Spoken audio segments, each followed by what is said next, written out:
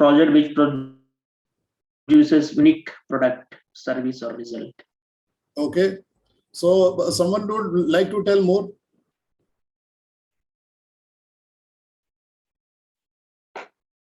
Someone would like to tell more? Please tell me something more. Yeah, just give me go ahead and give me wrong answer. Just tell me what you feel and what is your idea. You will tell me the idea of the project. You don't have to tell me the exact answer. Project is a objective oriented thing. Actually, we should have an objective and we must achieve that objective within a certain period of time. So that is the essence of the basic project. Okay, we have an objective. Yes, right. And anything else? Objective is there. Yes, it is a very important attribute of a project. And within a time span, we have to achieve that objective. Fixed time span. If that time span exceeds, then project is overrun. And also there must be a cost constraint will be there. If that is also, slip, then also the project is on overrun. Yeah, so cost constraint is there. Yes, that is also an attribute of the project. Yeah, fine. So that sounds good. So you have a good idea about the project.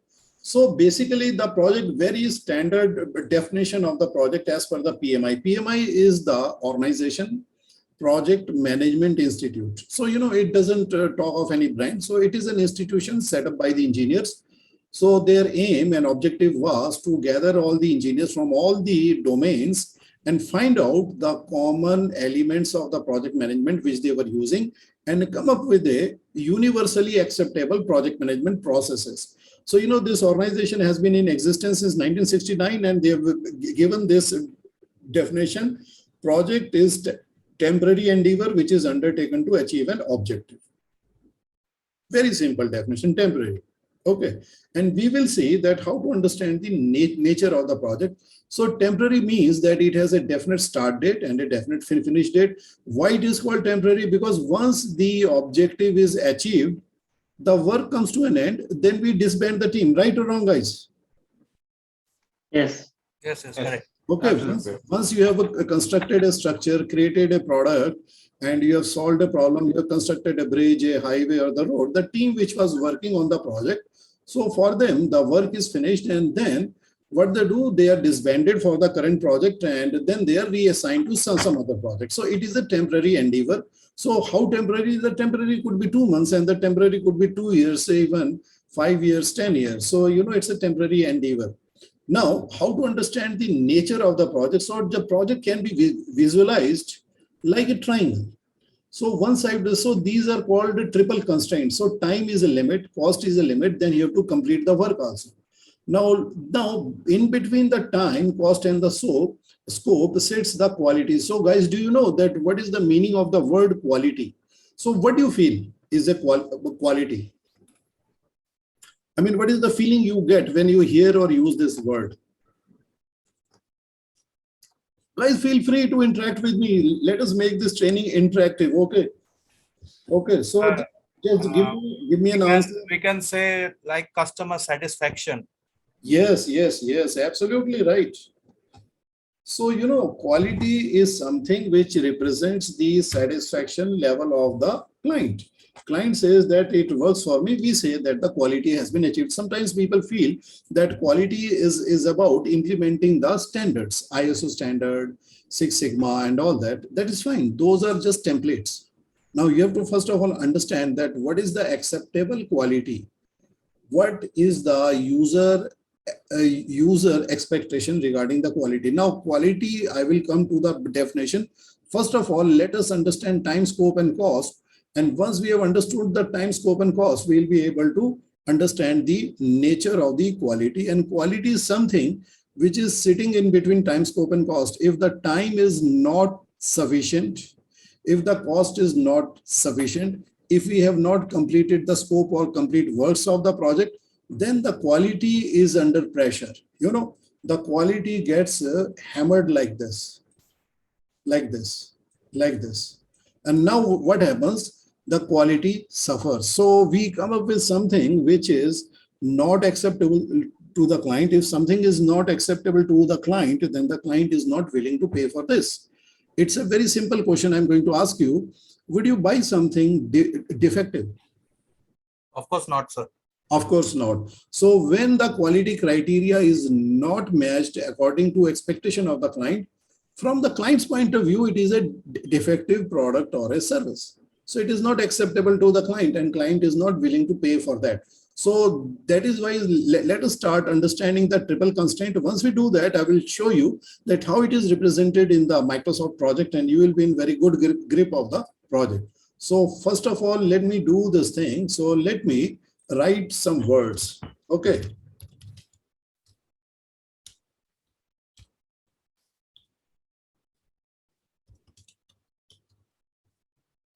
So guys, I'm sure that you must have heard about this duration and schedule.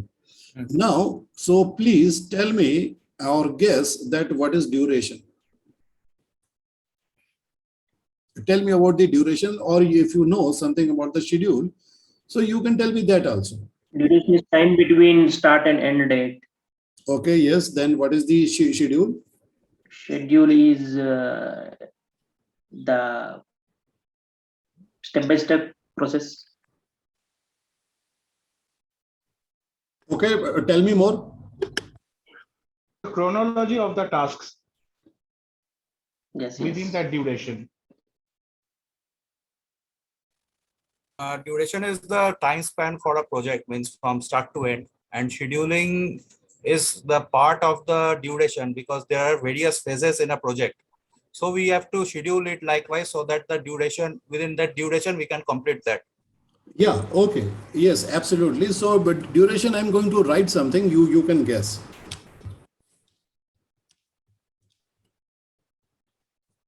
So guys, please guess that what these letters they stand for.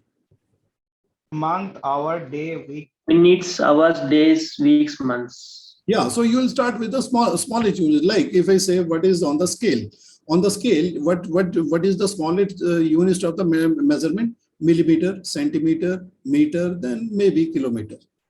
Right? So it is just like that. Month, hour, days, week, month. So in the Microsoft project, we can represent up to the month.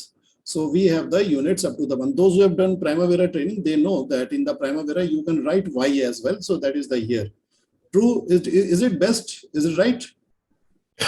Yes. Yeah. So we don't have the year here. So we can represent the duration or the span of time as minutes, hours, days, weeks, and months. Now, a schedule, I'm going to write something here.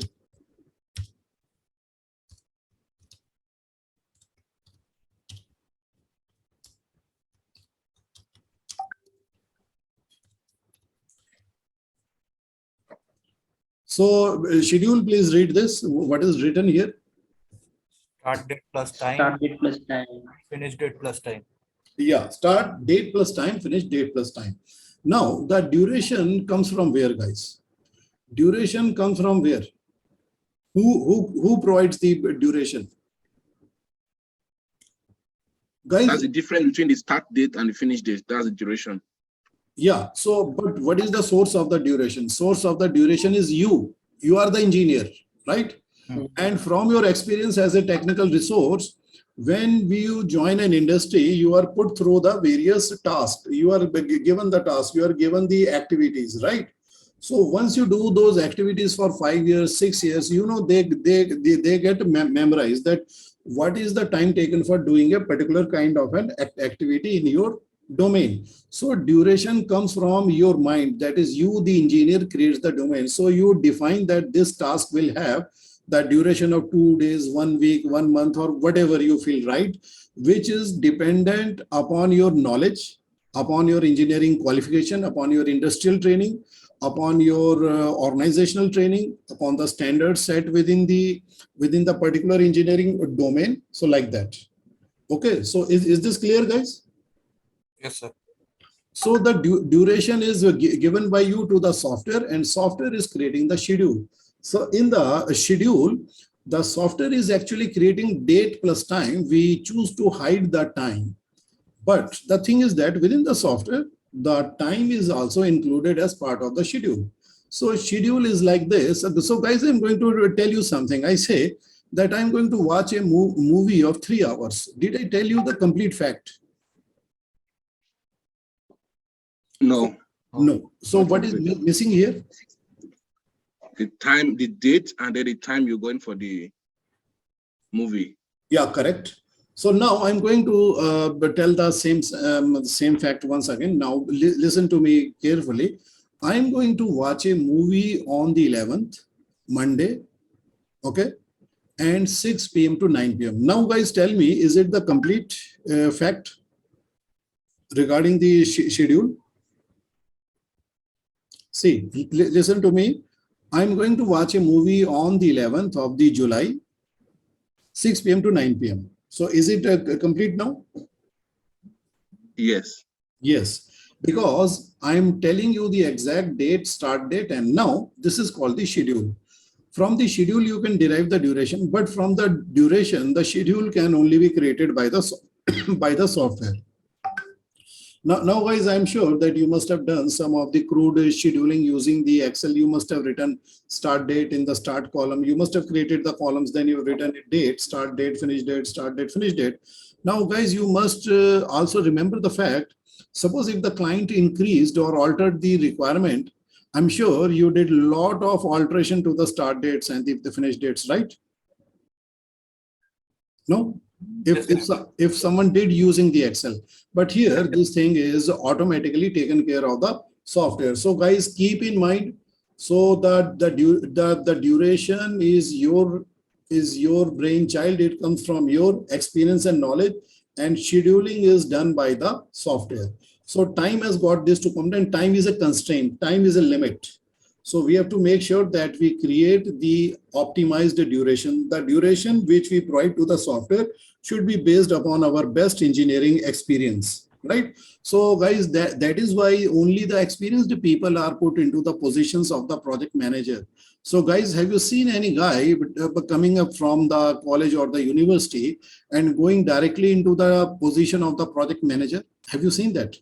No, sir, no. No, that is not possible, because if the person that doesn't work for some time, he has no idea about the duration of the task, sequence of the task, and importance of the task in a particular sequence. So that is done by an experienced person. So experienced person, using his experience, he gives expert judgment that what is the correct duration. He puts it into the software like Microsoft Project, and Microsoft Project will create the schedule for you. So always keep in mind, duration is your responsibility, your team responsibility. Maybe you can consult a subject matter expert if the project is big and complex. Okay. And the software will always create the schedule, because calculating the schedule is a very complex thing. It is better left to the Microsoft Project. So that's why you are going to learn the Microsoft Project.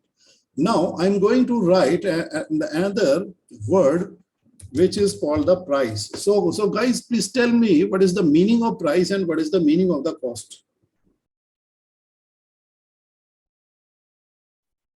What is the meaning of the price? Price is something which we sell to our customer and get the money, and cost is our base. That means the value of the money to which we are creating that service or product. So there will be first cost, there will be profit margin, and there will be price. Yeah. So guys, so that is the thing. So let me put it this way. So cost is an amount of money and price is also the amount of money. Okay. So both of them are the amount of money, but the cost is the amount of money which is used for getting the work done in the project. Okay. So what are the main components of the cost? I'm going to write here.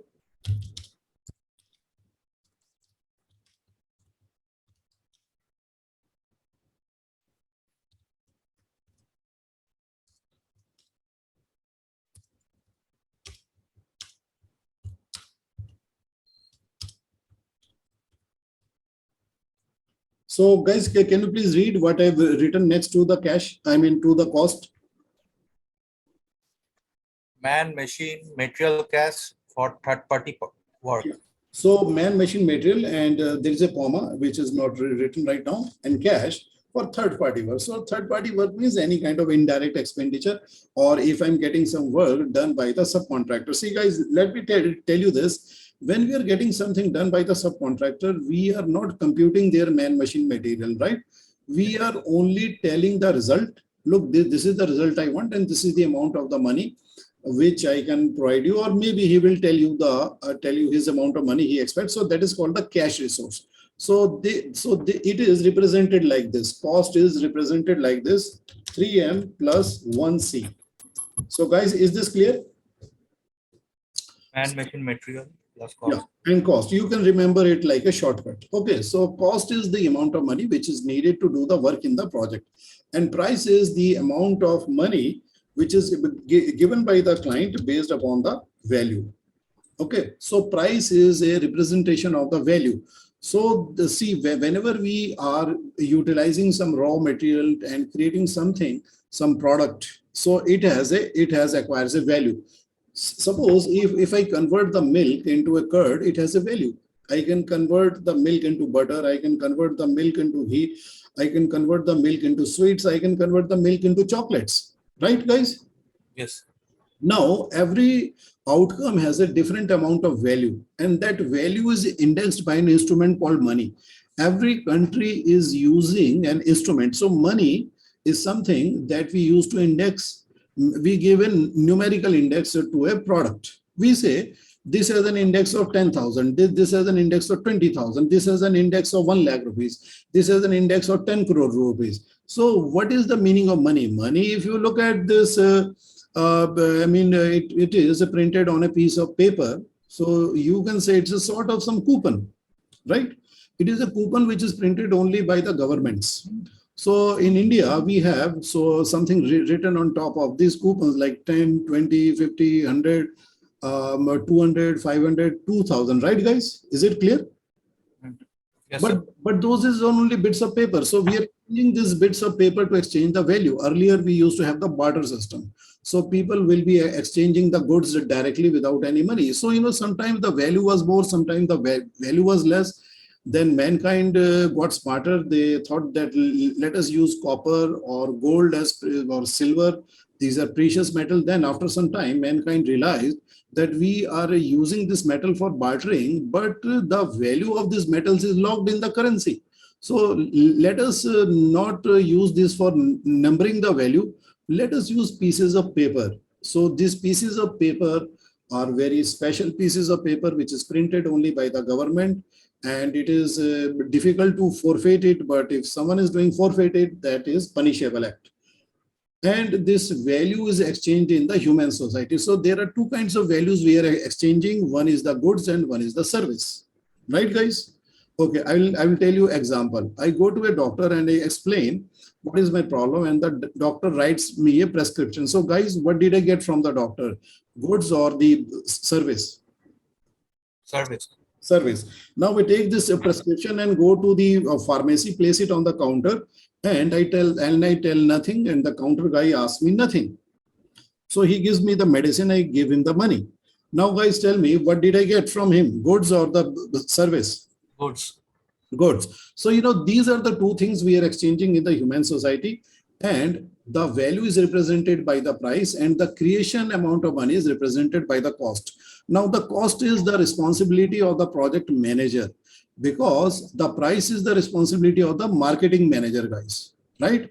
How does the marketing manager project the price? So he does very good campaign, marketing, advertisements. You must have seen a lot of advertisements on TV, in the social media, those are launched by the marketing managers. Okay, so marketing managers are trying to project a value into the buyer's mind, right, guys? Is it true?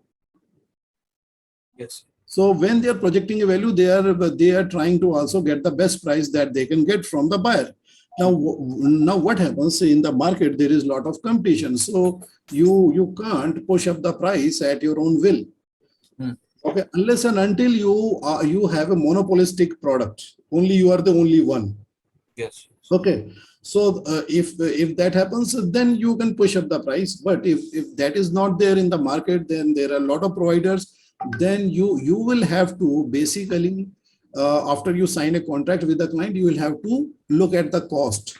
So you would like to keep some wide gap between the price and the cost, and at the same time, you will make sure that it is acceptable to the client to pay the price.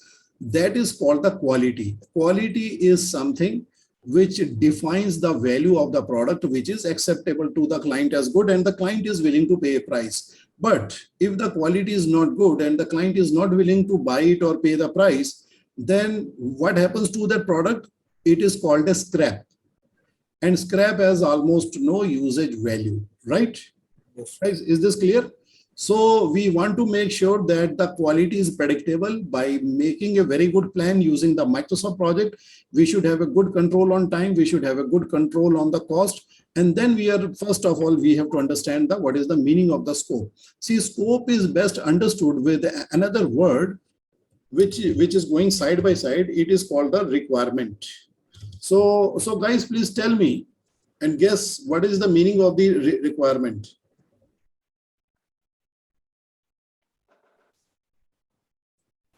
What is the specification which we required? What is agreed? Yeah. And Okay. anything else?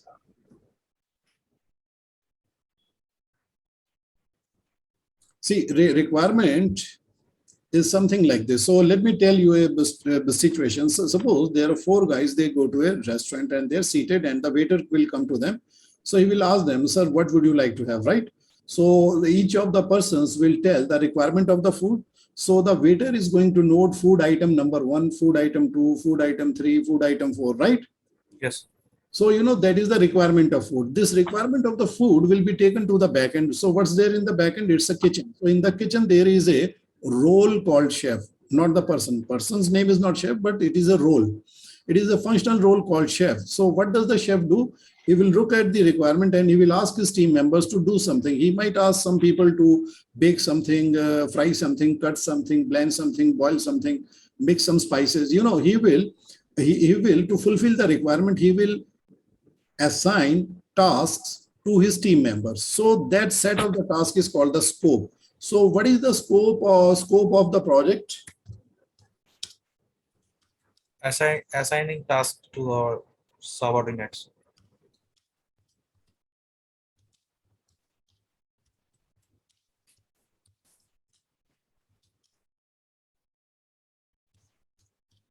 So guys, please read this. What is written below the scope? Please read it a little bit loudly. Work to be done by the engineering team to fulfill the requirement. Yeah. Now I'm writing something on top of the requirement.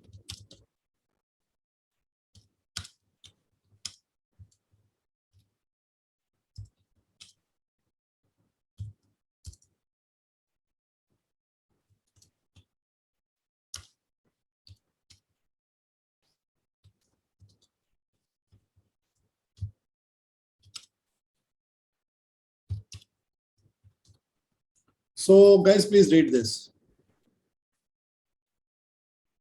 Wish list of the client for product functionalities and features requirements. Yes. So client gives you the wish list. You might assign a person or your team member to gather that into a document. So that document is called requirement document. So see, client only understand what he wants. He can explain to you that this is what I want. So he will understand. He will he will tell you that these are the functionalities I want in the product, and these are the features, and this is the performance level. So suppose he says that this is the lifetime expected of the product. So that will be part of the quality. This is the performance level of the functionality. So that is so we have got some attributes like speed, robustness, toughness, and the efficiency, power factor. These are called the quality of the product, right?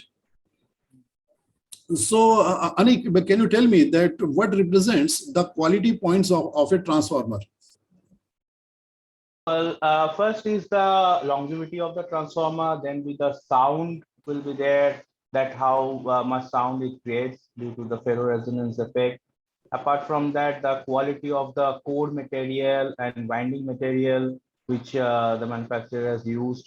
The oil, the quality of the oil, we have a certain electrical parameters we call is the BDV. the breakdown voltage of the oil. So these are the little various quality aspects. And something like the conversion factor, that how much of the energy you put and how much it is transformed or stepped down, because we try to be near the unity. That's the technical that's the basic requirement of the transformer, that what we are trying to install, and to do that, what will be the material and all other things will be used. The quality will be determined on that material used. Yeah, so we say key performance indicator. One of the key performance indicator, as I understand, that the quality point of a transfer. See, to step down or step up, that is the functionality. Now, what is the quality? So let me give you an idea. I'm not giving an idea. I'm not an electrical engineer, but since I'm an engineer, I do understand these things. What I expect from as a customer, that maximum amount of the energy should be converted into the electrical energy, and the wastage in the form of the in the form of the heat should be minimum. Right. Efficiency. We call it efficiency. Interrupt you. It is called as losses, not wastage. It is called losses, minimum losses. Yeah, minimum losses. I want the maximum amount of the energy input to be converted into the output energy. So which I perceive as a quality. So I will tell you that, Anik, my acceptance criteria is 90%. So if you are making 90% for me, it is acceptable. But maybe some other client can tell you, no, Anik, my acceptance criteria is 97%. The loss should not be more than 3%. My conversion should be, if I put 100 units of the energy in the input side, on the output side, I should get 97% of the energy, either stepped up or stepped down, but it should be total 97%. I am only willing to accept a transformer which will have a loss of only 3%, right? So quality acceptance criteria, right? Absolutely. So we call it efficiency. We have a term for it. Efficiency of the transfer, output by absolutely, absolutely. So in every domain, the quality is represented by, it is called user acceptance testing criteria. So what should be tested? So when you are creating a project in which you are installing a lot of transformers for me, I tell you that, Anik, for this project, my acceptance criteria is 95%. So what you will do, you will plan backward. So you will plan the time, you will plan the scope, you will plan the resources, and resources will lead to the calculation of the cost. And then you will see whether time, scope, and cost is good enough to create the quality of 95% efficiency or not, right? Right or not? So absolutely right. See, guys, do you leave the quality to chance, or you plan backward as engineers? You do some calculation. No, we do the calculation. Definitely you will have to do it, because if you are using a different kind of a core material to create the 95% of the efficiency, definitely it's going to cost you a lot more than if I say that my quality acceptance criteria is 90%. Maybe you can use a cheaper material to do it. You can lower your cost, right or wrong? Right. Okay, so it means that the quality is affected by the availability of time, the availability of the cost, and the steps. If I miss any steps in between while I'm doing the work to create the transformer, if some step goes missing, definitely the quality will be poor. It will be negatively impacted. Now, how to control the time, scope, and cost? Yes, Microsoft project. We need Microsoft project so that we are predictable on the quality and we can finish the project within the limitation of the time, cost, and the scope, because the client does not have infinite pockets, right? The client will not tell you that I'm printing the money, you just do whatever you want. Okay, it's not like that. Client will tell you, I have a limited time, limited budget, and this is my quality acceptance criteria. So you'll have to define the appropriate scope, and so that you can fulfill the criteria, but you can check it in the beginning. If the acceptance criteria is too high and the amount of time, scope, and cost is less, then you will have to negotiate with the client. Guys, just imagine you are going to run your own business. Would you run your own business at loss? No. Yes or no? No. No, definitely no. Definitely the quality which you create, the acceptable quality which you create. So when the product is delivered to the client, and the price which you get should get you some decent profits. The profit should be good enough to give you a decent quality of life and also to sustain your business, right or wrong? Yes, yes. So Right. that's why in projects we have quality assurance and quality control Yes, so we make sure department. that we are optimizing on the cost and we are creating the acceptable quality as that. See, guys, there are two kinds of departments in the quality. One is the quality control and one is the quality assurance. So, guys, do you know that what is the difference between the two? Quality assurance and quality control. You know that, guys? Yes, sir. The Yeah, tell me quickly. quality control means the material which we are going to test. Means particularly if we are testing some material, it forms under quality control. And quality assurance is the steps which we are going to follow to maintain the quality control, sir. Yes, yes, that is absolutely right. There are two kind of teams in the quality department. Quality assurance. Quality assurance means ensure the quality. How do they do it? They first determine the acceptance criteria of the client. After determining the acceptance criteria of the client, they will tell you that what are the user acceptance testing criteria and what are the quality parameters which should be ensured while fabricating the product, while constructing the product, while making the product. So they are the assurance guys. Assurance guys, they determine the level of the quality, because the level of the quality is different from client to client, project to project. We might be making the same product, but the quality acceptance criteria could be high, stringent, low, or it's okay. So, that depends upon where you are going to apply the thing and how it is going.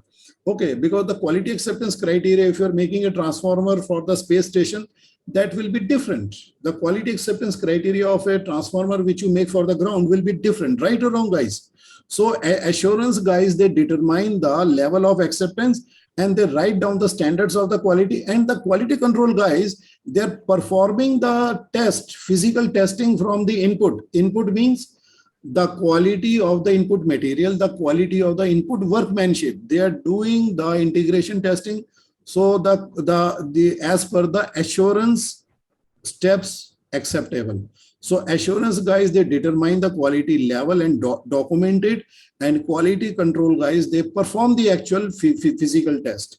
They start the physical test on the input material and they test the outcome of the work done by the team member, and they do all kind of testing, unit testing, integration testing, and then they will do the regression testing. Okay, and all kind of testing, smoke testing, black box testing, white box testing. But all this kind of the quality is sitting between time, scope, and cost, which is in your control. Because if you're controlling time, scope, and cost, you are incubating the quality and you come up with the quality which is acceptable, and something which is acceptable, client will pay you the money. Once client pays you the money, you have got the price and you have made the profit, right? You don't make a profit until the client makes you the payment, right? Yes. Absolutely right. So guys, think of this training as if you are going to run your own business. If you have that mindset, you will be able to absorb this training very well and you will be able to see the relevance. Okay, now let us move quickly. So guys, please read this sentence at the bottom. It's fail in the beginning, not at the end. So why do the project fail in the beginning? Because if you have not created the right plan, if you have not determined Proper plan, criteria, and if you have not determined that what is the best acceptable quality for the client, so you cannot have something which is successful. So the failure is only visible at the end, but from the beginning it has failed. Okay, so that is why I tell all my students that you should have a very good requirement defined, gathered. It should be countersigned by the client as complete and correct. After that, you create the scope, and then you put the scope in the work breakdown structure into the Microsoft project. And after that, you will be ensured that what you come up with is 100% acceptable to the client. So you are successful from end to end. Okay. So if you have given any kind of laxity in gathering the requirement, defining the scope, or in the product design, so then you have failed in the beginning. The failure will be evident in the end. Okay, so so you can say the project has already failed in the beginning, but the failure will be visible in the end only, right? Okay, fine. So we want to ensure that we can foresee these things we can make the project successful. Now, why does the company or the organization, they care about the project management? It is a broadly practiced art and science. It is science in the beginning, then it becomes an art as you gain control. The top management wants to ensure timely delivery of customer product or the order as per scope with profit. Profit is very important, which keeps the organization sustaining. So we control time, cost, and scope. Why do you need this training?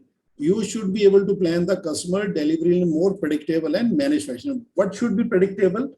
Cost should be predictable, time should be predictable, the amount of resources you need to do the work should be predictable, so that you get a predictable quality. I want to identify the key constraints. Key constraints are your schedule, your resources, your materials, okay? So you want to make sure that you are able to identify them in advance and you are able to troubleshoot them even before the start of the project. You want to identify an alternative solution to a task before it becomes big blocker. You want to track the progress, because if you're tracking the progress, then you are in control. You want to use a more appropriate tool. What is an appropriate tool? Microsoft Project, because it lets you create a baseline. And guys, this is the life cycle of a project. This is the initiating, this is the planning, and this part is the execution and monitoring and control part, and this is the closing of the project. Now guys, if you are using $1 here, you might be using $2 in the planning, but let me tell you how many dollars you are using in the execution. You are using 200. Okay, in the closing, you could be using 3. So guys, make sure that you have a very good plan, because the plan is very cheap, because a plan doesn't even require the paper. These days you are doing it in the Microsoft project, right? It is a soft copy. You show the plan to your colleagues and get it checked from all the angles if that looks right. But so suppose if you go ahead with a faulty plan, you do some work on the ground and you use a lot of man-machine material and you create a structure, and the structure does not conform to the safety standards or the quality acceptance criteria. Would you not have to pull that down?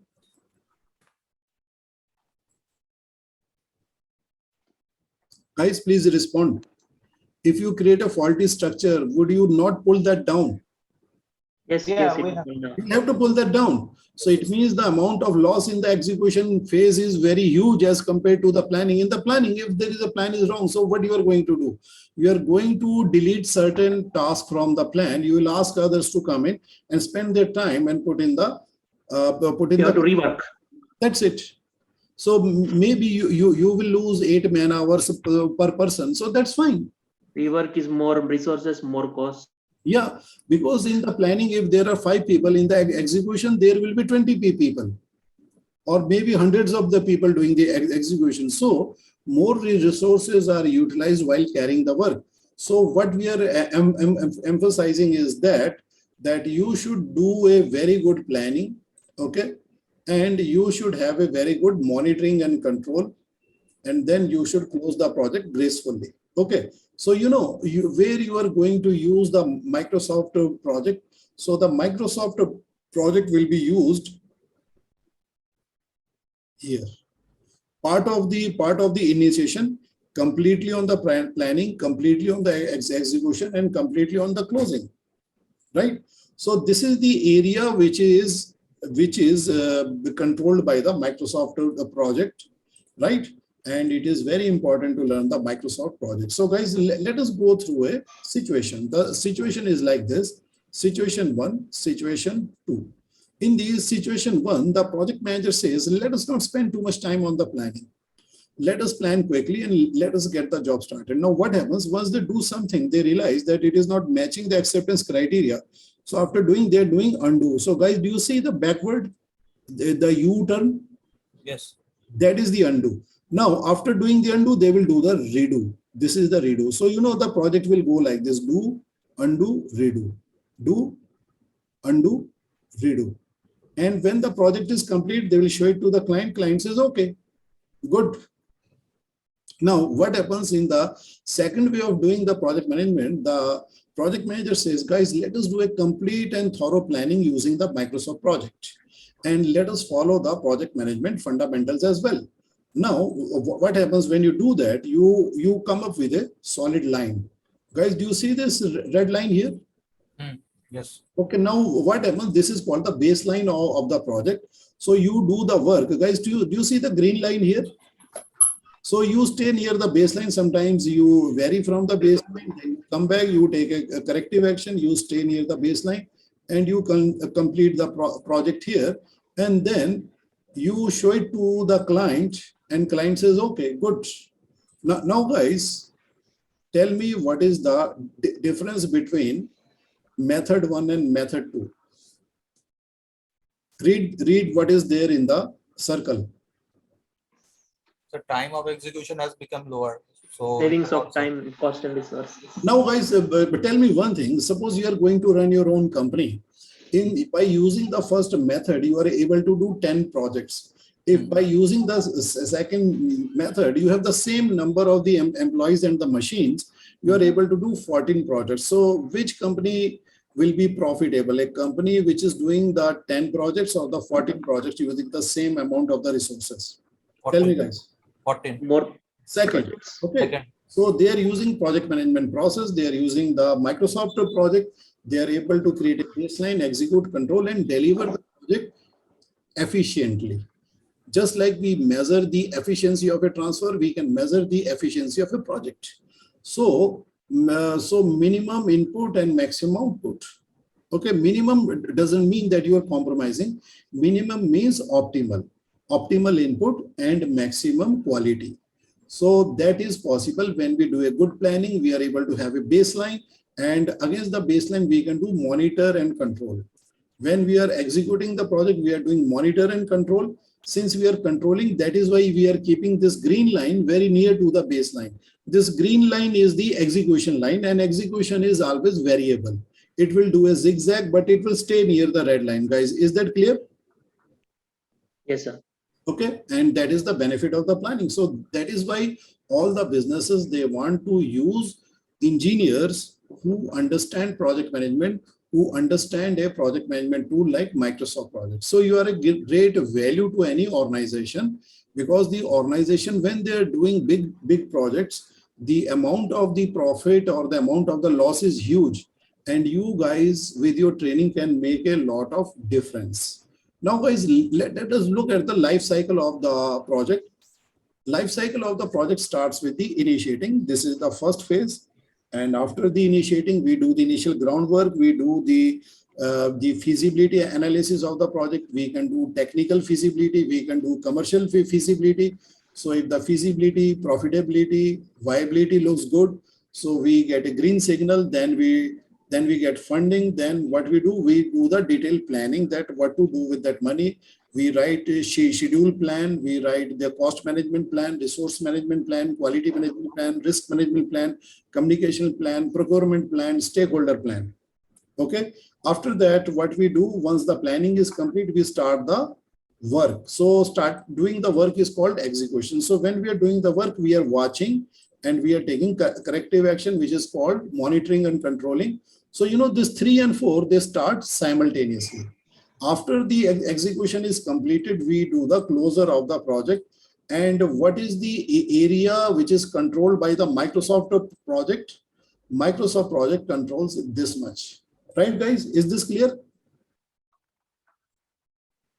So in the initiating, you can create some rough ideas or the top level plan at the level 1, and you can create a sort of ballpark estimate for the client. But for the 2, 3, 4, 5, you need Microsoft project. Right, guys? Is this clear? Yes, sir. Okay. So let's see what further on the slide, and we will get hands-on. So there are 10 knowledge areas in the project management. So Microsoft project is used to control scope, time, and cost. Okay, scope management, schedule management, cost management. So these days it is called the schedule management. Earlier it used to be called the time management. Okay, so with this knowledge, once we are clear, so let's have a look at the triangle. So guys, please keep the triangle in mind. Time, scope, and cost, and the quality is sitting in the middle. Okay, so take a snapshot, mental snapshot, right? time, scope, and cost. So this is how you should visualize a project. So when the project is assigned to you, you should try to determine the time, scope, and cost. Is it good enough to create the desirable or the acceptable quality? And guys, make sure that the quality acceptance criteria is well defined in the beginning. Right, guys? It should not be ambiguous. It should not that client tells you that my acceptable quality, that the transformer should be very efficient. Transformer should be highly efficient. Now what happens? You create a highly efficient transformer which gives you the 95%. Now client says, no, no, no, no, no. My highly efficient is 99%. Now, is it not a problem, Anik? It's a big problem. Yeah. Because So what is the perception problem. acceptance criteria? All the numbers should be written, and those numbers should be then, using your engineering knowledge, you do a backward calculation. If we were to achieve this much of the acceptance criteria, then how much we need as an input for time, resource, and resource means cost, and what work we should be doing so that we can achieve this acceptable criteria. You can do a rough planning in Microsoft project and see if the given time budget is good enough to achieve the quality. If it is not, then you need to talk to the client. Either the client will increase the time and cost, or the client may reduce his acceptance criteria. Okay, if the client is having any kind of a strict budgetary constraint, but definitely all the projects should be profitable for the organization. Right, guys? Is it clear? Just imagine you are going to run your own business after 3 days, right? So definitely you will be able to create a quality and sustain your business if it is profitable, right? Yes. So you need to determine the profitability and the quality acceptance criteria in the beginning or not? Yes, it should be there. Yes, so that is why you are going to use Microsoft project. Now guys, after understanding this, I am going to pause. Now, tell me your questions. Questions, please. Tell me your questions. Sir, I have one question, that the process group, the 10 process group you have shown in the PMI, if you please brief like each process group, then that will be more helpful, because 3 I understand will be in detail, but the others.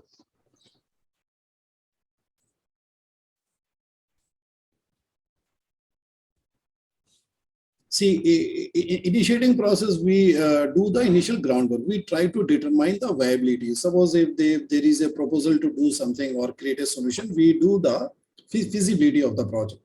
Sir, I was talking about the next slide, just the next slide. This one? Yeah.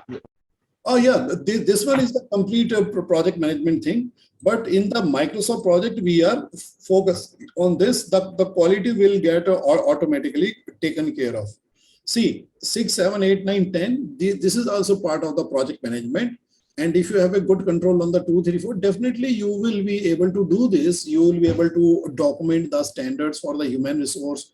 What is the requirement of the human resource, communication, risk management, all that.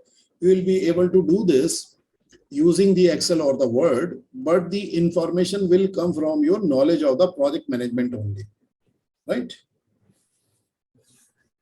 Okay, but the data which is raw data of the scope, of the time, of the cost is directly handled by the Microsoft project, right? And it provides an indirect help in managing the rest. If you are in control of the 2, 3, 4, then you have a good control on the rest of them. Okay, guys, is this clear? But this human resource management or the resource management is not only some numbers, but it is also about having the psychological input also, right? You require some people management. A project manager is not just a project manager.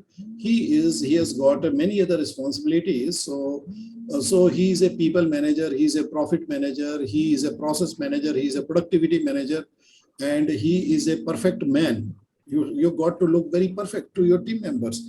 And on top of it all, he is a promise manager. What is the promise? So guys, can any organization get a project without signing the contract? No. No. If the organization has to sign a contract, is the signed contract, is it not a written promise? Yes, it is a written promise. It is a written promise. Then who delivers this promise? Guys, who delivers this promise? Project manager. Project manager. So that's why you say the project manager is not only a project manager, he's a promise manager as well. Right? He's Yes. managing that promise. He's making sure that promise is delivered to the client on time and within the given budget, and the quality is acceptable. So that's why I say that he is the promise manager as well. Right, guys? Is this clear now? Yes. Yes, sir. Okay, fine, guys. Now let's get hands-on. So Satish, you have a question too? Yeah. Please go ahead. Earlier, I had a question from someone. How you define this duration? With your experience. Not only that experience. You see, in my perspective, a task will take some number of days. In some other perspective, it will take some number of days. So how you standardize this? Is there any standard? Yeah, answer good for question. this? Good question. Yeah. How you? Suppose if you are from the same college, same class, even then you might come up with a bit different duration. Why? That depends upon your conditioning. So if you are working in an organization A, which is having very high standards of knowledge, if another person works in some organization where the standards is lower, he might have come up with different duration. He might have come up with a bit casual. Sometimes sometimes I've seen the same engineer for the same task, they will give the different duration in the different meetings. I've seen that happening. So, the duration, if something is very widely done, widely known, then everybody will say the same thing. But if something is less known, then the duration will be different. Then how to standardize? For the standardization in every industry, every domain, there is a standards. So they are able to determine using those that if you are going to do this kind of activity, just like a quantity surveyor does his job. How does he do it? He just measures the volume of the building walls and all those things. Then he says that this is the amount of the bricks, amount of the cement in tons, amount of the steel, amount of the glass, amount of the electrical fittings and all that. He's able to determine that. They have a scientific procedure. For the duration is based upon the perception, experience, and also standardization. So if you're working in a big organization which is having its own internal standardization, you can ask for some manual. Or it can come from some sort of a database also, the knowledge base of the organization. But mainly it is dependent upon your experience. So that is why, the people, when they join the organization after the training, they are called the graduate trainees. The graduate trainees are first put into a team where they understand the technology, purely the technology. Then slowly they are able to manage their own task. Then they become the team leader. And then they go through multiple project lifecycle. So they are working in the complete project, but as a resource, as a technical resource. Now, if a person is very good, sharp, intelligent, observant, he can absorb the data and keep this here. So, those are the guys who are spotted by the senior management, then they are promoted to the project management. Not everybody gets. So a planner should have good execution knowledge. So yes. Yeah. Wherever a planner is there, you should have good execution knowledge. So then every day you work, you absorb some knowledge. Now the thing is that how absorbent you are, that depends upon your personality and your self-discipline. If you're determined to succeed in life, if you have a hunger, so definitely you will be learning. If you're coming from a well-to-do family, you don't need much of the salary for your day-to-day expenses or something. You don't have that hunger. But some persons, they have got inborn hunger to learn, absorb. So those people are able to store the maximum data regarding whatever activities they have done or experienced during the role as a technical resource, right? So whatever you have done technically, that experience comes handy when you're planning. Because someone else made you do the work and he gave you a duration and you observed that duration by during the work, you made a fine tuning and kept that information in your mind. And from your mind, you put the information into the Microsoft project and Microsoft project will create the schedule for you. Microsoft project is not artificial. You are the natural intelligence, using your natural intelligence and your knowledge. So the total knowledge is based upon your engineering qualification, plus your experience, plus your industrial training, plus your organizational training, plus your standards knowledge. If you are reading some books of the standards about your domain. So, all the combined thing gives you an expert judgment. So putting the duration into the Microsoft project, it is called a process called expert judgment. So you are giving the expert judgment regarding the duration. Okay, so once you put the duration, the software will do the schedule. It will create the start date and the finish date. But the duration comes from the duration is based on historical data, expert judgment, experience, qualification, industrial training, and scolding from boss. Everything include. And standards and industrial standards. Yeah, everything. So everything contributes there. Yeah, historical data, we call it as OPA, organizational process assets. Big companies like Tata, Birla, they have got huge knowledge base inside their companies, but which is not accessible to the outside world. They're keeping the knowledge. They have their own universities, which don't provide any degree, but they provide a knowledge greater than the degrees. You might enter those organizations with a degree of 4 years. They will give you a degree which is spanning 10 years. Okay. Yes. This organization has a lot more knowledge than the cars which are created by Tata, the diesel engines and all those stuff. That is not accessible to the outside world. It's not that you can go to the Tata website and you can see the design and all the research and development they are doing. All that is internal knowledge. So based upon all that, you are able to determine that what is the right amount of the duration for a particular activity. So you can, there are two kind of the duration component. One component is the fabrication duration and one component is the quality duration.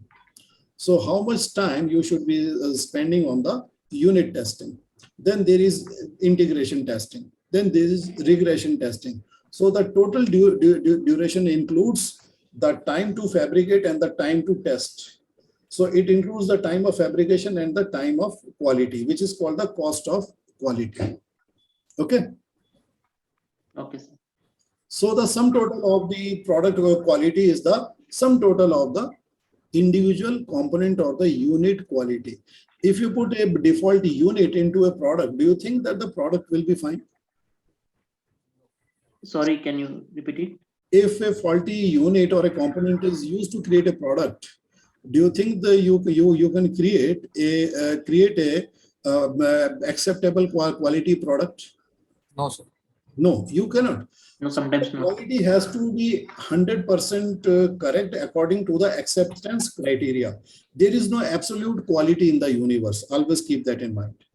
There is only a quality which is determined by the client and told to you by the client in form of a document sign off. Look, this is the functionality I want. This is the quality criteria. If the functionality work at this performance level, so it is an acceptable quality to me. So what is the functionality of a transformer? The functionality of a transformer is to step down or step up the voltage. Okay. Now, if the conversion or the efficiency, one client says, my acceptance criteria is 90%. And another client says, my acceptance criteria is 97%. Do you think that the planning for both of the client product will be the same? No, it will be different. It will be different. So the client who says that my acceptance criteria is 97% of the efficiency, definitely you will have to do a lot more work on it. We'll have to add lot of quality steps into it, right or wrong? Yes, sir. Yeah, that's it. So that is applicable in all kinds of industries, whether you make a software or whether you make an infrastructure or whether you make any other kind of the product, the quality acceptance criteria and the engineering processes are the same.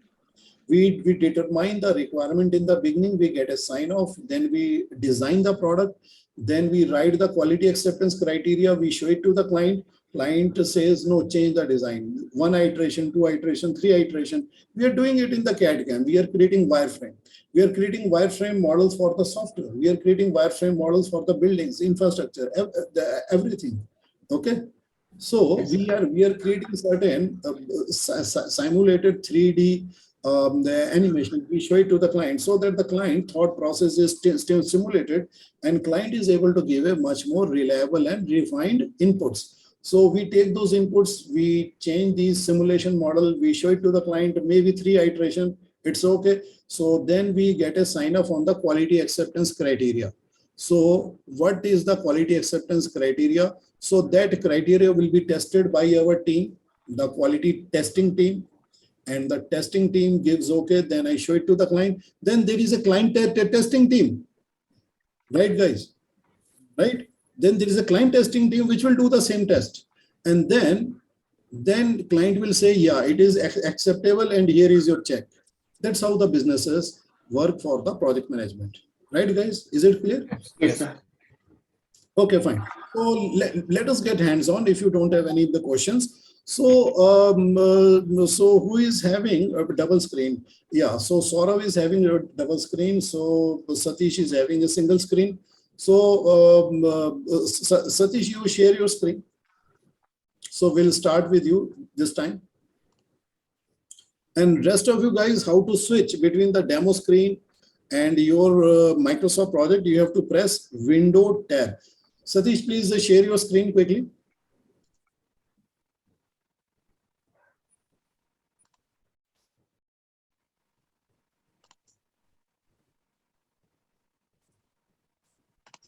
And please approve my remote control. Okay. Satish, just do this thing. Press Window and Tab button. Press Window and Tab button. There is a window button at the bottom row, and press the window and tab at the same time. No, window plus tab. So yeah, keep that pressed, keep it pressed. So guys, do you see the software which are running? So he is running a PDF reader, he is running the Word, he is running the Chrome browser, and he's running the Zoom, and he has Internet Explorer. Now, what I want him to close is that he should close this, he should close the Word, he should close the Window Explorer, and he should close the Chrome. Only two software he should keep on. Okay, so please go ahead and close them. Close it.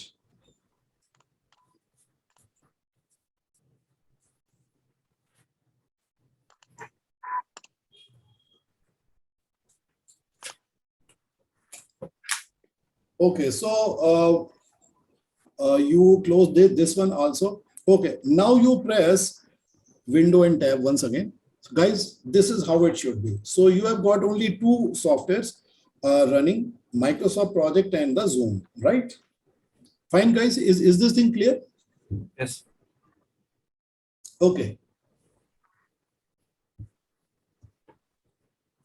So for a moment, I will go into a document. You don't have to, you just watch the demo screen.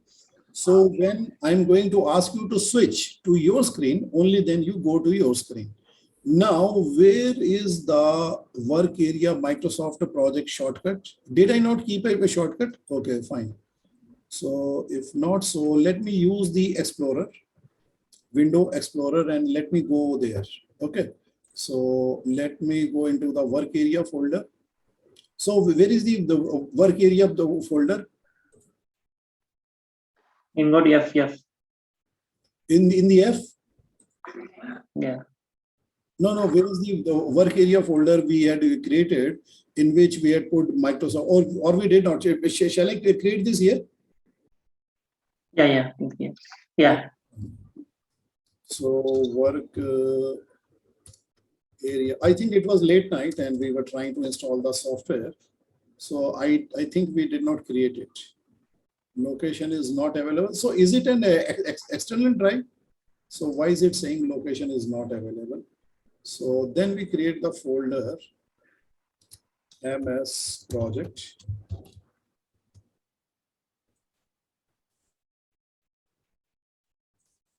Inside the MS project, we create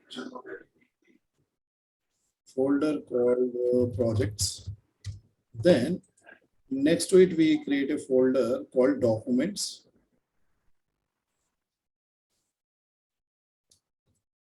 Documents. Okay. So Satish, you bring all the stuff into whatever you downloaded, bring it here, the whole bunch.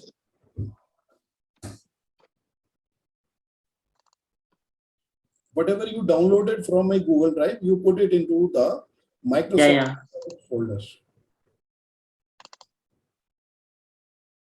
Yeah, you copy this entire MSP 2016 student package and you put this into the Microsoft project. You paste it here. No, paste it here, here. Paste it here only.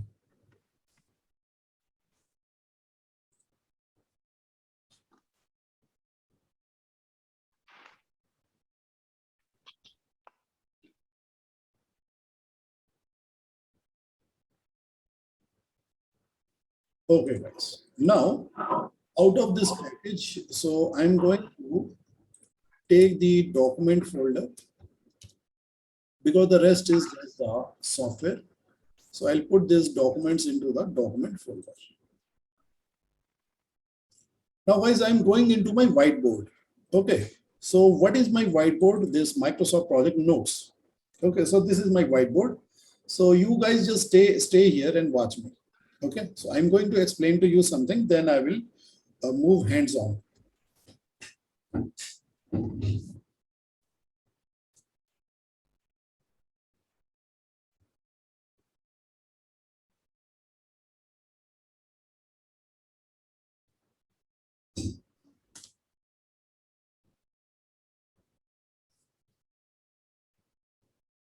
Okay. Now let me put the size. Okay. And let me close this thing. Okay. So we can. Okay. Now, guys, this line is not required actually. Okay. Okay, guys. Let us read the scheduling rules. Satish, can you read these 5 rules to your friends? Read these rules from schedule is created by calendar. Yes. Schedule is created by calendar. Schedule is adjusted by critical path, non-working days like weekends and holidays. Schedule is adjusted by dependencies, lead and lag time. Schedule is adjusted by constraints. Schedule is adjusted by resources, that is labor and non-labor. Yeah. So labor and non-labor is a word which is from Primavera, but labor means people, man and machine, right? Okay, fine. So schedule is created by calendar. So we will keep this fact in mind, and then we will do the work in the Microsoft project. So first of all, we will go into the Microsoft project. So guys, Microsoft project is started from this place, and then you will click on the blank page. Okay, so now Satish, you take the mouse and click here, blank project. So when you click on the blank project, so what you will see that you will see a blank row, and if it is giving some activation notice, just ignore it and you can click on this cross button so that this message goes away from the screen. So guys, you will see that on the top it is written project 1. Just like we create Excel 1, Doc 1, PowerPoint 1, it is creating the project 1. So the first thing that we should do is to save the document with a meaningful name. To save the document with a meaningful name, we go to the file, save as. So it is a file-based data. So we click on the file, save as, and then we click on the browse. Now, guys, you browse into your work area folder. So it could be on your D drive, data drive, and you go into the work area, Microsoft project and projects, and you write here lesson 1, LSN1, you write here. No, you can write it in a simple shortcut like this. So let me write the first one. See, you just write it like this, LSN1 underscore, and the lesson name is scheduling with calendars. Okay, guys, I'm pausing here. You please do it, and everybody please confirm. And Satish, just see if your friend Dibyendu can join in. I cannot join today. He has some emergency. Okay, not a problem. He can join my next batch. Yeah. He will intimate. He'll inform you when he is available for the next. Yeah. So, but that's not a problem. And you can share the recording with him meanwhile. Okay. Sure.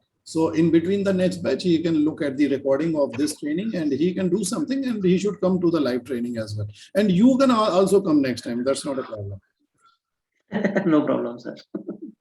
Okay. We are your students now, full-time students. I welcome all my students again. Anytime within the next 6 months, you come and join a live batch. You know, you come with new questions, new energy, new examples. I love that because project management is my subject. I love that. Okay. And if you come Want to improve our skill, yeah. Yeah. Okay. So guys, please confirm. Anik, best, please confirm. Yes, done. Done the same. So guys, please Yes, done. click on the save. Please click on the save. And you have created a file name with this because it is a file based. It is not database based. It is a file based. A file is created in the folder. So Satish, you click on the save. Yeah. So guys, a file name has been created, lesson 1, scheduling with calendar. So similarly, we will create lesson 2 and we will write the name of the lesson.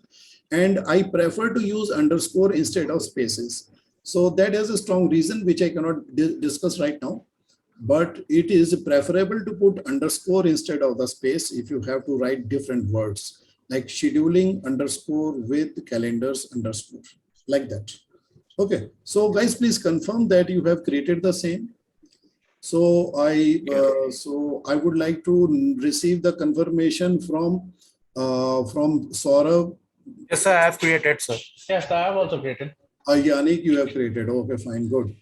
Okay, now after you have created this, first of all, I will explain to you that what is on the interface. Okay, so I will start from the top. On the top, what you have is a quick access toolbar. So guys, can you see the red color rectangle which I have marked? Yes. It is called a quick access toolbar, and quick access toolbar means that there are certain toolbars which are in the menu below, which can be collected there and they can be accessed quickly. That's why it is called a quick. Right now, it has got only 4 toolbars, but we can increase the number of the toolbars in the quick access toolbar. And we can move the quick access toolbar below the main menu also, and we can add more buttons to it. So which we will do in the next step. But first of all, let us understand what is this. Now, below this, what you have is the main menu. The main menu is having the option file, task, resource, report, project, view, help. Now, the main menu gives you the access to the main functionalities of the software. So the main functionalities are file, task. Now, as you click on the file, you will see the functionalities of the file, but rest of the menu options, they have a ribbon menu. The ribbon menu is marked in the blue color. So right now we are in the ribbon menu of the task. If I click on the resource, so you will see the sub options of the resource menu. Earlier, it used to be a drop-down menu. Best, I believe that you understand that in the Primavera, it's a drop-down menu. It's not a ribbon menu, right? Best, you are here? Yes. So in the Primavera, you have to remember, right? You have to remember that what will come up in the drop-down, only then you will click on the main option. It used to have a drop-down menu, but since 2010, across all the products, they have changed the drop-down menu into the ribbon menu. What is the benefit of the ribbon menu? That the ribbon menu shows all the options in front of you. It's like an open toolbox. You can choose a tool which you need to. So it is now showing you the tools which you can use to work upon the resource. In the report, when you click, it is showing you the tools which you can use to work upon the report. It is now showing you the tools which you can use to work upon the project data. It is like configuring the project global data. You can configure project information, link between project, WBS, calculate project, set baseline, move project, like that. Then you have a view. Okay, view will show you the data regarding the view. View means that creating the various columns combination. See, in the Microsoft project, the combination of the columns which you're seeing right now, it is flexible. So view is to give you different insight into the data, and help is to give you the help. And timeline format is used to format the timeline or the graphical information. So below that, what you have, I'm going to mark it in the green color. So this is called the timeline. So timeline is used to represent the bird's eye view of the data. Okay, so that is called the timeline. Okay, is this clear? Yes, sir. So time right now it is blank. Right now there is nothing, because once we add the data, then the timeline can be populated to beautifully show that what is the top level of the project plan. Then as I look on the left hand side is a views menu. I can change the view of the product. So currently it is showing Gantt chart. Guys, do you see the Gantt chart, which is written vertically? Yes, sir. Okay. So guys, can you please using your mouse? So guys, I'm sure you are all using the mouse. Please use the mouse. You right click here. Right click. So as you right click, you will see a menu. So in this menu, you can see the various views. So select the calendar view, which is on the top. Yes, sir. Satish, click on the calendar. Do you see a pop-up menu that comes here? Yeah. So you will see that you are seeing a calendar which is looking like a planner. So whatever data you enter into the Gantt chart view, you can view the data in different formats. So there is one calendar view. You right click once again, Satish. You right click once again. So then you select network diagram. You will see the network diagram, but you will not see it right now because it is blank. So click on the network diagram, which is the third option below the Gantt chart. So right now, this is the screen. You will be able to see the network diagrams, which will have boxes like this and connected with the arrows like this. Okay, boxes, parallelograms. So you will see the network diagram. So right now there is no data, so you are not able to see the network diagram. But remember that this left side has got a view menu, so that you can switch from view to view, and you right click once again on the view menu and select resource sheet. Yeah. So guys, do you see this column? Resource name, type, material, initial. So resource sheet is the place in which you can create the list of the resources to be applied in the project. Right, guys? I'm pausing for a moment so you guys can catch up. Okay, guys, make sure that you are using only two softwares. One is the Zoom and one is the Microsoft project. But in case you are using another device like tab or another laptop or your mobile phone, you don't have to switch because you can watch it simultaneously. I have provided you a URL which lets you log in into two devices at once. So that I provided for your convenience, and you should log in. So that's not a problem. Okay, guys, is this clear? Yes, sir. Okay, guys, tell me any questions you have, or shall I move? Okay, fine, good. Now I will go to the main screen, that is the Gantt chart. So please select the Gantt chart from here. From here, you right click and go into the Gantt chart. So guys, there are two kinds of Gantt chart in the Microsoft project. One is the Gantt chart and one is the tracking Gantt. The Gantt chart which you are seeing right now, it is called the planning Gantt chart, and the tracking Gantt is used during the execution phase. So we will be able to see the difference very soon. Now let us understand the structure of the screen which is right in front of us. In the screen, so what we have is the column A area, and on the right side, what we have is the Gantt chart. Okay. Now let us understand the column one by one. This is the indicator column. Indicator column is represented by an exclamation mark. Okay, guys, is this clear? Yes, yes. This is the indicator column. Indicator column requires no input from you. It is only indicating through icons. It will get some icons which will have certain meaning regarding the data of the task. Now the next column is the task mode. So the task mode is like a switch. So what kind of task mode you have? So basically there are two modes only. It is like a drop down. If you click here, you will see drop down. So guys, please read what is written here. Read it. Manually scheduled and auto scheduled. Now, most of the time, say 99% of the time, we require the auto scheduled only. Why? Because that is the value of the software. Manually scheduled is just like an Excel. So you are entering the start date, you are entering the finish date. But there are certain tasks which you do not want to be, Sometimes we may have to manipulate. yeah. So like, no, not really manipulate. Suppose if you have a meeting appointment with a government agency, yes. So you have to put the start and finish date as per the date of the appointment, right? But for the engineering task, you need the auto scheduling. Okay. So you don't have to do it for all the activities. So what we can do, that if I want all my activities to be automatically scheduled, I can click on this button. So guys, please click on this button below. You can see new task here and click this. No, please go down. Go down. Okay, here there are two options, auto and manual. Select auto. So when you switch to the automatic mode, then what happens? All the activities will be created in the automatic mode. Okay.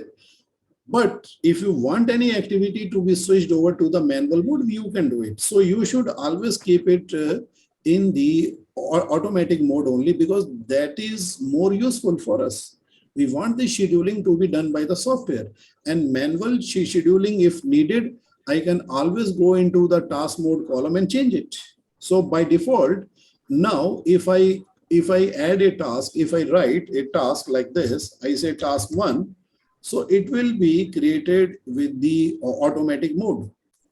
Okay, if I have a task 2 and I want the task 2 not to be scheduled, so I can keep it in the manual mode. Guys, do you see that in the manual mode, there is no duration, there is no start date, there is no finish date at all. You see that? Right? So is this clear to you? Yes. So the task mode can be changed also. So suppose if you go to this column and Satish, you just do this thing. You just change it to the auto and see that what happens to the task. Now, wise, then what happened? It got a duration of 1 day and it got a start date and a finish date as well. You see that? So this is called the column view or the table view. So in the table view, there are certain columns which are already given, but these are flexible. So you have task name. So guys, what is the scope of the project? So guys, the scope of the project is represented in the task name column, right? And where is the schedule of the project? The schedule of the project is represented in the start and finish. And guys, where is the time? The time is in the, so time I'm going to mark it with the green. So time is in the duration and the predecessor cost. See, the duration and the relation, they determine the time, and the schedule is based upon the input of the duration plus predecessor. So what is the predecessor column? It is the relationship column for finish to finish, finish to start, start to start, start to finish. So there are 4 kind of the relationship which you are going to do later, but always keep in mind, these are your inputs. Okay. So this is an input column with a tick. This is an input column, and this is an output column with the blue tick. Blue tick is schedule.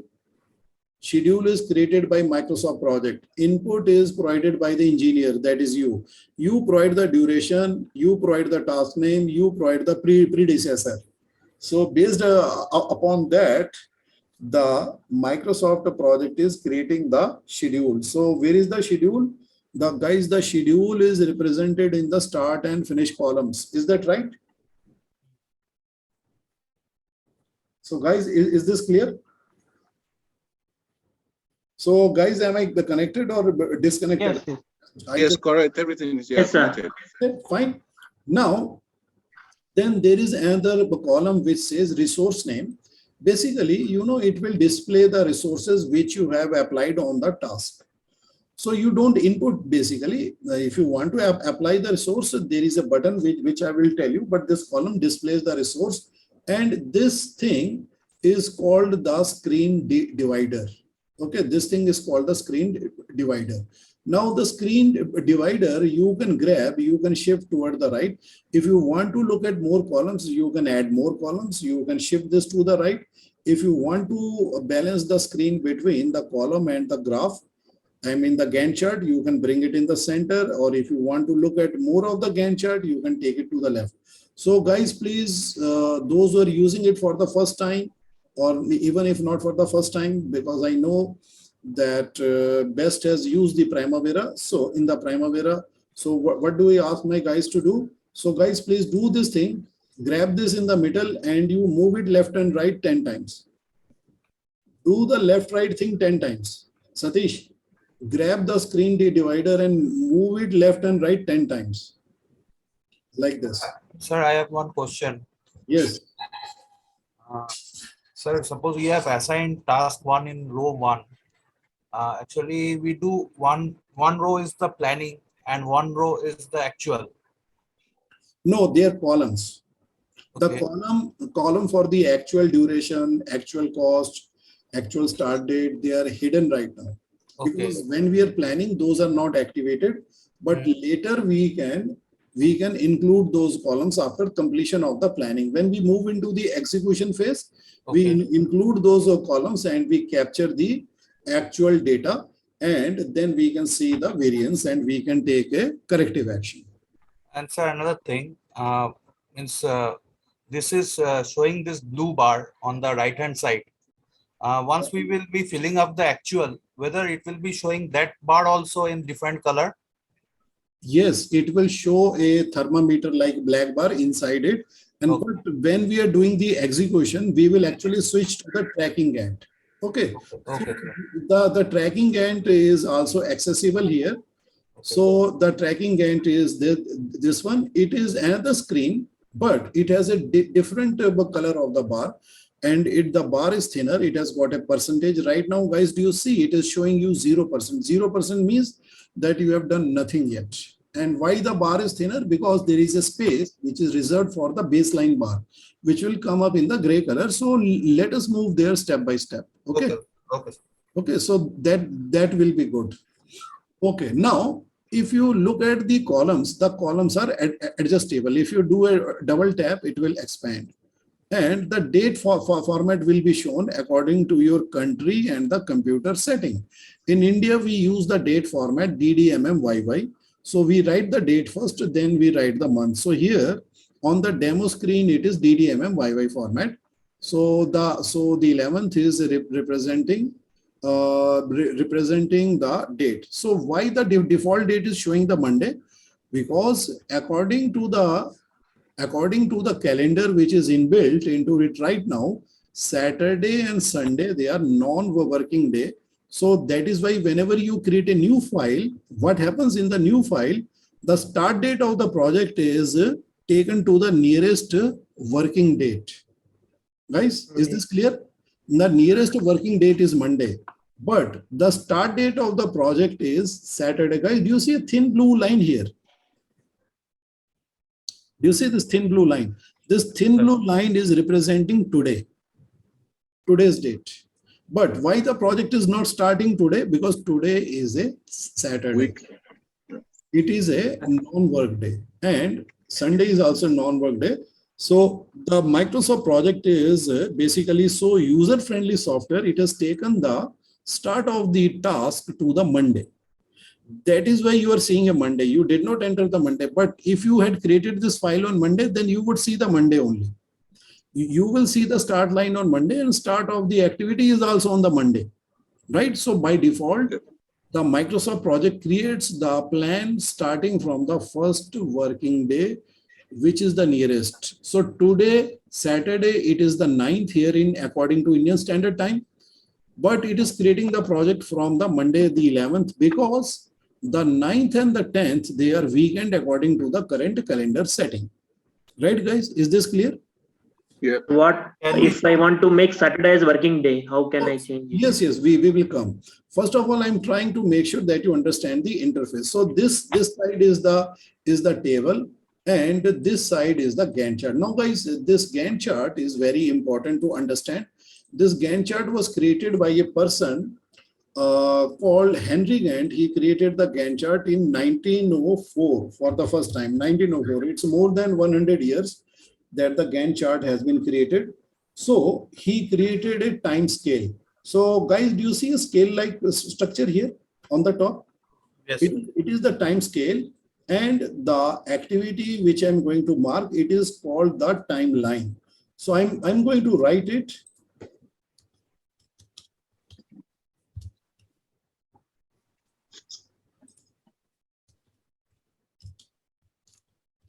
So this is the timeline of this activity. Now, what is the purpose of the timeline? To visually show you the length of the activity, that how long is the activity. Do you see that? So Yes. if an activity has more duration, then its timeline will be longer. And the time scale shows you the measurement scale. So guys, what is the measurement scale? It has got two layers. The first layer is showing you the week. Do you see this week? So 4th is the Monday. So it is the week starting Monday. And this is below in the second layer. What you are seeing is the individual day. So all these 4th, then the 11th and 18th and 25th, these are the week.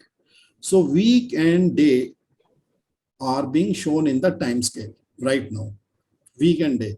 We can expand and contract the time scale. We can increase the size. Suppose if I'm looking at a large project, a longer project which is having longer duration, then I will squeeze the time scale to the level of month and week, or maybe to the quarter and month, to be able to see the entire bird's eye view of the timeline. Right, guys? Is it clear? When the timelines become longer, then you squeeze the time scale so that you can see most of the information in the limited size of the screen. Right, guys? Yeah. So right side is the Gantt chart. So Gantt chart has two components: the time scale, the timeline. Also, there is a third component which is called the non-working day. Guys, do you see this faint gray lines here? Yes. Yeah. These are non-work days. Now, sometimes when you put this project it onto the projector screen, these might become invisible because of the color resolution of the projector is less. So fortunately, in Microsoft project, we can fix the shade of the non-working days. So let us do it right now. So guys, follow me, grab the mouse, and you guys, you right click here on the Gantt chart. Right click on the blank area. So guys, you are here, same to same? Yes. Yes. Okay. Next step, click on the non-working time option. Non-working time. So guys, you will see a toolbox called time scale. No, don't click. Just Satish, just wait, because you know your screen is the demo screen for all. So we will go step by step. So you know what I'm showing on the screen, it should be synchronized with what I'm saying, or our friend will be confused. So there are 4 friends here. You have one is Best, one is Anik, and one is okay. So guys, you are here on the time scale menu. Yes, sir. Yes. Now you click on the color drop down and select the red color. Select the red color.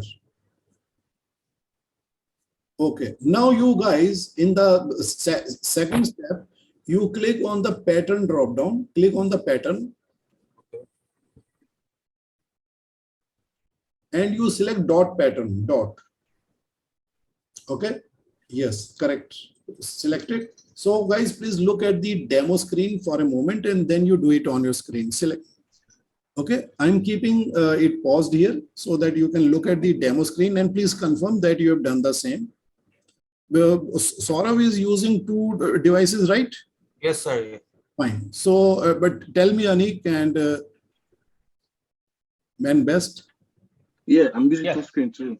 Oh, you have done the same? Yes. Okay, I believe that Best you can compare this with the Primavera. In the Primavera, this is not possible, right? Yeah, it's not possible. Yeah, this is not possible. So now you click on the OK, you will see that the non-working day is displayed more prominently. Click on the OK button. Yes, sir. You see now it is better. So when you make a projection, So you will be able to see the color better. So that represents the red color, but it is a little bit subdued with the dot pattern. So guys, you have made a lot of changes. So just do one thing, go and click on the save button. Yes, because it's a file, it will save in the file. The file should be kept in the known folder, classified folder, organized folder. Okay, you are a PM. PM means what? What does it mean? Perfect man. Perfect man. Promise, Yes, perfect. promise manager. No, perfect man. You should be perfect in your personal life. You should be organized. Your room should be organized. Your stuff should be organized. Your bookshelf should be organized. Your clothes should be organized. And your project should be organized, right? You should be the perfect example for the leadership, because a perfect man is people manager. But you can manage the people if you look perfect. People should believe in you. They should consider you as a role model, right? Okay, guys. Yeah. So, this Microsoft project training is one of the small things which will make you a perfect man. Okay. So it adds to your being perfect, being nearly perfect. Okay. So we are learning to be perfect by acquiring new skills, and Microsoft project is one of them. So guys, you have this non-working days displayed in the red hash color or red pattern. Yes. Yeah. Confirm? Yes. Yeah. Now, let us do this thing. Since we don't need the timeline right now, let us switch it off. So guys, please go to the view option on the top. Then once you are in the view, then you uncheck this timeline checkbox.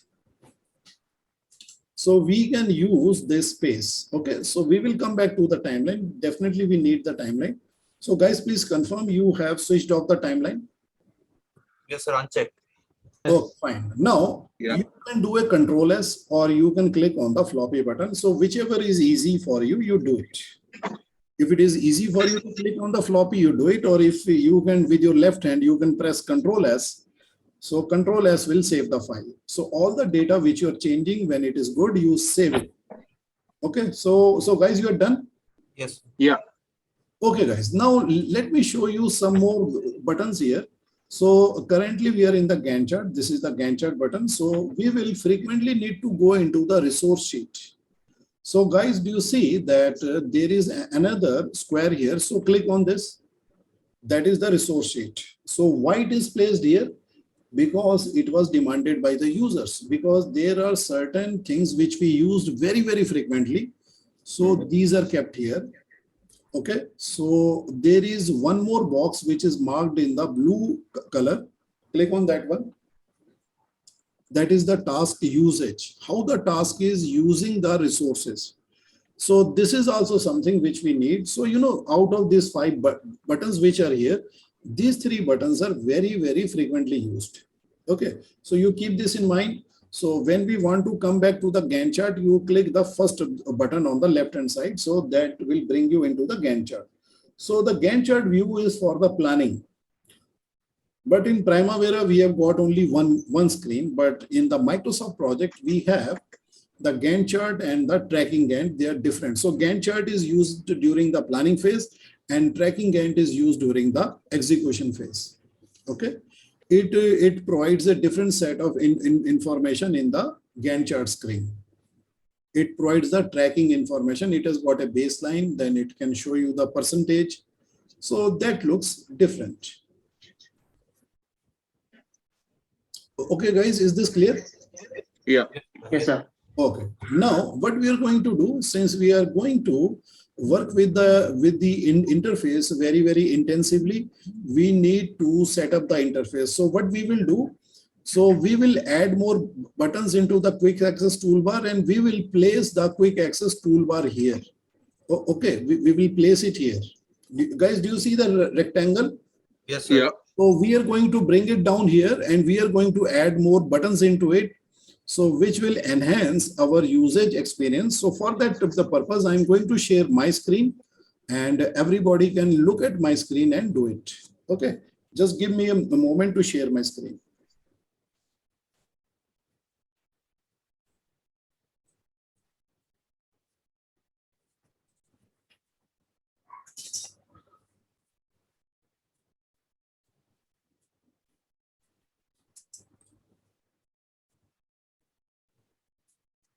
Okay, guys, if you can see my screen, then you can follow me. Okay, so anyone can confirm you can see my screen? Yes, sir. Okay, guys, click on the option file here. Click on the file. You see that? Now you are on the main screen, right? Yes, sir. Okay, now you go to the bottom, you will see an option called options. Go to the bottom, Okay. options, right? You see that? Yes, sir. Click on the options, you will see a toolbox called project options. Yes, project options. In the project options, if you scroll down, you will see quick access toolbar. There's an option called quick access toolbar. Yes, sir. Okay, now you have to do, oh, sorry, by mistake, I clicked there. So I'm going to share my screen once more. So now in the quick access toolbar, so what you need to do, first of all, guys, that you select this checkbox below. Guys, do you see this checkbox which I have outlined? Yes, sir. Okay, this is called show quick access toolbar. You select it, then from the top, you select the drop down here. In the drop down, you select all commands. Okay, so I'm going very slowly and step by step because this is a very close group training. This is a professional training and everybody should do it. Guys, this is not a demo. First of all, let me tell you very seriously, and you got to do it. Okay. So all commands I have to select. You have to select all commands. And shortly, I forgot to take the break, so we will take the break. Okay. And if someone needed to go to the washroom, please do not lose your lesson. Tell me to pause it. I'll pause. For me, every person is equally important. His training experience should be the best. Okay, guys, is this clear? Okay. Yes, sir. If someone needs to go to the washroom, so please tell me. We will all pause. We all move together like a team. Okay. So, guys, have you selected all commands? Yes, sir. Fine. After you've selected all command, you will see the list has expanded. Now, guys, you look at the buttons on the right side. Okay. On the right side, you grab this button from the left side. You can scroll down. So if you suppose you want to select the button publish. So what do? Go to the left hand side, click on the P, letter P. After that, you find the publish. If the publish is there, then what do? You click on the add, it will come to the right side. So one by one, you collect all these buttons on the right side menu. I'm waiting for you to confirm and complete it. Complete and confirm it to me. Okay. So I'm here. So you do it. So all the commands I have to select, or See, all which is listed on the right side, it is required. Okay. You find them one by one using the alphabet, the button, and you can find them. Okay. And if you want to arrange them in this sequence, so you can use these buttons up down. Okay.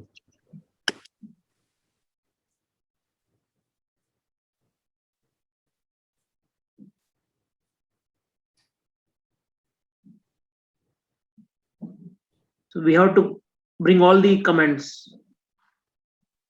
Yes, yes. Not all, but the ones which are listed on the right side. Okay. Hold on, sir. Publish and do. so I'm adding the commands, the left side, whatever is written, it is coming on the right side. Yeah, of course. Yeah. That's what you need to do. You select the command as per my screen list and you add them into your screen also. Okay. Yes, yes. You select the publish, undo, redo, outend, indent, scroll, assign resources, update task, and all these buttons.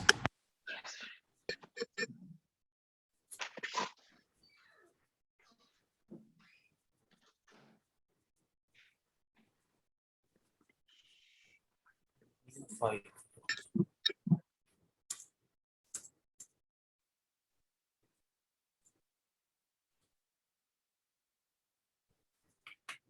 So,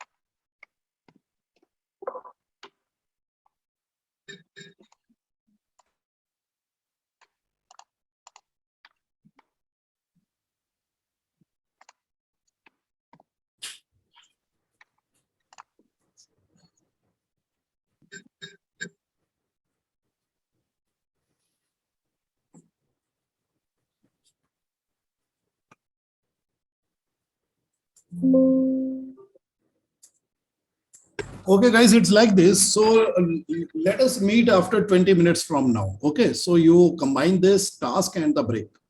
Okay, so right now it is 12:30, Okay, sir. 2 Indian Standard Time. Let us meet at around 12:52. Okay, so you take the break also.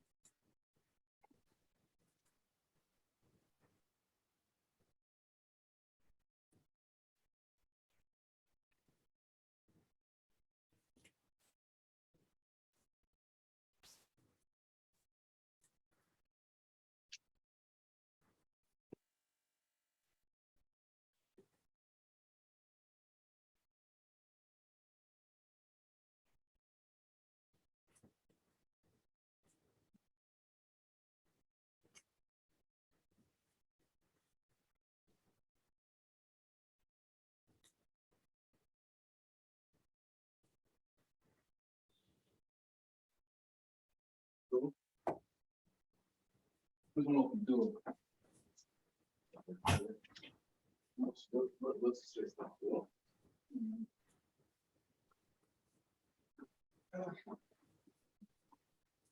go find out this invite me also.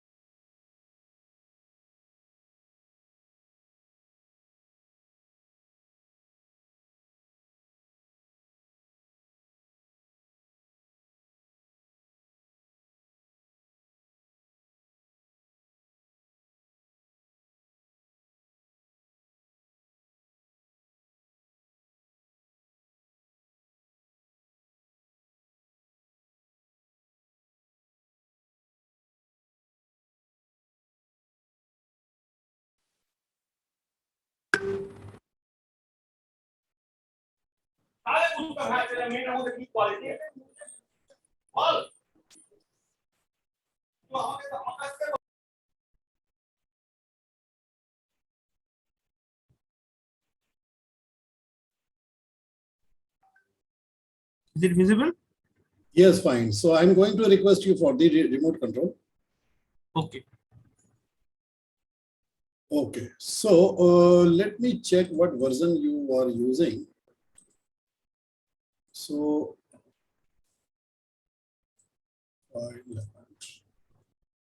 you are using the version 2016. Okay. So in 2016, it appears as spread out. So that's fine. That's okay. Okay. Now, in the Gantt chart, it is configured. Actually, this was pre-installed in my laptop. So is this your personal laptop? Have you shared? No, it's my office laptop. Okay. So please share the entire screen, the full screen with me. I want to see the screen resolution as well. Okay.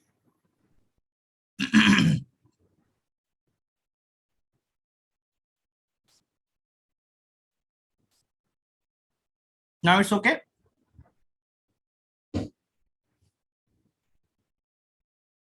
Hello. Yeah. Now it's okay. Yeah. Okay, good.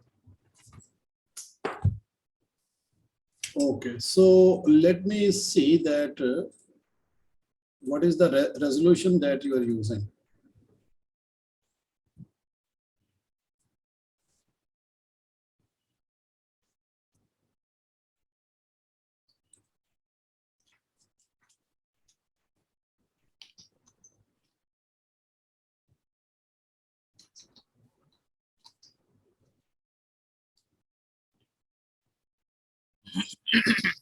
Yeah, so this is fine. So this is fine. This is okay. Yeah, so it will give you the maximum view of the menus on the top. So guys, so our first lesson will be scheduling. Sir, can you please start the recording option, because last time I just paused it. Okay, so a recording option actually you will be able to, let me do this thing. So now you can see. Yeah, I'll resume it. Okay, now you can see. Okay, because what happens that when the full screen is on, you are not able to locate the button. Okay. So now you share the full screen once again.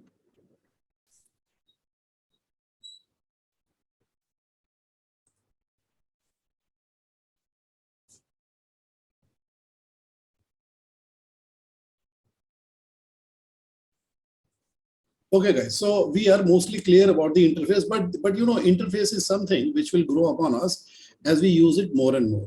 So what is our first thing? The first lesson, as it says, scheduling with calendars. Now, where is the calendar and how it is doing the schedule? Now, first of all, guys, let us select a date format. The date format right now, if you look at the demo screen here, the date format is showing you the day of the week and it is showing you the date in the DDMMYY format. See, the format of the date is actually inherited from the system. If your system is DDMMYY, so it will show you the date format in the DDMMYY. If your system is having the MMDDYY, it will show you the MMDDYY format. Okay, so the date format is dependent upon the system setting. So right now the system setting on this demo screen is DDMMYY. So what you are seeing is the day of the week, and that 11 is representing the earliest start date possible for the project. Now, since what we are seeing is only the date and the day, we want to see the time as well.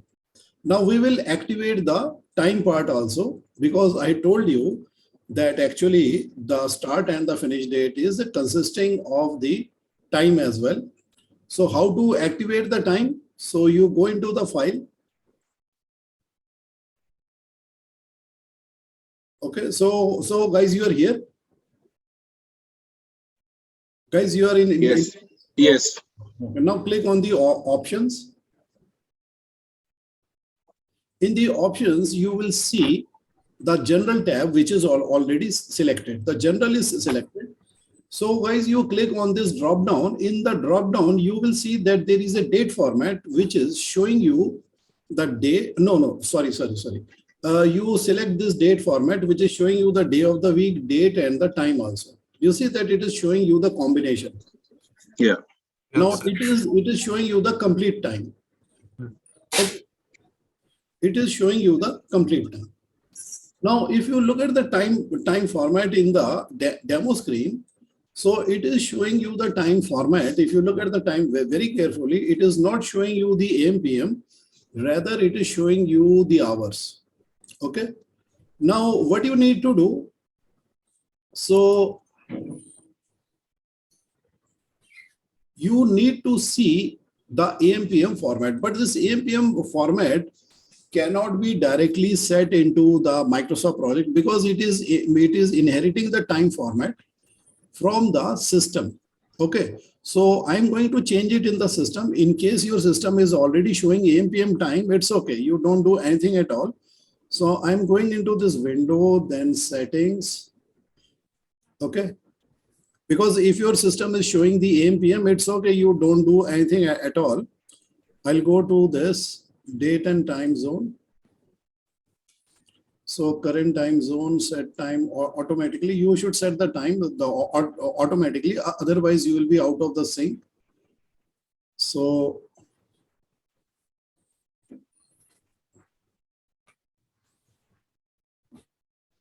we will go into the language and region format. So country or region is India, English is India, time. Now, since it is Windows 11, so, it's I need to discover this.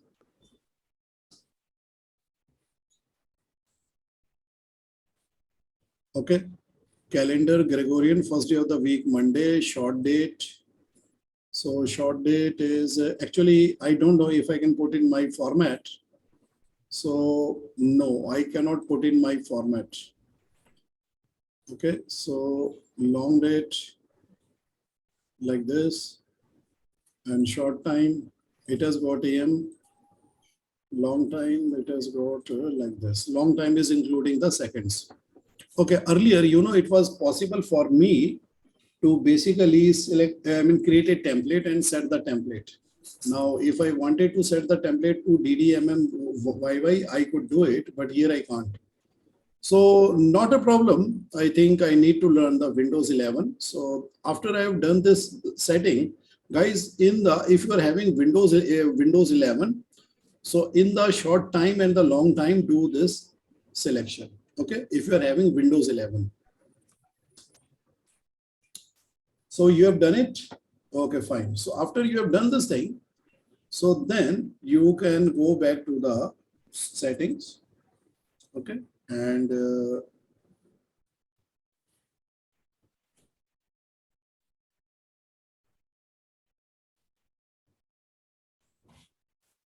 so guys, now you will see that the AM PM has come. So do you see the AM PM come here? Yes. Okay, AM PM. Now, what we want that we want the project to start from a particular date. Okay, so we are creating a new project and we want this project to start from a particular date. So what is the particular date? We want it to start from 1st of the August. So guys, please come to the option project. We want a start date.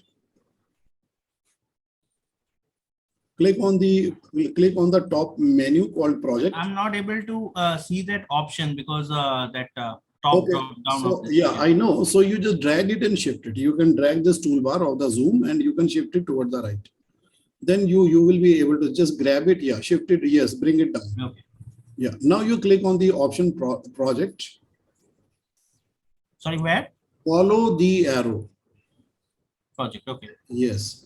Now you click on the option project information. Follow the arrow. Okay. So guys, you are all here. Yes, sir. See, if you want to change the start date of the project, you want to set a start date. So it is done from here.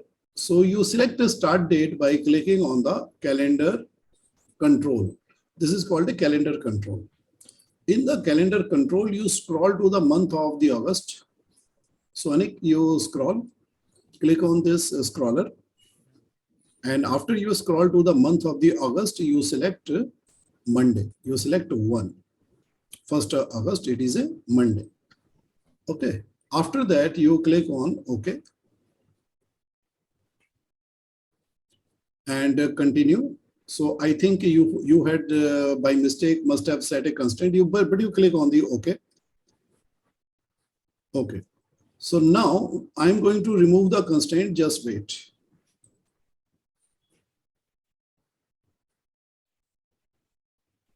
Okay, guys. Now, guys, do you see that any activity which you have created, it will start on the 1st. Do you see the start date as the 1st of the August? Yes. Yeah. Okay, because this is doing the automatic scheduling. Okay, now let me show you one more thing. If you look toward the Gantt chart, you will see that on the demo screen, the activity bar, the task bar or the timeline is not visible. Now to make this visible, what you need to do, you click on this button, scroll to task. Now scroll to task will bring the button right in front of you. Okay, because the scroll to task button, so what does it do? That it searches the bar. So suppose if it is scrolled away very far in time, but you don't even know that which side it is, left or right. Okay, so if you select task 2 and then you click on the scroll to task, it will bring it right here. So click again. Okay, do you see that it has come to the screen in front of you? So best, do you remember that in the Primavera, you do it with a double click on the Gantt chart, right? Yes. So here you will use the button scroll to task. So the scroll to task will find your activity timeline and bring it in front of you. Right, guys? Okay. Yeah. Now, guys, you must be noticing that whenever you are creating a new task, suppose if I create a new task like this, task 3. So guys, do you see that every time you create a new task, you are getting a question mark here? Yeah. Now, I'll tell you that what is the functionality of the question mark. This is a unique feature in the Microsoft project only. See, when we create a new task, it definitely will put some duration. So this is called estimated duration. So see, there are two kinds of the estimated duration. One is called the definite duration. So guys, what is the difference in meaning of the word estimated and definite? Guys, what is the plain English meaning of the word estimate and what is the plain English meaning of the word definite? So It's what is planning? What we have One is predictive, planning. another is ascertained. Yeah, and the estimate And an actual. that you know about it, but you are not sure. Definite means that you are absolutely sure that this is the best duration or this is the. So the word estimated is not used only for the duration. It is also used for estimated man hours, definite man hours, estimated cost and definite cost. Now, what is the difference in estimated and the difference what it makes in the planning? See, if I am doing some planning work and I'm not too sure about the duration, so in Microsoft project, I can leave an indicator. If I write like this, if I write say 15D and I put a question mark here, now what happens? This question mark is a reminder for me. So what is the reminder? The reminder is that I should talk to an expert or a subject matter expert. So I call in the subject matter expert to clear out this estimated duration. The subject matter expert advises me that the task 2 will require 9 days definite duration and task 3 will require 16 days definite duration. Now, what is the purpose of the definite duration? See, before you baseline the project, you should be converting your estimated duration into the definite duration. If you are the subject matter, your matter expert yourself for the duration, definitely you can enter all the definite durations only. But if you are doing the planning on someone else's behalf and you are not sure about the duration, you can put a question mark. So whenever Microsoft project creates a new task like this, it will always put a question mark with a 1 day's duration, because 1 day is an estimated duration. It is not a definite duration. Definite duration means which is 100% correct, because only 100% correct data should be utilized in creating the baseline. Because if you are comparing against something about which you are not sure, can you really control the project? Guys, tell me, think of it logically. No. No. If you are not confirmed about the estimated values, so you should get it checked by an expert and convert them into definite values. And only definite values should be included into the baseline, then you should be compared. So that is the utility of having the question.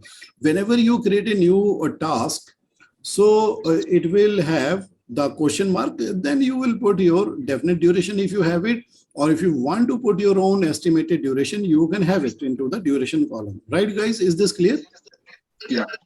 Okay, fine. So now let us look further into the columns. Now, if you look further into the columns, so we have this a column called the task mode. But the task mode column, every time we are creating a task, it is having the automatic mode only because of the this setting. Guys, have you done this setting at the bottom? Yeah. Look down, please, and do this one. Make sure that all your new tasks are auto scheduled. Why auto scheduled? Because majority of the tasks are from engineering process. Now, what is the purpose of the manually scheduled? Suppose you want to have a meeting like this. So what do? First of all, you go into this column, because this is very rare. So we don't keep it as a default. We say manually scheduled. Then I say meeting with external resource. Meeting with external resource. Now, if you don't know the duration, now when you are having the task mode as the manual, you can write something like this. Approximately 1 day. You can even write a text. You see that in the duration column, you can put a text like this, right? If you don't have anything, because Microsoft project is not going to ask you any duration. It is not going to put any start date or the finish date. Okay, is this clear, guys? Yeah. Yes. Okay, now what happens that after some time, you might get to know the start date. So what do you do? So you go into the date column, you select a date which is told to you. So suppose you have been told that the meeting will be held on 23rd. Now the meeting will be finished on the 23rd only.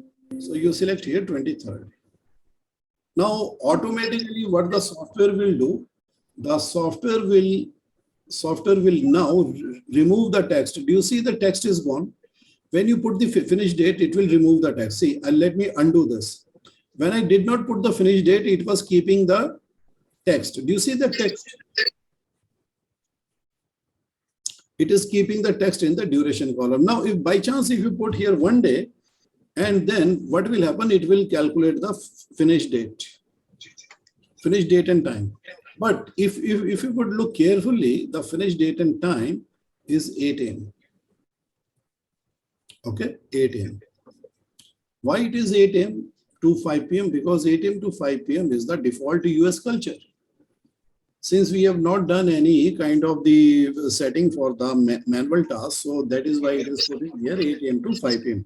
So the purpose of the manual task is that it serves as a sort of a reminder. But suppose you don't even know the duration or the dates, you keep these columns blank. That's okay. It will serve as a to-do list only like that. Okay. But if you convert from here, if you change the task mode into the auto, see that what happens, guys. Once I click on the auto, do you see that it will have a estimated duration of 1 day and automatically calculated start and the finish day of the project. Okay, guys, do you see that? Yeah.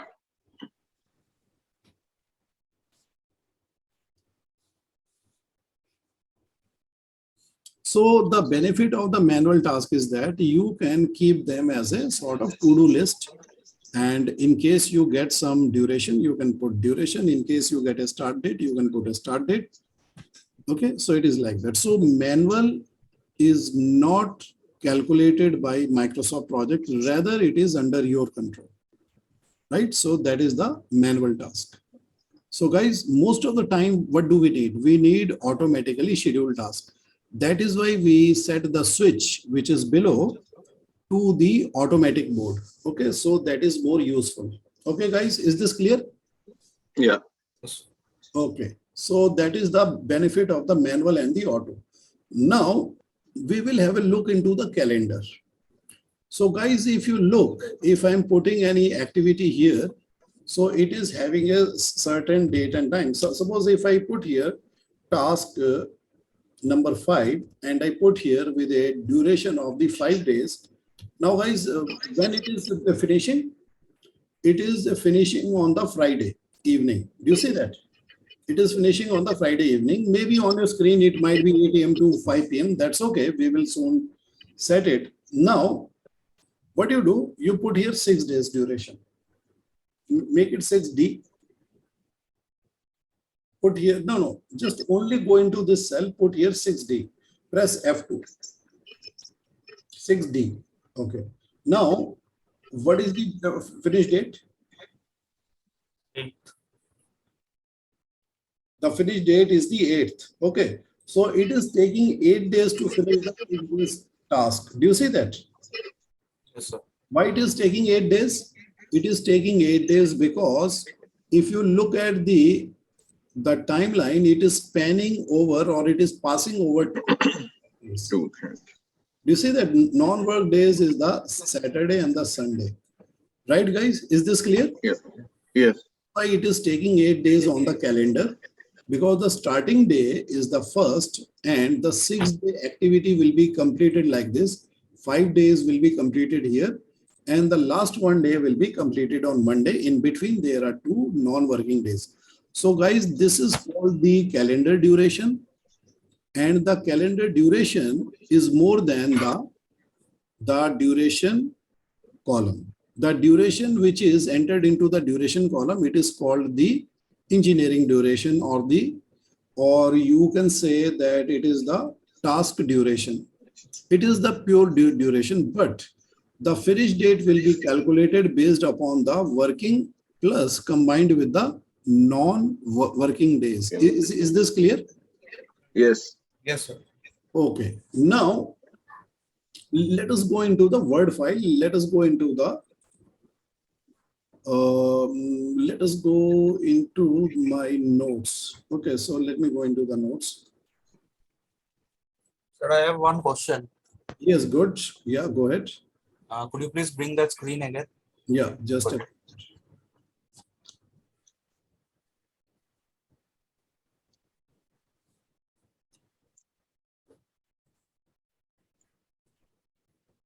yes. Sir, in this means the date is showing from 1st of August. Suppose if my task 2 starts from the end of task 1. Suppose the task 1 is of 5 days. From 5th to 6th, it has been done. And the task 2 should start from 6th. So how to do it? Means it is all our tasks are.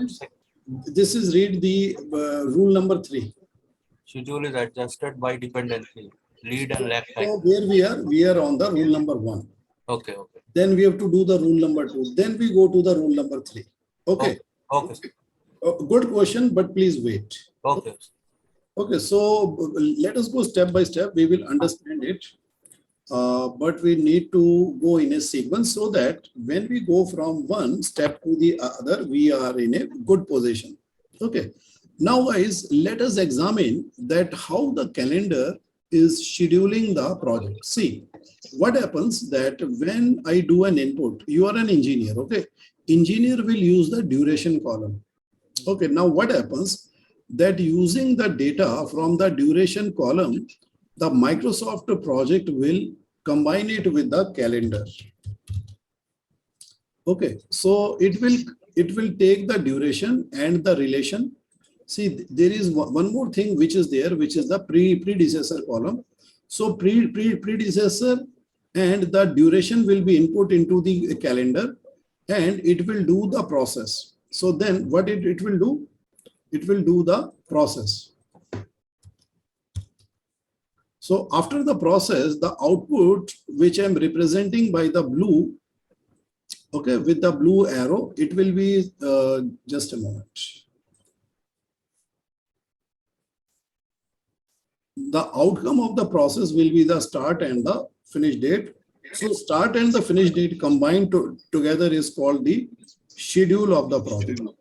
The schedule is created after taking input from the duration and relation. So guys, this is the way it works. Okay.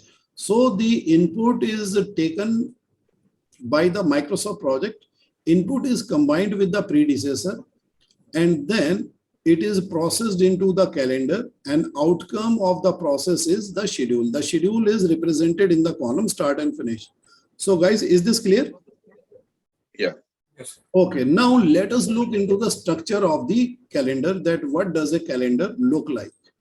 To look at the calendar which is currently controlling the project.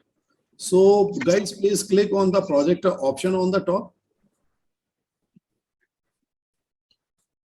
On the top, you click on the project. So once you have done, then you select the option change working time.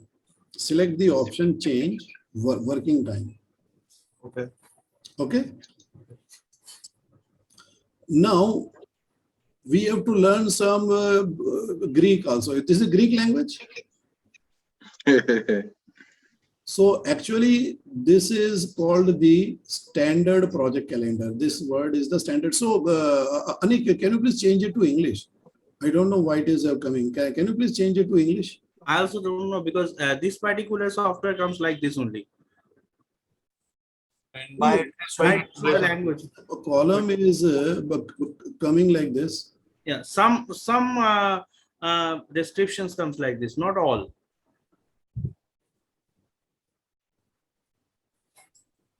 Maybe it's a cracked software, that's why somebody has done it like this.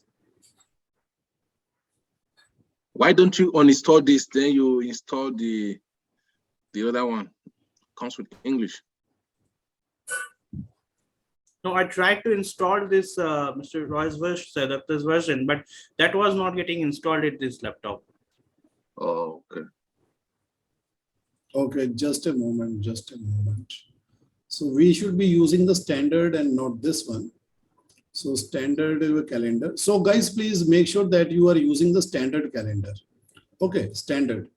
yes, standard. Yeah. So that's okay. That's okay. That's not a problem.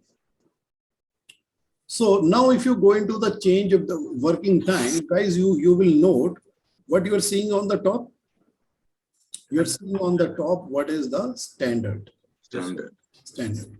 And normally what we want the first day of the week to be the Monday, so that the weekends are consolidated on the right hand side. Okay, so we can see the Saturday and Sunday together. Now we will fix it. Now, first of all, let us look into the structure of this calendar. So now I'm going to click on the work week. So please look at the demo screen only. So in the work week, there is a detail. In the detail, as you can see, there is no schedule mentioned for the Sunday. If I click on the Sunday, so you will see a blank here. Now, if I click on the Monday, guys, do you note that what is written on the right side? So the timing is written.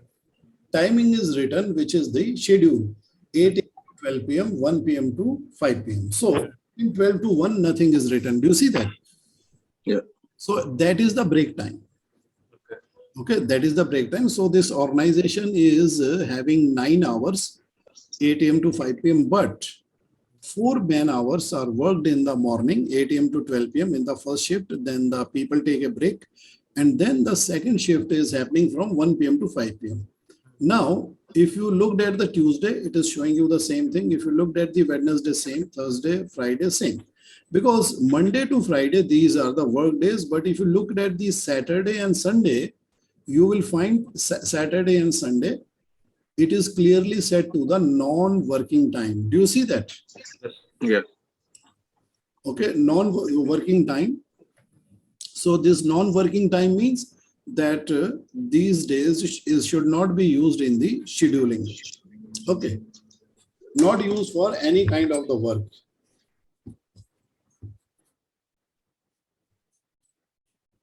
Sir, Yeah, tell me any questions. sir, in my organization, first and second Saturday is leave, holiday. Third and fourth Saturday is working. So good question. Yeah, we are going there slowly and slowly. Good question. So you will see the answer very soon. Okay, okay, sir. Yes, good question. So guys, now this is the calendar we have. Now let us do this thing. So this is the structure of the existing calendar. If I want to convert into a 6 days calendar, then how do I do it? So guys, please look at the demo screen. This is my whiteboard. On the whiteboard, what I've written, the Indian Standard Time calendar. So guys, please read this text. Read the whole text here, which is outlined in the red rectangle. Read this.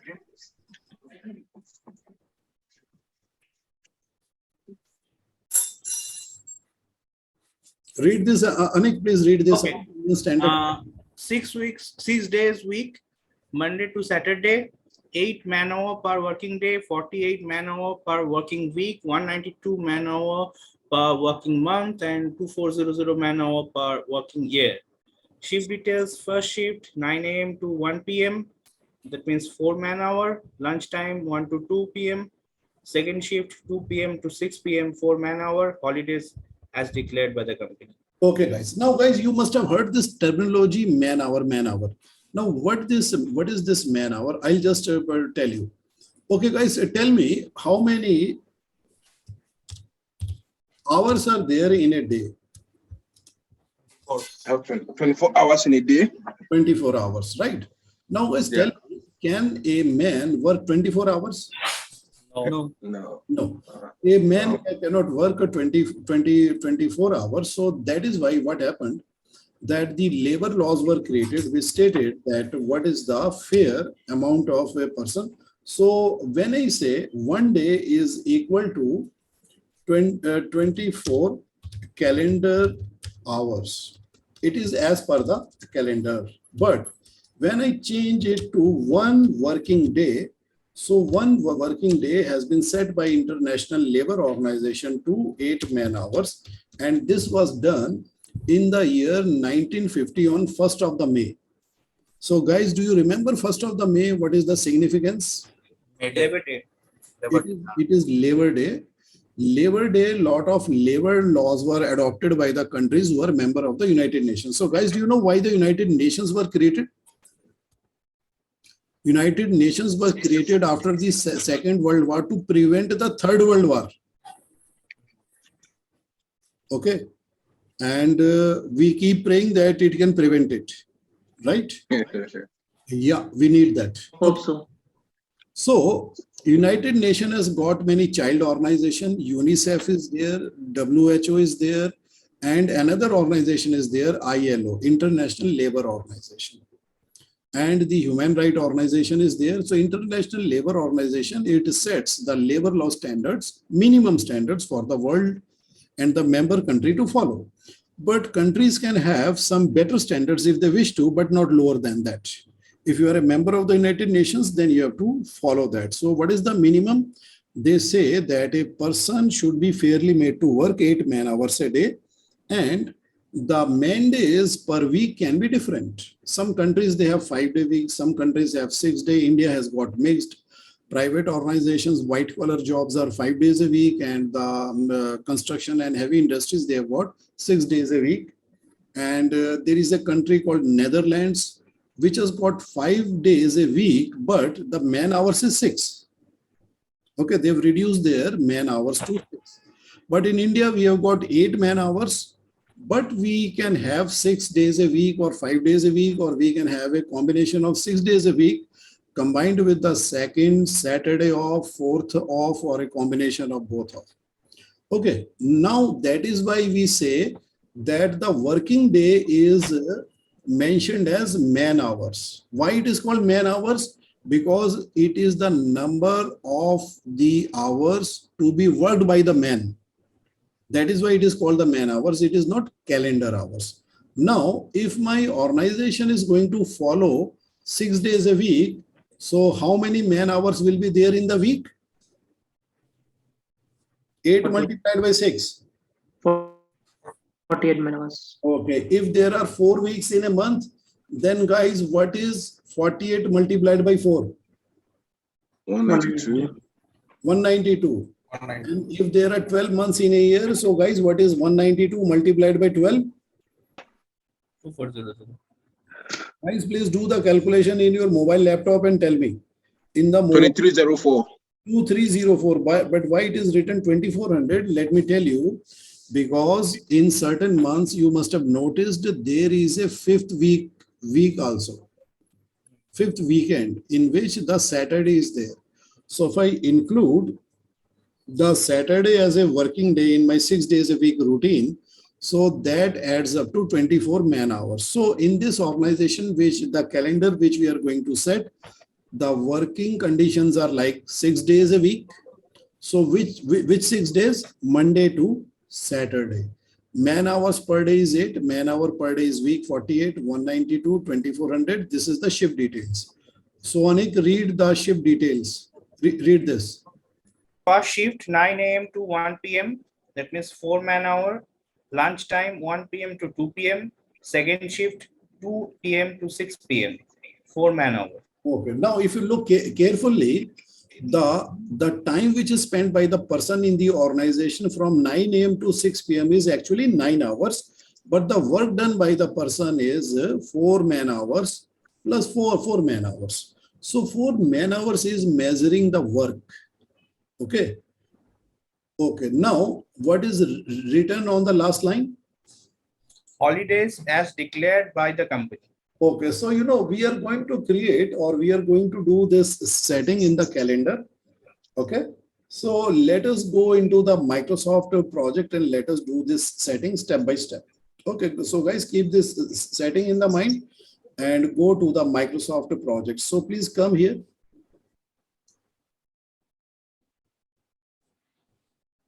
So now, after you are into the Gantt chart, please click on the option project.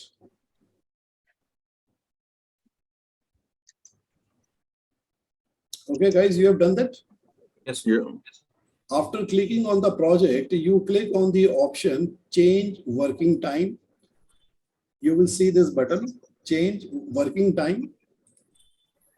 In the change working time, you would be seeing the option standard project calendar, right? Okay. Yeah. Now, after that, you click on the tab work weeks. So look at the arrow on the demo screen. Okay, so guys, I'll pause for a moment. Everybody, please look at the demo screen and have a look if you are doing the same thing. Yes, sir. Okay, so everybody is here. Yeah. After selecting this tab, you select the button details. Click on the button details. Now this detail is going to bring up a small little pop-up. So I'm outlining the pop-up. Guys, do you see the red boundary line? Yes, sir. Yes. Now, inside the red boundary line, I'm going to draw a rectangle. You should select Monday to Saturday. So make sure that you select Monday to Saturday like this. Look at the demo screen and leave the Sunday alone. It might be possible that on your screen, the Sunday is below. That's okay. That's not a problem. But you select the 6 days, Monday to Saturdays. Guys, please confirm you have done it. Yeah. Okay. Now, what we are going to do, we are going to do the third option. So guys, please read the name here. Set days to these specific working times. Yeah. Now, these days will be set to the specific working times all at once. Now, what are the working time? 9 a.m. to 1 p.m. So guys, just do one thing. So let me do the first one. So guys, just look what I'm writing. I'm writing here 9 a.m. Guys, please notice I'm not putting any space, right? 9 a.m. in small letters. Okay, guys, please look at the demo screen. You write 9 a.m. without any space. After that, you click on the right side cell. So when you click on the right side cell, your left side is getting formatted like this. Okay. Now Yeah. in the right side cell, you write 1 p.m. without any space. 1 p.m. and in small letters, you write here 1 p.m. without any space. Then you click on the second row, first cell. So guys, you will see that the right side is now formatted as 1 p.m. So please confirm. Yeah. So everybody is having the same thing? Guys, please confirm. You should not be having something different. If it is something different, then I can come to your screen and help you. So that you can go in a synchronized manner. Guys, you are in sync. You are having the same thing? Yes. Okay, very good. Now, in the second row, first cell, you write here 2 p.m. without any space. And in small letters, you write here 2 p.m. Okay, after writing the 2 p.m., go to the right side cell and you write 6 p.m. Okay, without any formatting, you first delete everything in the cell. First, you clean out the cell and you write 6 p.m. without any space and in small letters. And you guys press enter. Okay, guys, you have done that? Yes, sir. Yes. Okay, guys. Guys, please confirm that your screen is having the same thing. You have selected these 6 days, Monday to Saturday, and the timing is 9 a.m. to 1 p.m., 2 p.m. to 6 p.m. So guys, do you confirm it is the same on your screen too? Yeah, the same. Okay, now click on the OK button. Now, after you have clicked on the OK button, you will see that your Monday to Saturday will be represented in the white color. So what is the legend of the white color? Working. And Sunday will be represented in the dark gray color. The legend of the dark gray color says non-working. Right? Okay. Yeah. Now place your cursor on any of the Monday.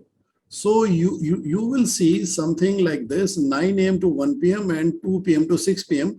On the Annex screen, it is not visible because it's a sort of a bug on the version 2016. So guys, do you see both the shift here on your screen? Yes, sir. Yes. You are seeing both the shift, right? Yes. On his Yes. screen, it is not visible due to some bug. So, but he is also having the 1 p.m. to 2 p.m. also. I don't know that why it is not coming. This is version 2016. So version 2016 had this bug which has been corrected in 19. So actually it is having both the shifts. Okay. But the Sunday will show it is non-working. Any of the Sunday you click, it will show non-work. And if you scroll down in the calendar, you will see the structure is the same for all the months. All the months are having Monday to Saturday as the work day. And you know, the setting which we have done, it is applied perpetually. Okay, is this clear? Yes, sir. Yes. It is applied perpetually. Now, after doing the setting, so you will click on the button OK. At the bottom there of this box, there is the button OK. So after you click on the button, see that your calendar has changed. Has your calendar changed? It has not changed on a screen. I need to find out what is the reason that why It has changed. It is changed on my laptop. on your screen it has changed. Only Sunday. Yes. Yeah, so let me see that why it has not changed on his screen. So change working time, the project calendar should be the standard. Yeah. So let me do this thing. Let me refresh the screen. Sometimes it does not change. And let me do this. Okay, recalculate. Let me close the project and open again. I don't know, but it should be changing. So why this is not changing? This is really strange. So let me find out. Because you know, since he downloaded the software, so there are a lot of things which are here by default. So undo level. So let me have a look into the setting. Okay, so calendars. Sorry, I got to delete this calendars.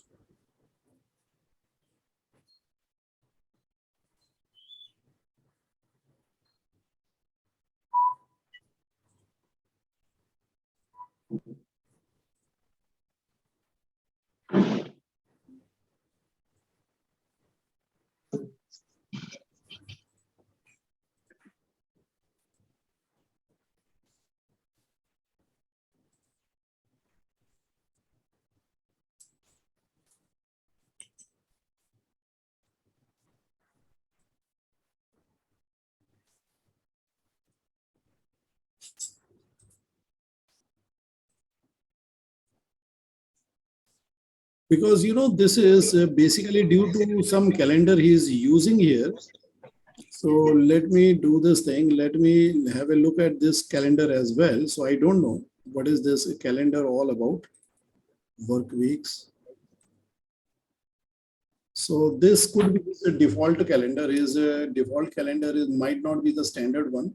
So Anik, you set here to yeah, okay, and then and Sunday set days to the non-working time. I don't know. Okay, so your calendar is this one. Fine. So guys, so your screen looks the same. Yeah. Now, guys, we have to do one more setting. We have to change the definition of the weeks and the months, because the weeks and the months, they are a collection of days. So right now, the 1 week has been defined as 5 days, because if I put here 5 days, if I put here 1 week, it will create a bar length of 5 days. See this, guys. So if I write here 6 days, so then what happens? What is the schedule created? The 6 days is going from Monday to Saturday. But if I write in the task 2, and if I write here 1 week, now guys, that what happens? Just see. You see that the one week is not actually 6 days, but rather it is showing you the 5 days. Guys, please check this thing out. Yeah, I can. Okay, do you see that it is showing you the 5 days? The bar length? Yes. Yes, sir. Yes. Correct. Similarly, if I write here task 3 and I write here 1 month, so the bar length of 1 month will not be 24 days, rather it will be 20 days. So let me show it to you. If I scroll this way, so you will see that it is actually 20 days. Okay, 1 month is having 20 days, 20 working days. It is not having 24 working days. Okay. It is not spanning 4 complete weeks, rather it is spanning 3.5 weeks. Okay. So guys, is this clear? I'll just show you that what's happening. 6 days, 6 days, 6 days, and 2 working days. So guys, what is the total number of the days in 1 month? This one here, I think is 20. Yeah, 20, right? Okay, guys. Now let us change the definition of the week and month.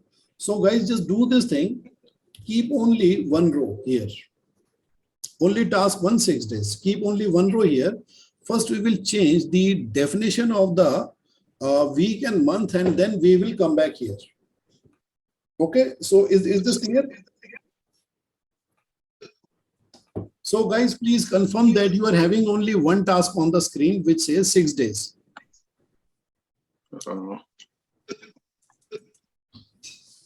Mine, I can't delete mine. I don't know why. Yeah, you show me your screen. What is not happening? Show me.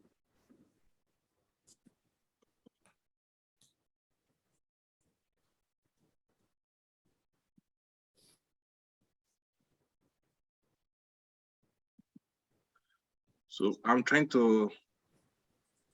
So now you can minimize the browser and switch over to the Microsoft project.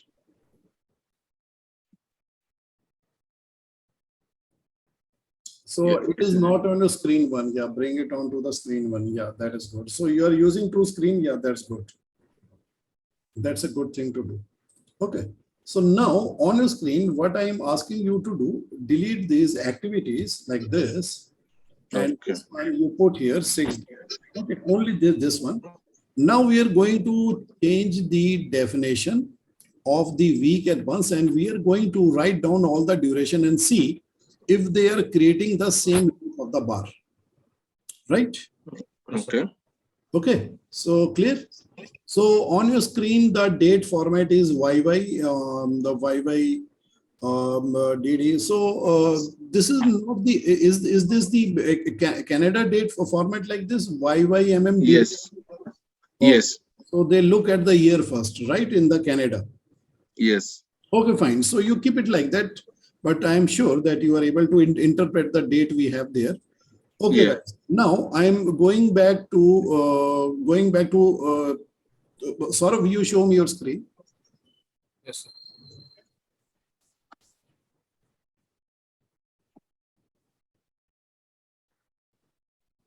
I hope your internet speed is good now. Yes, sir. Yes, sir. Okay, make sure that in between you can get the Wi-Fi fixed up.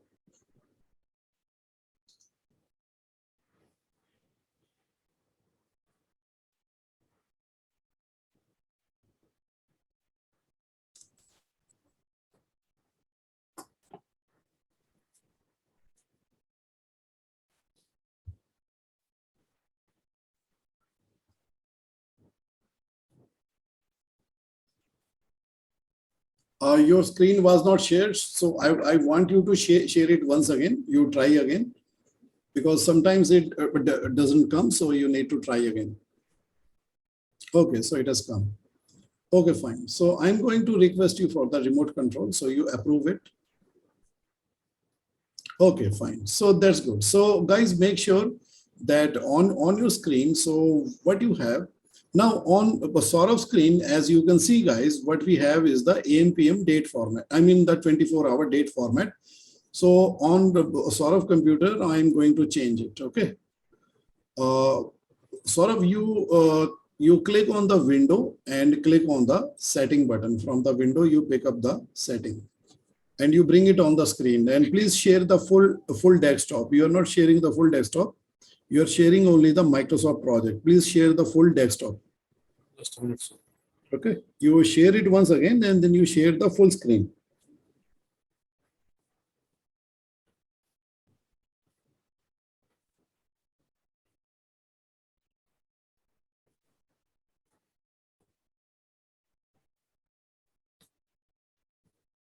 Yeah. Now what you do, you click on the window. You click on the window and go into the setting. After you go into, oh, you are also having window 11. I don't seem to like it, you know. This is not giving me the control. Okay, it is not giving me the control. Because the earlier I could create a template and I could change it.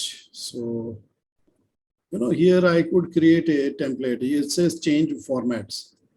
Okay, earlier I could create a template and change it. First day of the week should be Monday. So when we look at the calendar, it will start from Monday and the weekends will be consolidated on the right side. Short date is this and long date is this. Actually, short date you can select, you can even select short date like this, and short time should be AM and long time should be also AM PM. So long time is having the seconds. That is the different. Okay, so give feedback. Feedback is not good. Okay, because earlier I could write a template and fix it. So right now I can't. Okay, so now if you come and look at the Microsoft project, so Saurabh, do you notice it has got AM PM? Do you see that? Yes, sir. Yes, correct. Because it is inheriting from the system.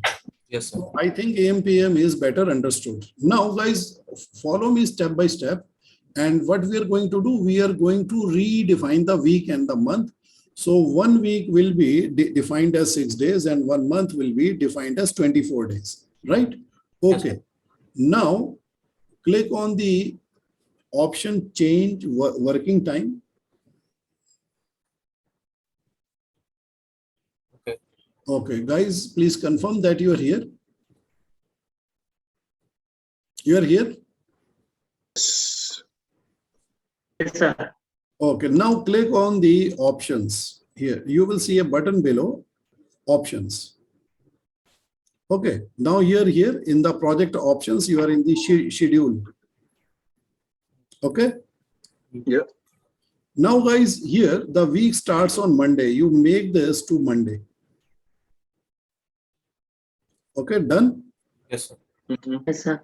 After selecting the Monday, go into the default start time. So the default start time will be 9 a.m. This is applied on all the manual activities, because the manual activities, if you are not mentioning the date and time, so this will be mentioned. And the default end time will be 6 p.m. 6 p.m. So this will be applied on the manually scheduled task.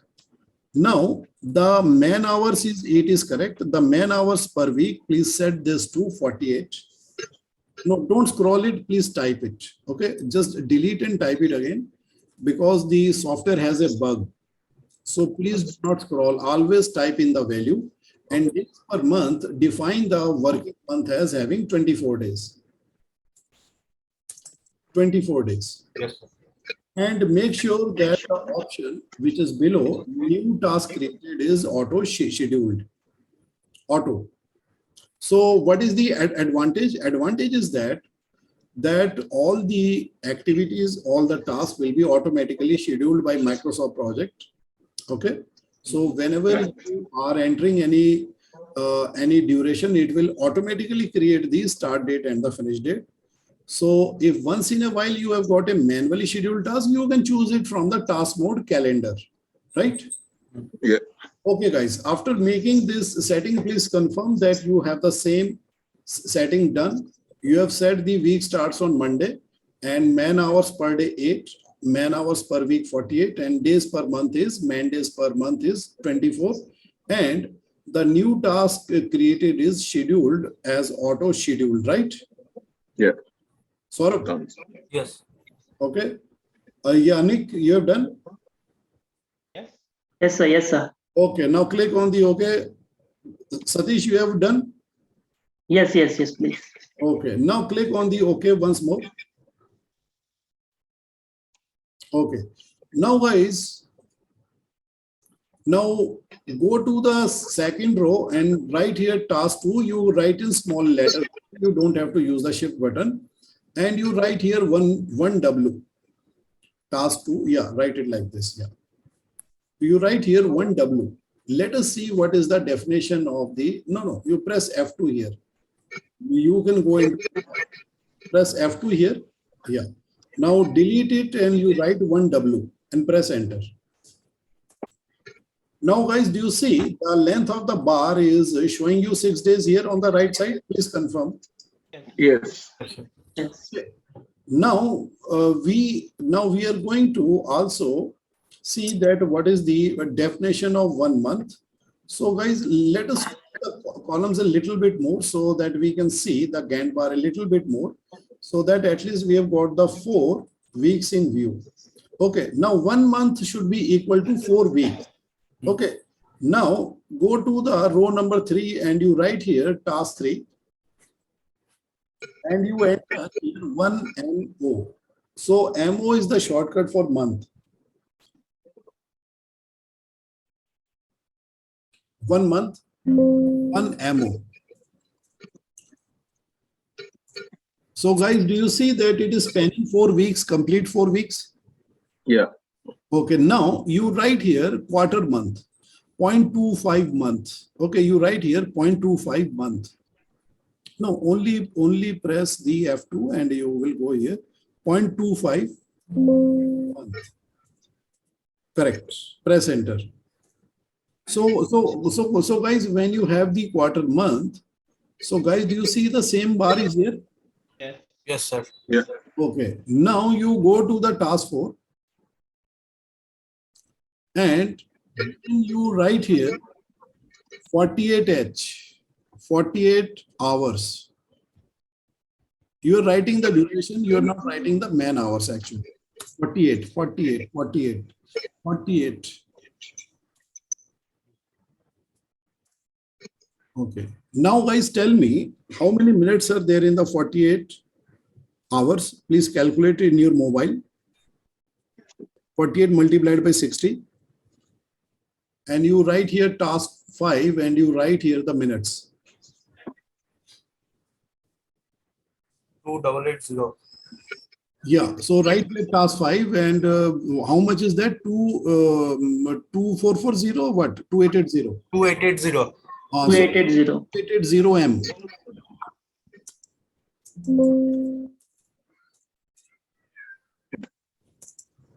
Yes, sir. Okay, guys. Now, guys, do you notice that they are the same length of the time, but stated in the different units? Because the length of the time, the bar which is created, which is called the activity bar, which it confirms that all these durations mean the same span of time. Is it clear now? Yes. Yes. Yes. Yes. Just like Yes, if sir. I say 100 centimeter equal to 1 meter. So I mean the same thing, right? Yes, sir. Mhm. If I say that 1000 kilometer equal to 1000 meter, I mean 1 kilometer equal to 1000 meter. I mean the same thing. So it Yeah. is just like that. So you use the duration which is appropriate for your project. If your project is very long duration project, you would be mostly entering months and weeks, right? Yes. And if you're mid-sized Yes. project using days and weeks, and if you are doing a small project like for this training program, I will create a project plan. So I will be using the minutes and the hours to schedule my topics. Okay, so that I know that how much time should be given to each of the topics so that the training fits comfortably into the one day. Right, guys? Is this clear? Yes, sir. Yeah. So we have calibrated the calendar, just like you Yes, calibrate sir. your measuring instruments. We have calibrated the calendar into 6 day week. Okay. So now what next? Now we will see that how does this calendar work upon the duration which is input by us to create the schedule. How does it take care of the non-work days like the holiday, and how does it take care of the second Saturday, fourth Saturday, last Saturday, like that. Okay. So now let us take a break for 1 hour, the lunch break, and we will return after 1 hour to continue the trading. Right, Sir, guys? I have one question, sir. Yes, yes, good, very good. Yeah. Sir, suppose I write in the duration 1M. So what it will take? 1 month or 1 minute? 1 So minute. see, 1 minute. if you write something which is non-standard, see what are the standard durations? M, then H, then D, and then W, and then MO. These are the 5 different abbreviations which are valid. So Okay. if you write 1J, just see that what happens. You write here, 1J. Okay, you write like this and press enter, you will see that it is doing nothing. You see that? Yes, sir. Because it is going to accept, it is going to validate only these durations only. And So for month, I have to write MO. for the month it is MO because you have to distinguish between the minute and the month. Okay. Minute is M and month is MO. Okay. Okay. No. Okay. Yes, sir. Month MO. So they use MO. So best you might be remembering, I had asked you in the Primavera that you should change the abbreviation of the month to MO, right? Yeah. Yes. Because to make your mind compatible with the Microsoft project, so you are not confused between the two softwares. Because by default in the Primavera, the abbreviation for the month originally is letter N, so which is very confusing. Okay, no, it is N for the minutes and for the month it is M. So I Yeah. switch, make the minutes as M and make the months as MO, because here I can't change, here it is fixed. So if you enter anything else, so it is going to show you the error, right, guys? Okay. Guys, Yes. note it in your mind. These are very small things, you don't have to note it on a paper, note it in your mind, right? Very simple. M for minutes, H for hours, D for days, W for weeks, and MO for month, Okay. Okay. right? Right. Like that. Right. Yeah. Okay, fine. So let's take the lunch and come back refreshed. So guys, the advice is that it's a small little advice. So guys, take your lunch and after that, please take a nap. So that will be good. Sir, at what time we will be back? We will be back at 3 and we will coordinate through the WhatsApp. Right, guys? Okay. Okay, sir. Thank you. Okay. So I am stopping the share of the screen. I am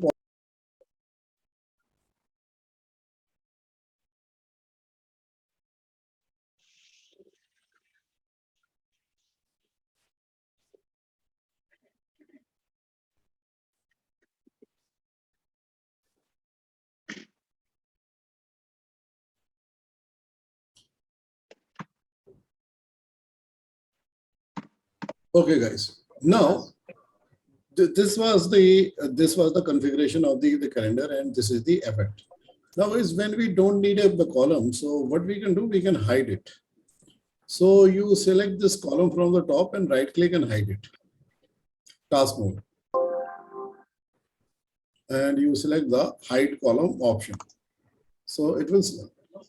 Okay, now suppose if one of the days is declared as the holiday, let's say this Wednesday. Okay, if the Wednesday is a holiday and if it is like this, so if we mark the Wednesday as the holiday, so then what will be the finish date? If you look here at the top, you can see the finish date of the project. Okay, if you really want to see the finish date of the entire project, so what you can do, so guys, first of all, you click on the format, click on the format option, and in the format option, you can see that there is a checkbox here. It says project summary task. Please click this button, click this checkbox. So when you click this checkbox, so then what happens? You are able to see the row number 0. See, do you see this? See, this is the row number 0.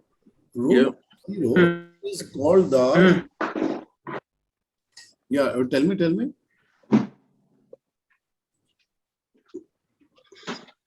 Saurabh, you have a question? Sir, this format column is not showing.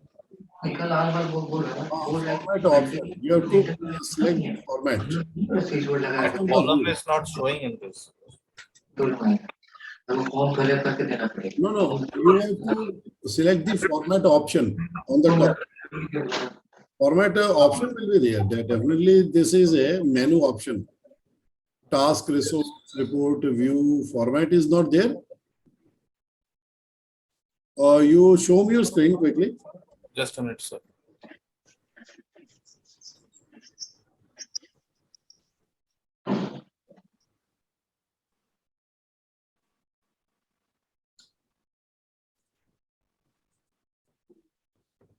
So it is the Gantt chart format. It is the same menu.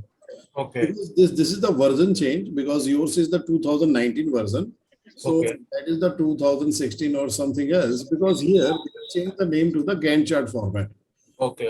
After you selected the Gantt chart format, Mhm. so you click on the project summary. So the row number 0 will come and you select the mode column and you right click on it on the top and Here? you select hide. No, you have to select on the top. Actually, yes, then you select Hide column. hide. Yeah, we don't need this because task mode will be automatic by default only. Okay. Because it has been set like that. So we don't need to see this column. Okay. So after this, so guys, everybody can see the row number 0. Yeah. So row number 0, it is called the project summary row because it is the top level summary of the entire project. Okay. So guys, what is the current finish date of the project? What do you see? 6th of August. 6th of the August, right? August, yeah. Now, suppose in your organization, if the month, if the date of the Wednesday, if the Wednesday is declared as the holiday, then what do you think will be the new finish date? Monday. 8th of August. Yeah. So if the Wednesday is declared as the non-work day, so the holiday, so what is going to happen? Since it is required total 6 days to finish the task, so what will happen? These tasks will jump over the Sunday and go to the Monday like this. Monday. So Monday will become the next work. Okay. Now let us do this thing. Let's understand that how this thing is implemented. Okay. So you can implement the holidays like this. To implement the holidays in your project, in your calendar, you go to the option project And from the project option, you select change working time. And in the change of the working time, so you scroll to the month of the August. So you scroll down, you click here. Okay. Now you select 3rd August. Okay, guys, please confirm that you're here. Yeah. Okay. Now, after you've selected the 3rd August, go into the tab of the exceptions. Exceptions. Do you see exception? Now, what is the meaning of the exception? Exception means that the days which are different, or exceptions means that these are non-standard days. These are non-work days. So exception, you write here company holiday 1. So you would, in your real life, you would write the actual name of the holiday. Okay. So right now you will write company holiday 1 and press enter. No, there is no need to select the date. Just press enter. So as soon as you press enter, you will notice that the 3rd is marked as the exception day. See, this is the legend here. Guys, do you see that exception day? Yeah. So now I'll just wait here. Guys, please have a look on the demo screen and confirm that you are seeing this. Yeah. Okay, now this day will be marked as the non-work day. Now click on the OK, and this will get implemented in the project.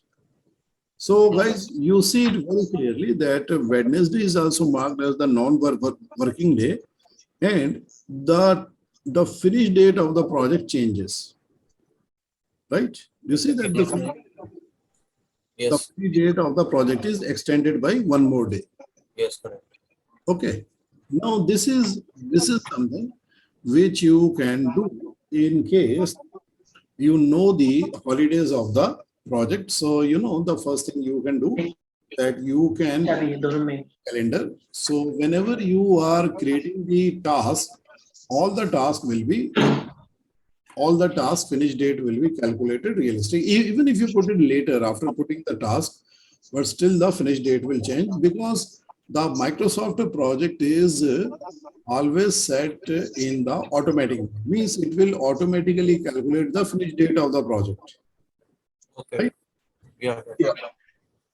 Okay. Now, if you see that on the top, do you see that this thin little line here? Yes. Now, this thin little line is representing the project summary task. So it is representing the entire project, but you know this is barely visible.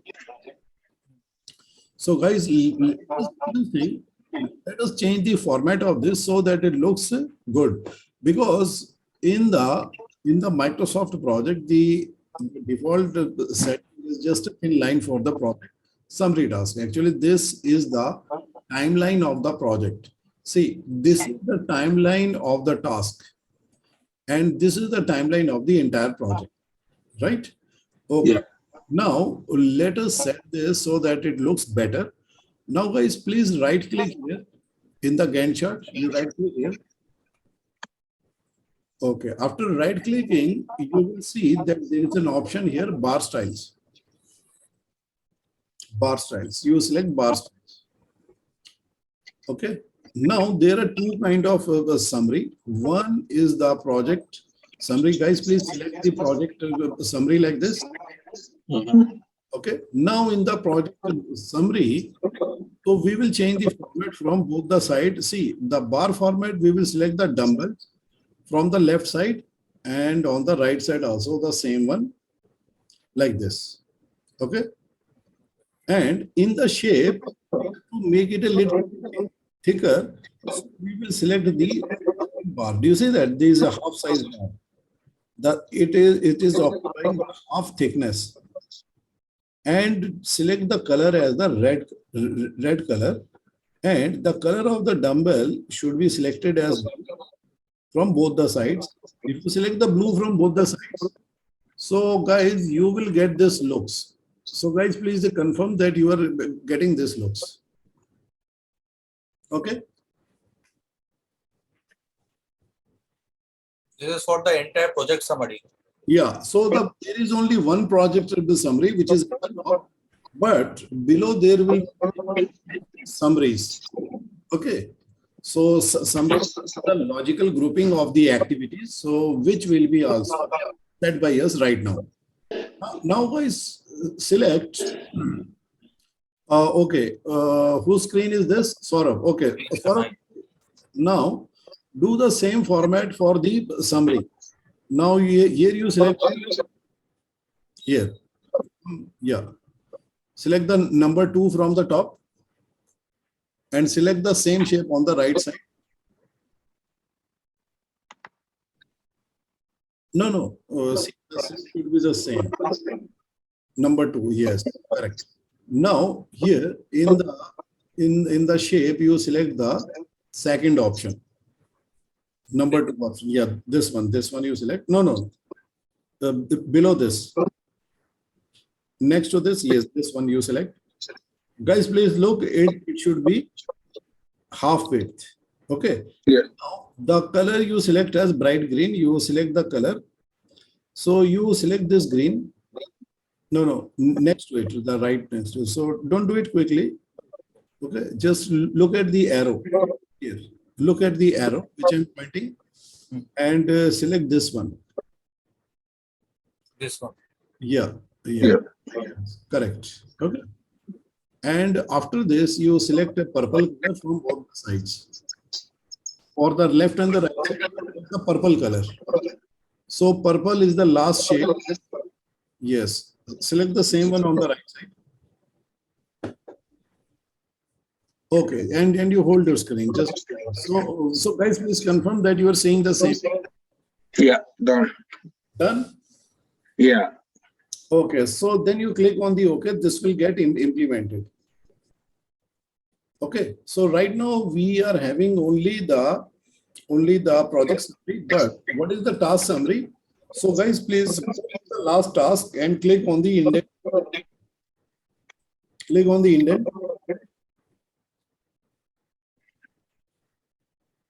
So guys, do you note that one of the activities, the task 4, as on the demo screen, it has turned into a summary task. You see that? Mm-hmm.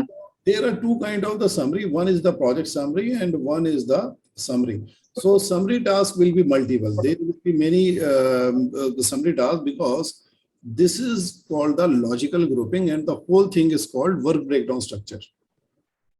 Okay. So guys, is this clear? So No.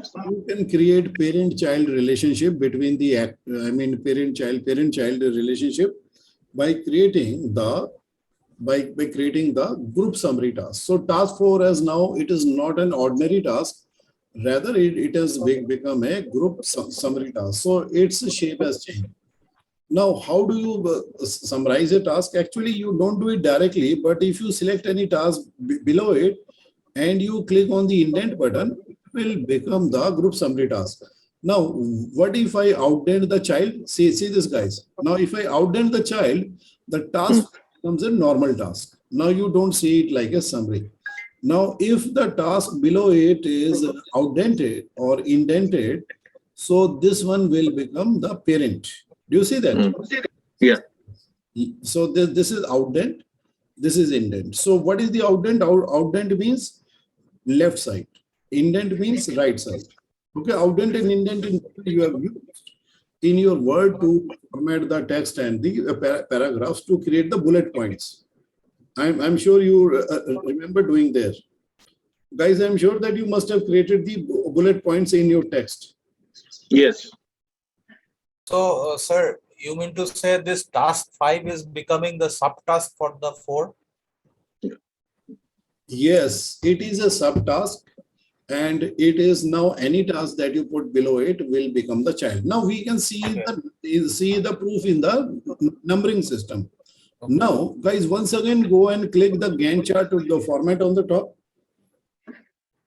In the Gantt chart system, in the format, you can see that there is another box which is called outline number. Yeah. So guys, as soon as you click on the outline number, do you see that the numbering is activated. 4.1. Yes, sir. Mhm. So this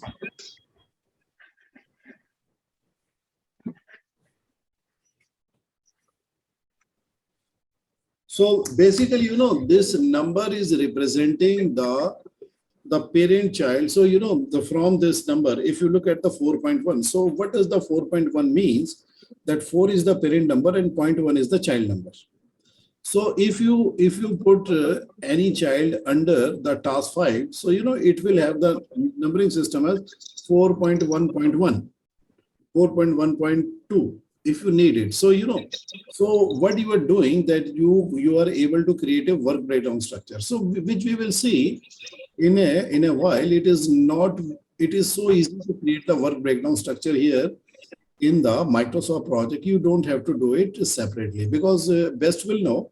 Best, do you remember how to create the work breakdown structure in the Primavera? You have to go to a separate tab. Separate tab, yeah. And you have to first create the WBS, then come back to the activities tab. Here, what you need to do, if you indent any task, the task just above it will become the summary task. Do you see that? Yeah. Will become the WBS. It's easy. Okay, it is called the user friendly. So this task is now summarize all the activity below it. So if the task 5, if I put the duration here 1 day, you will see that it is going to summarize only the duration like this. If I write here 1 day, so do you see that it has got 1 day? So basically, it is showing you the summary of the activities below it. Right? Okay, guys. Let us go back to the calendar. Guys, whatever setting we are doing it in the project calendar. So guys, in the Microsoft project, there are 3 kind of calendars. The number 1 is the project calendar. And number 2 is the resource calendar. Okay. And the number 3 is the task calendar. Okay. Now, let me tell you about this calendar and what is their purpose. See, project calendar is created along with the project. So when you create the MPP file, the project calendar got created. When you will create a resource, the resource calendar will be created. And the resource calendar is used to schedule the resource own personal, personal vacations. We can see in a while. And the task calendar is created by you. It is not created automatically. Okay. So the project calendar is created the moment you create the project. Now, where is the project calendar?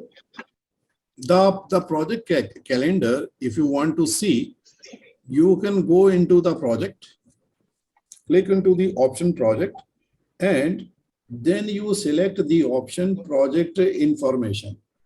Guys, please select project information.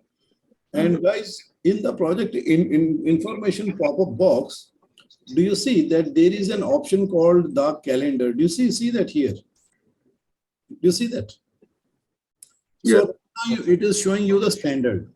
Okay, now there are 3 kind of the project calendar. One is the 24 hours, one is the night shift. So right now we are using the standard by default. So standard means standard daytime calendar. Now guys, if you switch over to the night shift, then what happens? So guys, please select the night shift and click on the OK. Now you are telling the Microsoft project to use the night shift calendar. So guys, notice the timing. What happened? That's changed. See, actually the timing, if you would notice carefully, the work start time is in the late evening. Do you see that? It is the 11 p.m. and all is finishing the next day. Next day in the morning. Do you see that the finishing time is 8 a.m.? Yes. Yeah. Because the person will be working throughout the night and he will be finishing his work in the morning only. So it is creating the 9-hour duration from the 11 a.m. to 8 a.m. and there can be a possibly break time. Okay. So this is the schedule which is will follow. Now, if you want to see that whether it is the project calendar or not, you click on the change working time, you will notice that the 3 calendars are displayed here. So guys, do you see that in front of the night shift, there is a word written in the bracket? So what is written there? Project calendar. Project calendar. It means that this is the currently prevailing calendar which is controlling the shift of the project. So against the night shift, it is written project calendar because this calendar has been selected currently, and this is calculating the schedule. Now I will put my cursor on one of the work days, so you will see. So what is the structure of the work day? So guys, please read here. 12 a.m. to 3 a.m. And 4 into 8 p.m. So it is having a break time as well, right? So if you go into this, and okay, and if you go into the detail, you can see that what is the structure. So this is the structure of the calendar. So it is displayed like this.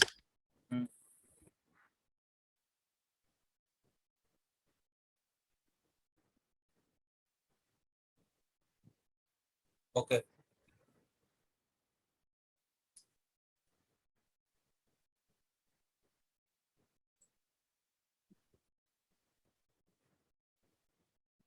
So is this clear, guys? Yes, sir. Yes. See, this is the structure. This is the structure of the nighttime calendar. On Monday, the schedule is different. Okay.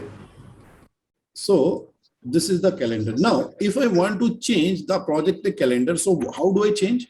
So if you want to switch back to the daytime, so you go to the project information, and then you select instead of the nighttime, you select standard. Standard. Okay, so once you click on the standard, so what do you get? And look at the timing, you get the normal daytime timings. And if you want to see which calendar is currently controlling, you can see now it is written against the standard that it is the project calendar which is prevailing right now. Yeah. Right? Is it clear? Yes. It is showing you 3 calendar, 24 hours, standard, and the night shift. So currently the calendar which is controlling the project is the standard calendar. So all the 3 are the default project calendar, but out of these, the standard is currently prevailing. So standard is controlling the schedule. So standard means the standard daytime. So this calendar is implemented right now. Okay, and you can see that the timing is starting at 9 a.m., finishing at 6 p.m.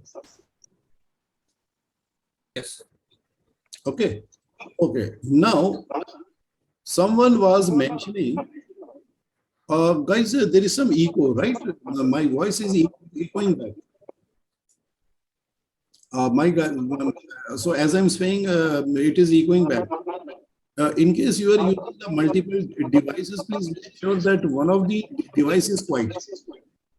See, make sure that the device is absolutely silent, audio, and the mic is switched off. Because I can hear a echo of my voice. Okay? Yes. Okay, fine. So that is better. No, it is not, it is not better. It is still there. So who is using multiple devices? Mine is already in silent mode. Silent, and also make sure that your speaker is also silent. Yeah, it is also in silent. Okay, okay, fine. So let us, okay, so you are using 2 devices. Fine, so that's not a problem. So best you please share your screen now. No, the best you have 2 monitors. Yes. Okay, fine. So let me go to Satish. Okay. Satish, you now share your screen. So, I have to basically take rounds. So I will go to Satish. So, Satish, you are here?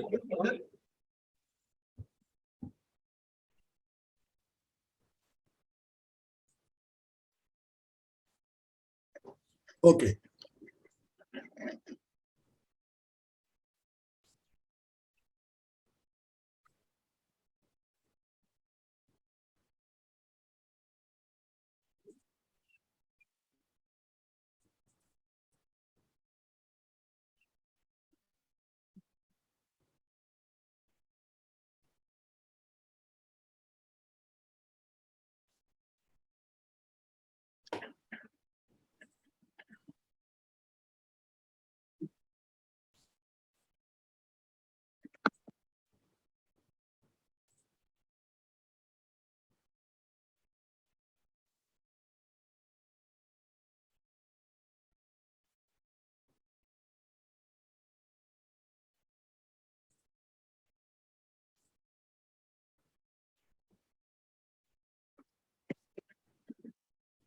So your system date and time is set to the 24-hour format. So I have to change it. Okay, so I'm going to change it.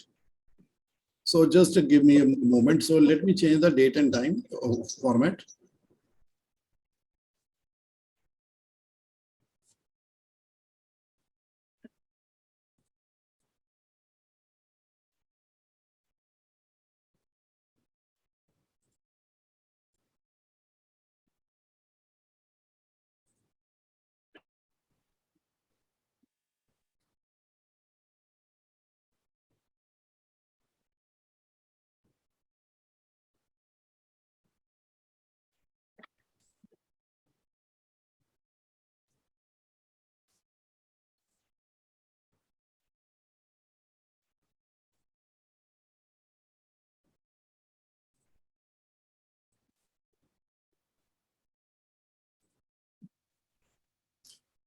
See, this is what you can do in the window 10. See, guys, why this?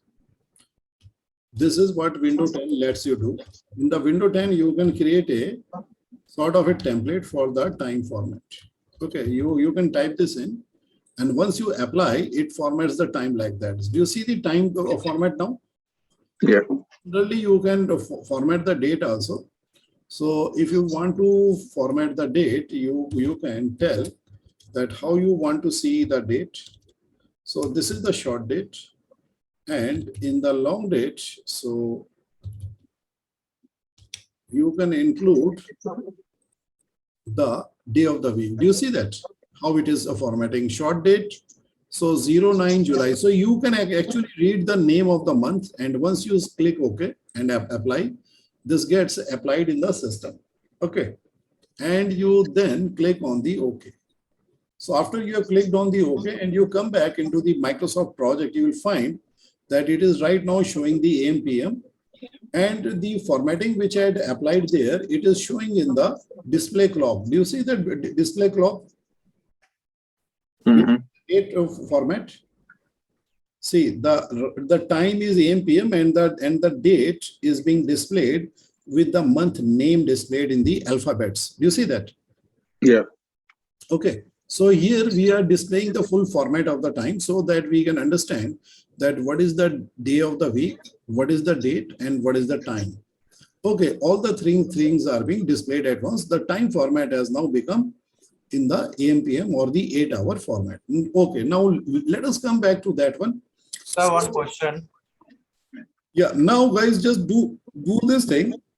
You just delete all the activities. Okay, only keep one activities, and you write here 24 days. You write here 24 days.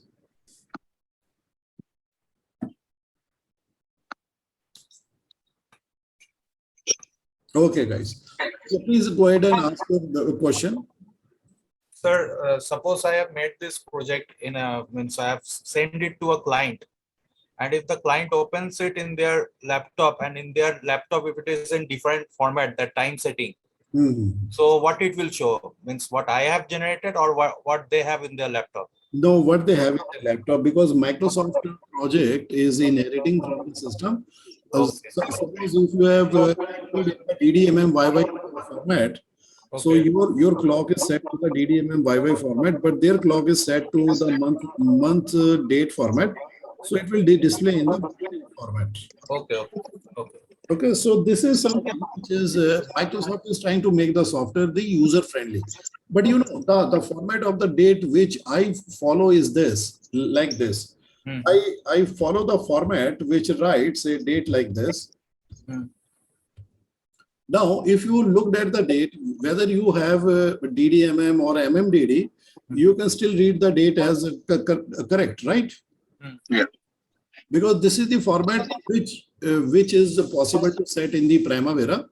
And once you've set this format, so it remains fixed inside the software. So anybody can read and interpret it correctly. So there's no need to change the system format. So it stays fixed inside the software. So here the format is inherited from the system. If the system is the AM PM, it will show AM PM. If the system is 24 hours, so it will show 24 hours. If the system is DDMM YY, it will show DDMM YY. So right now the system on which the Microsoft project is running, it is MM and YY, right? Date, month. Okay, now guys, now let us come to another thing. Suppose if you have a weekly off, which is actually not every week, but it is once in a month. Let's say there is a format. Your organization says that second Saturday off, right? Okay, there are certain organizations which they have that. Now, for every month, this is implemented once. Okay, every month we'll have it once. Now, how to implement it? Because it is not a one-time thing. This has got a recurrence, right? For every month, the software will find that which is the second Saturday, and it will implement. Now, if you looked at this one carefully, you will see that the second Saturday falls here. Guys, do you see the line which I marked? The date which I marked? Okay. Okay. Now, this is something that I know. Now we have to tell the software. Now, guys, do you see that the duration is 24 days, and do you see the finish date is 20? Why is it so?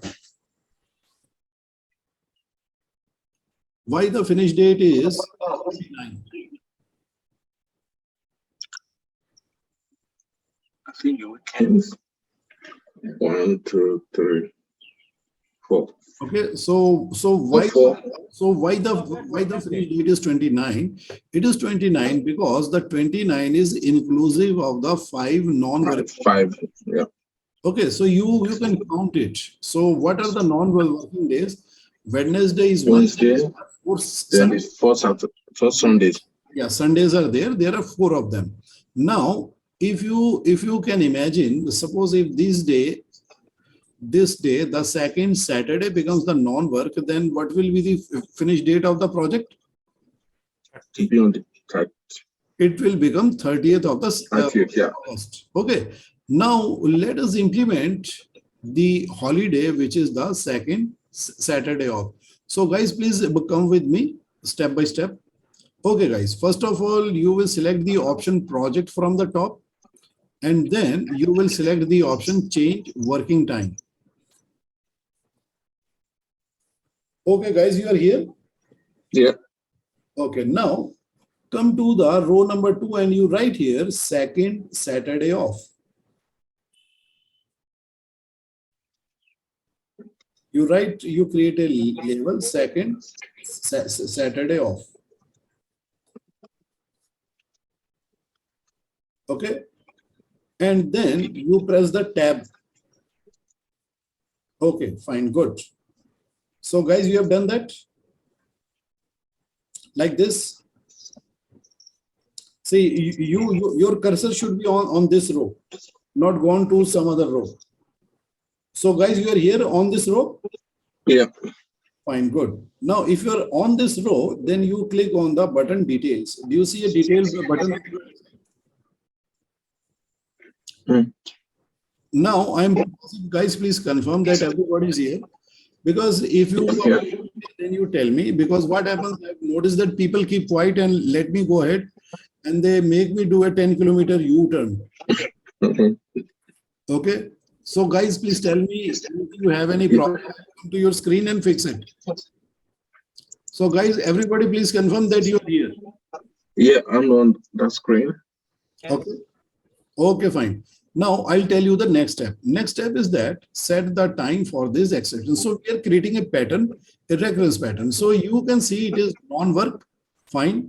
Then what is the recurrence pattern? It is a monthly pattern. So Monthly. here monthly. And monthly, you select the second radio button, this second, and you select the second Saturday of every 1 month. Okay. Now, what happens when you say of every 1 month, it means that there should be no skipping of the month, right? And you can see what is the start date and then end after 100 occurrences. Guys, please type here 100.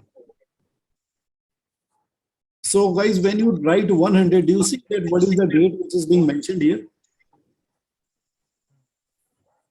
Read this. it is going up to the year 2030, which is more than sufficient to cover the project duration. Any of your project can't have that much duration. And if you think that you can have a project which can go beyond 2030, so you can make it 125, right? So basically what you are telling, that you start the recurrence pattern on this date and you continue it for 100 times. So when this pattern is continued for 100 times, so you will get the finish date here. Guys, do you see the finish date here? Yeah. The finish date is 12th of the October, year 2030. So guys, let me tell you one thing, that your calendar, holidays, list, and etc. should be greater than the length of the project, so that your finish date is always calculated correctly. Because if your project is longer than the calendar, then your finish date won't be correct. Right, guys? So guys, have you caught the logic why I'm saying this? Yes. Let me tell you once again. Let me tell you graphically. See, with this green patch, this is your calendar, and with the brown patch, I am representing the duration of the project. Now, if the green patch, that is the calendar, so I am writing the text here, calendar.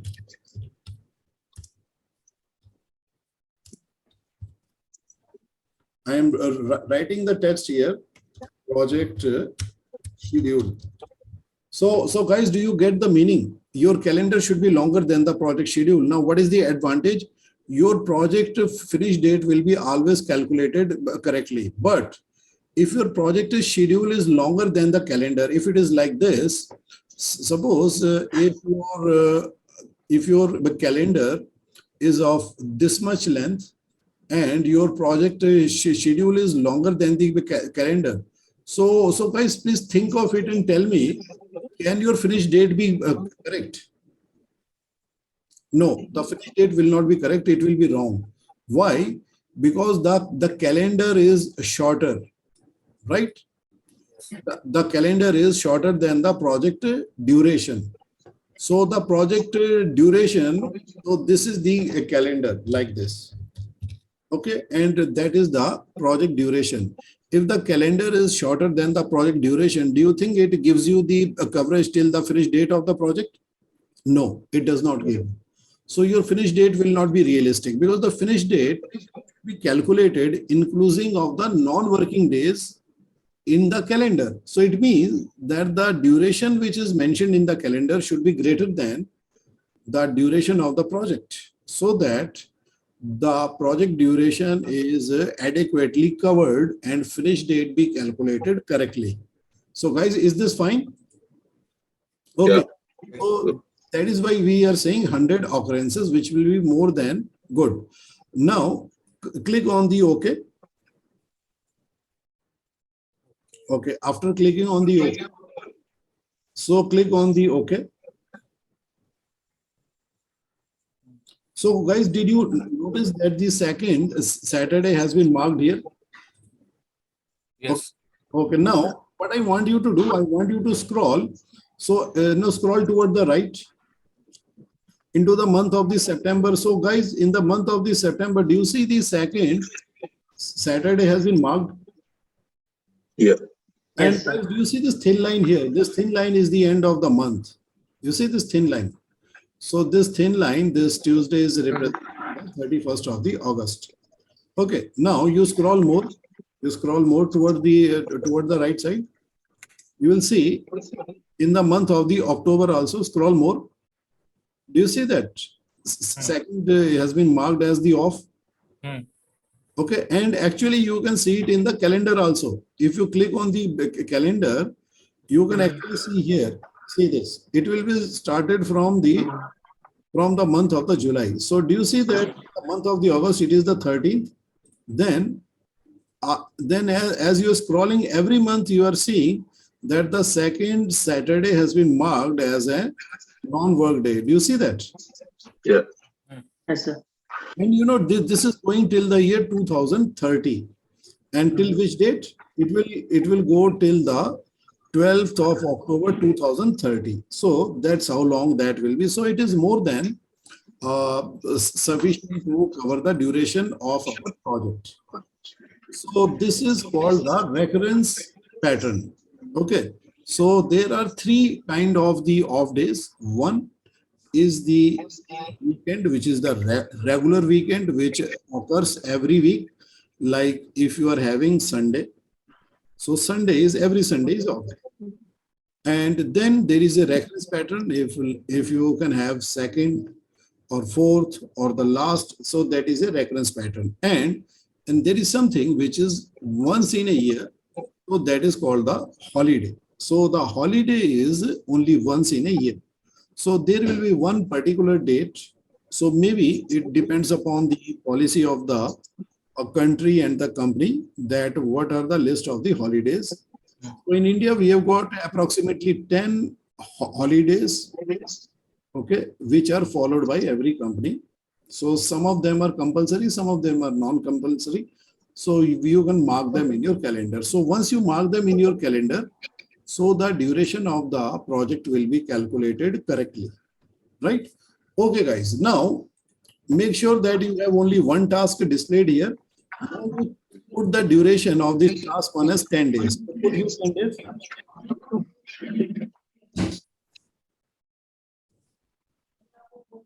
Put here 10 days.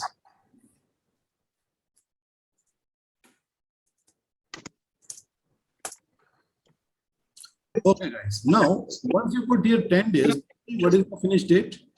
The finish date is the 12th. You see?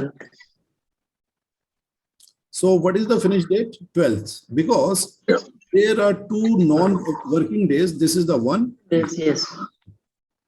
Okay, guys. Now, if you put here 11 days, then what happens? So what will be the finish date of the project? Put here 11.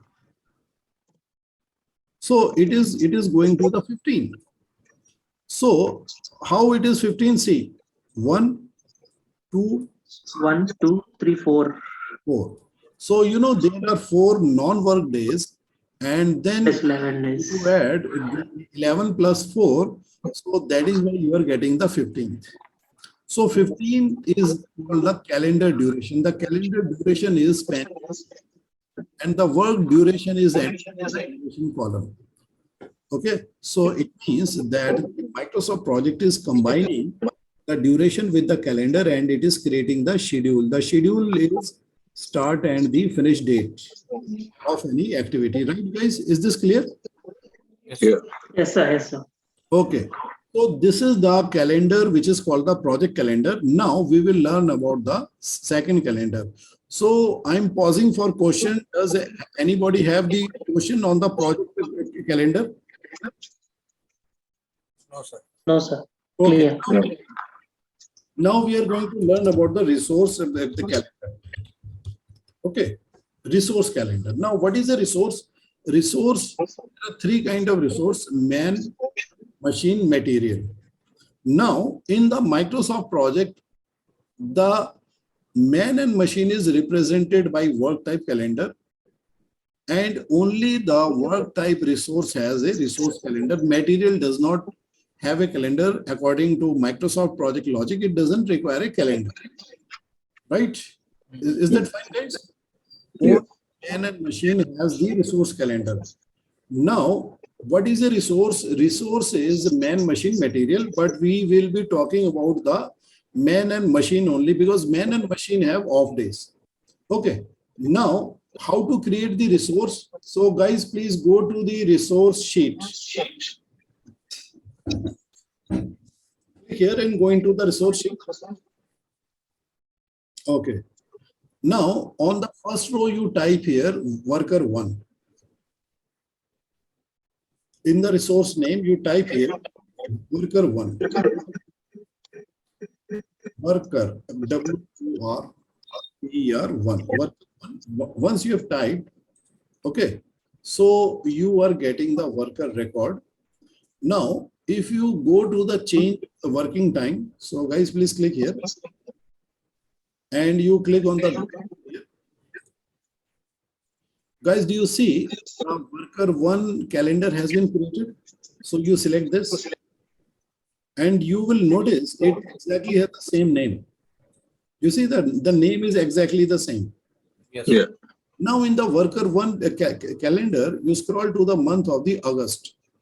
You will see that in the month of the August, already the worker one calendar, the 3rd of the August is marked as the holiday. Holiday. Now it is inheriting from the project calendar. See, the project calendar is at the top. Okay, so I'm going to create some box here.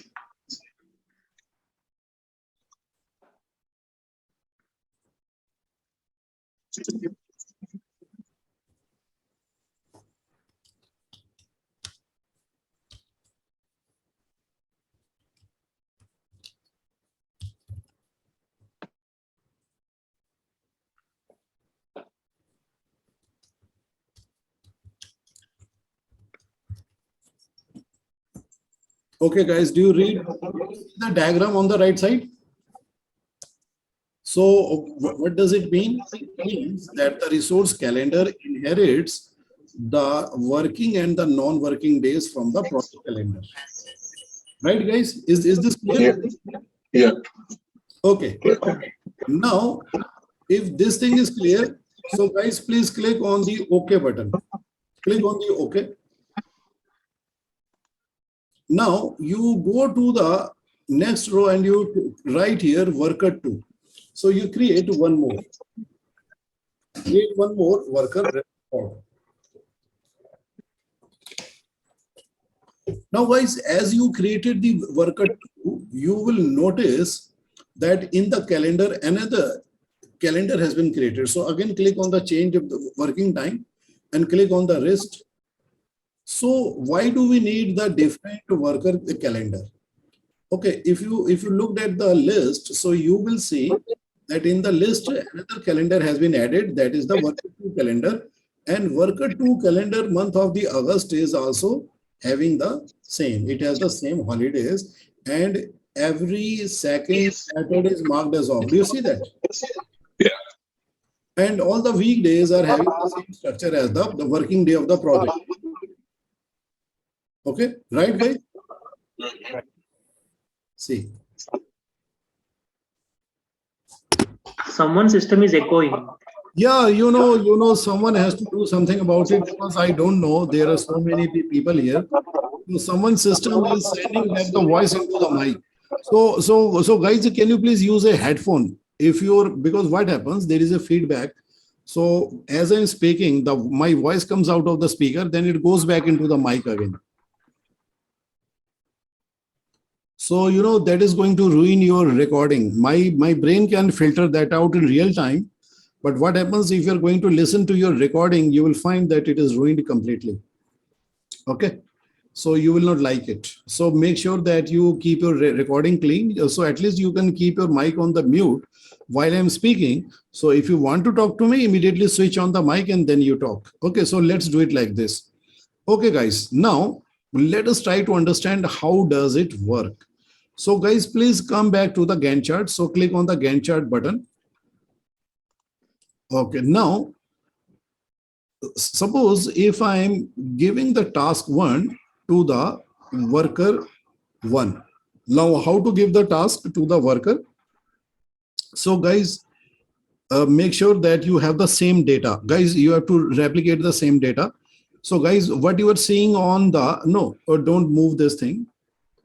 We are not going to use that column. Okay, guys, please make sure that you have the same data. Okay, task 1, then 11 days, make sure that your finish date also looks the same. So the understanding will be easier. Now, after clicking the task 1, selecting the task 1, on your quick access toolbar, you locate this button. So guys, do you see this two human beings?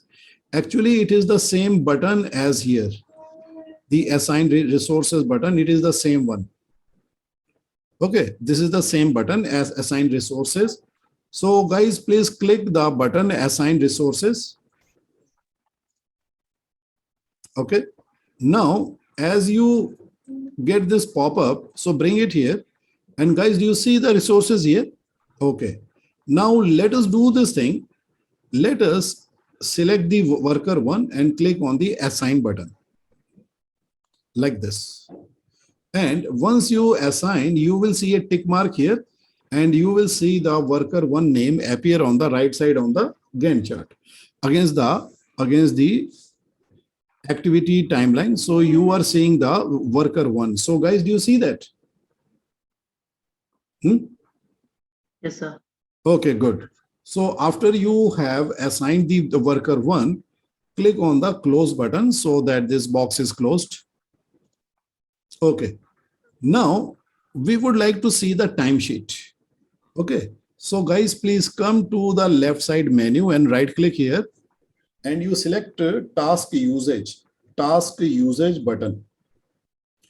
Okay, guys. Now you are having a chart like this. So guys, please click on this button, locate, scroll to task, click this. As you click this, you can see the dates here. Now guys, just watch me closely that what I'm doing. Actually, I'm going to move this, move this divider bar here, and I'm going to make the width of the column little bit smaller. So guys, make sure that you make it a little bit smaller and shift the data near to the divider bar like this. Okay. Okay, guys. Now this is called the timesheet. Now in the timesheet, do you see that the Wednesday, it does not have any work schedule? It's non-working day. This is the Sunday. This is the second Saturday. This is the Sunday. And this is the last day of the task. Do you see that? Yes, So sir. this is called the timesheet. Timesheet means that a timesheet has been generated. This is called the planned timesheet. Then when the person is doing the work, he can write the actual. So, the people can take a printout and then they can write against it how much they actually worked. Someone could work 7, someone could work 8, someone could work 9. So actual could be different from the planned, but in the planning, the Microsoft project or any other planning software will put 8 hours per day as a uniform work assignment. Okay. The work can be done like 7.5 hours. Maybe on some day you are able to complete the assigned work in 7.5 hours. Maybe the next day it will take you 8.5 hours, which is okay, which is called the normal variance. Because we don't work like robots. Okay, we don't work exactly in 8 hours. We are not finishing the task every day in exactly 8 hours. It could be more or less, right? But our main aim is to create a plan which is uniform. So you are seeing the uniform application of the man hours each day. Now, if you looked carefully, you will see that these off days are being generated in the timesheet from the calendar. Do you see that? Off days are being generated from the calendar. Right, guys? Is this clear? Yes. Okay. Now, what we are going to do, we are going to assign the second worker also. And to do this, so guys, you select the task one. Please select task one. And after selecting the task one, click on the assign resource button from the top or from here. So click this. Guys, please click assign resource buttons like this. And now you select the worker 2 and click on the assign button. And then you close this box. Guys, do you see that for the second worker also a timesheet has been created? So guys, I need a feedback. So Yes, sir. okay, so yes, you can see it. Now guys, what is the meaning of these 88 man hours? This is the sum total. Yes. This is of sum total of the 11 days work. So if you multiply the duration of the 11 multiplied by 8, so if you count here 1, 2, 3 like this, you have got 11 days and each of the days having 8 man hours. So this is the total man hours, right? And in the calendar, you can see the pattern is the same. Now, let me tell you an exception. Now, what happens? The worker number 1, he takes a leave on the Thursday. Okay, guys. Now, guys, tell me, what will be the finish date of the worker 1? 16th August. It will be 16, right? So everybody agrees with that? Yes. Because his task of the 11 days is going to take one more day, because he is going to take a leave on the Thursday. Now, what is the date on the Thursday? So guys, it is not very difficult to count the date. If you look here, this is the first, this is the 2, this is the 3rd, and this is the 4th. 4th. So on the 4th of the August, he wants to take a personal leave. So guys, his personal leave will be entered in his personal calendar or the resource calendar, right? So let us see that how the worker leave is assigned in a pre-planned manner. So guys, so whenever you are planning for a project, what is the best practice? Please note it. The best practice is that you should ask all your team member, guys, this is the Leave duration plan. of the project. Please tell me on which dates you are planning to take leave. So the leave, because you know, the certain things are predictable, like getting married is predictable, right? And having a baby is predictable, That is right maybe guys? unpredictable. What is unpredictable? Unpredictable is someone falls sick. So you can't predict that. So what is predictable? Sick If leave. you're having any family event, or you are getting married or engaged, or someone's wife is going to have a baby, all these are predictable. So definitely you need some leave, and all those should be incorporated here, because the finish of the task is dependent upon the people assigned on the task. Right or wrong, guys? That's correct. Right? Yes, Okay. sir. Now let's see that what happens if the worker 1 takes the leave, a planned leave. Okay. See, that is a best practice for the entire team. Entire team should be truthful in telling their planned leaves to the project manager. They should not keep it as a as a surprise for the last moment. No, that is not good. So if you are a good people manager, so you should be able to get this information out. You should talk to them, and you should encourage your people to tell you freely that what are the leaves they plan to take. And once you have put them, so that will tell you the realistic finish date of the project, because the realistic finish date of the project is dependent upon the realistic finish date of each and every task in the project. Okay, guys, now let us do this thing. After you have decided to put this, now guys, please go to the option project.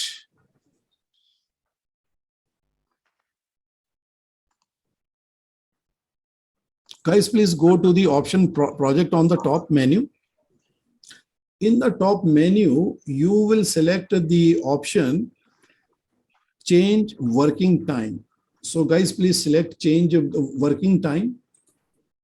In the change working time, you are seeing the calendar drop down here. Now in the calendar drop down, you select worker 1. Okay. And you scroll to the month of the August. In the month of the August, so what do? You select the 4th. Okay. Now, after selecting the 4th, you go to the first exception row and type here personal vacation 1, because a person could be taking multiple vacations. So you write here personal vacation 1 and press enter. No, I told you to press enter. I didn't tell you to press OK. So guys, please listen to me carefully before you do something. Why did I ask you to press enter? So that you could hear, because your screen is the demo screen, so that people can see, Okay. they can synchronize themselves. So guys, please look at the screen and please confirm that you are having the same thing. Everybody please say yes, and switch on your mic and say yes, and then switch off your mic. Yes. Yes. Okay, fine. So you are saying that. Now you click on the OK, so that it is implemented in the task. So click OK. Okay. Now guys, do you see that one of the days for the worker 1 is blank? And do you see that his finish date has changed? It's not his finish date, but it is the finish date of the activity. Now, if you see carefully, the finish date of the activity is now which date? 16th 16th August. Because if a person is taking a leave, so he can push the finish date of the project. But where is the leave stored? his leave is stored in the, so this leave is stored in the resource calendar, right? Yes. This is stored in the resource calendar because it is belonging to this resource only. Resource calendar input. So this is coming from the resource calendar. So guys, is this clear?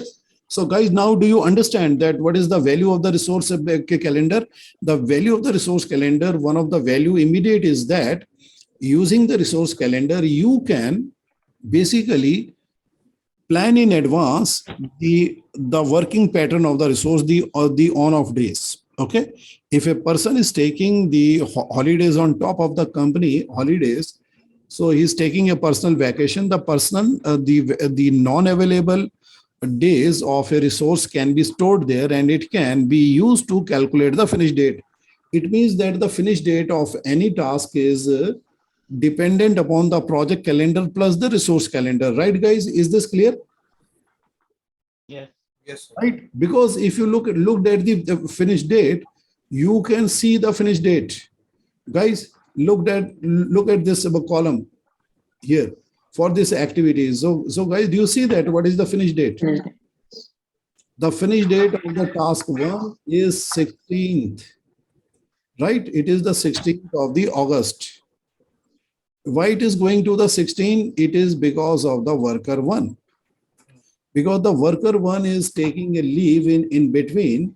So his part of the work will not be finished until the 16th. And if you looked at the finish date of the worker 2, the finish date of the worker 2 is 15, but 15 is not the finish date of the task. The finish date of the task will be coming from the worker which finishes later. Right, guys? Is this clear? Yes, sir. I would like to interrupt you, sir. Yeah, sure. If there is any replacement for that worker on that day. Yeah, tell me again. What is that? If there is any replacement of any worker on that day. You see, suppose he's on holiday, but I want to replace another worker on that day to work because I don't want to delay this task to delay. So how can I do this? Very good question. Okay, so guys, have you heard his question? He said that suppose I don't want this task to be delayed. So since the worker 1 is telling me that he is going to take a leave on the on this date. So this date. So guys, what is this date? What is? Oh, so let me look at the calendar. 4th August. So he is taking a leave on the 4th. Okay. Now who is that? Please, tell me your name. Please tell me your name. Hello. Satish. Satish. Worker 1. Yes, guys, sir. Satish is saying that if he does not want his activity to be delayed and he wants to replace the worker 1 with another worker, let's say that we have the worker 3. Now, how to replace that and what is the impact? Okay, that's a very good question. Okay, that he has asked.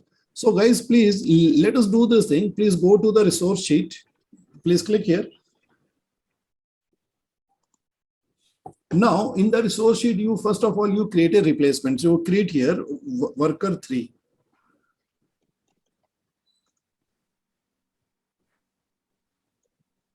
Now, if you created the worker 3 calendar is also created. So click on this.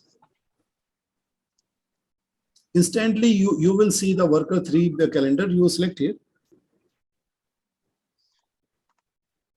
See guys, if you go to the month of the August, you will see the worker 3 calendar is inheriting from the project calendar. It does not have the worker 3. So the worker 3 holiday is not. So he is right now having the same calendar as the project calendar. Now, let us assume I want to replace the worker 1 with the worker 3. Then what will happen to the finish date of the project, right? Okay, Satish. Okay, now guys, everybody please click on the Gantt chart. So in the Gantt chart, you select the task usage. You go to this one. Task usage. So guys, please come to the task usage so that we can see the timesheet here. Okay. Okay. Now let us do this thing. Let us keep the timesheet in the view.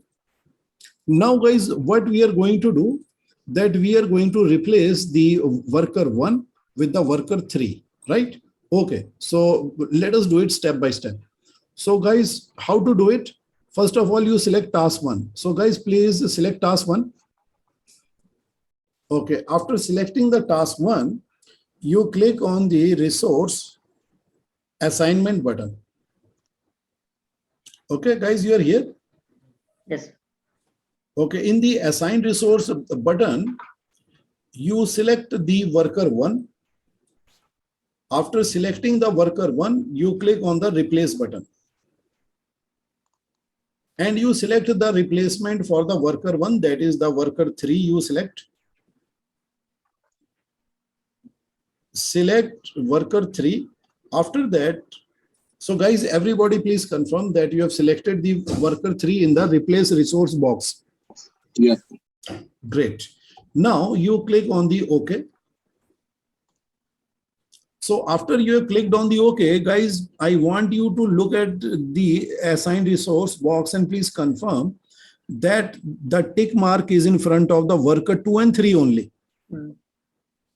Right? Confirm? Guys, are you confirming Yes, that the tick mark Yes. is in front of the worker 2 and 3 only? Now you Yeah. close this box. Close this box and look at the timesheet. Now, guys, look at the timesheet and look at the finish date of the project. So, guys, what is the finish date of the project? 15th August. 15th. Instead of the 16th, it has come to the 15th because you have replaced the worker 1 with a worker who is not taking any leave. He is going according to the company holidays at this point of time. But what happens if the worker 3 decides to take a leave somewhere here? If the worker 3 says, I want to take leave on the 9th, he wants to take a leave. So guys, then what is going to happen? If the worker 3 takes a leave on the 9th, then the project date will again advance to the 16th. Advanced 16th. Okay, now if the worker 3 takes a leave on the 16th, so is it going to impact the finish date of the activity or the task? No. No. But if you add one more day, it will not ending on the 16th, but rather it will be ending on the 17th. Right, guys? Is this clear? Yes, sir. Okay, if the worker is having a holiday, is having a personal vacation on the 16th, and you increase the project duration by 1 day and thinking that it will finish on the 16th, actually no, it is going to finish on the 17th, right? Okay. 17th. Let us do this thing. Let us say the worker 3 takes a leave on the 16th. Okay, guys, let us go into the change working time button. Click this. And then you select the calendar for the worker 3. Okay. Okay, guys, just pause. So guys, I'm pausing so that you can catch up. Everybody please confirm that you have selected the calendar of the worker 3. Yeah. Yes. So everybody confirms that you are all synchronized? Yes. Okay. Now, if you are all synchronized, so guys, then go to the month of the August. Come to the month of the August here. In the August, you select the date of 16th. Carefully select the date of the 16th. So guys, please confirm that you have selected the worker 3 and the date as 16th. Please confirm. Yeah. Okay, after selecting the 16th, you go to the row number 1, you write here personal vacation 1.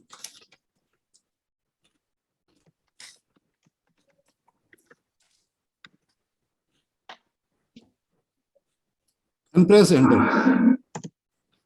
So guys, you should be seeing like this 16th, right?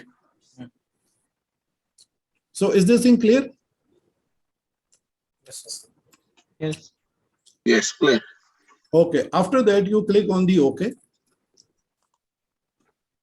Okay. Now, guys, do you see any impact on the finish date of the task? But No. I'm marking that worker 3 has a personal leave here. So, guys, do you see that there is a very slight shade here? Do you see that? Yes. Very slight shade is there. Okay, but it is not impacting the task. Now, guys, let us do this thing. You go into the duration column and make it as 12 days and see what happens. And I'm sure I need not explain to you. Type there 12D and press enter.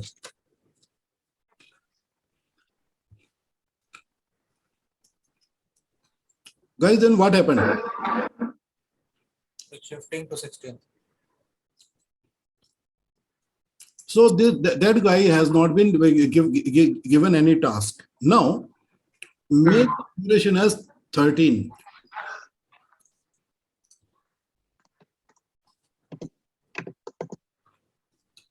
Guys, do you see that what happened?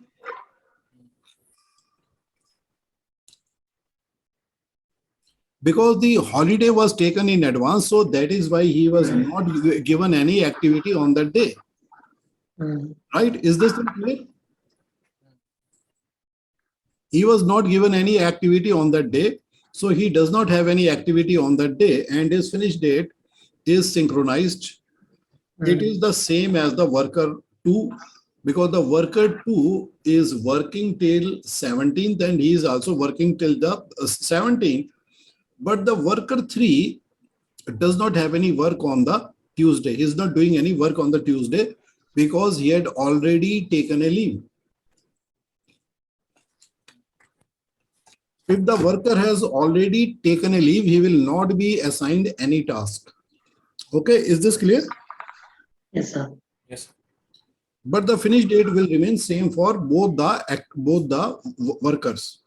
Okay. So in this case, if the holiday was taken in advance, then the finish date will remain the same. Right? But Yes, sir. if the holiday is put later, if the person takes a leave later after the assignment of the task, then the finish date will be pushed. In this case, the finish date will not be pushed because the person was already on the leave when the work was assigned. He was on the leave here. Okay, so he was already having the off day. So on the off day, he will not be assigned the activity. But if he is assigned one more day of the activity, so then his activity will also finish on the same date as the normal worker. Okay, so it will be simple. That is the logic.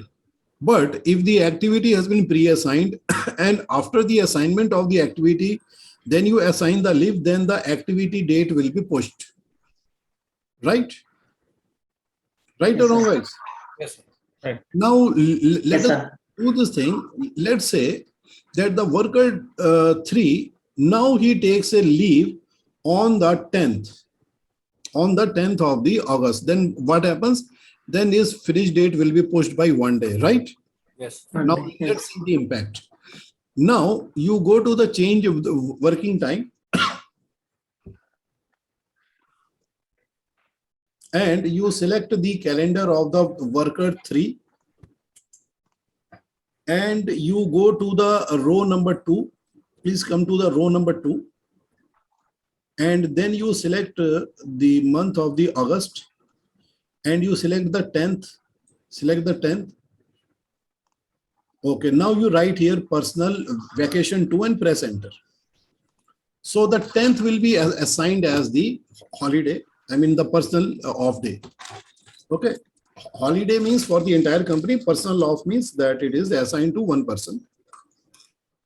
Now you clicked on the OK.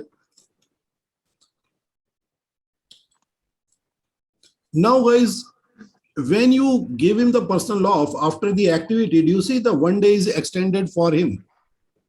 Yes. Because he's taking the leave after the number of the days of the work were assigned to him. So his total number of the days will remain constant. So his total number of the day is 13. If you count all his activities, please tell me how many days are there for his work. Count the number of the working days. you will find that it is 13.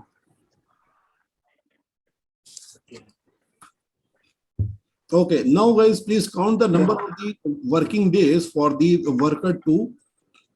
For the worker to count the number of the working days, you'll find that it is 14.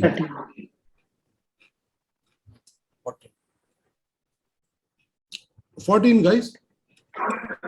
13, sir.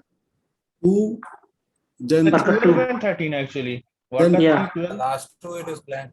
5 and 3. So guys, please total this up. 3 plus 2, 5, 5 and 5, 10, and 10 plus 3 is equal to 13. Okay, but then this guy will have 1 day less because he is not being given any work here. 2, then 3, then 4, 4. and then 3. So please total this up. 12. 12. So he has got 12 days of the work. The worker 2 has got the 13 days of the work, right? Okay. So this is how this thing works in the Microsoft project. So guys, is the concept of the resource calendar clear? Yes, sir. Yes, sir. Okay, guys. Now let us say that both of the workers, they come to you. They say that, boss, we are not taking any personal leave. Okay. So if you looked at the worker 3 calendar, he's taking a leave here. He's taking a leave here. So he's going to renounce or give up his 2 days of the leave. So let's see that what happens. Okay. Now select the change working time option. Select the calendar for the worker 3 and select the personal vacation 2 and click on the see how to select it. I'll just tell you. You have to click here, exactly here. See guys, you have to click here. Yes. Now click on the delete. Okay, delete the next one also, just like that. Yes, correct. Delete and click on the OK. Click on the OK. Now guys, see that what happens. See, all his days are working according to the project calendar, but he's working 1 day less. Why is he working 1 day less? Because he was assigned the activity when he was on the leave. So if you assign the activity while a person is on the leave, so that day he will not be assigned any activity, right? So is this clear, guys? Is this clear? So Yes. his days of the activity is 2, 3, 5, and 2. So what is the total, guys? 12. 12. And if you count it, the total number of the activities for the worker 2 will be 13, one more, right? Yes. Because he was assigned the activity while he was not on the leave. He didn't take any leave. So that is why he is getting one more day of the activities, right? So he is having 13. So there is 13 days of the activity for the worker 2. So guys, have you understood that what is the effect of the worker calendar? Yes. Yes, yes, sir. Okay, guys. Now let us do this thing. Let us get back into the Gantt chart. Okay. So now get back into the Gantt chart. In the Gantt chart, you select task 1. And select the assignment of the resource. And from the assignment of the resource, you select the worker 3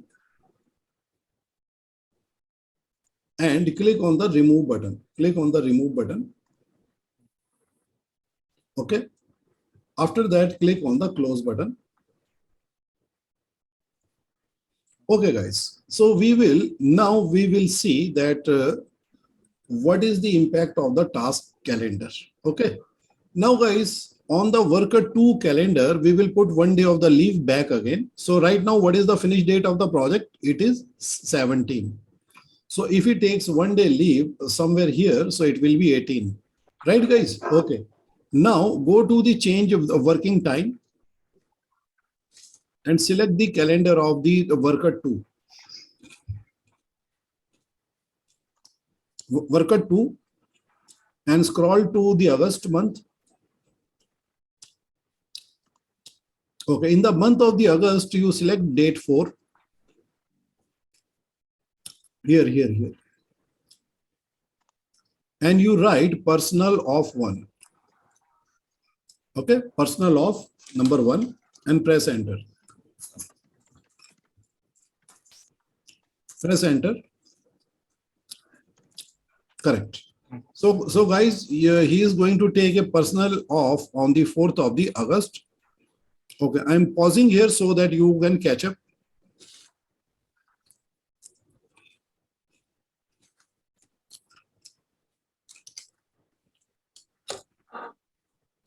So guys, we have done that. Yes. Now click on the OK.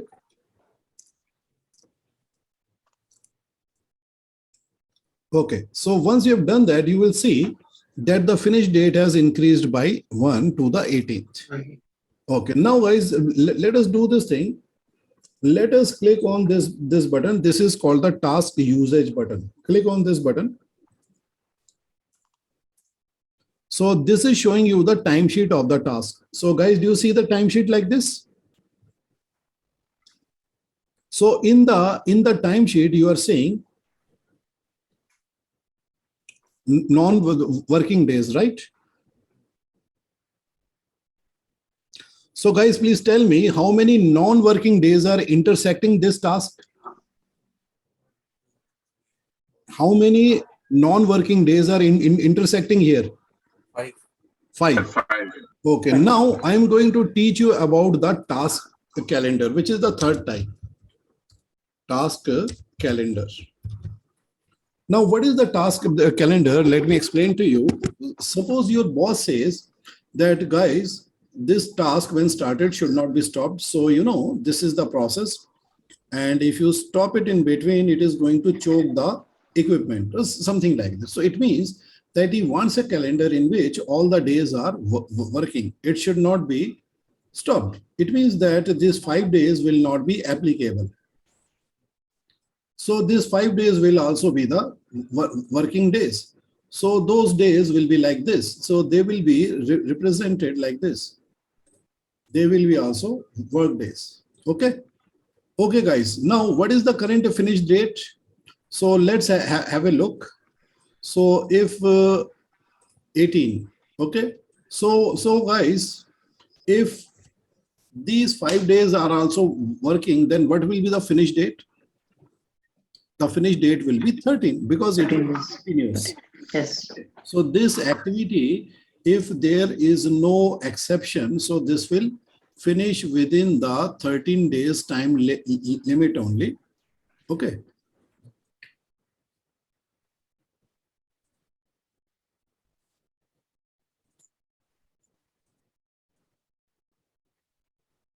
Okay, guys. Now let us do this thing. Let us create a task in the calendar. So please come with me.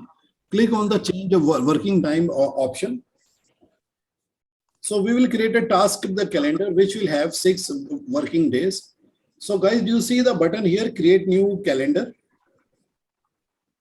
Select it. Okay. Now write the name of the new calendar as urgent task calendar. Right here, urgent task calendar. And you write like this in the bracket.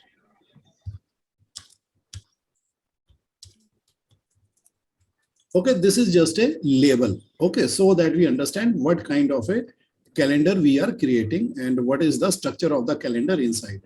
So guys, please write like this in the label. So once you have written, please confirm back to me that you are done. Yeah, done. Okay, click on the OK. So you have created the calendar. So look at the top, you are inside the urgent task calendar, which is a copy. Now we are going to modify this. So guys, you delete these holidays. Select them one by one and click on the delete button. Delete. Delete. So guys, please check and confirm that there is no holiday in the exception list. Have you deleted that? Yes. Yes, sir. Now come to the work week. On the work week, we are going to make the Sunday as the work day. To make the Sunday as the work day, please select the work week. Have you done? Yes, sir. Now click on the detail button. Okay. After selecting the detail button, you will see the detail pop-up. In the detail pop-up, you select only the Sunday. Please select only the Sunday and you select the radio button, the third one, set days to this specific working time. Okay, after doing that, you type here 9 a.m. Type here 9 a.m. and then you type here 1 p.m. You type here 1 p.m. and in the second row, you type here 2 p.m. and in the second cell, you type here 6 p.m. Okay. Yeah. Okay. And you stay here. So Satish, you stay here. So guys, please check on the demo screen. What do you see? What do you see? On the demo screen, do you see the Sunday has been turned into a working day? Have you done the same thing? Yes. Okay, I need someone to confirm because I need a feedback, because that helps me also know that I'm still connected to the internet. Okay. So guys, Yeah. please click on the OK. Please click on the OK. I'm facing a little problem. Can you please check? Yeah. Okay, fine. So guys, for the rest of you, after you have created the calendar, please click on the OK. Okay, so the calendar creation is complete and please wait. So let me fix the problem. So who is that? Please share your screen. Yeah, mine. Okay, so problems are good because there is something to learn.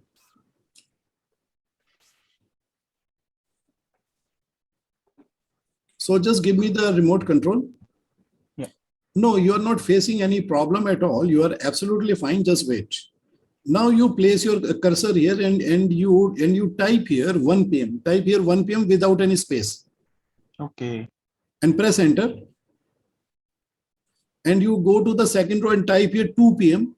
without any space and press enter. Then go to the right column and type here 6 p.m. and without any space. And guys, do you see that all the days are having the same working, right? And click on the OK and click on the OK. So this calendar has been created. Now we will see this calendar in action. So guys, make sure that your timesheet is visible to you. So guys, is your timesheet visible? Now, what Yes, sir. you do, you select the task 1. So guys, please select the task 1 on the screen. Okay. Now, after selecting the task 1, we are going to replace the calendar. The default calendar, which is controlling the task 1, is actually the combination of the project and the resource calendar. So once we applied the task calendar, then what is going to happen that all the working days will be continuous. Okay. So there are 13 days here. So, you know, when will this activity finish? This activity will finish by the 13. So where is the 13? 15, there is a 15, there's 14. You know, this activity will be finished like this. Like this, it will be finished.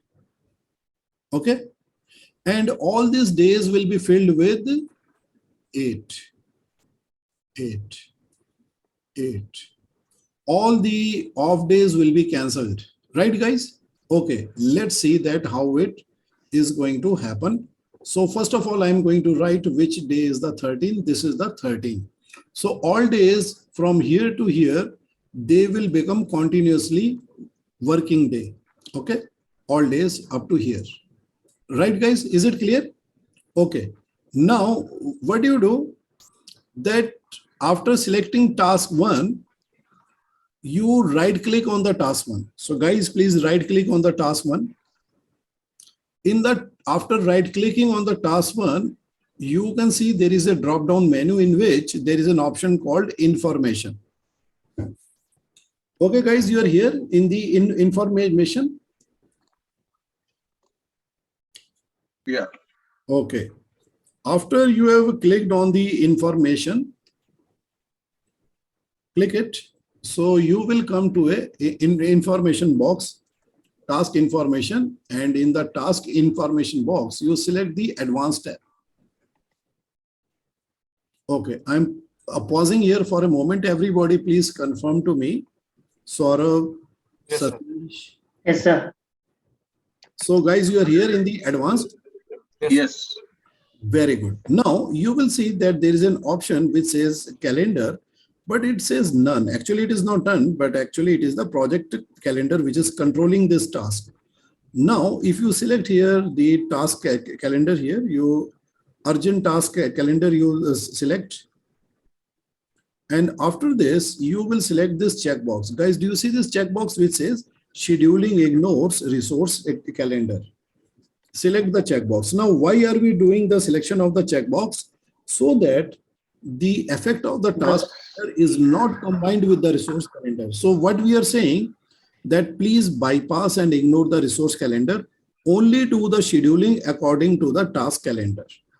The pattern which is mentioned in the calendar, urgent task calendar, is a continuous working without any holiday or exception, right guys? Is this clear?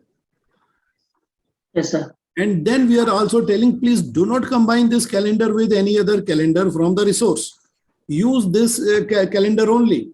Okay. After that, you click on the OK. Now, once you do it, you will immediately notice what is happening in the timesheet. So guys, what has happened in the timesheet? Do you see any when the work is not being done? Right, guys? Do you see that the work is being done continuously? Right. Is it yes or no? It's yes. Okay. Continuous. Good. Yeah. Now, if you looked at the indicator column, what does the indicator column say? Read it.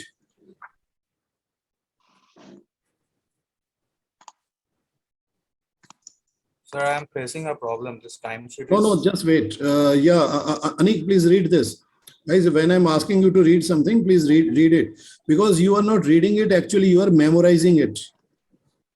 This is a very intense. Calendar, Read this, please. Read it. the calendar urgent task calendar is assigned to the task. The task is set to ignore resource calendars for scheduling. Okay, This it is task- telling you in plain English. I'm sure I don't need to translate plain English. Now you read the next line. This task has over-allocated resources. Right-click for options. No, we don't want to right click. I'll tell you what is the meaning of this over allocation of the resources. What it is saying that you are using the worker 2, but the worker 2 capacity to work on his off day is 0. Okay, his capacity is 0 on the Wednesday. His capacity to work on this Saturday is 0. His capacity to work on this Saturday is 0. But you are making him work so that such kind of a situation is called over allocation. Over allocation, okay, is there. So that is what it is saying, but you can write a note here.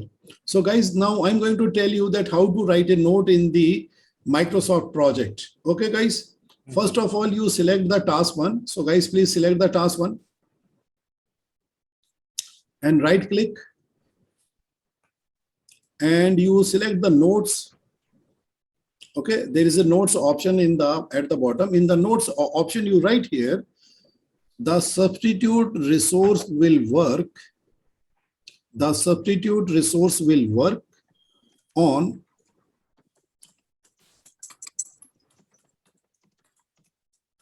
the off days of the main resource to ensure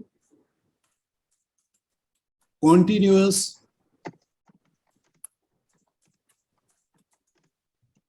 work is done on the task.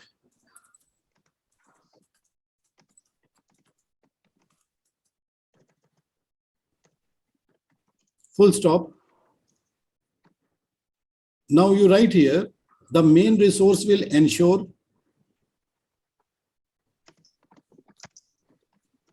guidance to the substitute resource. Right? Right or wrong, guys? If Yes, you sir. put under you to substitute for you, is it not your responsibility to guide him? Right? So, you know, you as a project manager are creating a plan and documenting what you're planning. So planning means the documentation also. This is called properly documented project. Now you read the whole thing, you will find the context. Read this note. The substitute resource will work on the off days of the main resource to ensure continuous work is done on the task. The main resource will ensure guidance to the substitute resource. Okay, guys. So now if you looked at the last this thing, so where it says the task has the over allocation, now that is explained why it is over allocated. Actually, it is not. Actually, it is not the person will be working, but the substitute resource will come on the exception days, right? Is it clear now? Yes. Yes, sir. And why are we using this? Because it is a continuous process. So that is why we need to ensure the completion of the task continuously. So now, guys, this is applied by you, the user. User applies it selectively. You will apply it only on those tasks which Considered tasks. Yeah. Okay. Rest of the tasks will be scheduled according to the project calendar. But if once in a while, if you have any special task which requires urgent working, which requires continuous working, so you can create a task calendar and you can select the task calendar and you can apply it knowingly. You can apply, you need to apply it with your knowledge. Okay, that you need it. Only then you will apply, and any other task which is there, that will be scheduled normally. That will be working according to the company holidays. See this. If I type here the task 2, if I go into the Gantt chart and I create here task 2 and I create 13 days task like this, and I'm using the worker 3 and see that what happens. I'm selecting the worker 3 assign, and when I go to the task usage timesheet, you will see that the task 2 is working according to the project calendar. Do you see that? It is having the exception days here. It is working normally, right, guys? But Yes, the sir. task 1 is working continuously.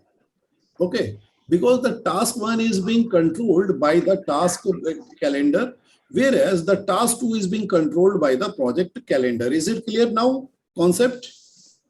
Yes. Okay. Okay, fine. Someone is having a problem on the screen. Please show me your screen. So I think there is something new to learn there. Okay.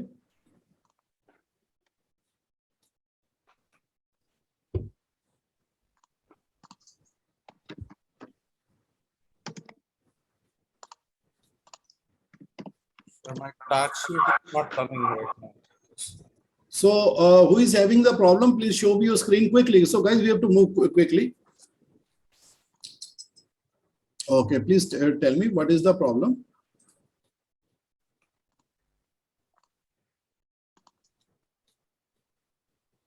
Oh, you mean to say that your Gantt chart has vanished? So this task sheet, that hour has vanished, sir. No. You come to the Gantt chart. Yeah. So it is, you come to the Gantt chart. Now, is it fine? That, Oh, actually, you are in the task sheet. You have to go to the task usage, like this. Okay. number sheet is not coming, sir. So you have to select the task 1. Then you have to click on the on this, and yeah, you have managed to do something right. Okay, brilliant. How did you manage to do it? I couldn't do it since 98.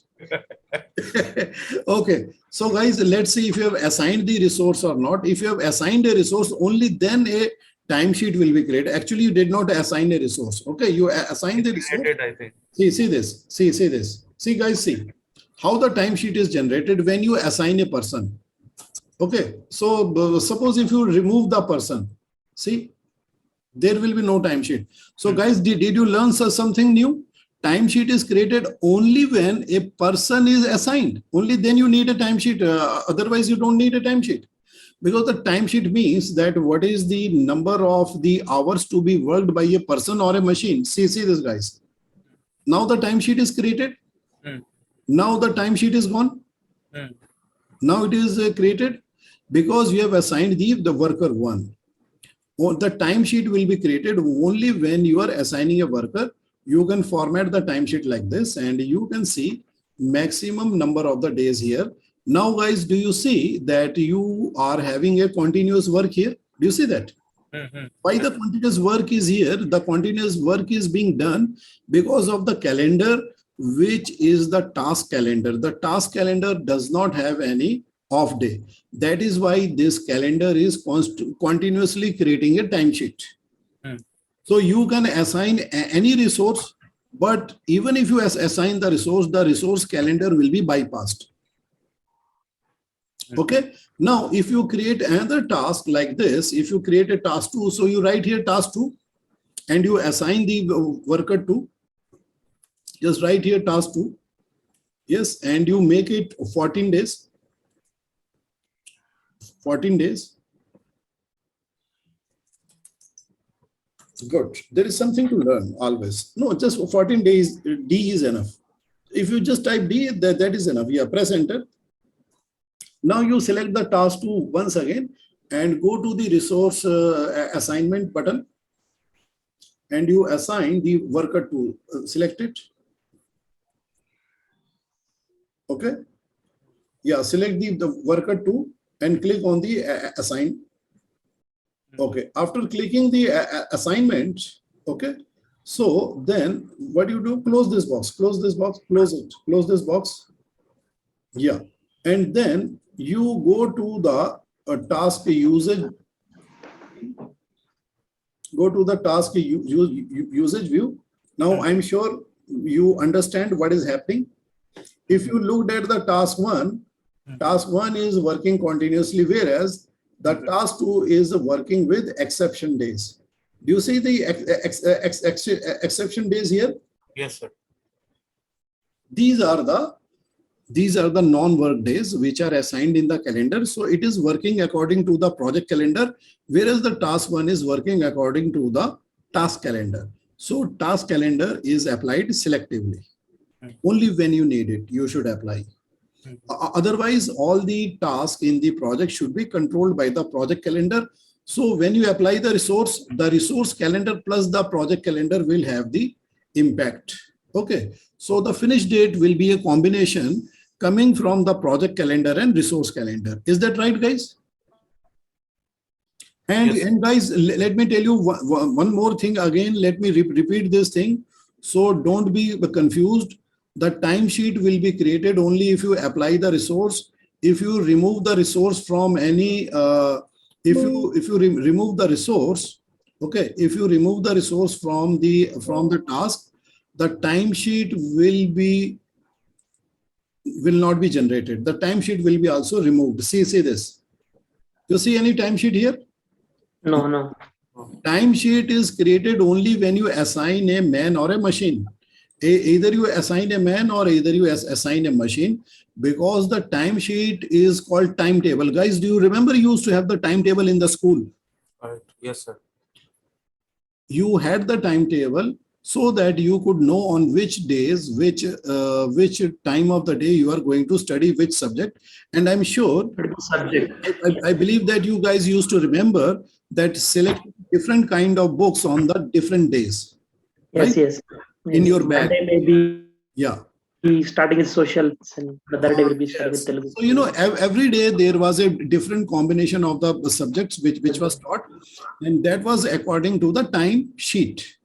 Okay, time sheet was there. So this is also a time sheet. This is a time sheet for the people to synchronize their work in the project.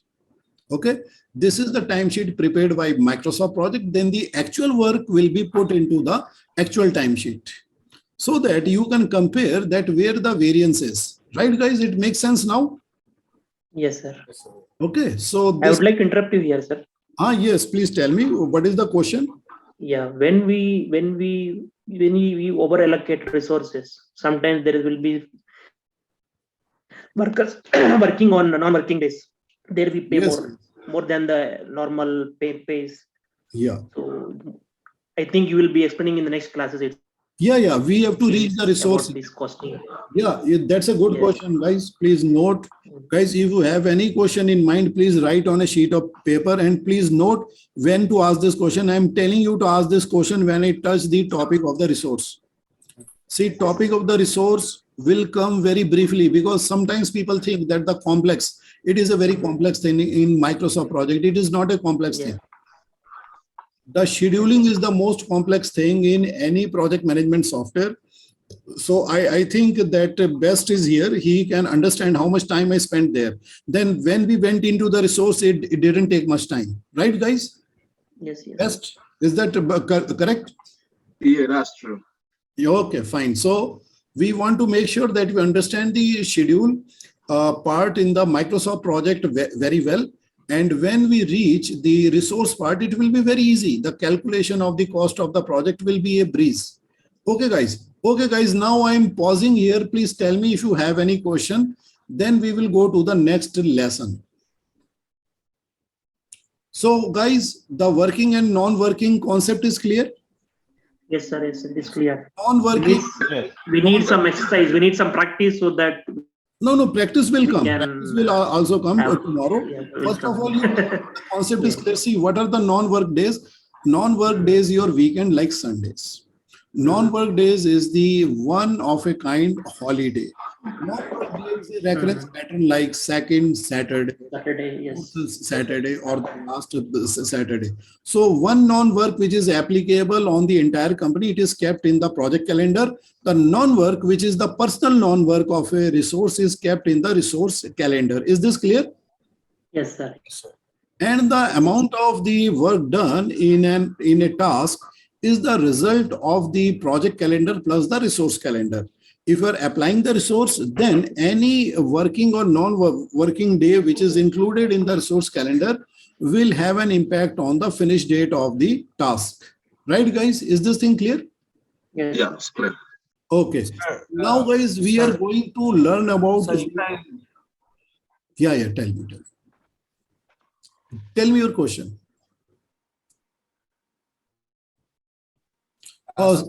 Please ask your question. If I open a new blank file, means if a new. See, your words go missing. Yeah, okay. Can you Can you please hear me? type in the web chat? Hello? Calendar में 3 तरह Hello? Calendar है, project calendar है, resource calendar है, task calendar है. See, who is that trying to ask a question? Can you please type in the can you please type in the group chat in the WhatsApp? Please type your question in the WhatsApp group because your voice is breaking. Okay. So, Yannick, you please share your screen.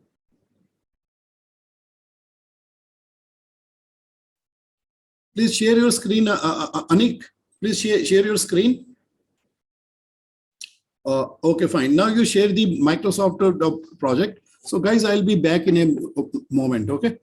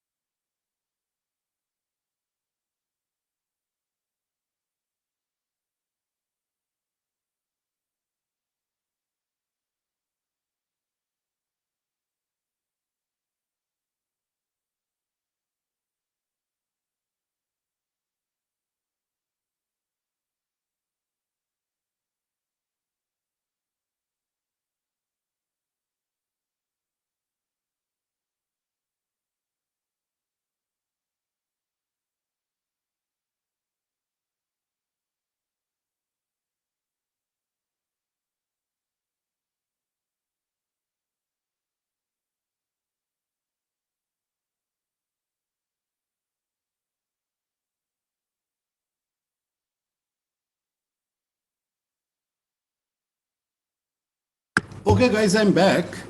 Guys, someone was trying to ask me a question.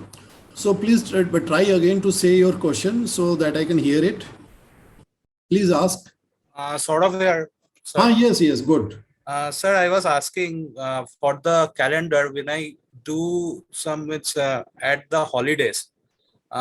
Means this holiday will be saved permanently when I open a new file in MS Project,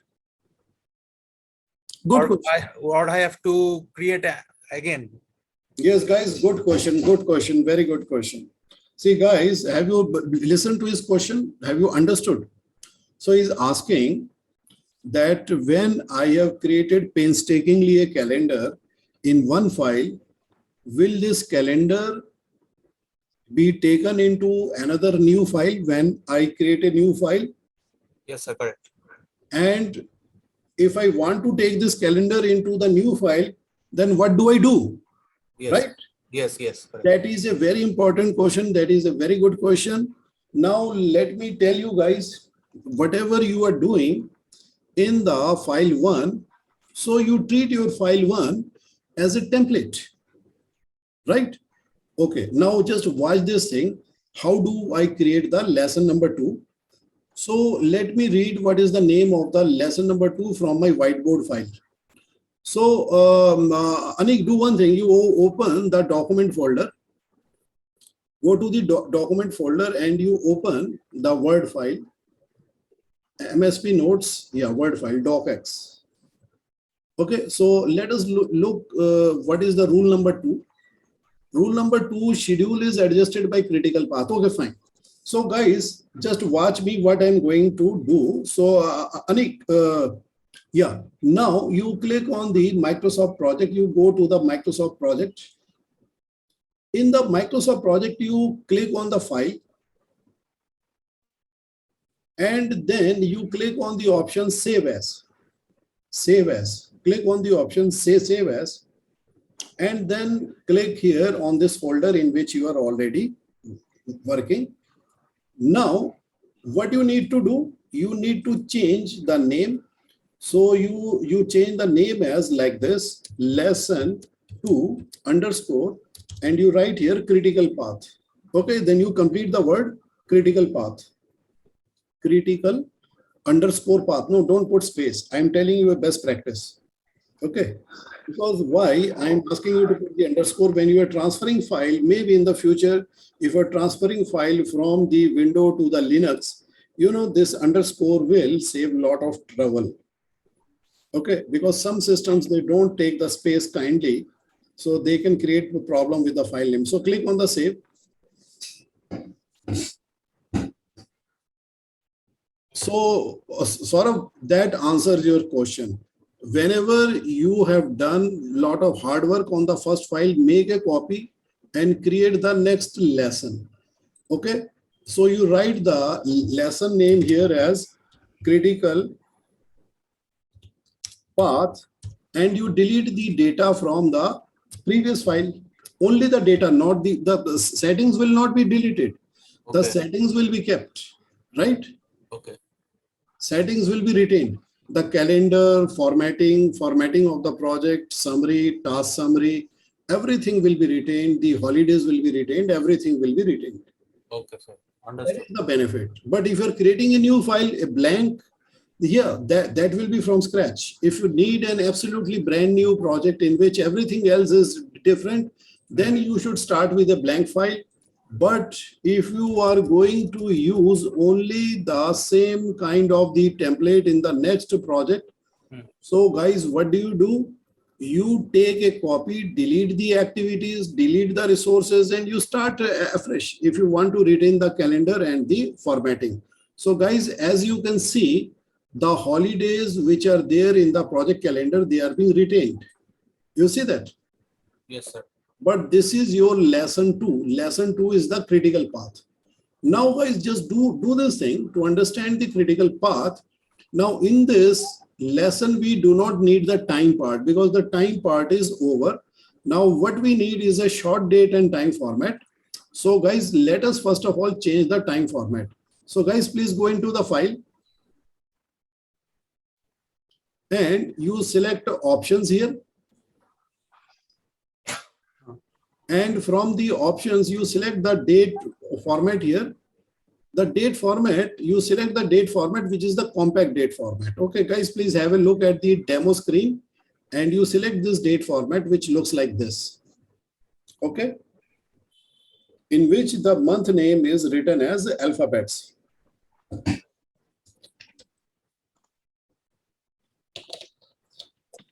Okay, guys, is this clear? Yes, sir. Okay, now after you have done, so everybody please confirm you have selected the date format. Yes, sir. And then click OK, and your date will become smaller and it will squeeze the space. It will give us more space to work in, and you can squeeze it like this. Very good.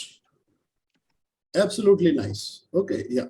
So this is how you optimize the screen between your column and your Gantt chart. So, you know, this is the divider. You can divide the screen 50-50 so that you can see a lot of things at the same time on the columns and on the Gantt chart. Now, on the column, I want you to insert 6 tasks. You write here task 1, 6 days, and you can replicate that. See this guy, how you can replicate. You write here task 1 and you put here 6 days, 6D. And then what do? You select these 2 column, and from the corner, you drag it down like this. Now you can change the name task 2, 3, 4, 5. Okay, you create such task. Okay, so guys, please, okay, yeah, Anik, you press here F2 and you change it to task 2, name task 2. Okay, change it to task 2. Yeah, then you go to the next one, task 3, like that. You create a series 4, 5, 6, 7, 8, 9, 10. You create a series.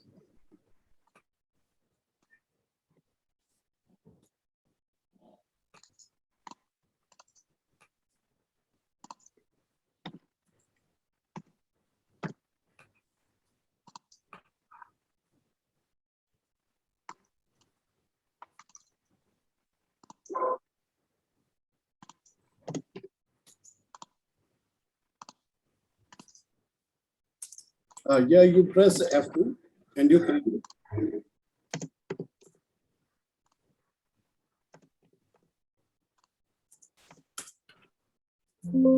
Okay, guys. Now I want you to see something. See, guys, if you look carefully at the project timeline. So what is the project timeline? This is the project timeline. Do you see that on the top? Now the project timeline is equal to all the tasks. Now let us do this thing. Go to the last one and make it 10 days.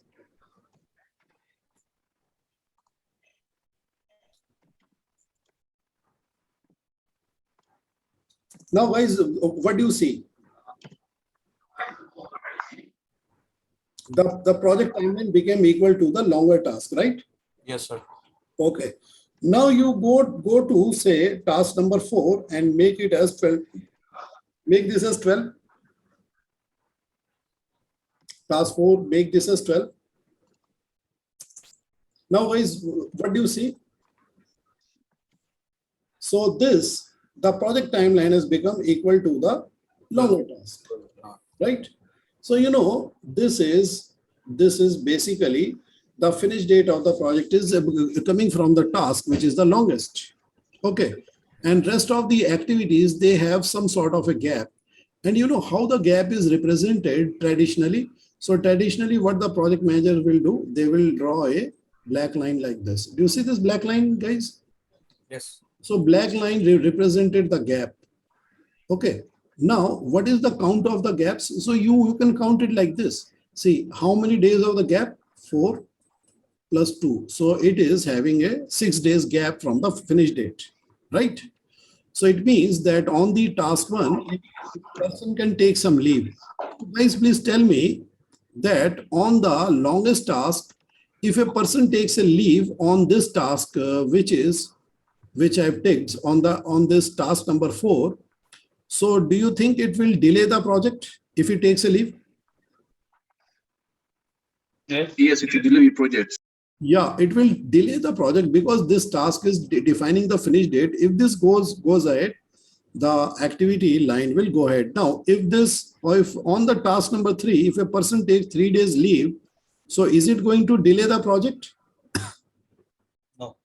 No, No. no. It is not going to delay the project because these tasks have something called the slack or the delay.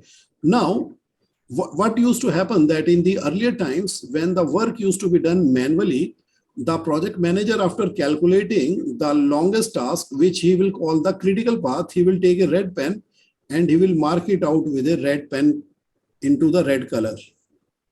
So when he marked it out with the red color, it will stand out. Now, what is the purpose for this? Just to make sure that any resource is not missing on this activity, because if any resource is missing on this activity, if man-machine material is missing on this activity will get delayed.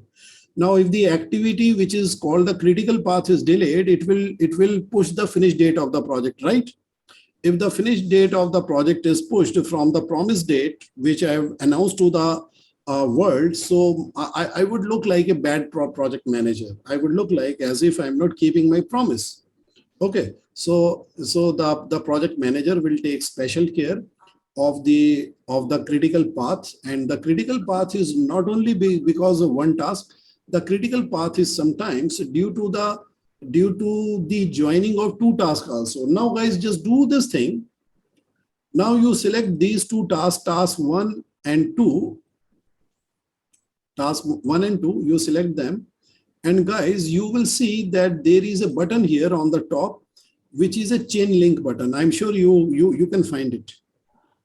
Click this. Click it. Okay. Now, guys, do you see that this task is also equally long, but then the critical path is not marked. So what you will do, you will mark it with a red pen. Now, do you need to do the same thing here in Microsoft project? No, because what we are talking about is it is what is done on the paper. Now, in the software, this is pre-programmed. Now, guys, click on the format option or the Gantt chart to format. I think on your system, it would be written as Gantt chart format.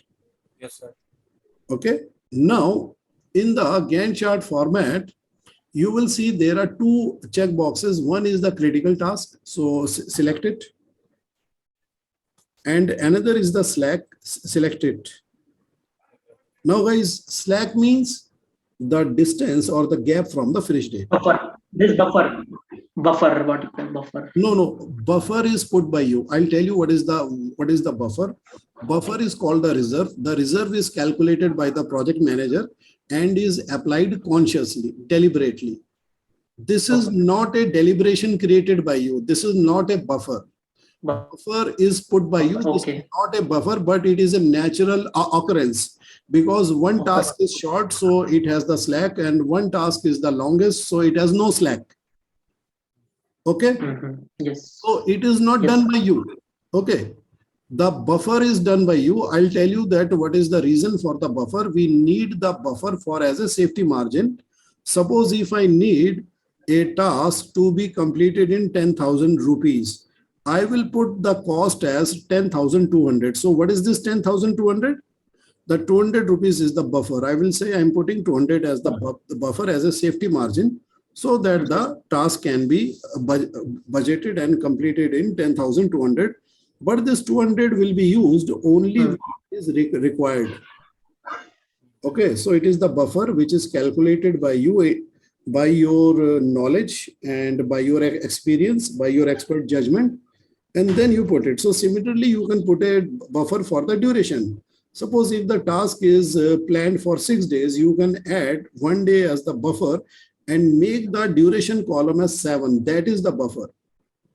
When you put some extra amount of time into the duration of a task deliberately for the safety margin, that is the buffer. Here it is not the buffer, it is called the slack. Now, actually, the slack has a column dedicated to it where you can see the count. Now, guys, what you do, you go to this column, resource name, and you right click here. Go to the resource name column and right click. and you select insert column. Guys, do you see the option? So you click on this option, Yannick, you click on this option and you select start Slack, write STA, and then you select start Slack like this. Okay. So once you write the start Slack and you select the start Slack, this column will come. Okay. I'm pausing here for a moment for you to confirm. So guys, did you get the start Slack column or not? Yes, sir. Yes, sir. Yes. So everybody has the start Slack. Okay. Yes. Now, Yes. how to interpret the start Slack column? It is like this. If you looked carefully, okay, if you looked carefully on the critical path activity, you will see that the start Slack is 0. You see that? 0. You will see that it is 0. But on the activities which are shorter than the critical path, you will see the start Slack has a value. It says 6 days. Do you see it has the 6 days? Do you see that? Yes, sir. It has 6 days. It has 6 days. It has 6 days. But this one has 2 days. Now, where does the 2 day come from? The 2 day come from the 2 working days gap here. Do you see that?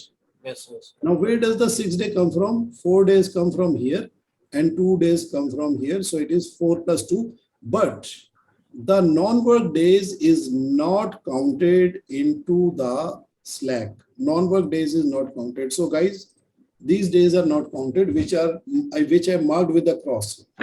Slack does not include non-work days because the Slack is only counting the working days gap, which is available from the finish date. But why these two activities are marked as critical? Because if a person takes a leave on the critical activity on this one or on this one or on this one, so guys, don't you think that it is going to push the finish date of the project?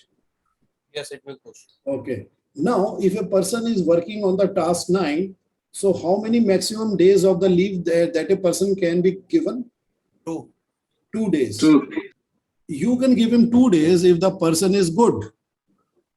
Yes. If the person is not good, you just tell him, no, I'm not going, I don't trust you. Okay. Because he will say, boss, I'm going for 2 days leave. He will come after 3 days. Then what will you do? You have no time to select another one. You will be thinking that, okay, he is going to come back. And you know what is going to happen? Your task will be delayed by 5 days because he will come after 3 days. Then he will take 2 days to finish the task and your project will finish 5 days after from the promised finish date. Then are you going to look good to your stakeholder or to your boss or to your client? Tell me, guys. No, you look bad. You are not going to look good. Okay. So that is why you should be very careful when you are managing people, and the Slack will let you know if you can give the planned off or you need a substitute. Now, guys, this is called the critical path. So critical path is a path which is basically a path having 0 slack, 0 distance from the finish date. In fact, the critical path itself is defining the finish date of the project. Right, guys? Okay. Okay. If you want to see, we can have multiple critical paths, but at least one critical path will be always there in the project. So guys, if you turn this activity duration into 12 and see that what happens. Turn this into 12 days and see that what happens. So this has become another critical path, right? Yeah. So guys, how many critical paths are there? 1, 2, and 3. And how many critical activities are there? Okay, if you don't know how to count, you can. 4 tasks. Critical activity. 4 critical activities are there. Now, guys, I'm going to show you the filter. Please click on the view. And guys, I'm sure you can see this filter here. And in the filter drop down, you select critical. Select the critical. Okay. So after you have selected the critical, you will see only the critical activities. Now, how many critical tasks you are seeing? Count. 4. 4. 4 or 5? 4. Saying 4. Four. Okay. 4 critical What, sir? task is there. Now, what you do with this knowledge of the critical path? So you will call for a critical path meeting. Okay, guys. Critical Delay mitigation. path meeting. So in the critical path meeting, you are going to call all the 4 resources who are assigned on the critical task. So how many tasks is there? Task 1, task 2, task 4, and task 9. So you will call these four guys into your meeting and you are going to ask them first question. So guys, I'm going to write the question and you will read it.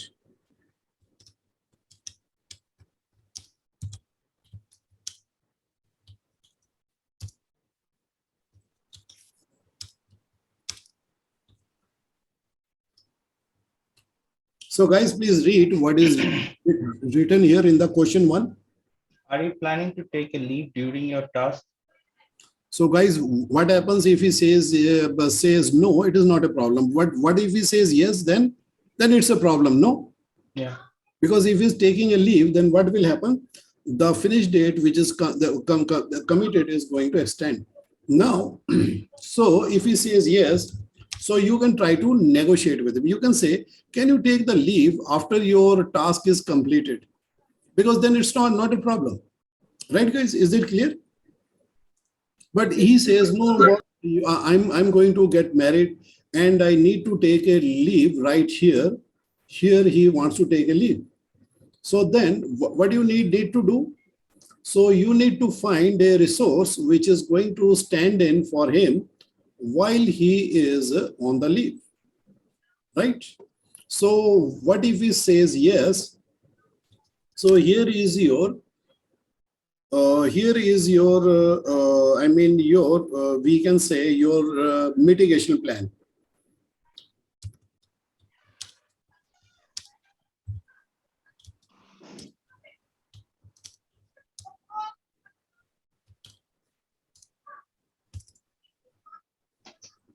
Guys, please read if he says yes. Yes, arrange to equally skilled person. Not actually arrange to, actually arrange for. The correct word will be arrange for equally skilled person. Because what happens when is not available, the equally skilled person will continue the work without any hitch or glitch, right? Okay, now the next question you are going to ask this guys.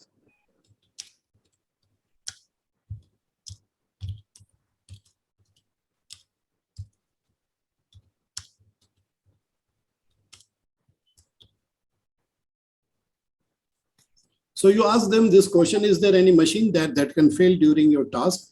If the answer is no, it is fine. But if the answer is yes, then guys tell me what you are going to do. If he says, yes, boss, I have a machine which can fail during the task, then what you are going to suggest to him? Look for space, availability of space, or machine replacement. Replacement of the machine or regular checkup. See, replacement may not be possible if the machine is too big, too costly. So what do you say? Send this for preventive maintenance. Okay. And if the machine is not too big, and you can say,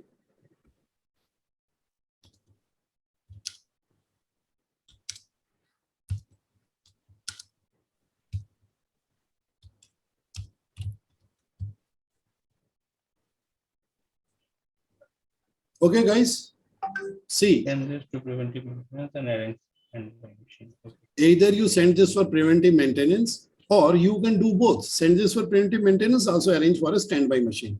So preventive maintenance, so what happens when you send a machine for the preventive maintenance? So the technical team will check for the possible causes of the failure and they will fix or replace. Right, guys? Guys, have you seen a preventive maintenance? So guys, let me tell you an example, a good example of a preventive maintenance. So guys, have you noted when you have deboarded from a plane, Have you seen so many people are surrounding the plane? Yes. Why they are doing that? They are doing preventive maintenance for the next flight. Do you get the point? Yes, sir. So they have got 100 points a checklist. Everybody is going to check each and every part of the plane thoroughly, and they are going to download information from the onboard computer. So to help them to pinpoint any kind of the emergency that can happen in the air, because in the air, you don't have any arrangement for the standby. Okay, you have that. In the air, you can stop it and board another one. Risk assessment. Yeah, so you can't do it because the plane is flying on the critical path, right or wrong, guys? Yes. Right. That's right. Similarly, your project is also flying on the critical path. So you don't have the opportunity to stop the project midway.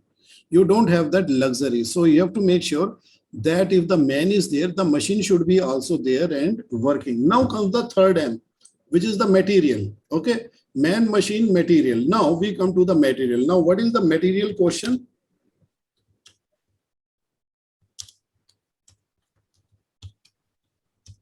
The materials required are available or not.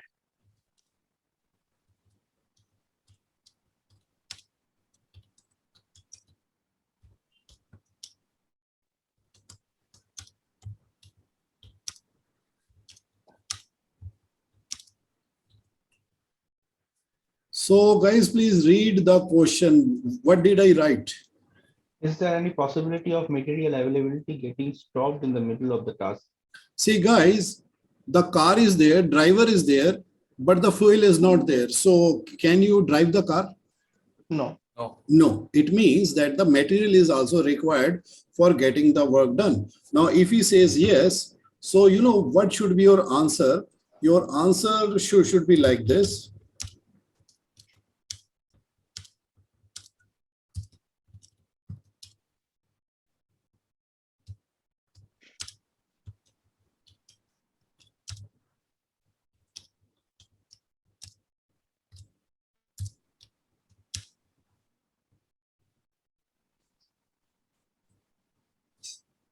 See, what is the answer? Order it now and see any possibility of supply failure. Okay, now what do? You listen to your boss, and then what do? You tell your supplier, I want to order this material now. Please tell me how soon you can get me. He says, sir, this material is not possible to get from the regular source because it used to come from Ukraine. Guys, can you get anything from Ukraine right now? Can't get anything, right? So then you tell him what is the next best source. He says that next best source is Taiwan. You can get it from Taiwan. You can get it from China. You can get it from Russia. Any other country can provide you this. If you are okay, I can show you some samples. Now, guys, you have a very good time to select the alternative sources of the material. Is that right now? Because if you are only relying on the fact that, okay, let it come from the usual source and you order it later, then what is going to happen? Is it not going to delay the task, the critical task? Yes. And if the critical task is delayed, will your project will not be delayed or not? Yes. Yes, so that is the reason. Okay, now on the fourth, the question.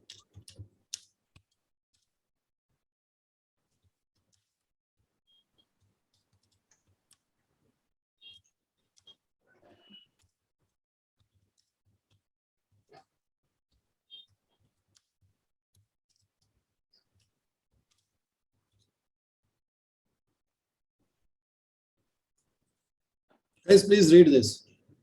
Is there any subcontracted task which require large cash approval? Say guys, large cash approval means that you have many people to approve and it has got a workflow which is lengthier. Now, what happens if you start the approval process later? So what will happen? It might even hold up your task, right? And subcontractors, they require cash. Okay, because they don't maintain their own resources. The people that they bring to your site, they're not on their payroll. Try to understand this thing. The subcontractors are not big players. Okay, they do not keep people on the payroll. They only gather up the people which they know and they bring them here on the basis of the cash which you provide to them. So if there is They any, will require ad hoc advances. yeah. So what do? If the answer is yes, so then you say start approval process now. Okay, start the approval process now. What is the benefit of starting the approval process now? Because if you have the pre-approval before starting of the task, then during the task, you go to the accountant with the approval, you immediately get the cash without any delay. Right, guys? Is this clear? Right. Because Yes, you sir. don't have to go through the approval process. So guys, so we have to take care on the critical path. These are the 4 things which you must take care. 3M plus 1C. So guys, is the abbreviation clear to you? So guys, if you have not conducted the critical path meeting till now, you conduct it please after this training. Is this clear to you? Yes, sir. Yes. If you have the knowledge of the critical path and you are not doing this, because this is a known risk. So what is a known risk? Resource risk is a known risk, because you need these many resources. If you are not pre-arranging for these resources, then you are taking the risk of the project getting stalled in the middle of the critical path. And if it is stalled in the critical path, then the finish date will get pushed, and you will later not be able to make up for it. Okay, that is, I mean, the gap can increase a lot. So make sure that if something is a known risk, and you should prevent it. So guys, what is a known risk? The risk which you can foresee and prevent by taking a preemptive action. So what is an unknown risk? I'll tell you what is an unknown risk, which is beyond your control. So guys, can you predict an earthquake? So No. earthquake is classified as unknown risk. Guys, can you predict tsunami? Force measure.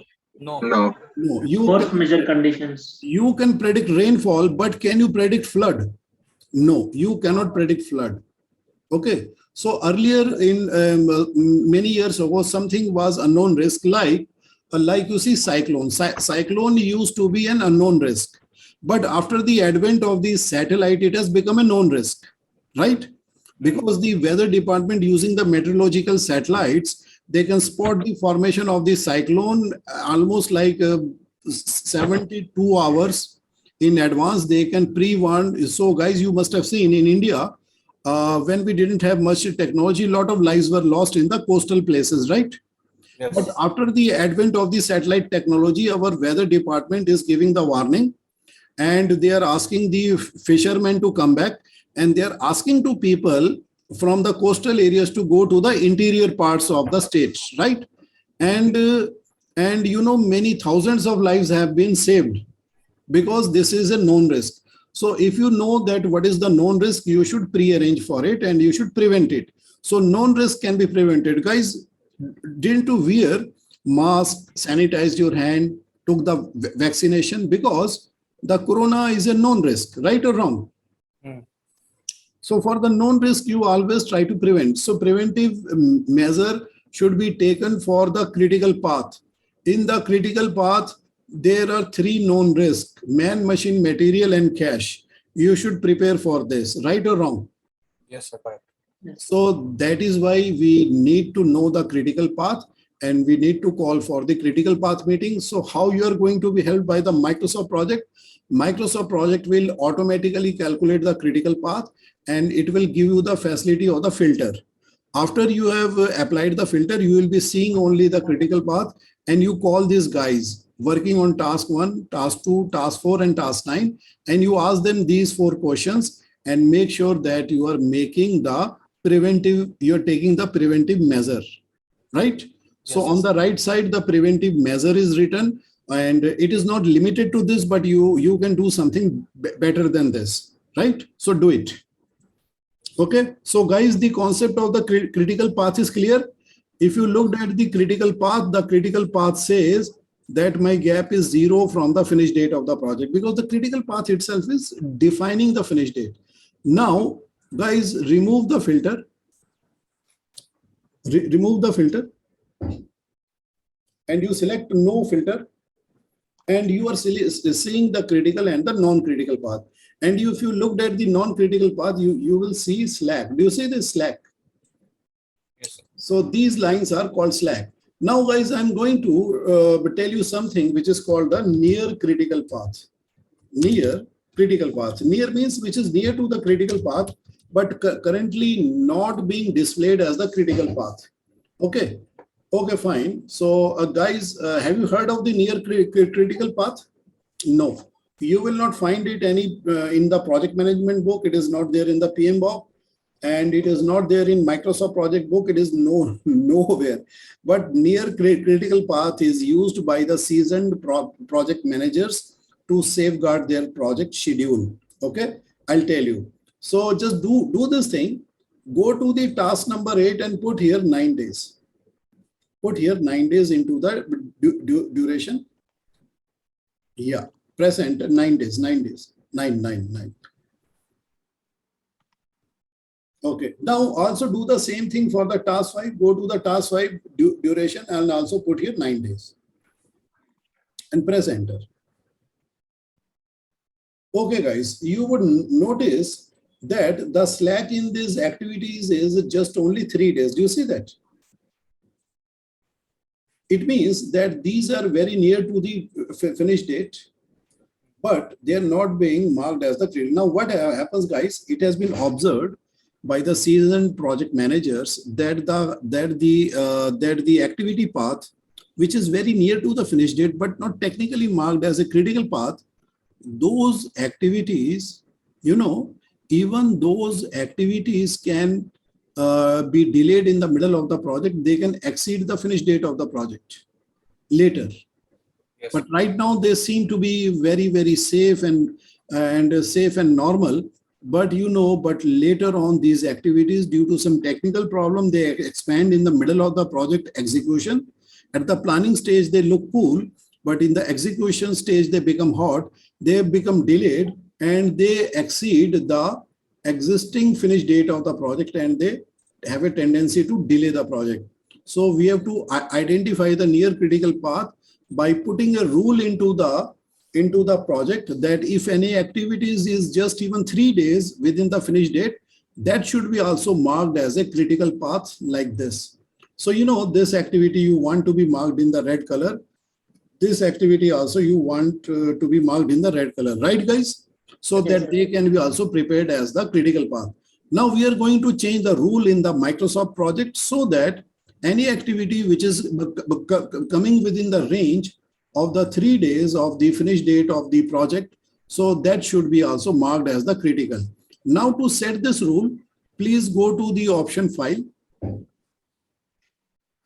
Okay, guys, you are here? Yes, sir. In the file, go to the options.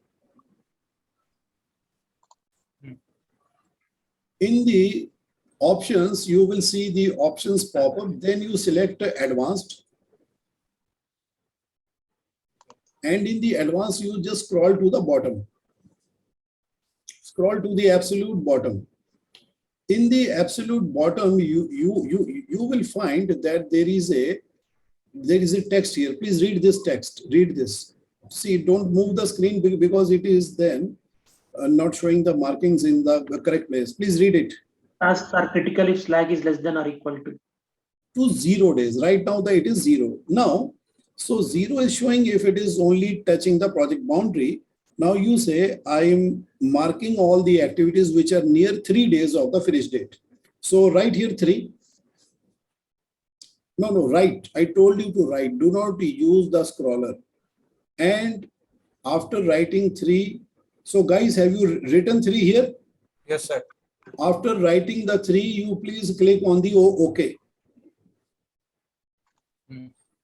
So guys, do you notice something here that these 2 activities, even though they are having a slack, they are being marked as the critical, right? Yes. Because they are within the range of the finish date by 3 days. Now you go into the filter and you select critical filter. Select the critical filter. Yes, sir. Now, guys, do you see that these activities are also now being displayed as the critical filter? Now, 2 more guys, they come into the room, and after coming into the room, they start asking you a question that, boss, my activity has 3 days slack, then why did you call me for the critical path meeting? So guys, please tell me what you are going to explain to him. If the guy assigned on task 5 asks you that, boss, my activities has a 3 days slack, then what are you going to explain to him? Why? It is near the critical path. So if there is any slack, so it will be converted into critical only. No, not exactly like this. The reason is that you tell him that the amount of the slack is low. Okay. It is very near to the finish date, and this slack can be consumed in the middle of the execution, and your activity has a potential to delay the project. That is why, because the slack is too low. Okay. That is why your activity is also being treated like and prepared like that a critical activity, only treated like a critical activity, so that we are on the safe side of the schedule management. Right, guys? That is what you explain to him, that the amount of slack is so low that it is very near to the boundary of the finish date. Okay. Okay. So this is how you set this rule. So guys, let us do this thing. Let us first of all remove the filter. After the meeting, immediately remove the filter. Okay.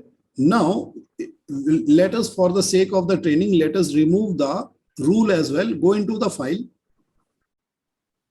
and go into the options. Select advanced. Go to the bottom and set the rule back to 0 days. Now only the activity having 0 day of the slack will be displayed as critical. Click on the OK.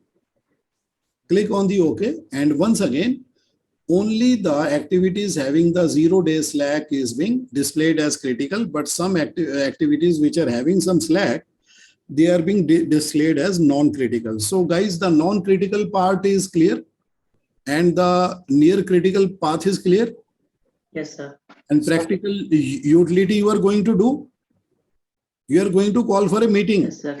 Yes, sir. Otherwise, learning the Microsoft project is not useful if you are not going to implement project management process, right? Okay, that is the practical training. Okay, someone is trying to ask a question. Please ask. Please ask. Can we have a different color shade for the near critical one? Like yellow. We can have, Yes, but my suggestion to you will be that don't do it. Don't bother about the color. Try to grab the major concept and implement them religiously. Implement them. Okay, so you will be in a better position as a project manager. Okay, you can change the colors. You can change the critical path color into violet, blue, green, pink. Okay. You can even ask your girlfriend that what color she would like to see for the critical path. You can implement that also, but you will be in trouble. I'm asking for the near critical one. No, you can do it, but don't do it. Okay. Don't do it. Okay, don't do it. Okay. Let it remain red color because it has been like that for more than 100 years. 100 years ago, Gantt chart was created by Henry Gantt and he gave the colors. We are still maintaining the colors. Okay. So do not change the colors. They are not so important. So what is important here is that we should be able to see a standard color. We should be able to understand the project management process, and we are in control of the project. So let us stick to the colors already given. Let us not bother about the colors changing. Let us bother about the interpretation of the existing colors. Because if you change the color, what happens if you are looking at the project plan given by some other person, he might have a different set of colors. So guys, make sure that you are using the same template throughout the organization. Because if someone is using a different kind of a format for the project summary, group summary, critical path or this and that, and it will be very difficult to implement. So you be the champion of implementation of the uniformity in the project management and the uniformity of the interface of the Microsoft project. Okay, so for after this, the critical path lesson is done. Now, what is the next one? So let us see what is the next rule. The next lesson is dependencies. Okay, so guys, once again, it is very simple. So what do? You create the next lesson out of this file only. So what do? Go to the file and click on save as. Sir, I would like to interrupt you. Yeah, please. We can highlight on the same way, it seems, in the same view option. We want to highlight the specific task which is critical. I didn't get it. There is an option called highlight. Okay. Highlight. And in the view. highlight where it is? Just above this filter. Highlight. Okay. Highlight. Critical. Actually, we were asked in one of the meeting to highlight the critical task. Normally, see, highlight, you can do a lot of things. Highlight is there. Date range, you can select a date range. You can highlight a date range. So highlight, you can actually. You were asked to show us the active task will highlight all the task and completed task. So now I came to know that this option. So you can do it. So highlight is not a very big deal because people can relate. But if you highlight here, so that is good when you have large number of the activities. Okay. Yes. So, but when I'm conducting the meeting, why I'm not using the highlight? Why I'm using the filter? Because have you seen there is a you can say curtain in front of the horse eyes. Why? So that the horse can see in the front direction only. Why is that? Why is that put? So that the horse is not distracted by any other thing which is on the side, left side or the right side. So that the horse moves straight ahead. That's why they put this kind of a curtain on the horse eye. So that is why whenever the my resources will come into the room, those who are connected to I won't show them the non-critical activity because someone would start asking a question which I don't want to say no. I can't say to my team member, no, I don't want to answer this question. Please focus on your task. Instead of that, you hide something which they need not see. Do you get my point? Yes, that is people management. So, instead of the highlight, so what I will do, I would rather prefer to use the filter, critical. So these guys are working on the critical activities. They should be seeing the critical activities. They should neither be asking nor should be talking about the non-critical. Because I have not called them to review the project plan. Right? Yes. Because reduce the distraction. Because this is the problem with the human resource. If they are not kept away from the distraction, then they lead to the destruction. Right? Okay. Yes, sir. Okay. So highlight is one good. More thing, sir.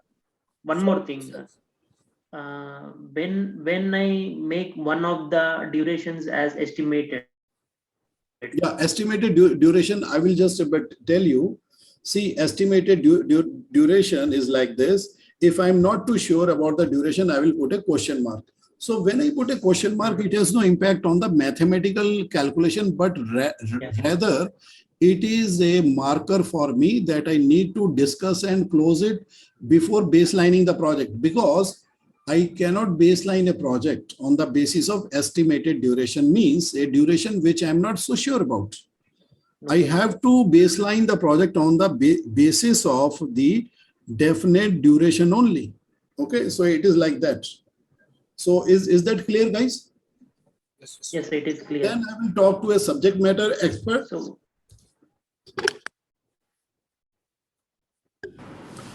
then I will convert into a definite duration. Then I will baseline the project, and then baseline the project. The baseline data will be used to control the actual duration of the task. Right, guys? Is this clear? yes, sir. Yes, sir. It is clear. So estimated duration is a marker. It is a reminder for you to get the clarification and finalize it. Okay. Okay, fine. So now let us create the lesson number 4, which is called the dependencies and relationships. So how do we create it? So we go into the file and click on save as. So guys, click on the save as, and then you go, if you are in the project folder, you click here and you write as lesson 3. So I'm going to write it. Just wait. Let me write it. so that others can follow. Lesson 3, dependencies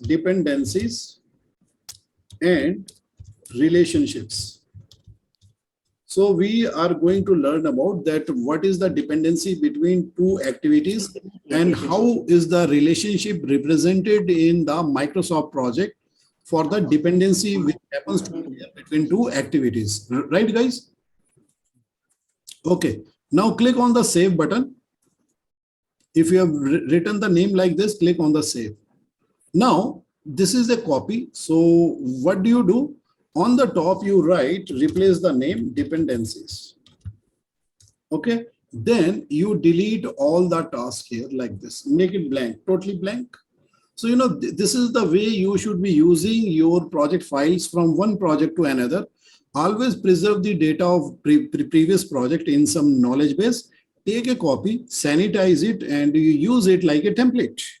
You can retain the WBS also, because if the next project is having the similar set of the activities, you just have to modify some of the tasks and you can reuse the most of the data.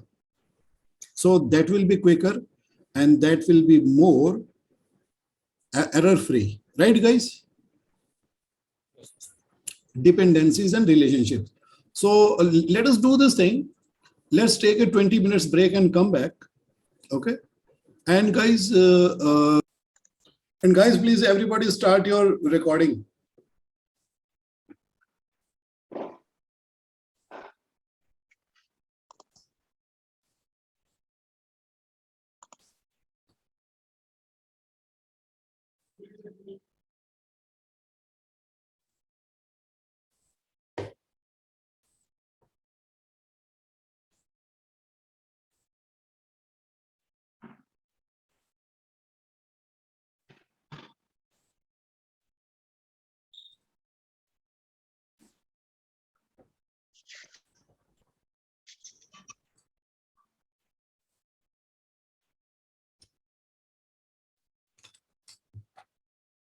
Okay, guys. Now, dependencies are of four kinds.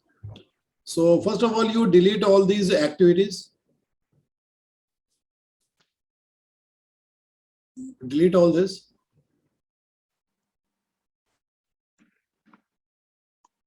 No, not like this. You have to select the entire. No. See. Just wait. What you need to do, that you need to go to the left hand side, and then you press the shift and down arrow like this. Okay, just do it. Press the shift and down arrow. It will select all the rows completely, and then you click the delete button.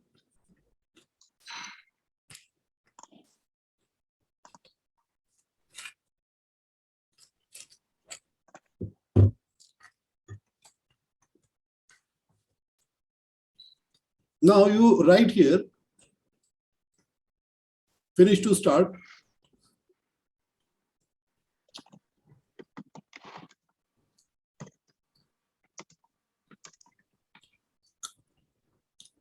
And then you go to the next row and you write here task 1, 2, 3, 4, 5, 1, 2, 3, 4 of 6 days each.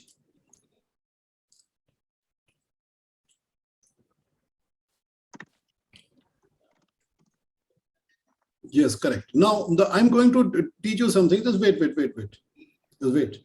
See, when you want to do, when you want the same values to be repeated in the multiple tasks, so what you can do, you select all of this, then you right click here. You right click here. And then you select information. After selecting the information, go to the duration here and you type here 6 days. Okay, so after you put here 6, click on the OK, and this will be replicated across all the tasks. So all the tasks will be of 6 days. Now you click on the indent button. So once you click on the indent, it will create a work breakdown structure and it will make it the parent child. And then you go to the Gantt chart, the format, the option, and you select outline number. Go to the Gantt chart, and on the right side you will see outline number. So guys, everybody's outline number should be turned on.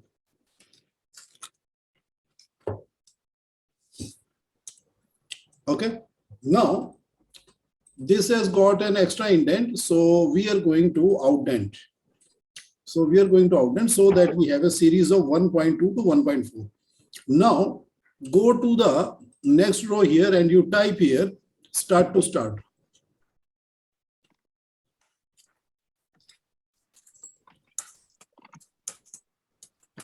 So guys, when you type your start to start, do you note that it is creating the next in the series? Because the Microsoft project thinks that you are typing a subtask, but in case you are not planning a subtask, so what you can do, you can outdent it. Outdent. So it will become number 2, because then it will not be this series, but rather it will be series taken from the outer. Okay, outdent. So the series will be coming from 1. So this is the next one. Now under this, you type here task 1, 2. Under the start to start, you type task 1, 2, and you put 6 days duration and indent them. Yeah, like that.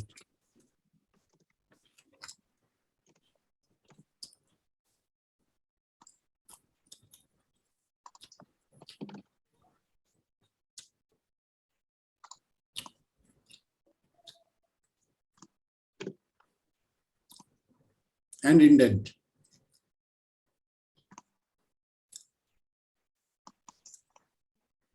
Oh, okay, guys, did you note one thing? That you can have duplicate task names, but you will never have the duplicate series number. Do you see that outline number here? So because this task 1 is belonging to the parent number 2, this task 1 is belonging to the parent number 1. So that's how you get a unique number. So when you are in a meeting, so you can talk to your participants in the meeting, you can refer to the numbering. 2.1, 2.2. 2.1, 2.3, look at 1.3, look at the duration of the 1.3. I want a definite duration for 1.3. So you don't have to use the task name, because everybody can see on the screen that where is 1.3 or where is 2.2. Okay, so similarly, you create here, finish to finish.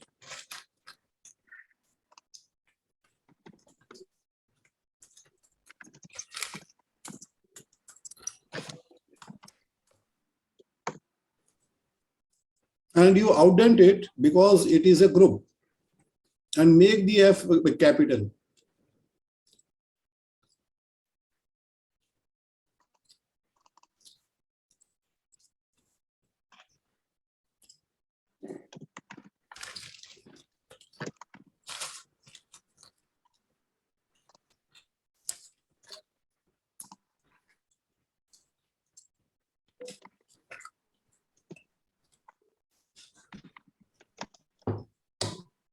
And indent it once again.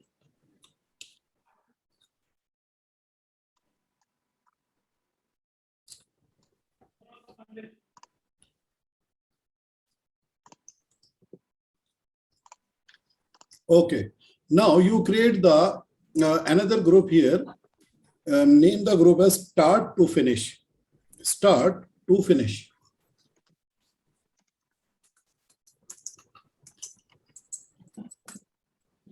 And outdent the group name. And then you create task 1, task 2, and indent it, and it will become the child task. It will have the series from the parent. Okay, guys. So guys, so we have the next lesson. We are talking about dependency list. So since you have done a lot of work, you should save. So click on the save button, or you can press Ctrl S. Okay, yeah, now your file is saved. So guys, please confirm you have the same raw data created, and then we will move on to understanding.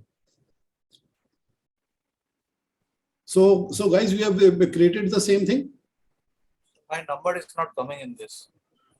If the number is not coming, go to the Gantt chart in the format, then you select outline number, the number will come. You see the right side arrow where it is pointing to? Can you see the demo screen? Yes, sir. So you select that checkbox. Okay. On your screen, if you select the checkbox, you will find the number will come, because the outline number gives It comes from here. Okay. This is the outline number. Got it? Yes, sir. Okay, very good. Now, let us understand the concept of the dependencies and relationships. So for that, I will go to my whiteboard. So I'm going to the folder where my files are kept.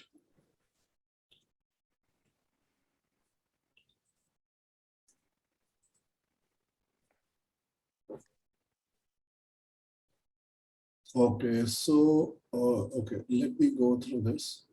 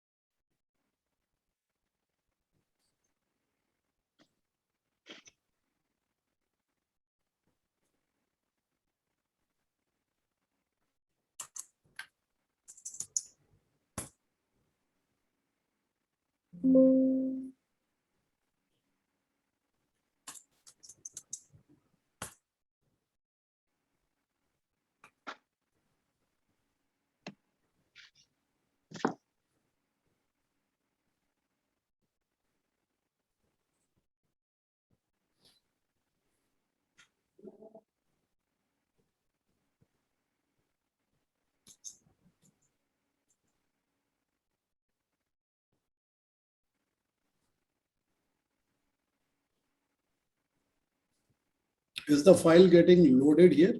Yeah, 1 second, you open it, sir.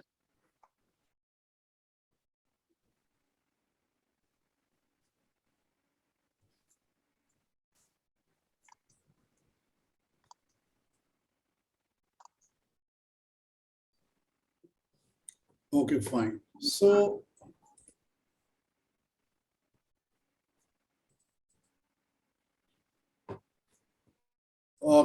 can you switch this thing off, this top thing, this top row thing? Do you know how did it come? Yeah, fine. So guys,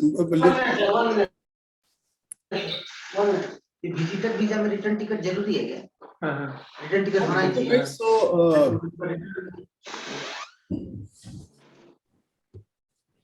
Satish, you're back. Sir, please. Yeah, sorry. Okay, guys, see, now we are going to understand the dependency. See, in the dependencies or the relationship, there are minimum 2 activities. So one of the activities is predecessor, one is the successor. So in the English language, the predecessor means the ancestor and the successor means the descendant. But in the project management, the definition of the predecessor is different. So guys, please read the red text. Read this. Predecessor task is the one which controls the start and or finish date of the successor task. Yeah, so successor is the task which is referencing the predecessor for its own start date or the finish date, and which is coming from either the start date or finish date. See guys, in every activity or every task, it has got two dates. One is the start date and one is the finish date. So once you have 2 dates in the see, best you are here. Best? Yes. Okay, fine.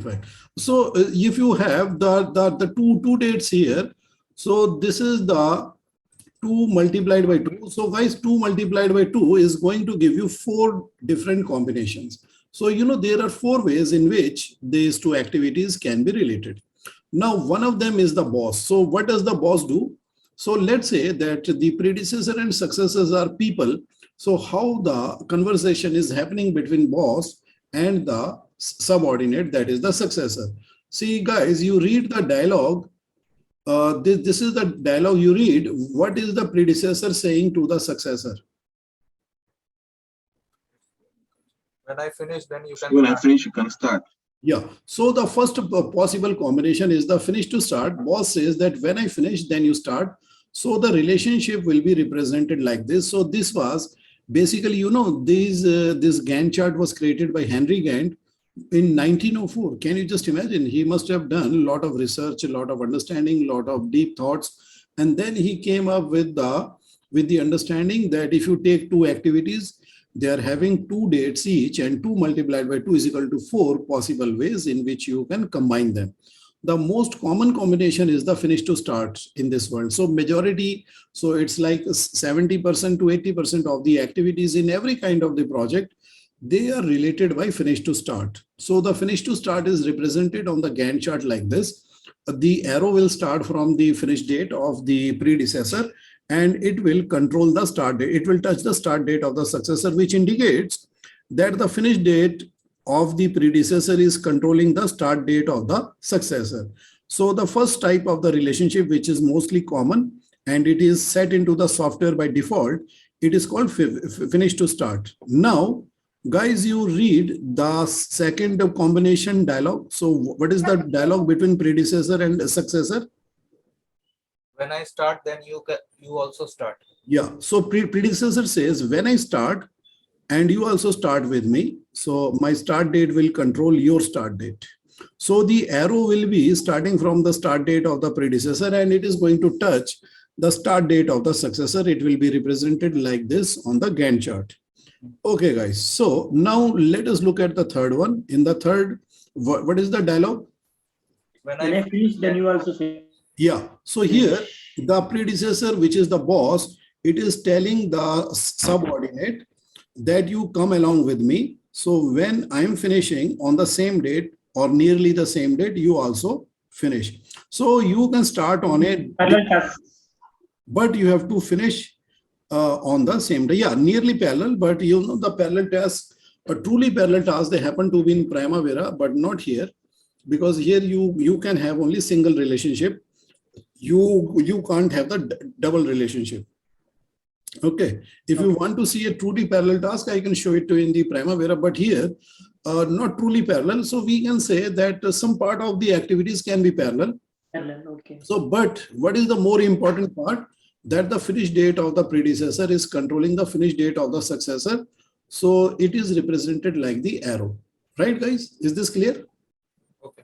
Okay. Yes, now you read the fourth dialogue between the predecessor and the successor.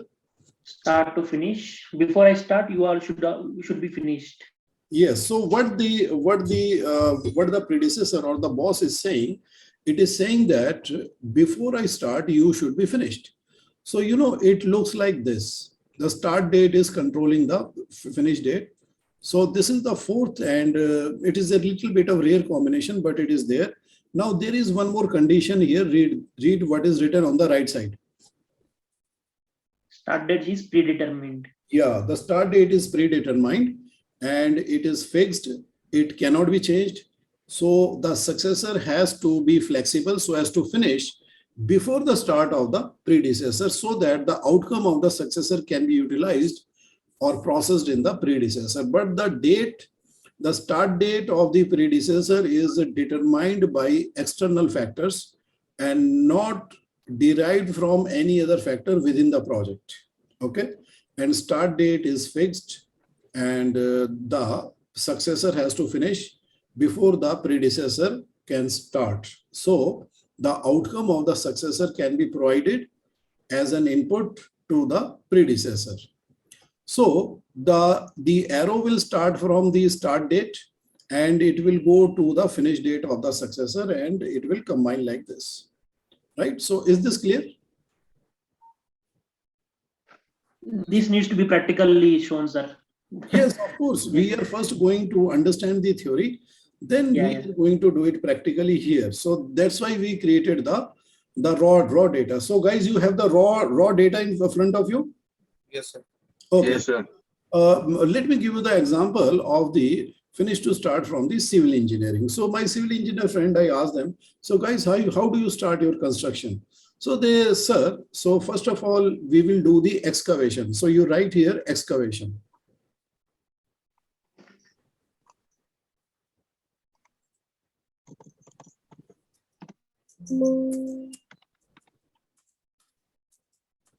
So after the excavation, so what they do that, so guys, what is done after the excavation? PCC. PCC, plain cementing and concreting. So you write here PCC in the capital. The full word you don't have to write. The full word is plain cementing and concreting. Okay, so this is what, no, you don't have to write full. You just write PCC. I'm just saying it for your knowledge. You just write PCC here in short. So after the PCC, they will do reinforcement. So this is done only after the PCC is fully completed. After the reinforcement is completed, they can do the shuttering. So you write here shuttering.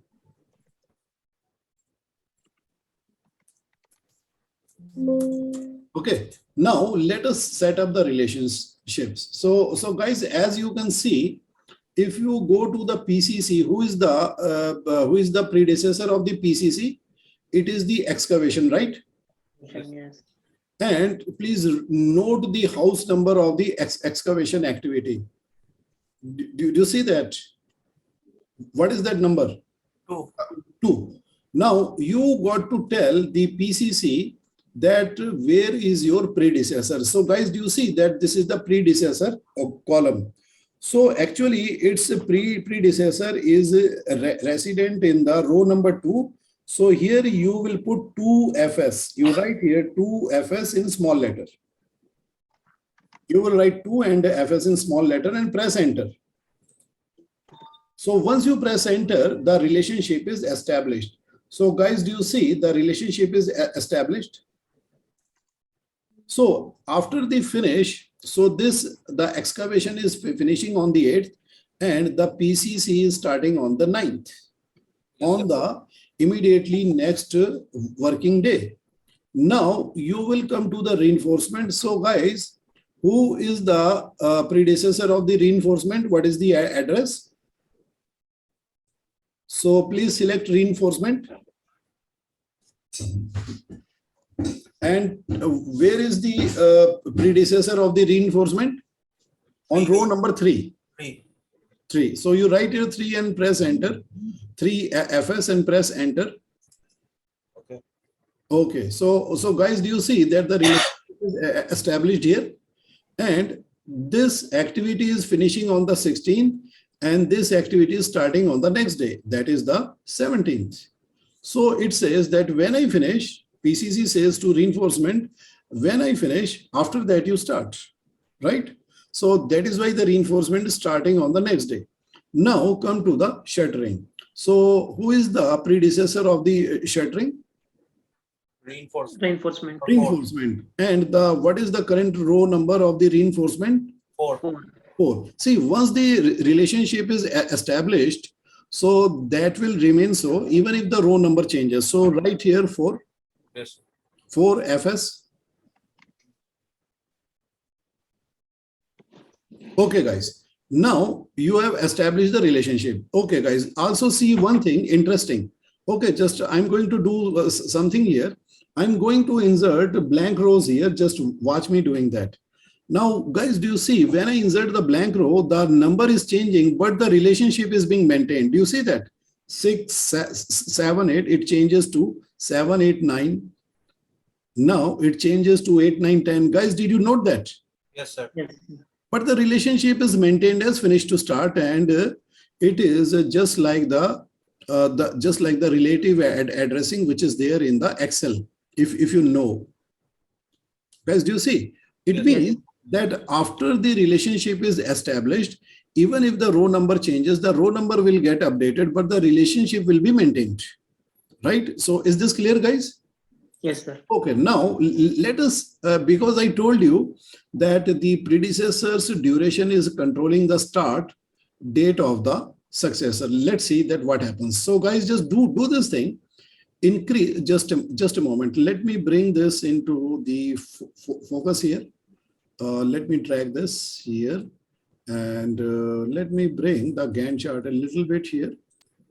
Okay, and let me adjust the width of the time scale. So I'll tell you that how to adjust the width of the time scale. If you go into the time scale, you will see there is a field called size. You can reduce it to 65.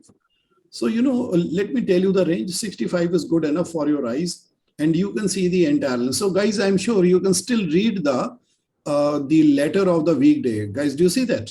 Sunday, Monday, Tuesday. You can still identify them distinctly. You can see the entire Gantt chart. Now, Why I've done that? So that, I can fit it within the existing space and I can reclaim more space by hiding the task mode, because the task mode, I know it is set to the automatic. Now you can reclaim a little bit of more space here. Okay. You can squeeze the task name. So you can learn how to handle this. So task name, you can write like this and keep some space, and maybe you can overlap the start slack. But if you want it to be a little bit more comfortable now, since you have a little bit more space, so what you can do, increase it to 75 pixel. Actually, it is saying pixel. Okay, do you see that it has expanded a little bit? Now we come to the main point. The main point is that if I increase the duration of the excavation, then what happens? Okay, now increase the duration of the 1.1 to 10 days. Make it 10 days and see what happens to the PCC, reinforcement and shattering. Guys, did you note something? Okay, now what happened? When you increase the duration of the excavation pushed the PCC pushed the reinforcement, and the reinforcement pushed the shattering. So did you note that? Yeah, these are all dependent activities. Now, who pushed whom? Because the excavation is the predecessor for the PCC, and PCC is the predecessor for reinforcement, and reinforcement is the predecessor to the shattering. So that is why they are getting pushed. Now, excavation says, I'm going to finish later. So it tells the PCC, you start a little bit later. And since the PCC is finishing later, it is pushing the reinforcement to finish later. So that's how it is going. Now, you reduce the duration of the excavation to 3 days or 4 days. You write here 4 days and see that what happens. Reduce it to 4 days. See, now what does the excavation says? Excavation says that I'm finishing earlier. So you also can start earlier, and the PCC tells the PCC tells to the reinforcement, since I'm finishing earlier, so reinforcement you can start earlier, and the reinforcement tells the shattering that I am finishing earlier, so you can also start earlier. So it is like this. So it means that the finish date is controlling the start date of the successor, right, guys? Okay, you set the excavation back to 6. You set the duration of the excavation to 6. Yes.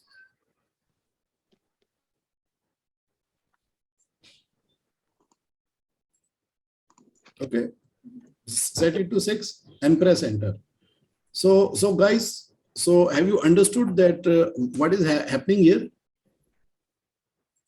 Okay, so now you would notice that when you put the relationship, but the relationship disappeared in this column. Okay, I'll tell you the answer in a while. So guys, I'm going to explain to you the start to start. Start to start. So guys, any question on the finish to start? Because I believe that the finish to start is very easy and you must have used it by now. So is this clear? Yeah. So I'm skipping to the start to start. I will tell you the start to start with an example from my side to stimulate your thought process.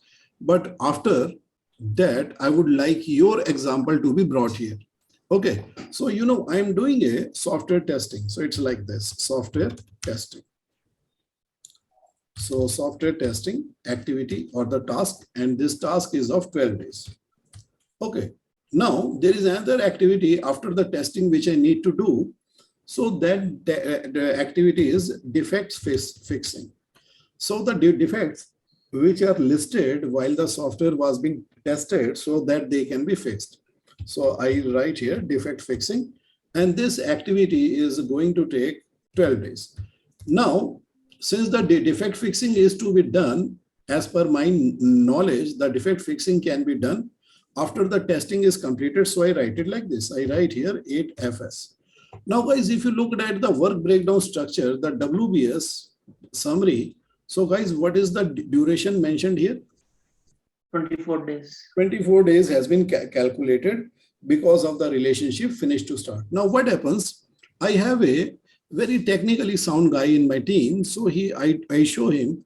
So I ask him, so guys, man, is the relationship correct? So he says, boss, so see, it is technically correct, but practically it is not correct. Why? So he says that, look, software is not a physical product. Right, guys? Do you agree? He says, let us do this thing. Let us put the software onto the server. From the server, what happens that if you are putting something onto the server, from the server, two guys can retrieve the data at the same time.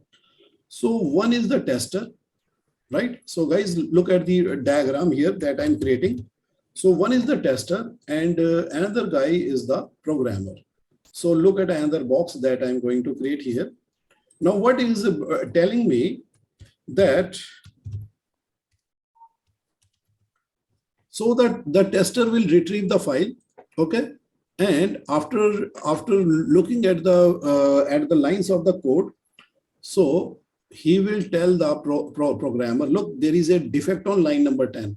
So what the programmer will do, he will be fixing the line number 10. So the tester will move to the line number 20. Do you get my point? Yes, sir. Simultaneously they can do. Yeah, so they can do it side by side. So when the testing starts, the programmer also can do the defect fixing. So practically speaking, we can do both the tasks as we call in the normal languages in parallel. I say, fine, that is a good idea. Why not use it? Because the software is not a physical product. See, it is not possible to do in a physical product, because in a physical product, the tester will have to complete his job and then he will physically hand it over to the defect fixing technical person and he will fix it.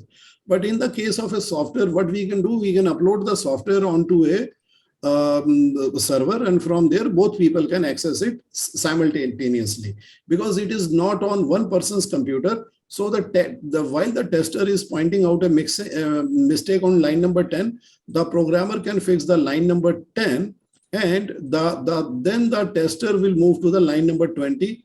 So then he will fix the line number 20. The tester will move to the line number 30. Then he will do it like that. So, this way, both of them can work in parallel. So I say, yeah, that's a brilliant idea. So guys, please note the current duration, 24, right? Okay. Now you go and change the relationship to 8SS. 8SS in small letters. 8SS. No, you just add the SS. Guys, do you see what is the total duration now? 12 days. 12 days. So 12 days, it has reduced the duration by 50%. So why is it so? Because you can see that the activities are now being done in overlapped manner, side by side or in parallel, as we love to say it. Right, guys? Is this clear? Yes, so sir. when that's sorted, now let me tell you about the dependency check. I'll tell you that what is the dependency check. Guys, tell me one thing. Suppose if I cancel the software testing, would I still need to do the defect fixing, or can I still do the defect fixing? If I cancel the software testing activity or the task, can I do the defect fixing without doing the testing? No, you can't do that. No, you can't do it. You can't do it any of the product. That's a very logical understanding, because if you're not testing something, how can you fix the defect without knowing the defect? So it means I can say, you may not know the defects without testing. Yeah, I will not know the defect without testing, so I can't even do the fixing. It means I can say that the activity of the defect fixing is dependent upon the software testing to happen. Is that right statement? Yes, Is sir. that right or wrong? Yes, sir. Yes, sir, right. Correct. That is the right statement, because if the defect fixing has to happen, so the software testing must be also started. So the start of the software testing will trigger the start of the defect fixing. But if the software testing is postponed or it is not done, then the defect fixing, let's say that let the software testing date is postponed. So here, what I'm doing, I'm manually postponing the date. I'm selecting the date here and shifting it to the 8th. So guys, do you see? I'm only changing the date of the software testing. It is changing the date of the defect fixing. Do you see that? See, okay, Satish, you go into the date, and you change it to 15 the next week. You change it to the next Monday. Do you see that? The date of the 2.2 is also changing, right? It is also being 15. Why? The logical reason is that, can the defect fixing start before the software testing? Can it? No, it cannot. It cannot start. That's why the date is also getting updated. So now you change it to 22. Change the date of the software testing to 22. Do you see that it is changing? Now you bring back the date by clicking here. Click on the undo once. Go and click on the undo once. So guys, do you see that what is happening on the Gantt chart? Click on it once more. Okay. So if the software testing starts earlier, then the defect fixing can also start earlier. So guys, is the concept clear now? Yes, sir. Okay, fine. Now, what I want you to do, that I want you to think of your own example and bring it here. So I'm going to write here P, I'm going to write here S. Now think in your current project, in your past project, or maybe in your future project, that what do you think is a very good example of start to start, and you tell me, and so that we can all understand it. And we can all agree with that. Okay. Please bring this on the table. Think of it. So please retrieve it from the memory.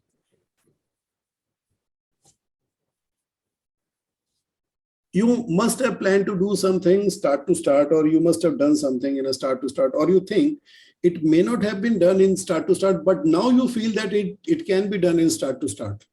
So guys, please bring an example from your projects. Satish, bring it. Yeah. Satish, you are an experienced person. You have done lots of. I'm there. So please bring one example. So you first tell us that what is the example, then you write the name. You write the predecessor name, you write the successor name.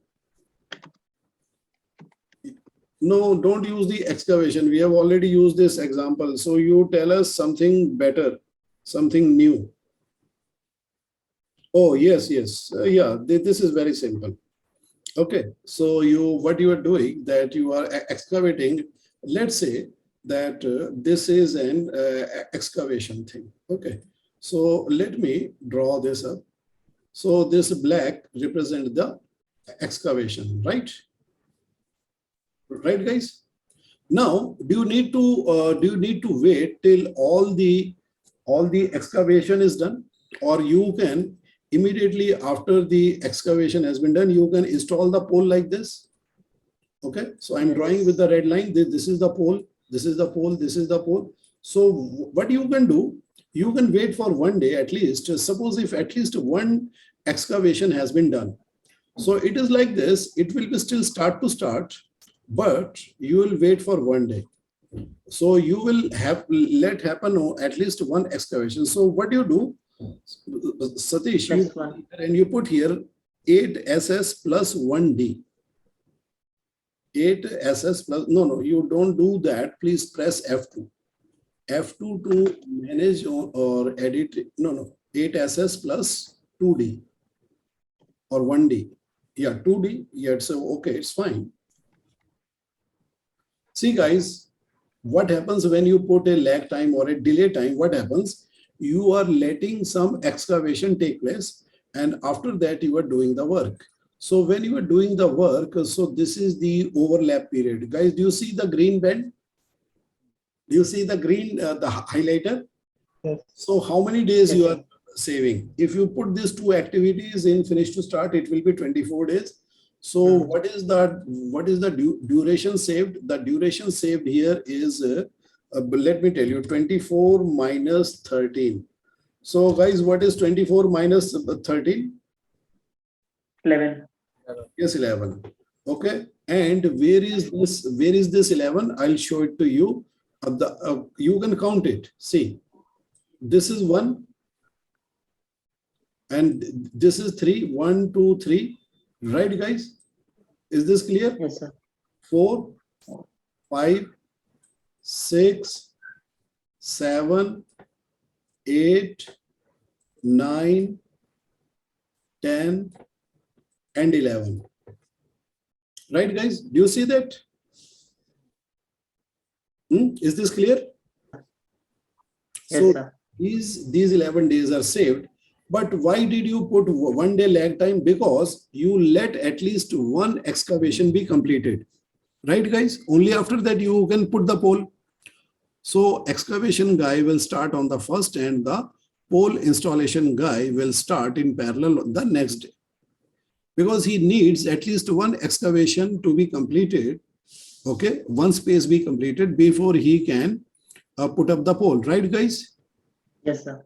So, this is called the lag time. Okay, why are you putting the lag?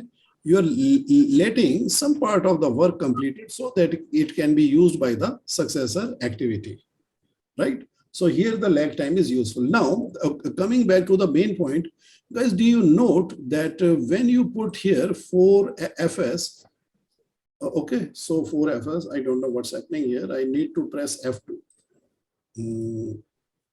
Okay, and I go into it. No, it's not happening. So just a moment, Let me clear this. Let me press F2. So I think it is going, yeah, now it has happened. So guys, do you note that when I type the FS disappears? Why? Why does it? So let me tell you There's this. no lead or lag here. No. I'll tell you that what happens. See, guys, traditionally speaking, so whenever people used to do this, all these things, in the beginning, did you have any computers? I'm talking about the year 1904. Did you have any computers? No. Did you have any laptops? Nothing. No. So people used to do it on paper, even the moon missions, which are the Apollo project. If you go to the YouTube, you just type the moon missions, you will see there, you will find a video. The project managers, they are working on tables as huge as 20 people dining table. They have a huge drafter and they have a one sheet of paper, a dining table which can accommodate 20 people. On that table, they are drawing the Gantt chart. I've seen that. They're drawing the Gantt chart for the moon mission. It was such a painstaking job. Now, what used to happen when people used to write the relationship, they realized after some time that finish to start is most common relationship. Let us not write the finish to start, let us write the rest of them. So if you put here start to start or finish to finish, that will be retained, but the finish to start will not be retained. But let me tell you one fine point, guys. Guys, if you're trying to put the lag time, you have to write it. If you try to put the lag time like this, 2D, it is going to give you the error. It is going to say pong, right? Yes.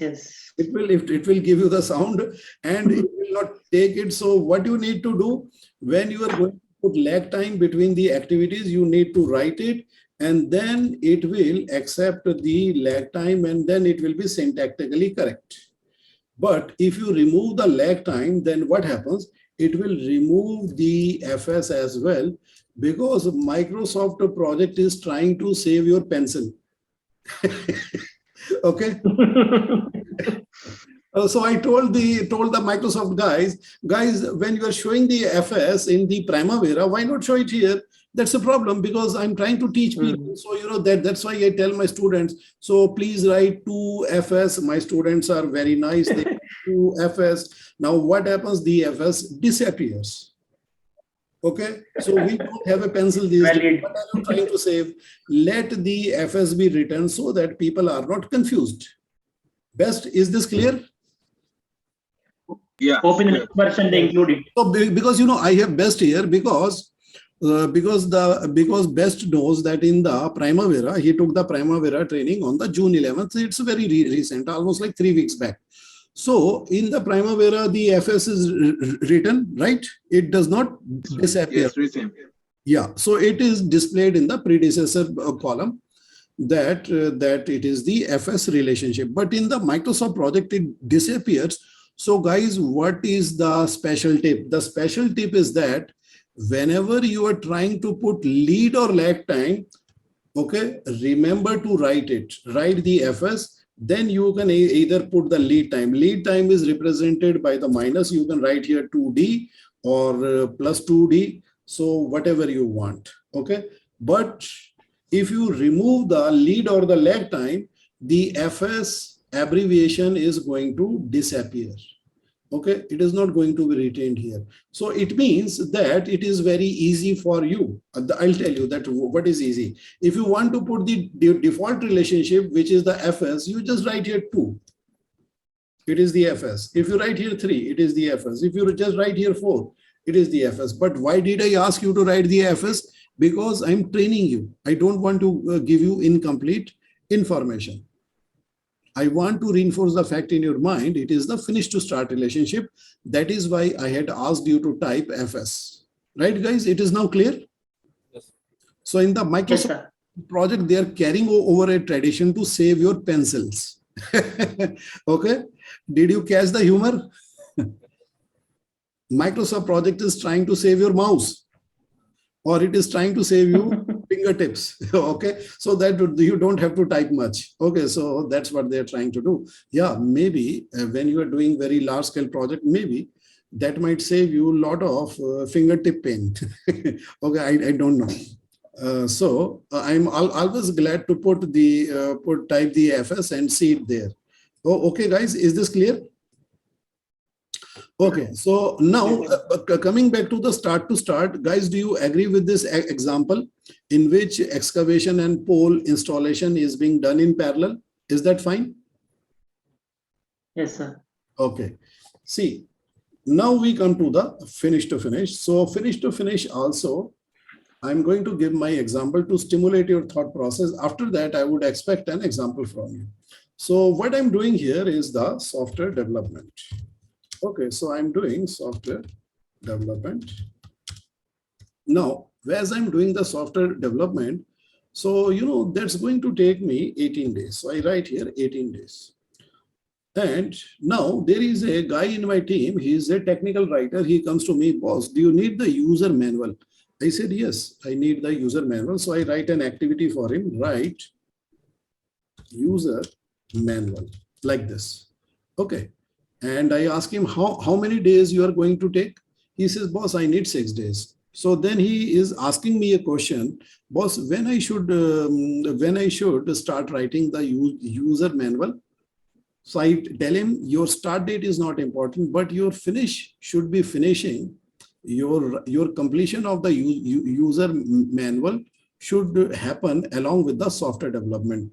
It means when the software development is completed, your user manual should be also ready on the same date. Okay, it means that it is a finish to finish relationship, right, guys? So the finish to finish relationship should be established here at the finish side. Now, how to do it? So just go into this column and you write here 12 FF. Satish, just do it. 12 FF. Now, as soon as you write the 12 FF, so guys, do you notice that the arrow is starting from the predecessor and it is hitting the successor? Do you see that? Guys? Yes. You see that the arrow is starting from the predecessor, it is controlling the successor. It means that the software development finish date is controlling the finish date of the user manual. Okay, guys. Now, let me ask you a very simple question. The question is that, what if you increase the duration of the user manual to 10 days, which date is going to change? Is it going to change the start date? Or is it going to change the finish date of the successor? Start date will change. Start date will change because the Finish date will remain same. Yeah, because the finish date is under the control of the predecessor, right? So it is not going to change. Only the start date is going to change. So yes, Satish, you go ahead and make the 10 days of the duration. For the 3.2, make it as 10 days. So guys, do you see that the start date has changed? Yes. Okay. Yes. It means that if you need more days, so you should start earlier, but your finish date should be coinciding with my finish date. Why? Because the user manual is an accessories and the software is the main product. So guys, if you buy a product and you don't get the user manual, will you feel good about it? No. For example, you bought a smart TV and which has got a lot of features loaded onto it, and you open the package, everything is there, but except the user manual. Do you think that you can use the full features of the smart TV without a manual? Possibly you can't. Okay. So that is why the user manual has to be developed in such a way so that it is completed along with the main product. But let me tell you, technically, if you do it in the finish to start, okay, so guys, have a look. If I do it like this, is there any technical problem? No, technically it's not a problem. Let the software development be completed, then write the user manual. What is the problem? No problem at all, technically not. But guys, look at the duration. What is the duration now? 28 days. 28 days. See guys, if you are a project manager and if you do not try to save time to finish the project within the given time constraint, are you a good project manager? No, you're not a good project manager. You are not a good project planner. So if you want to be a good project planner, you should try to save time. So you can squeeze the time either using start to start or finish to finish. So please click on the undo the button on the top, or you can do Control Z also. So guys, now what is the duration? 18. So guys, so what is 24 minus 18? What is 24 minus 18? 6 days. So you have saved 6 days. Okay, 6 days saved. So how the 6 days have been saved? So guys, look carefully at the bar chart. So I will show you day by day how the days have been saved. I will use a green marker. Okay, so this is how you save 6 days. So you have saved the 4 days here. This is the 4 days and this is the 2 days overlap. The total saving is 6 days, right? Okay, now, so guys, what is 6 divided by 24? And what is the percentage here? 6 divided by 24. What is the percentage?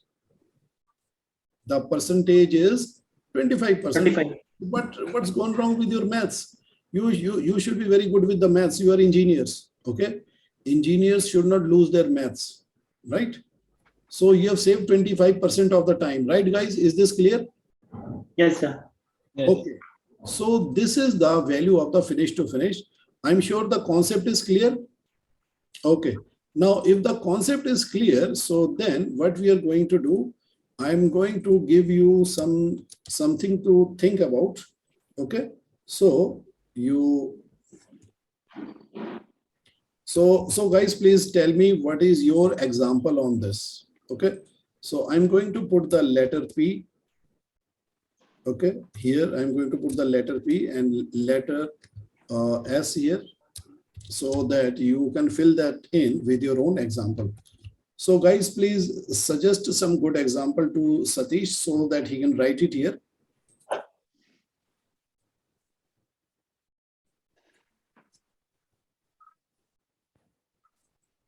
So think of a predecessor to successor. Guys, quickly, we have got 15 minutes time to wrap this up for the today. I can give one example that in our industry, we call it a commissioning activity. So in the commissioning activity, so let me write commissioning. So the commissioning is a common word which is used in the infrastructure projects. It could be electrical, it could be civil, it could be mechanical. So the commissioning word is common. We understand it. Yeah. Now you tell us what would you like to finish along with the commissioning? That's the cable laying. Cable. Okay, cable laying. So let us first write it, then we will evaluate it logically. So guys, please evaluate it logically. Do you agree with this? What should be cable laying, it seems? See, if I Then the duration of the cable laying to 12 days, but still I'm saving, I'm still the duration is still 18 days. So even if the cable laying is going to take 12 days, why? Because the major part of the predecessor and successor, they are overlapping. Now, what is the commissioning? Commissioning means that bringing the project to the fruition, to the completion for usage. Now, the cable laying is an activity which I believe can be done in parallel as soon as the project, the other parts of the project are completed. The cable laying also is complete. Let's say that I'm commissioning a power plant, right? Basically, I'll just give you an example. For Yes, substation. Yeah, for substation. So what we do that we place some control relay panels inside building, and these control relay panels are connected with the cables. So commissioning activities means that energizing those control relay panels. Now, in this scenario, my argument will be something like this, that when I'll be ready for commissioning, I don't know when you start the cable laying, but when I will complete this erection activity of those panels, your cable laying must be completed so that I can commission the system. Yeah, definitely. So can you tell me that what is the name of the predecessor activity that you would use? Please tell me, I'll type it here.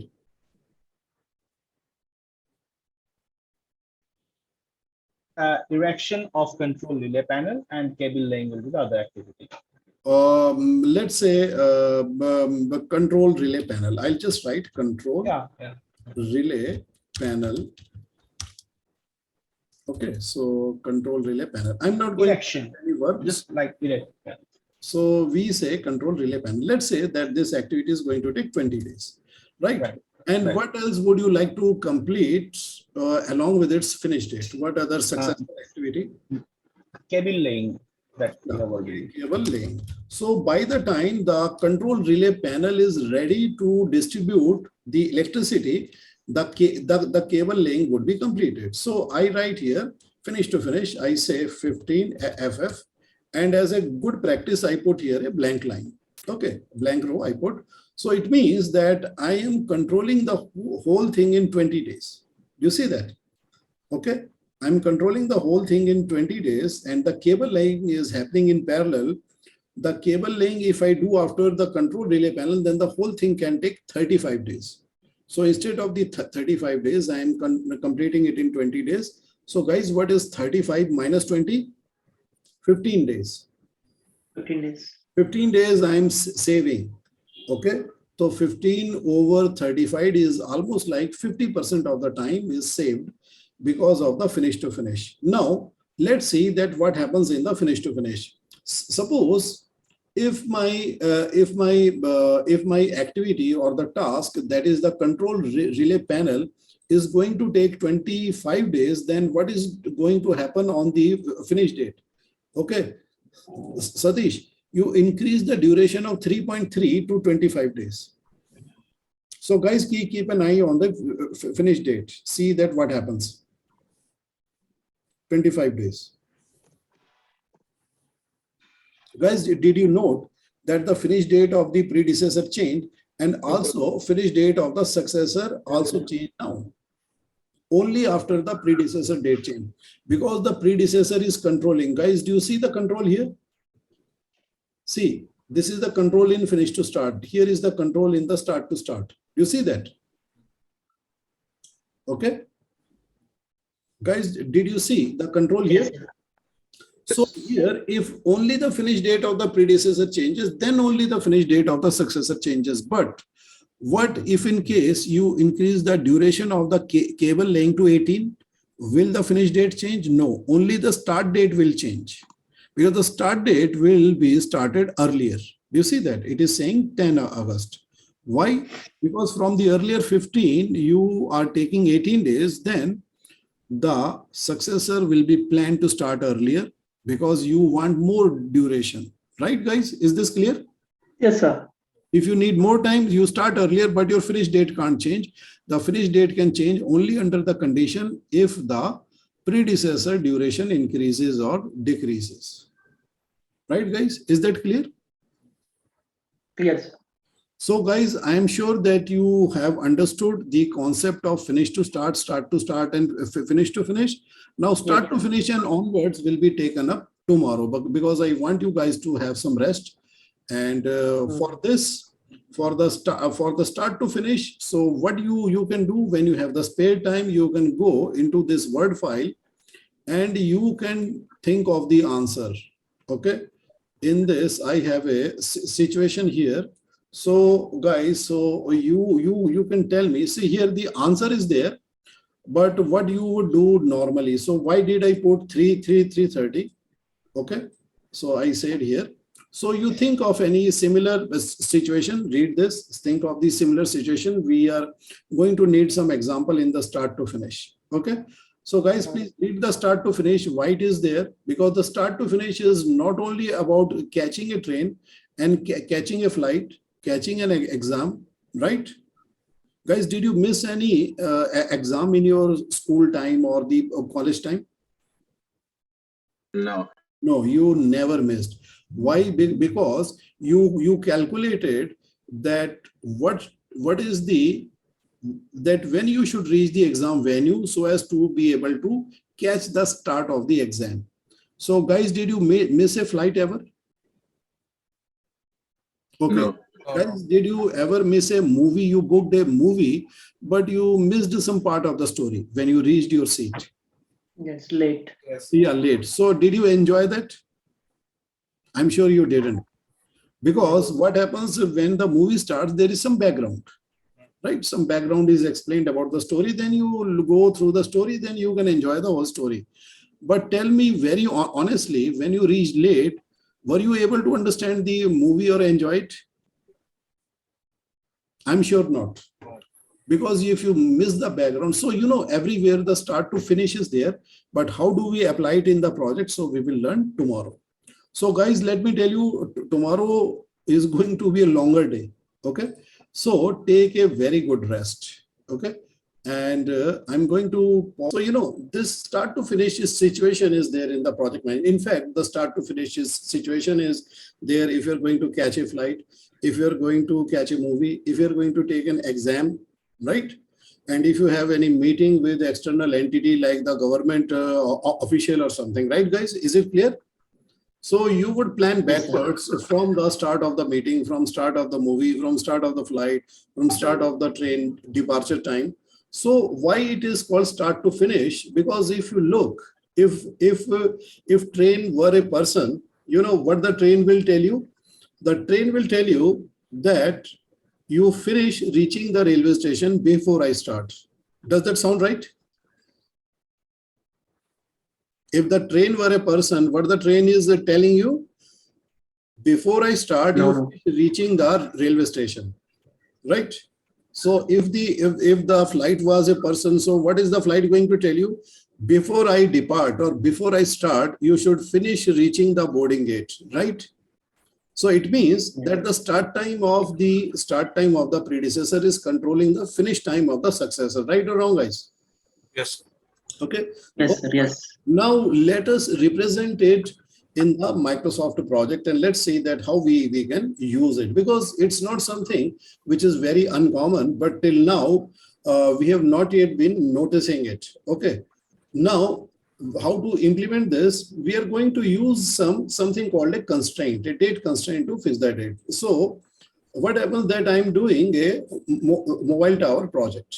So in which one of the activity is activate 5G spectrum. Okay, to activate the 5G spectrum. Now this is what needs to be done. So I call up the subject matter, the subject matter expert. Now the subject matter expert is a constrained resource. So how constrained is?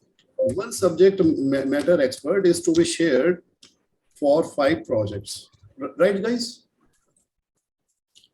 So the subject matter is subject matter expert for the activation of the 5G spectrum is not a common resource. Okay, have you understood? So, you know, why do we use a start to finish relationship?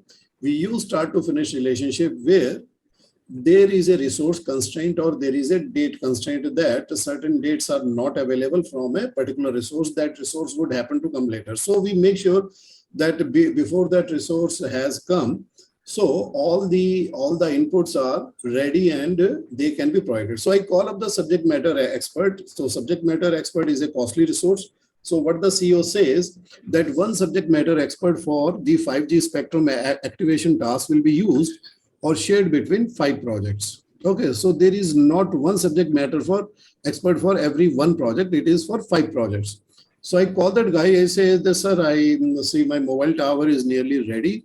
So can you please come on the 1st of August, because I want to get my job done at the earliest, right?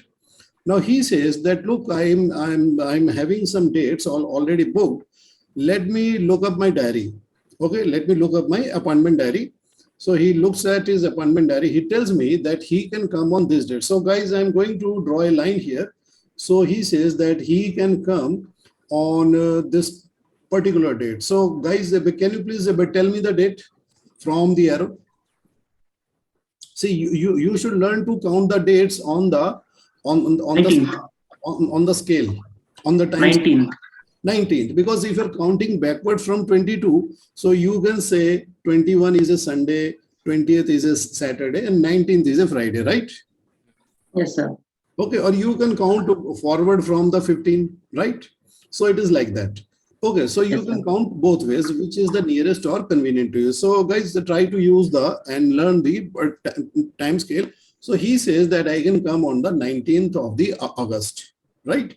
Now his task has to be shifted to the 19th of the August.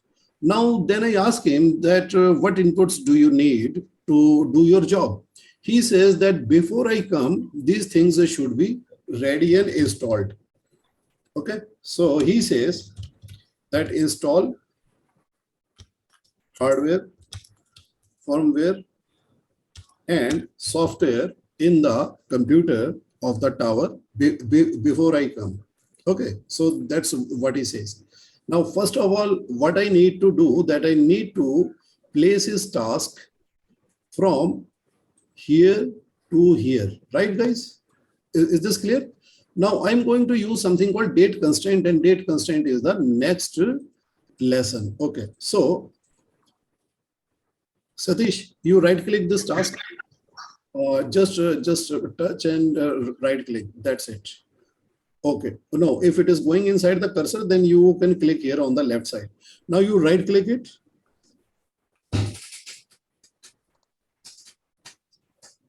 And you select information. Okay, now you select the advanced tab.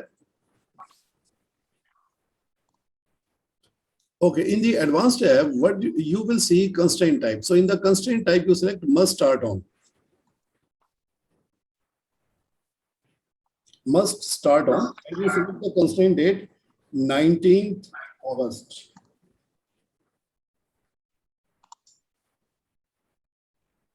Okay, no, 19th, because we are planning for the future. 19th August is a Friday, correct. Now click on the OK button. Okay, so guys, do you see that the date has been placed here on the 19th? Did you see that? Yes. Now this task has to be done before this. So, the relationship would be like this, but we are yet to establish that relationship. So first of all, establish the relationship. Now go to the 4.2 predecessor column. And the predecessor is on the address number 19, row number 19. You write here 19. And you write the relationship abbreviation as SF, because it is start to finish. And we want a lead time or a buffer time of 3 days. So you say, you start this, you finish this activity 3 days before. No. Before is minus. Okay, minus 3 days from 19th, right? You write here 3D. No, make it 3D. Yes, press enter. Now, what it will do, what this minus 3 will do, this minus 3 will subtract 3 days from 19. So guys, what is 19 minus 3? 19 minus 3 is 16. So it says that you should try to finish 3 days before me. So this 3 days is a buffer, because Why? Because the task already has been provided 6 days to work. See, that is calculated as per the expert judgment that it requires 6 days to work. But on top of 6 days, 3 days is the cushioning, right, guys? So is this clear? No.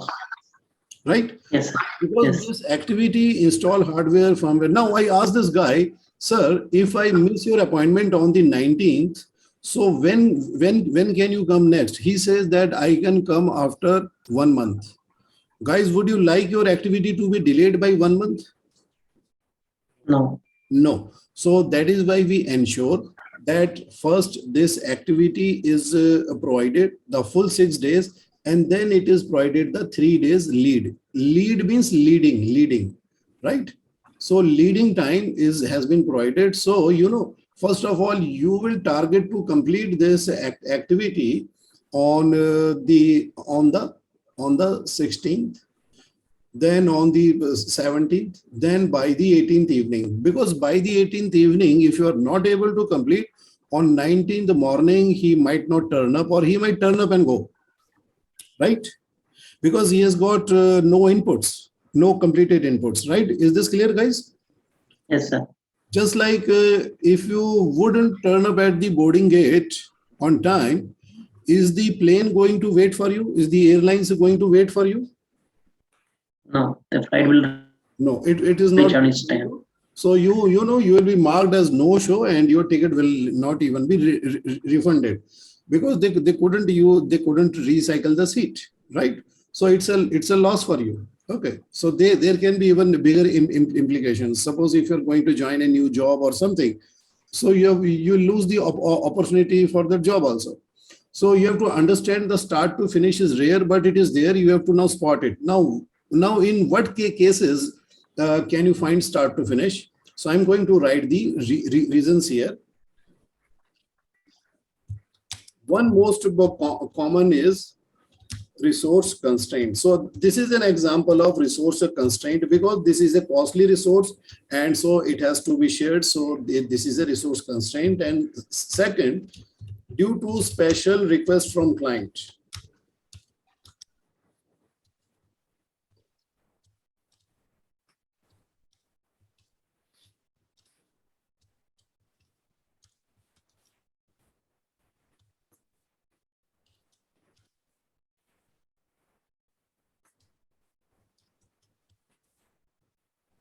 Guys, is this clear? Read this, 1 and 2. Read this loudly. Resource constraint and a special request from client for early delivery of a project component. Okay, so what you have read should echo in your mind for the next 20 years, right? Sir, I would like to interrupt you here. Can we put constraint in other dependencies also?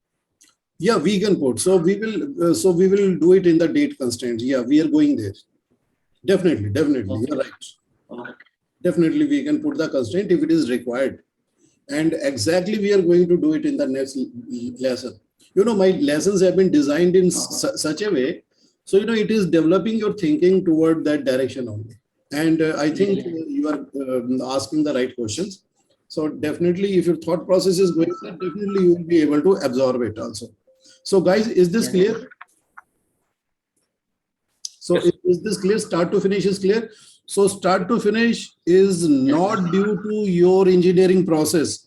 See, engineering process is basically creating finish to start, start to start, finish to finish. Engineering says only after the excavation you can do the PCC. So what is the kind of relationship? Finish to start. But when you are doing excavation along with the pole installation, so you are optimizing the time. You don't have to wait for the excavation to complete to install all the poles. So when a part of the excavation has been done, you can start installing the poles in parallel. Right, guys? Similarly, when you are doing the commissioning, and you can start the cable laying in such a way, so when the commissioning is complete, the cable laying is also complete. Right? So similarly, control relay panel, when it is installed, and the cable laying for the control relay panel is also complete. So similarly, when people are doing the solar projects, when the panels are installed completely, so by the time all the underlying, the electrical, I mean, integration with the grid and the civil engineering is done. So that the panels can be put to use from day one. Right, guys? Is this clear? Yes, sir. So, that is the finish to start. So start to start, finish to start, and finish to finish. It is dependent upon your engineering knowledge. But start to finish is dependent upon these two mainly. There can be a third thing also, but these two are the main ones I want you to keep in mind. Right, guys? Is it clear? You will have to put start to finish Yes, sir. source constraint or due to special request from client. Okay. So he would like a part of the product to be delivered early. So to accommodate that request, you might have to put a start to finish in the project. So guys, please look out for this, because it is rare, but it is there. And if you can't find it and you can't put it in place, this can be very troublesome if you miss it. So isn't it troublesome to miss a flight? No? Isn't it troublesome to if you missed reaching the exam hall on time? Okay, I'm sure you know the implications. So similarly, in the project also, there can be very seemingly small thing, but it can be having some big implications. Right, guys? Yes, Okay, sir. guys. Now I'm pausing for questions. And if you have any questions regarding the topic of the relationships and dependency, so you can ask me. After that, we are going to move on to the constraints, date constraints. Do you have any questions? No? Okay. So let us move into the date constraints. Okay. So let me, I'm shifting to Anik's screen. So you share your screen, Anik.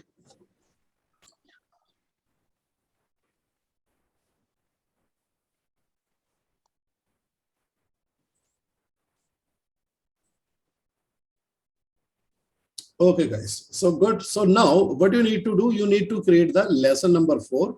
So how to create it? So please go to the file, then you save as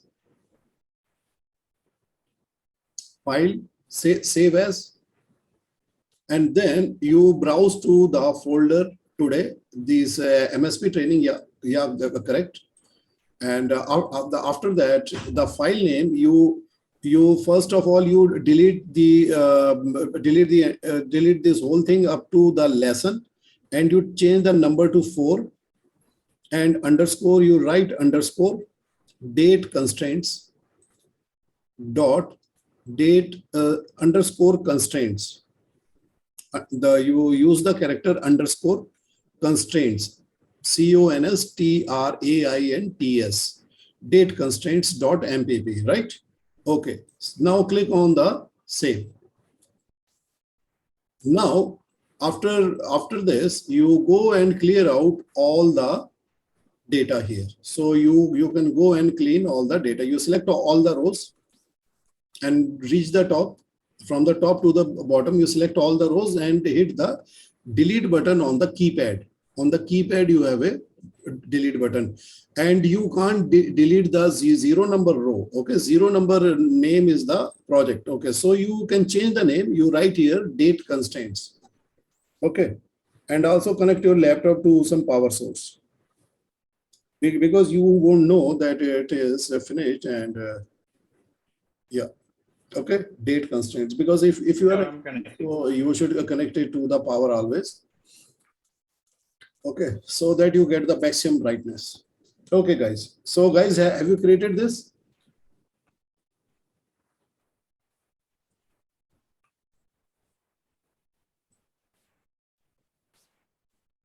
Now you hide this column start slack, because if you don't need a column, just hide it. So that's better to do. Okay.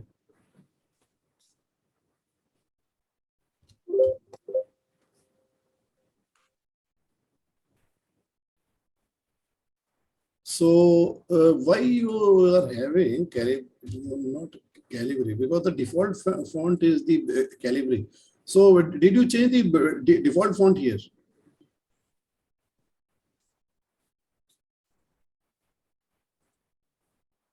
because the big size font is taking more space on the screen. I don't know what font will come. No, it is showing up as the Arial.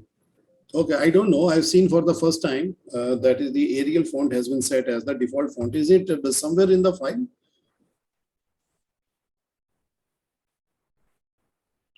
Default font, clouds, white, office background, screen tape, display.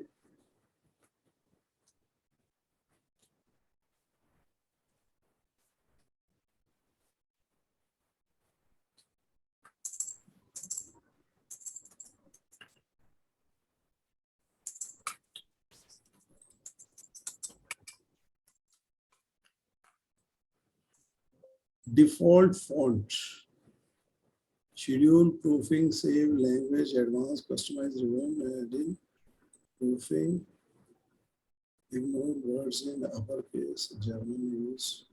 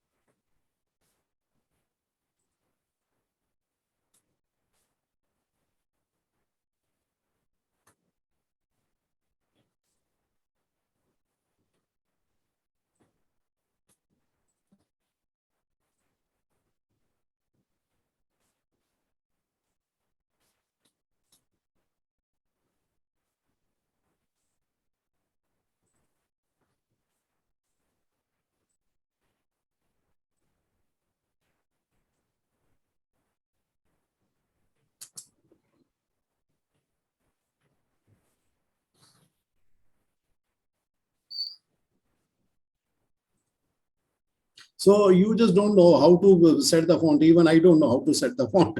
Okay. So fine. So that's not a problem. So guys, here you write the first date constraint. So but let me tell you the constraint. So what is there? So advanced. So we will be doing this constraint. You write start no earlier than. Right here, start no earlier than. No earlier than. Then THAN. Okay. And press enter and you write below it task 1 and task 2, 6 days each. Task 1, task 2, and you indent them and you put the duration 6 days. No, indent. Yeah, yes, good. Yeah, you're doing the right thing. Yeah, 6 days duration and indent. So if you indent, they will become the child task. Now, you set them up into the finish to start relation because the finish to start relation is most common. In all the project management software, you will find the link button is provided. The link button by default will always put the finish to start relations. So guys, let me explain to you what is a date constraint. Date constraint means limited date, limited availability of a date. So the date constraints we have to put mostly due to the situation in which we have limited resources, right? Now, let me explain to you that how this thing works. Just wait.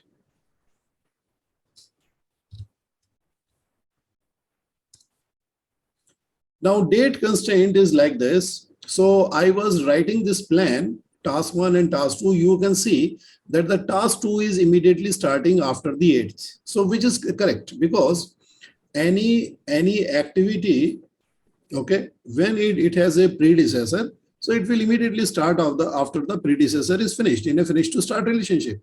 If the predecessor is finishing on 8th, the successor will start on the 9th, right? Now, what happens as I was planning this, the person who is assigned on this activity, he comes up to me. He says, boss, I have to discuss something with you. I am working on another project and I've seen that you're planning a project for me. So, I won't be able to join immediately on the 9th. Why? Because I would be on leave and I will be joining the company on the Tuesday. So guys, what is the date of the Tuesday? What is this date? Can you count it from the time scale? 16th. Yeah, so this date is the 16th. Now your date should be actually showing 15th here. So let me check this thing, because it should be showing the start of the week from the Monday date of the Monday. So let's go into the schedule. Default week starts on Monday, and time scale should be also on the Monday display, because the time scale should be displaying from the Monday. I think, is this your the personal laptop or the office laptop?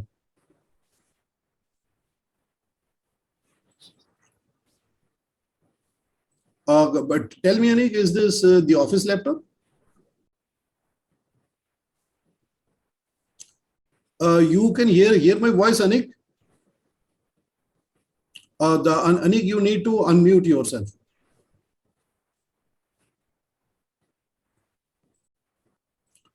Week starts on Monday. If the week is going to start on Monday, then it should be displaying here Monday. So let me check this out in the. It is showing 8th of August. Yeah, so actually it should be showing the date of the Mondays. Okay, because when you are looking at the time scale, so that should be showing the Monday. So date and time zone. So time zone is okay. Additional settings, additional language and region. So regional format. First day of the week is Monday, already set as the Monday. So that should not be a problem. So Monday, then why it is not short date? And short date, I think that should be in the AM PM format only. So there is no AM PM format here. No. So you can't do it AM PM in the date. Fine. So just keep in mind, guys. So all the Mondays in your calendar would be basically starting from the Monday, the time scale. So because this automatically inherits from the system. So I think your system has been used, right? But tell me, Anik, was someone else using your system? I mean, did you get the software pre-installed? Because it is showing the start date of the week as the Sunday. Because if you look at the 7th, so guys, what is the situation on your time scale? Oh, guys, Sir, that task 2, it is showing 8th August to 15th August. Sorry, I was not having the control. That's why I couldn't unmute myself. So this is a pre-installed software. So okay. Maybe somebody else. Because normally the time scale would show the Monday, the date of the Monday, because we have told the Microsoft project that the start date of the week is Monday. See, if you go into the file, okay, if you go into the file, then options, and then if you go to the display, no, if you go to the schedule, in the schedule, we are telling week starts on Monday. So definitely if I'm telling it the week starts on Monday, so the time scale would be displaying Monday. Okay, so that's okay. That's not a big deal. So let's be careful when we look at the time scale, because since the week is starting on the Monday, so normally I expect the week day to be displayed from the Monday onwards. Like it should be showing 8th August, 15th here. So never mind. So what this guy says that he's going to join on the 16th. So he's going to join on the 16th, which is a Tuesday. Now, what you need to do, that you need to set a constraint to display, I mean, to show that his task is going to be in a finish to start relationship, but it is going to be starting from the 16th onwards. So this task needs to be placed here. Okay, it has to be shifted to this position. So how? So you select the task 2 and right click. And select information. Okay, guys, you are here. Guys, Yes, sir. you are here. Now go to the advanced tab. In the advanced tab, you will see there is an option for constraint type. Okay. Now in the constraint type, you select start no earlier than. there is a constraint here, start no earlier than. So, this is very simple English. Start, do not start before this date, or as we say. So it says start no earlier than which date? This person is going to join on the 16th. So you select the date as 16th. August. We are planning ahead.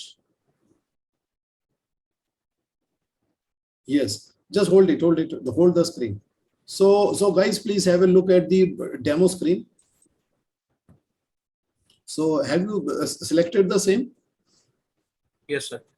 Okay, now let me tell you that what is the effect of this constraint. So this constraint start no earlier than and 16. So this task will be pushed to this point. Okay. Yes. So that is what it is going to do. So this task can be started after this date because the person has joined on 16th. So after 16th, he is free to do any activity. But before the 16th, he won't be able to do his activity. Now, what is going to happen? So, this successor will be pushed and a float will be created between these two activities. So, the float is going to look like this. The float is going to come up in the as sort of this dark line. Okay. So, okay, now you just go to this, implement it, click on the OK. See guys, once you clicked on the OK, I want you to notice that there are two lines. On the top, there is a thin blue line, which is the relationship line. And below the thin blue line, there is a dark line. So this dark line is representing the float. Right, guys? Is this clear? Yes, sir. So this float has been created forcibly because you forced this activity to go to that date. So guys, I'm going to tell you a best practice. Since you have applied this constraint, suppose your colleague is reading this plan and he sees a constraint. And constraint is not a natural occurrence. Someone has put it there deliberately. Now, if you put a constraint and you don't put a reason, don't you think the people will be confused? Yes, sir. Okay, now the best practice is to write the reason for the constraint. That's what I consider as a complete training. So guys, please right click on the task 2 and you select notes. Okay, you write here the notes explaining the constraint, the resource assigned on task 2. The resource assigned on task 2 will be joining on the 16th. Will be joining on the 16th August 2022. Yeah, correct. Absolutely right. So guys, do you see the note? Okay, now you click the OK. Now you read the whole thing. Now you will be able to understand the whole story. As you hover the cursor, first the person will see the constraint, then he will read the note. Now the whole thing makes sense. Task does not start no earlier than constraint of 16th August 2022. The resource assigned on the task 2 will be joining on 16th August 2022. Okay, so is this clear? Because we see our real life is not so perfect. It's not that I would ask for a resource and I would get it. Because sometimes the resource is on the leave, sometimes the resource is already working on some project. So, it is basically, I can't get another person, so I'll have to wait for this person. Now, when this person comes up, so after the 16th, he can be doing any activity continuously, but before the 16th, he can't do. So it means that the outcome of the task 1 will have to be kept somewhere, and it has to be stored somewhere and kept somewhere. So when this person comes and joins on the 16th, he is going to process that, right? Okay, now guys, let's see that what is the effect if I increase the duration of 1.1. So guys, go and increase the duration of 1.1 to 10 days and see what is the effect on the float. Look at the float, increase it to 10. Do you see the float is being consumed? You see that? Yes. It is consuming the float, but it is not yet pushing the successor because there is still some float left. Do you see that there is still 1 day of the float left here? 1 day of the float is still left. So make it the 11 day, make the 1.1 as 11, and you will see when this float becomes 0, this will also become a critical task. Okay. Why it has become critical? Because there is no float. And when the float is 0, any task which is having 0 float will be marked as critical, because if you push it beyond now, so that is going to delay the project. Now, what is the project date currently? The current project date, the finish date is 22. But if you increase the duration of task 1, from this point onwards, it is going to recalculate the finish date of the project. It will increase the finish date. Now, in the 1.1, put 15 days, 1.5. Okay, do you see that the task 2 is now starting back to back, finish to start? It is starting immediately. Why? Because the availability of the person is like this. The person is going to join on the Tuesday, and from this point onwards, the person is available. Guys, do you see this the green curtain? So from this point onwards, the person is available. However, the person is not available in the red portion. Do you see that? Because his date constraint lies here on the Tuesday. Okay. So if you finish the task 1 in the green portion, it will be, then the successor can start back to back, right? And if you reduce the duration of 1.1 to 10 days, so 1.1 will come back, but the successor will come and it will be stuck at the boundary line. Okay, so you reduce the 1.1 to 10 days and see that what happens. 10 days. Make the 1.1 as 10 days. 1.1. Okay, do you see that? That the task 2 is not going back to back. Okay, guys, have you understood why? If you want to know why, you can hover the cursor on the note, you can read the note. So, you know, in the note, I have asked you to write resource. I am not saying explicitly human resource. See, the resource could be machinery resource also. Guys, you understand the point. Suppose the man is there, but the machine is not there, and the machine is going to be available on the 16th. It is being used in some other project. Then this task will have to wait till then, right, guys? Is it clear? So that is why we use the constraint start no earlier than this date, because the resource is going to join on this date onwards. So on this date onwards is represented by the green period. So guys, is this clear? Yes. Okay. So guys, any question on this? Okay, fine. If there is no question, then we will do the next one. Okay, now let us do this thing. Let us increase the size of the column. Now guys, you write here, finish no later than. Finish no later than. And once you press enter, it will become a subtask, but then you will have to outdent it. Okay, after outdenting, so this will become a parent, and under this you will type task 1 and task 2. Once again, you will task. So it really does not matter if you have duplicate task name, but the numbering is unique, right? And also make them as 6 days and put them into finish to start relationship.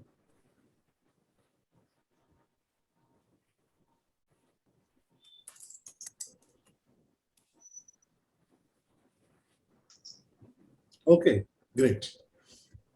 Okay, guys, so you have done this. So everybody please confirm. So I will tell you the background story that why are we going to use this. So guys, is this something that you have done? Yes. Yes, okay, fine. Now let me explain to you the story. As I was planning this, now what happens? The guy who is working on this project, I mean this task 2. So he comes up to me, he says, boss, so let me do this thing, let me increase the duration of the project. Okay, now this guy who is working on the 2.2, I will not use the name, I'll rather use the number. So I think that is the best thing. So you should also use numbers when you are in a meeting with your team members. So the guy who is working on the task 2.2, he comes up to me, he says, boss, I want to tell you something. So I ask him what happened. He says that, look, I am a contracted employee of the company and this is my last date. So guys, please look at the red line. So he says that if you want to get something done by me, make sure that you get it done like this. Because after this date, I'm not available. So guys, do you see the green and the red portion? Yes. So it means that his task can maximum go up to which date? 20th August. 20th August. Yeah. So you know, just read the name. Finish no later than. So now the meaning is clear. Yes, sir. It means that if you are applying this constraint on any activity, that activity can be done up to this date only, not after this date. Finish no later than. Right? Okay. Now, after listening to him, I say, yes, okay, I will make sure that your activity is not pushed beyond the 20th of the August. I will ensure that. Now, how do I ensure? I ensure it by applying a constraint. Now, how do I apply a constraint? I will right click on the task 2. So guys, please right click on the task 2 and you select information. After selecting the information, click on the advanced. In the advanced, you will select the constraint type and you will select finish no later than. Right? And the constraint date you should select as 20th of August. Okay, and click on the OK. And select the third option, continue. Just hold your screen, Because this is a point which is very important. Sometimes people, they click on the OK without listening to me. So guys, please make sure that you have selected the third of the option. Okay, sir. Okay, best. Sorry, Yeah, I've done it already. Satish, you have used the same? Yeah. Okay, good. So click on the OK. Okay. Now, guys, do you see that the float has been trimmed? See, earlier the float was up to the finish date of the project. Do you see now the float has been trimmed here? Okay. Now, whenever you set a constraint, you get a constraint indicator. So, guys, the constraint indicator is shaped like a calendar. Guys, do you see this? A calendar, right? So best, what is the constraint indicator in Primavera? Best, you are here. Best, you need to unmute yourself in case you are trying to answer me. Yeah, I'm here. So best, you tell me what is the constraint indicator in Primavera? I think I've not observed it, but I know most of the constraint we just check it. See, in the Primavera, the constraint indicator appears like this, right? Do you remember that a star comes up next to the date? Yeah. That's true. Yeah, there's a star. Yeah, you should not forget the Primavera, okay? Or else I will ask you to come next week, okay, in the class. So you should remember both the softwares. You are my student. I'm very proud of you, okay? So you should know that in the Primavera, it gives a star indicator on the finish date. If you apply a constraint on the start date, it will put a star indicator on the start date. But in the Microsoft project, the constraint indicator is a calendar symbol. So guys, do you see that it looks like a leaf of a calendar, right? It's a little bit of difference. On the start, it is like a blue. On the finish, it is like a red. Do you see that? There is a little bit of distinction. Yes, sir. Now you should start to recognize these things. And sometimes people say, sir, there are too many things to recognize here. I say, guys, if you would remember your college days, you could recognize 15 girls with their names, address, the subject they studied, and what they liked and what they disliked. Use the same talent here. What is the problem? No? Right or wrong? Yes. So use the same talent here. If you could keep a database of 15 girls with their complete details, so you can recognize this icon using the same talent. Okay. So this is a finish no later than constraint. It has got a red dot. This is a start date constraint, and it has got a blue dot inside the calendar symbol. Right now you got to write the reason. Okay, so you can double click. Now I'll tell you that how to do it differently. Now you quickly double click on 2.2. So you will see the information box pop up. Double click on the 2.2. Task information. Yes. So see, there are two ways, right click or the double click. So double click is sometimes better. So go to the notes tab. In the notes tab, you write the resource assigned on task 2. The resource assigned on task 2 will be available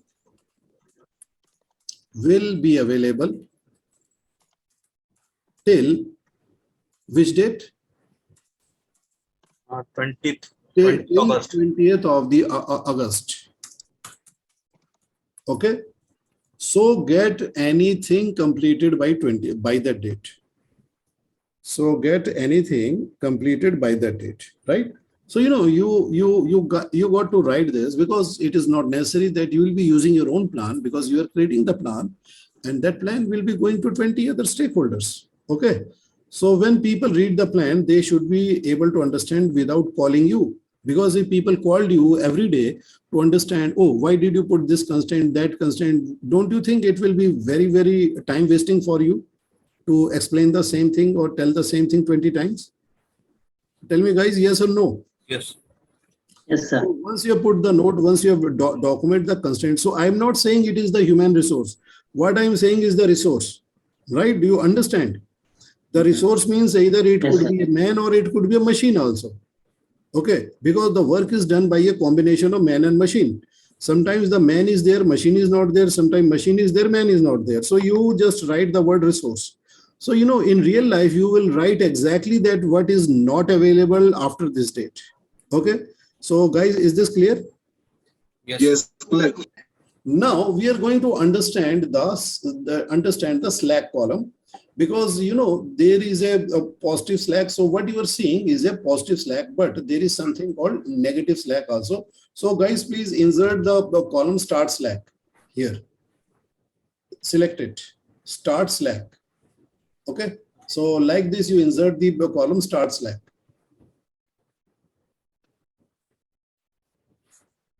No, or not the start, but the start slack. Actually, just wait. So actually in Microsoft project, you can insert the same column hundreds of times. Okay, so you have to click on the right place, start slack. Now, guys, have you inserted the start slack column here? Yes. Okay, now do this thing. Yes, Anik. Now you increase the duration of 2.1 to 10 days. Increase the duration of 2.1 to 10 days. Now, guys, do you note that the slack has become 0 and this activity, this combo, this network, so when you combine two activities, it is called a network. So this network is in red color. Why it is in red color, even though it is not the longest path?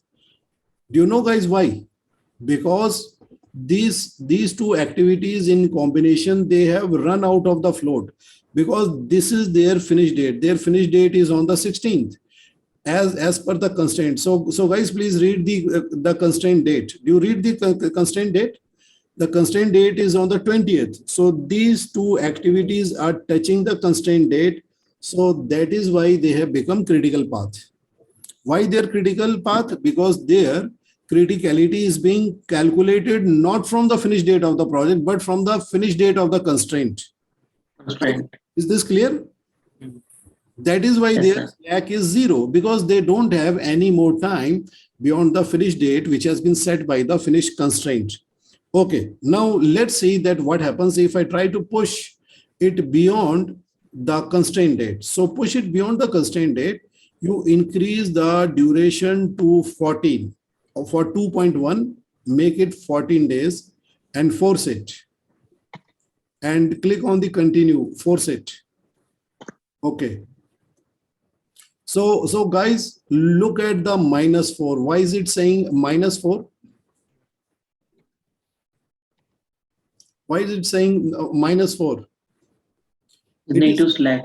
It is saying -4 because you are trying to use this virtual 4 days, which is not available to you. Do you get my point? Okay, so -4 is like this. So your boss says that this month we will have the team party. So you ask, boss, what is the budget? Your boss says 20,000 rupees. So now what happens? You call your team members and you ask them their wish list. The guys, please tell me what we should have in the party. So your guys, your team members, they come and they tell you their wish list. When you total up the wish list, it adds up to 24,000. Now guys, please tell me, what is the amount of variance in the budget? Is it a positive amount or a negative amount?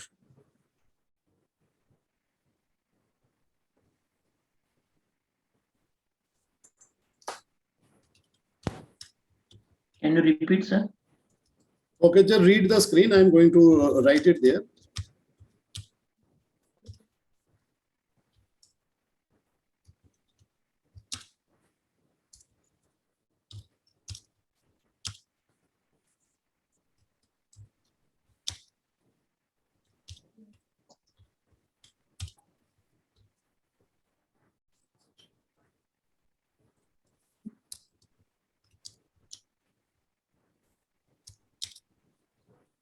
Guys, tell me what is the variance here? 4,000.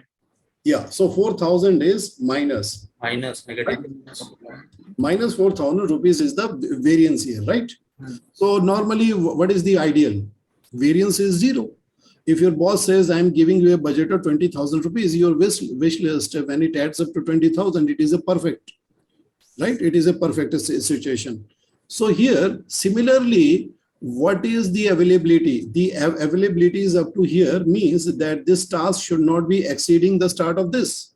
So, that is why it is showing you -4. So -4 is not the end of the world. -4 means that you need to correct your plan. You need to work upon the predecessor because the duration of the task 2 is required to be is 6 days fixed. So you can't change the duration, right? So what you need to do, you need to reduce the duration of the task 1 to -4. So what is 14 minus 4? 10. So you put here 10 and you will see the float will become 0. The slack will become 0. So guys, guys, now the slack is now 0. So guys, this is technically fine. But guys, tell me, would you plan like this? Is it practically fine? So do you think? That is not practically fine because any delay can happen. Yeah, if a delay happens, so your finish date will be exceeded. So what is the finish date, the boundary? The finish date boundary is set to be here.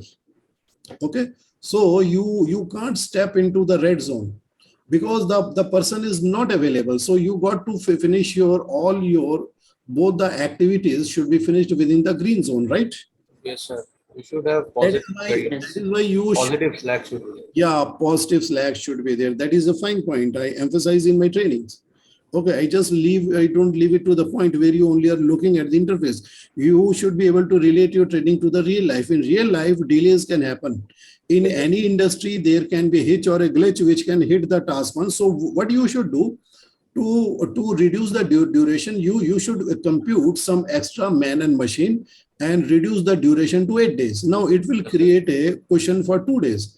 So what do? Use your engineering knowledge, go to 2.1, increase man and machine on 2.1 and reduce it to 8 days. That should be your plan. Now, when you plan like this, you will be always on the safe side of the schedule. You will be always be seeing that your activities are finishing on the time, right? Yes, please put 8 days. I told you 8 days. Okay, in the 2.1. How do you make it 8 days? Not by putting 8 days in Microsoft project. Actually, you are an engineer. As an engineer, you should compute the increase in man and machine and apply on the task. Right, guys? Is this clear? that should be based upon your domain and engineering knowledge. And you should make sure that when you are increasing man and machine, there should not be any increase in the risk or decrease in the quality. These two have to be kept in mind, right? You should not put too many people on the site that their machines are banging against each other, they are running into each other, they are reducing the quality, they are creating a chaos, and they are increasing the risk of getting hurt. Okay, guys, is this thing clear? That should be well balanced out with your engineering knowledge. So is it clear to you, Saurabh? Yes, sir. Huh? Yes. Okay, fine. Okay, so now this finish no later than concept is clear, because sometimes you might have to return a resource, you might have to release a resource by a certain date. So that is why you need this constraint. Okay, now we are going to learn another constraint, which is like this: must finish on. So you write this: must finish on.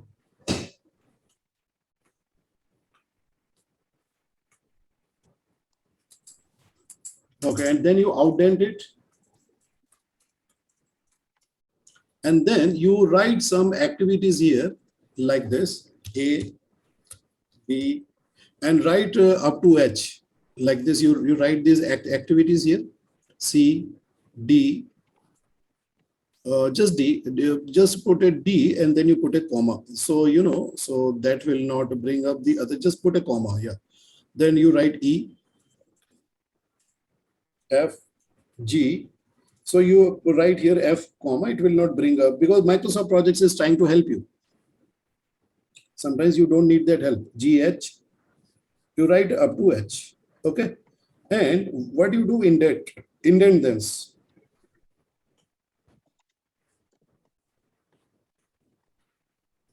And you and from, guys, you select A to G and you give them a duration of 6 days.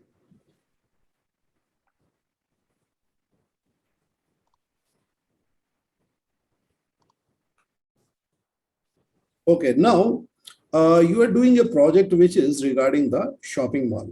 Okay, so let me show you if we have the story here. So the story should be inside this MSP notes here. Yeah.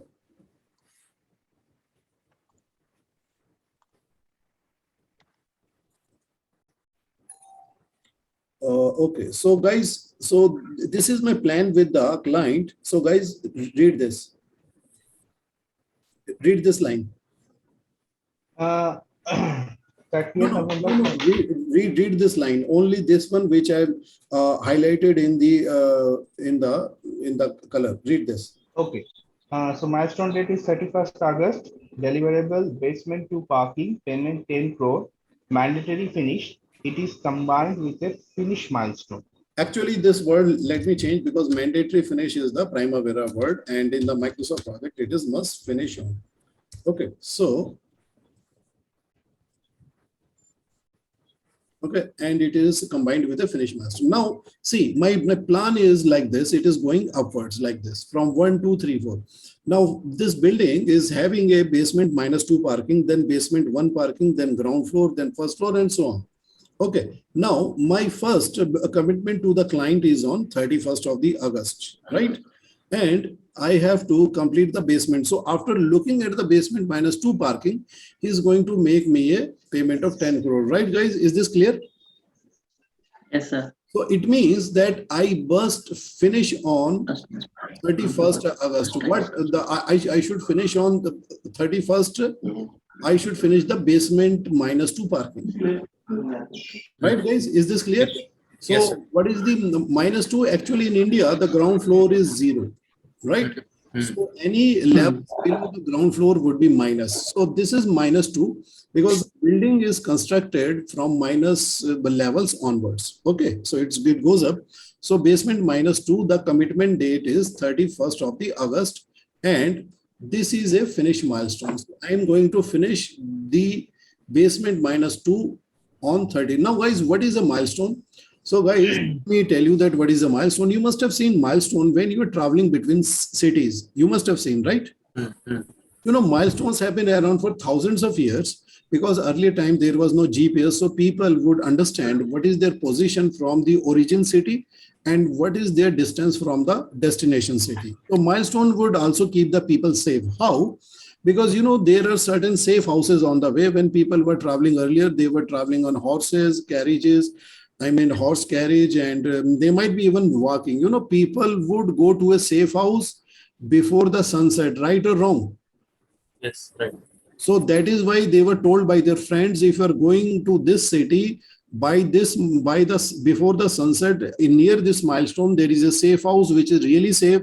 The guys are safe there. Okay, so your money is safe, your life is safe. You just get into that and you just wait out the night there, and then before starting your journey. So these days we don't need those things. We can just drive on and on. Okay. So in earlier times, the milestone was very important. So milestone told the person how much distance he has covered, what is his achievement in the covering of the distance to the destination city. Right, guys? Is this thing clear? So the word milestone has been brought into the project management to indicate what is your achievement. See, guys, let me tell you one thing. In the projects, client pays you for achievements and not necessarily for your hard work. Right, guys? The client is going to pay me only when he sees the basement -2 parking completed and meeting the user acceptance testing criteria. Right or wrong, guys? Yes, sir. Right? So, guys, whatever I'm saying makes a logical sense. Yes, yes, right. Because when I complete the basement, I will first do a user acceptance testing criteria on my side. I've got my own quality control team. So they will check it according to the acceptance criteria of the client, and client will also do the same thing with his own team. That is the process in every industry. It really does not matter whether you are making a software or a road or an infrastructure you are making. Whatever you are making, the acceptance criteria is tested on both the ends. Before you show it to the client, you should get a thorough checking based upon the user acceptance testing criteria agreed in the requirement document, which was signed off by the client. So after that, it will be shown to the client. Now, here we are emphasizing that this must be completed by 31st of the August with a finish milestone. Right, guys? Okay. Now, let's see how do we implement the finish milestone with the constraint. So just go back into the Microsoft project. Please come back. Now, in Microsoft project, to convert an activity into the milestone, you put 0, that is sufficient. Put here 0 in 3.8. In 3.8, put the duration as 0. And guys, you will see that it has turned into a milestone symbol. Okay, so this milestone symbol is like a diamond. Have you seen this diamond symbol on a pack of cards? Okay, so, but what is the constraint date? Must finish on which date? 1st August. 31st August. 31st of the August. Now, guys, just do this thing. Double click on H. So you write here. Now you change the name of the H. Basement -2 complete. Basement -2 completion. You write the word as completion. Completion. Correct. Okay. After this, we are going to set the constraint. So guys, have you renamed the 3.8? Yes. To basement -2 completion? Yes, now, double click on 3.8. Now go to the advanced. In the advanced, you select the constraint type as must finish on. This is so English, so plain English. There is no need to explain. And select constraint date when you must finish on 31st of the August. Now, guys, just Anik, hold the screen here. So, guys, everybody, please confirm that you have done this. Just look at the demo screen. Saurabh? Yes, sir. Done. Best? Yeah, done. Yeah, Best would have done it because he's coming from Primavera. Right, guys? But we have to write a note as well. So please click here on the note. The note is very, very simple. Why did you put this constraint? You just write here as per contract. As per contract agreement. Right, guys? It makes sense. Yes, sir. Because in the contract, all the dates are mentioned. If not the dates, at least the time duration is mentioned.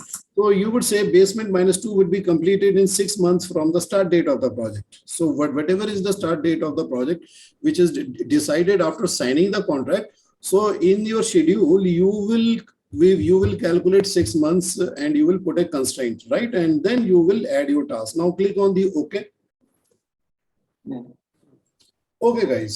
So after you have put this, now click on the scroll to task. So click this button. Do you see that this milestone has been placed on the 31st?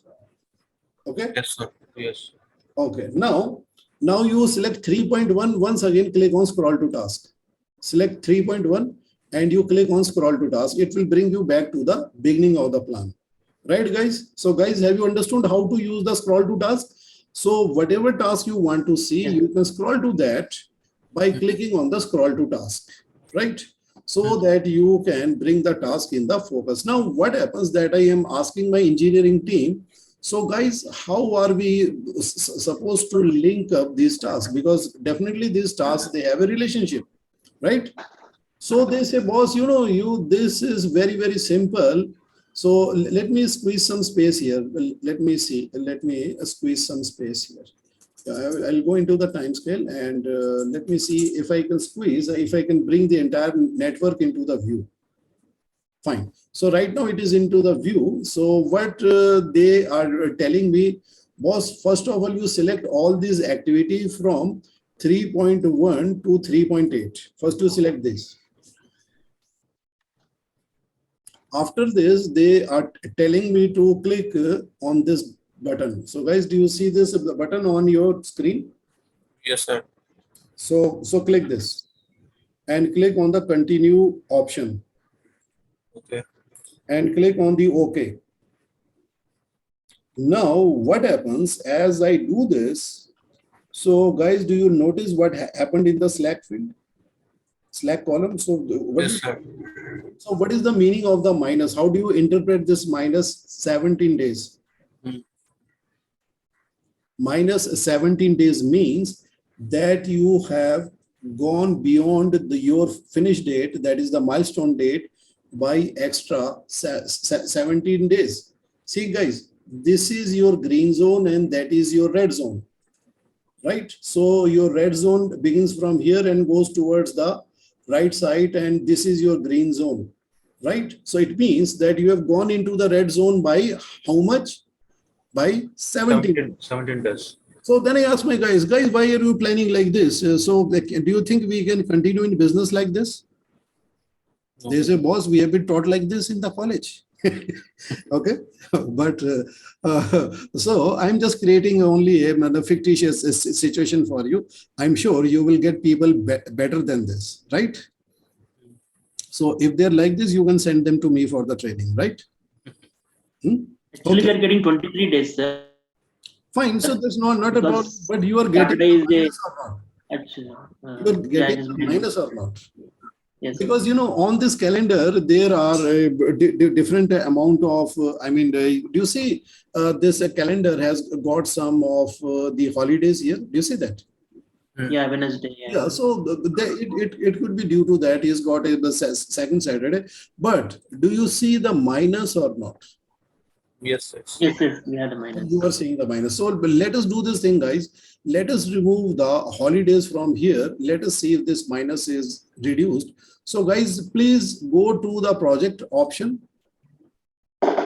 and go to the change of the working time. Let's have a calendar in which there is no leave. Now you select these 1 and 2 and delete. Select 1, delete. Select this one, delete. Okay, then you click on the OK.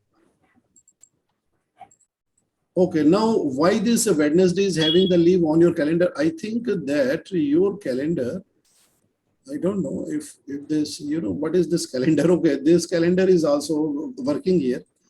So this is also creating some leave here. Okay, so maybe if I minimize and then maximize this, sometimes, it shows on the screen, but this goes away when you minimize and maximize it. You see that it is now gone.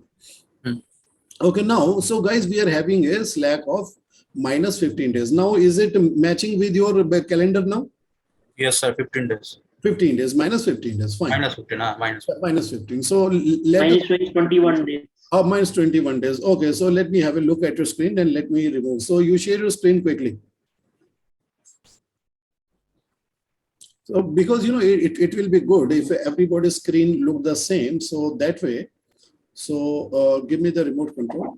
You are having a slack of minus. So your start date is activity A is starting on the 6th. Why it should be starting on the 6th? No, because your project is so 666. No, I don't see any off days here.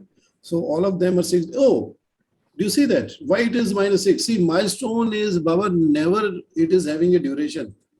I told you milestone is 0. You convert that into a milestone by putting zero here. So it will become minus 15. So guys, please note milestone is 0 duration. And remember, what does a milestone look like? It is a diamond symbol, right?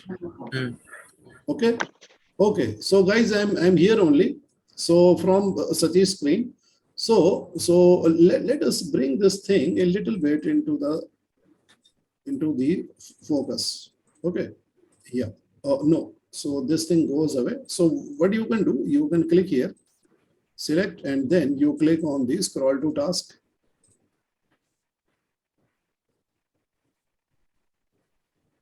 Okay, then you slowly and very lightly with your nimble hands, you can bring it very near to the screen boundary line, the divider line, so that you can see maximum.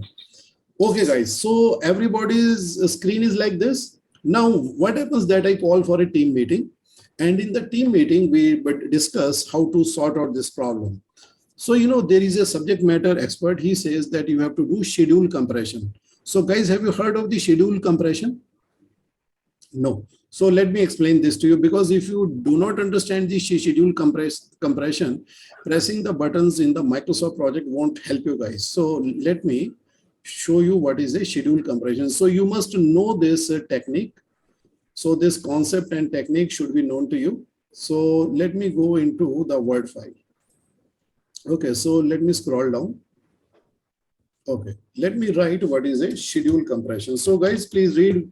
So what I'm writing here, schedule compression.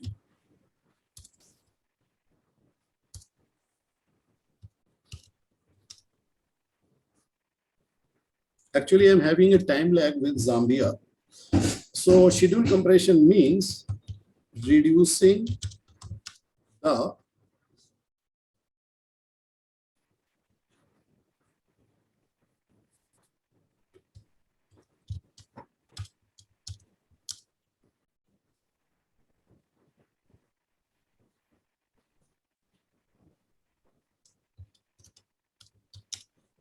right, guys, is this clear? Read this. Reducing the originally planned duration. Yeah, in which the schedule compression is having two techniques. One is the fast tracking. In the fast tracking, put the task in parallel. So how do you put the originally planned task in the parallel? So what do you do in this technique? So by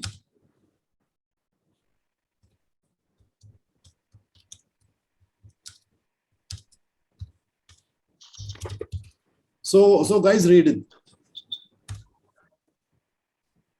Fast tracking, put the task in parallel by replacing FS with SS or FF.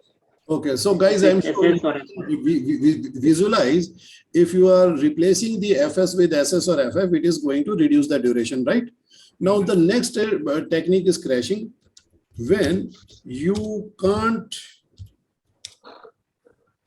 change, when you can't replace, when you can't, so let me use the word replace here. Okay. When you can't replace FS, then add more resources to the task to reduce its duration. So guys, tell me, can you visualize this? Crashing. Crashing means when you cannot change the relationship, reduce that bit duration, even that's going to help, right? Yes, sir. So, these are the two techniques of the schedule compression, which is practiced in the project management. So after understanding the concept, so what we are going to do, we are going to implement it. So Satish, you save this file and move into the Microsoft project. Save the Word file and move into the Microsoft project.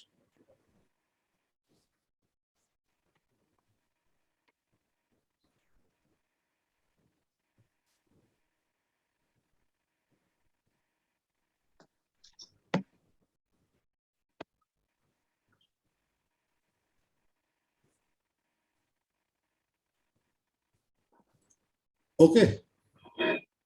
Now, guys, what happens? Let us talk to the subject matter expert. So he is suggesting that we convert this relationship. Guys, do you see that this is the finish to start relationship? So he says you convert this relationship into the start to start. Now let us do this thing. Let us increase the size of the column display, and so that we can see the predecessor column. Now guys, if you look at this carefully, what is meaning to say? Okay, what happens? Okay, finish this one. Yeah, fine. The buttons get clicked here and there. Okay, so he says that you convert this relationship to start to start. So Satish, you change the relationship here in this for the B, for the 3.2, you change it to 10 SS. And guys, please observe the start slack column, 10 SS. Press enter. So guys, do you see that the slack, the minus slack, the negative slack has reduced? Yes, sir. So then I ask him further, sir, please tell us further what we can do. He says that this is the relationship. So you convert this relationship to 12 FF.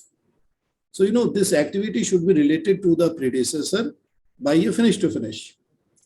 So you are doing both. Now this technique is called fast tracking because this is going to put the two activities in parallel. So put here 12 FF.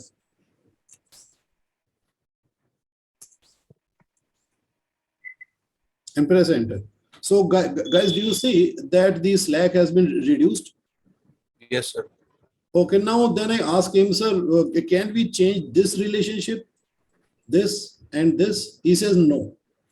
These relationships are, these are solid relationship, solid finish to start. You can't change the sequence. However, you can reduce the duration of these three activities. Now, guys, what is this technique called? When you are reducing the duration of the activity from the original Schedule compression. Crashing. So you can calculate that how much you can crash using your engineering knowledge, right? The speed of the work can be increased by increasing the man and machine combination. So he recommends that for 3.5, 3.6 and 3.7, you change the duration to 4 days each. Okay. And you will have a perfect plan. So reduce it to 4 days. Actually, you are not reducing it on the Microsoft project. Actually, you have done an engineering calculation in which you increase the man and machine. You are only representing the actual work. Now, guys, look at the float which has been created. The slack has been created, right? The total slack which has been created for the every task. So it is 3 days. Guys, do you see the 3 days of the slack? Now, this 3 days of the slack is a safety margin for every activity in the plan. So which 3 days? Monday, Tuesday, and Wednesday, right? You see the three day slack has been created, and this is the 31st. So by which you have to complete the activity. So you have got 3 days slack, 28, 29, 30. So up to the 30th, you have the slack. Okay. So guys, is this clear? Now, this is fast tracking. So when you are putting the activities in parallel, this is the fast tracking. So when you are reducing the original duration of the activities, so this is called crashing. So the green, on the green activities you did crashing, on the red, the highlighted activity you have done fast tracking. But who helped you do the calculation? The calculation was helped by this constraint. Guys, please read the name of the constraint here. Over the cursor here, read the name of the constraint. Must finish on constraint Must on finish on 31st. constraint. Actually, we are trying to, this must finish on constraint is a great help. It helps in keeping our commitments we made in the contract. Right or wrong, guys? Yes, sir. Yeah. So now, guys, do you realize that what is the importance of must finish on? Because it is helping us to keep our commitment which is signed in the contract, right? So must finish on will be very frequently used a constraint. So you will be looking at your contract and then you will be putting the dates here. Then you will be filling in the distance. So from here to here, okay. So these activities will be filled in between this milestone. So these activities should be accommodated within the constrained date. Okay, if they are not activated by the original plan, if they are not accommodated by the original plan, then what you should do? Then you should do fast tracking or crashing. Okay, so the first option is fast tracking. The second option is the crashing that you can apply. So whichever works, so you try to do that, whichever is good for reducing the duration without increasing the risk or without decreasing the quality, you can go ahead and do it. So is this right, guys? Sir, I would like to interrupt you here. Yeah, tell me. When we print this or export, can these comments will be seen or this? See, so that depends upon Constraints the will be- setting. That depends upon the setting. Okay. So we can print them also with the you comments or can without. include the column of the notes in the setting. So during the printing, these can be included. So let me do this thing. Let me see if we can include a column here.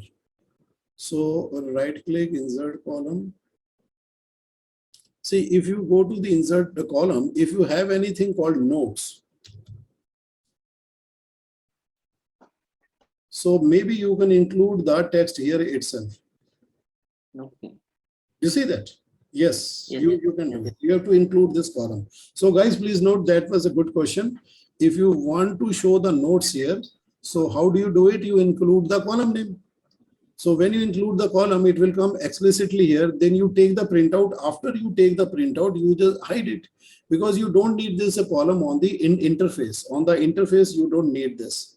You will need it when you are only printing it. So when you are printing a PDF file or a paper file, so you can include it. So guys, is this thing clear? Yes, sir. Okay. Yes, sir.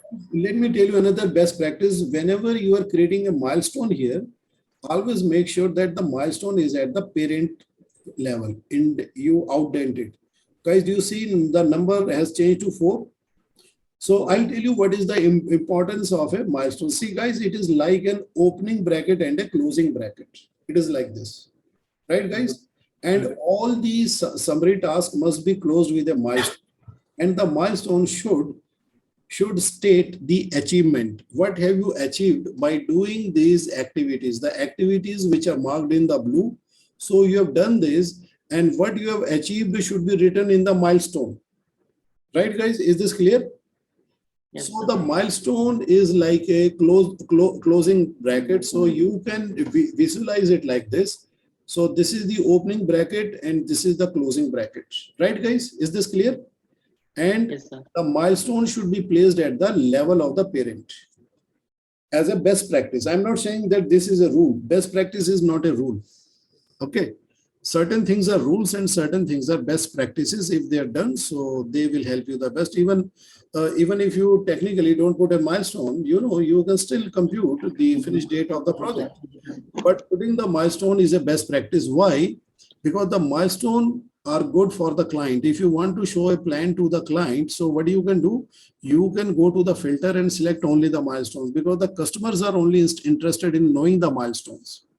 They are not interested in knowing the details, what you're doing in between, because by looking at the milestone, they will be able to see the deliverable name and they will be able to see the date on which they have to make a payment. Right, guys? Is this clear? Yes, sir. Okay. So you can we show the notes in the Gantt chart also? see on the Gantt chart, we can alter the Gantt chart to show the name here. See, guys, do you see there is only the date here? Now, if you want to show the name of the milestone, which will be good because that will tell you the deliverable, what you are creating, and also the date by which it should be created. Okay, guys. Now let us configure the milestone. So guys, please right click here.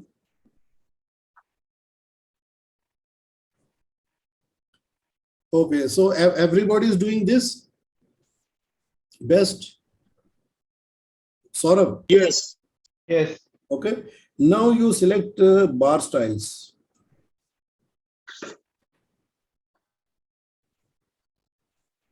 In the bar style box, if you are getting this box, select milestone.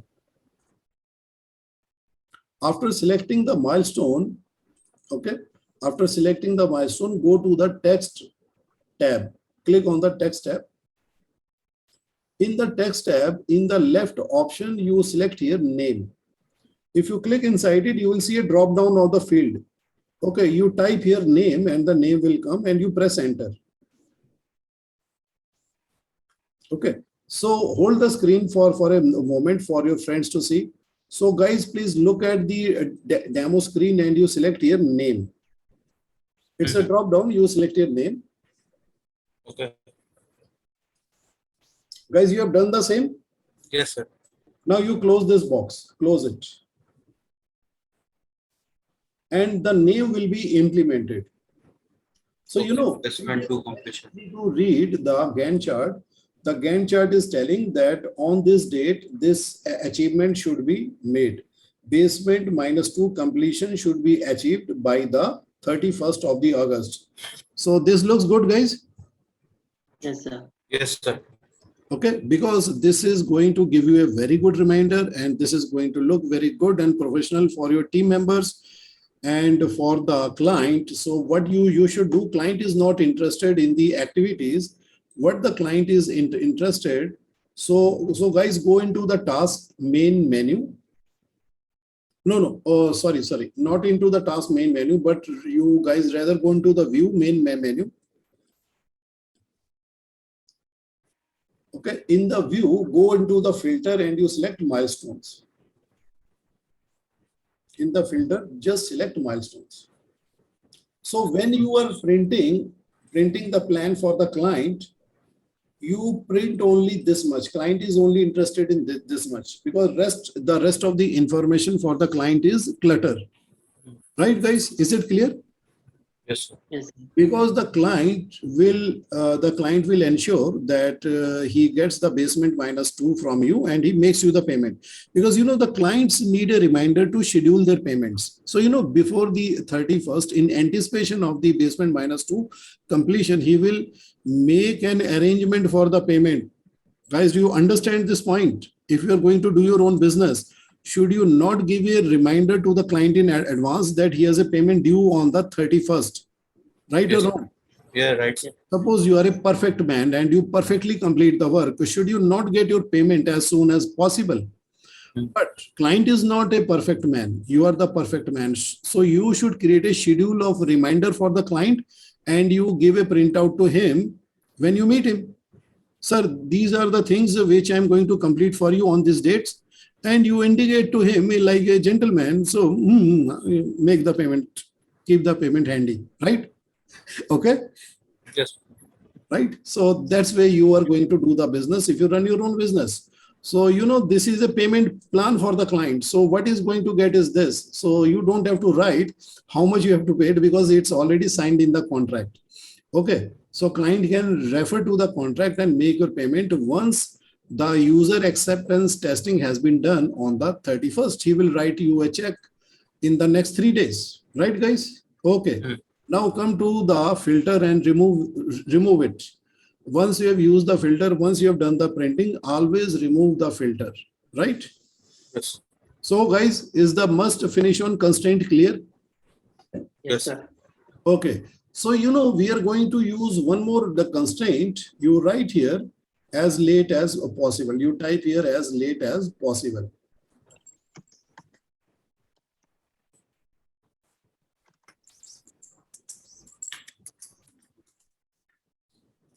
And you write here closing process.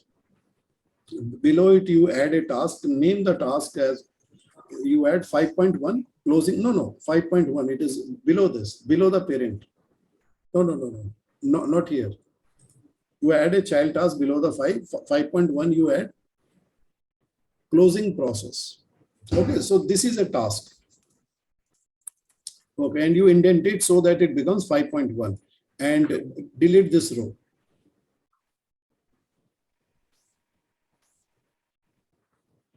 Okay, and the closing process, you put the duration as 6 days.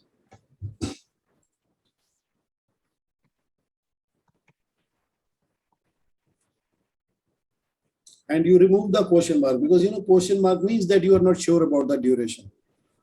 No, you have to remove the question mark in the task. No, you cannot remove it from the summary. Okay, guys. So this means definite duration. Question mark means estimated duration. You need to talk to someone to refine it. Now, what is the closing process task? See what happens. So the project has got 5 phases in the life cycle: initiating, planning, execution, monitoring, controlling, and closing. So what do we do in the closing?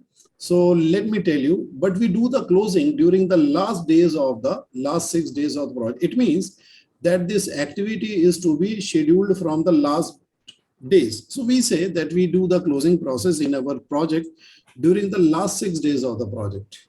Okay, so it has to be positioned from the end date of the project. So what do we do in the closing process? We clean up the project site. We hand over the final deliverable to the client. We hand over the documents. We get a QA acceptance certificate from the client. We raise final invoice. Then we release the man and machine resources. We restock unused materials. And we release our subcontractors. We make the final payment to them and release them also from the project. And we remove temporary structures from the site. Right, guys? Yes. That is called the closing process. And the closing process activities, these are non-engineering activities. So when you have a set of non-engineering activities, they are created as punch list or checklist. Okay, they are not created as WBS because that is not necessary and neither helpful. Okay, now how to create this checklist? But first of all, we need to position the closing process at the end of the project. The Microsoft project has a very simple solution for this. So you double click it, double click 5.1 and go to the advanced tab and constraints. Constraint type you select as late as possible. That is the first one. Do you see that? And you don't have to write a date. You just click on the OK. So guys, what do you see on the Gantt chart? What do you see on the Gantt chart? What happened? No. It has positioned itself on the last date. Last date. And it is positioned here, and from the last date, it is calculating backwards. Okay. Now, so what you need to do, you need to write the activities that you are going to do here. So you right click and put notes, or you double click and put notes.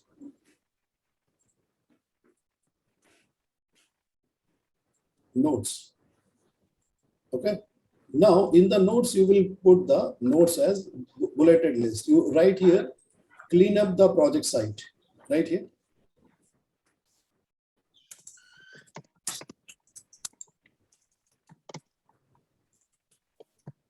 Next. Restock unused materials. Restock unused materials so that they can be used in some later projects. Unused materials. Then get quality acceptance certificate from client.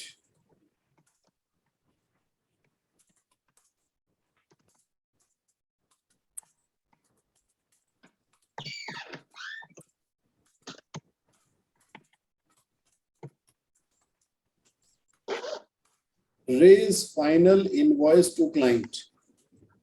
Raise final invoice to client.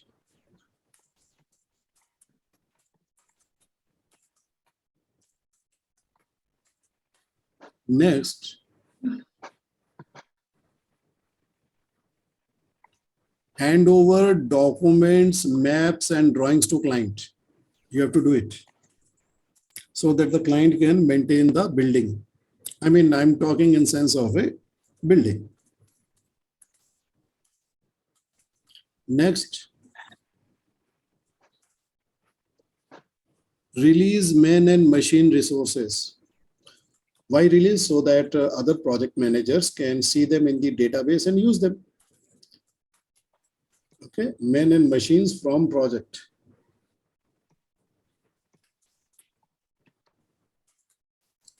Okay, release and make final payment to subcontractors. Release and make final payment to subcontractors.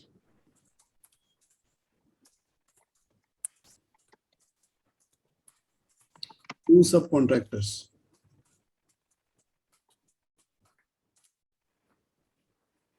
So what else do you think, guys, you should be doing while you are closing the project? Remove temporary structures from site, because you create some structures, some cabins for the people, for the material. So you got to remove them. Remove temporary structures from site.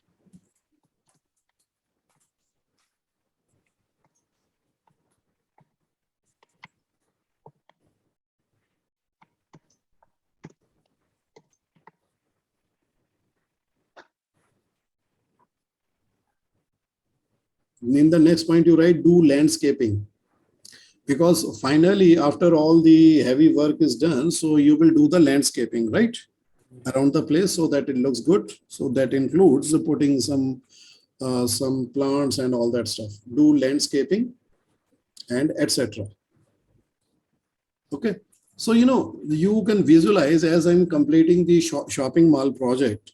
So this is what I'm doing during the last 6 days of the project. So etc. You write here etc. etc. means if you want. Now these are the activities which are non-engineering activities, and these are basically based upon opportunity. The sooner you get the opportunity to do them, you do it during the last 6 days. Okay, now you close this box. Now, as someone would look at the closing process, he can read what is the checklist. Okay, so this is included as a checklist because they can be done in any sequence as soon as possible, right, guys? Is this clear? Okay, now suppose if someone of your team member, he comes, boss, please increase the duration to 8 days. So guys, tell me which date will change, start date or the finish date? Start date. Start date will change. The start date will prepone. So okay, just go ahead and make the date of 5.1, I mean the duration of 5.1 as 8, and see, look at the start date, what happens. So it will be preponed by 2 more days, 2 more dates. It will start earlier. See guys, here it is saying 23rd. So guys, it is not a problem if you start on the 21st or the 22nd, but by 23rd you must start, because that is the minimum duration of 8 days is required to complete the closing process, right, guys? Guys, whenever you create a plan, it is always okay to start before the start of the activity. Is not a problem if you can afford to do it. If the opportunity is there to start an activity earlier than the planned start, it's okay to do it. If the resources are there, if the conditions are right, you can do it. If the closing process has been listed as starting at 23rd August, and if you feel that it is conducive to start on the 22, so you start it on 22, because the minimum that you need is 8 days, right, guys? Is this clear? Yes, sir. Yes, sir. Okay, so these are the constraints which you can use and which are the essential constraints. There are more constraints, but these 4 constraints will help you in 99% of the cases. 99% of these situations where you require some constraint will be helped by this, right, guys? Is this thing clear? Yes, sir. So Yes, sir. whenever you put a constraint, you should put the note. So because this is a constraint which is not showing the calendar, but if someone looks at the plan, he would realize the task is at the end of the why? Because this is a closing process, and what we should be doing, you can list in the notes. Okay. In the notes, you write what you are supposed to be doing inside. You don't have to create a work breakdown structure. So if someone wants to print the notes, people can go into the notes, they can copy paste, and they can take it into the Word file and they can print it. And if you want to print the notes separately, so before the printing, include the column notes, take the printout, and then you hide the column back again. Right, guys? Is this clear? Yes. Yes, yes.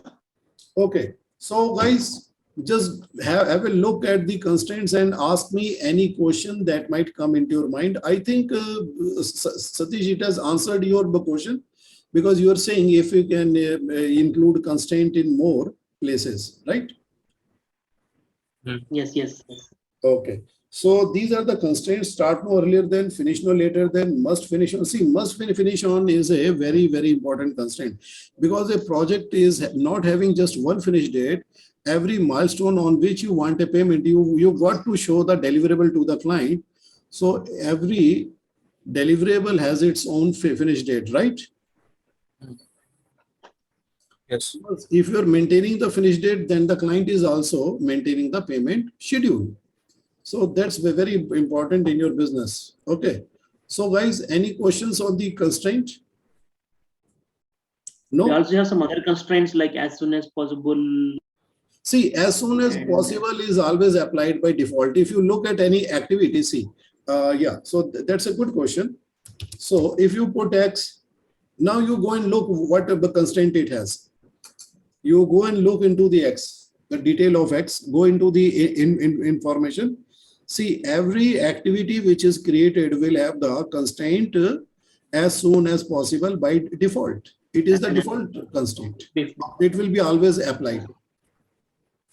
Why it is always applied? So that it starts as near as possible to the start date of the project. If an activity doesn't have a predecessor, it will start by the start date. Right, guys? Is it clear? Okay. Now, let's see what do we have the further in the scheduling rule. So please scroll to the top of the file.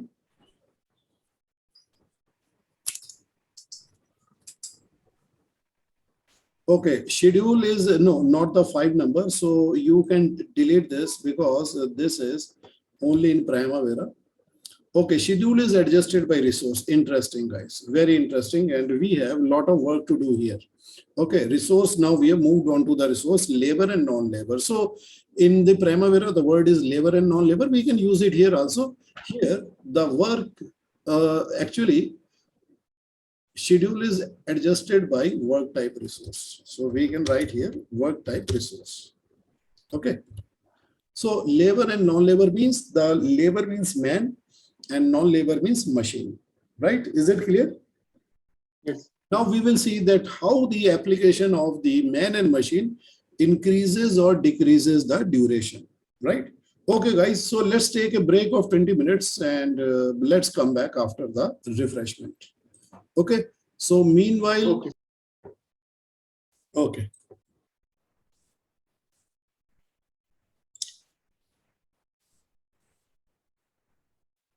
Okay, now we are going to learn schedule is adjusted by the work type resource, that is the labor and the non-labor. Okay. Now you save this file as, save as. Now what is the next lesson number? So lesson would be 5. Okay, 5. Okay.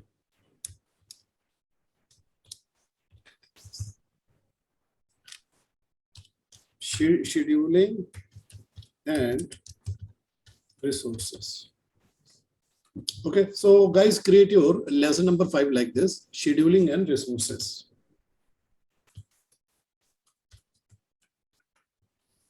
And click on the save. After this, you can go to the row number 0 and you can replace the text with this: scheduling and resources, like this. And you delete everything else.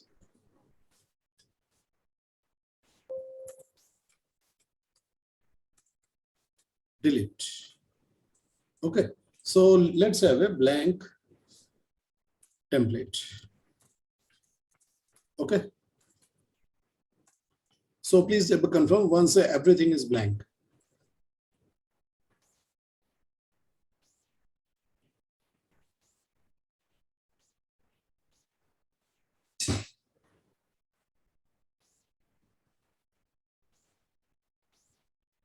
Yes, sir.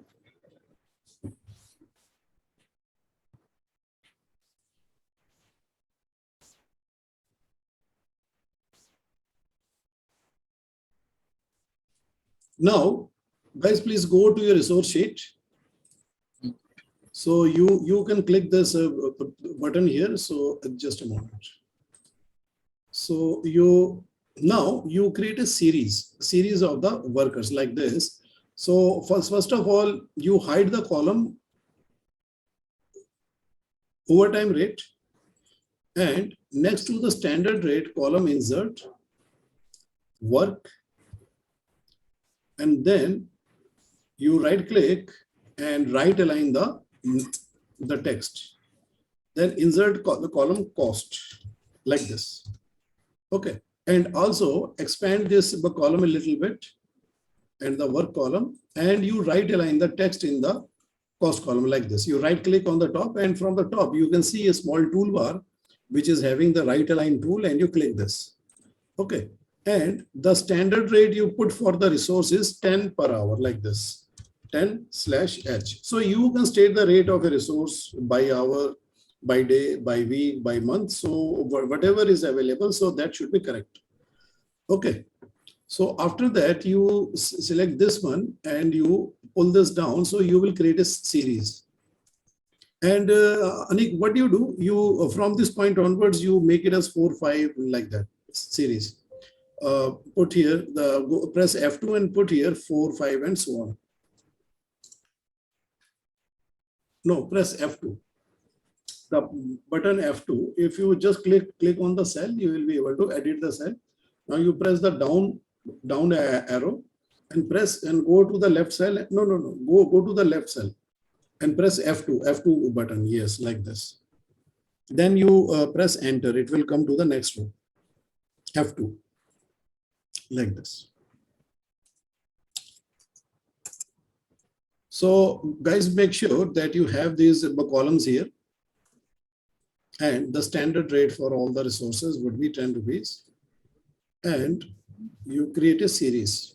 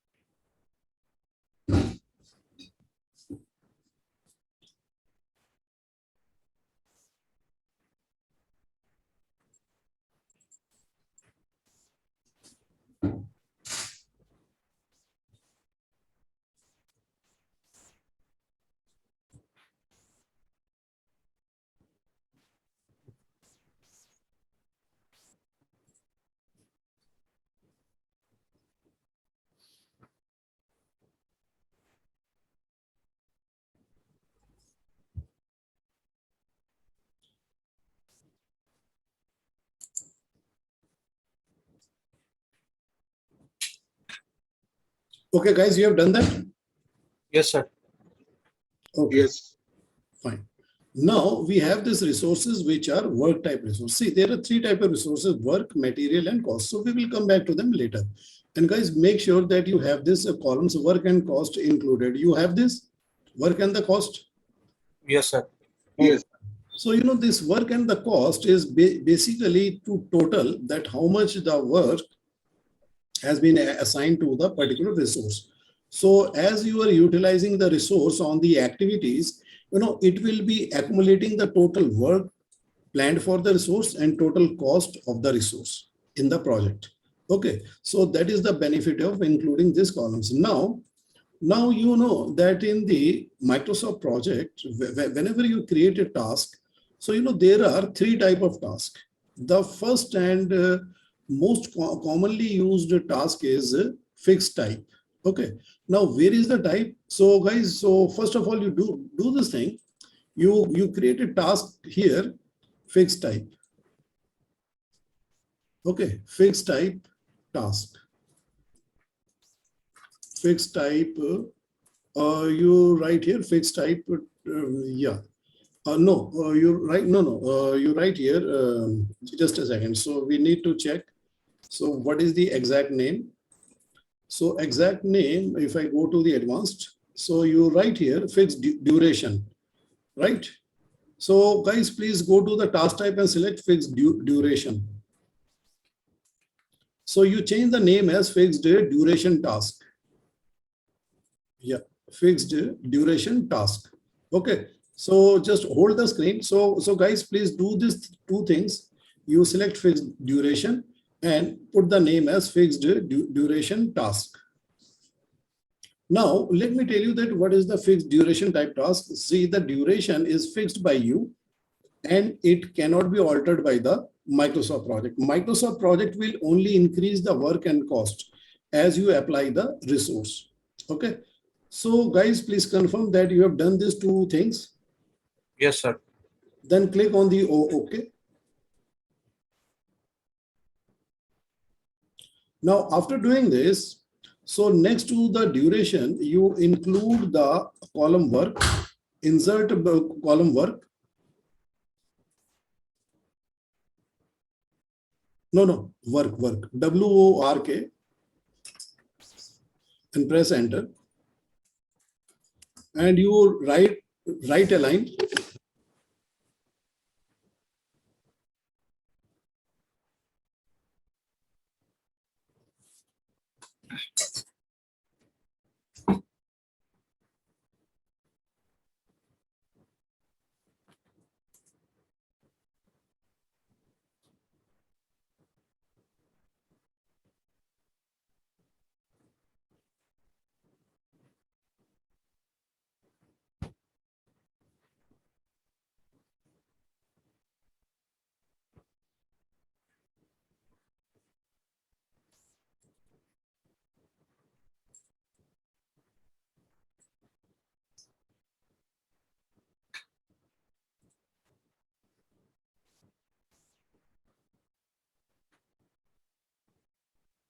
Sir, are you saying something? Because I'm not able to hear you. Oh, sorry. I was on the mute. So you guys, please right click on the start.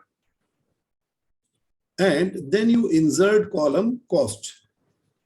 Insert cost. You type here COS and you select cost column from here. And you right align by right clicking on the top and select the right align tool.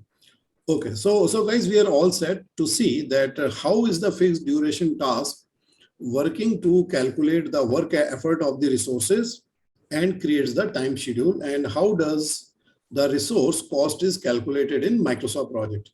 Okay, so I'll just pause here for a moment for you to confirm that you have this data. And guys, once again, we don't need the start select column, so you hide it because you know we have to optimize on the space. So you hide the start select column, and the work you can make it a little bit smaller. Cost you can keep it a little bit spacious. So guys, it looks like this. Okay, now go to the duration column and put here 1 day, because here the 1 day is having a question mark. So you convert it into a definite duration of 1 day. Okay, guys, you have done that. Yes, sir. Now you select the activity fixed duration task and click on the resource assignment button. So this button is also there in the resource menu. Okay, this button can be also accessed from the resource menu. It is the same button which is here. So guys, these two are the same buttons. So why we have put it on the quick access toolbar?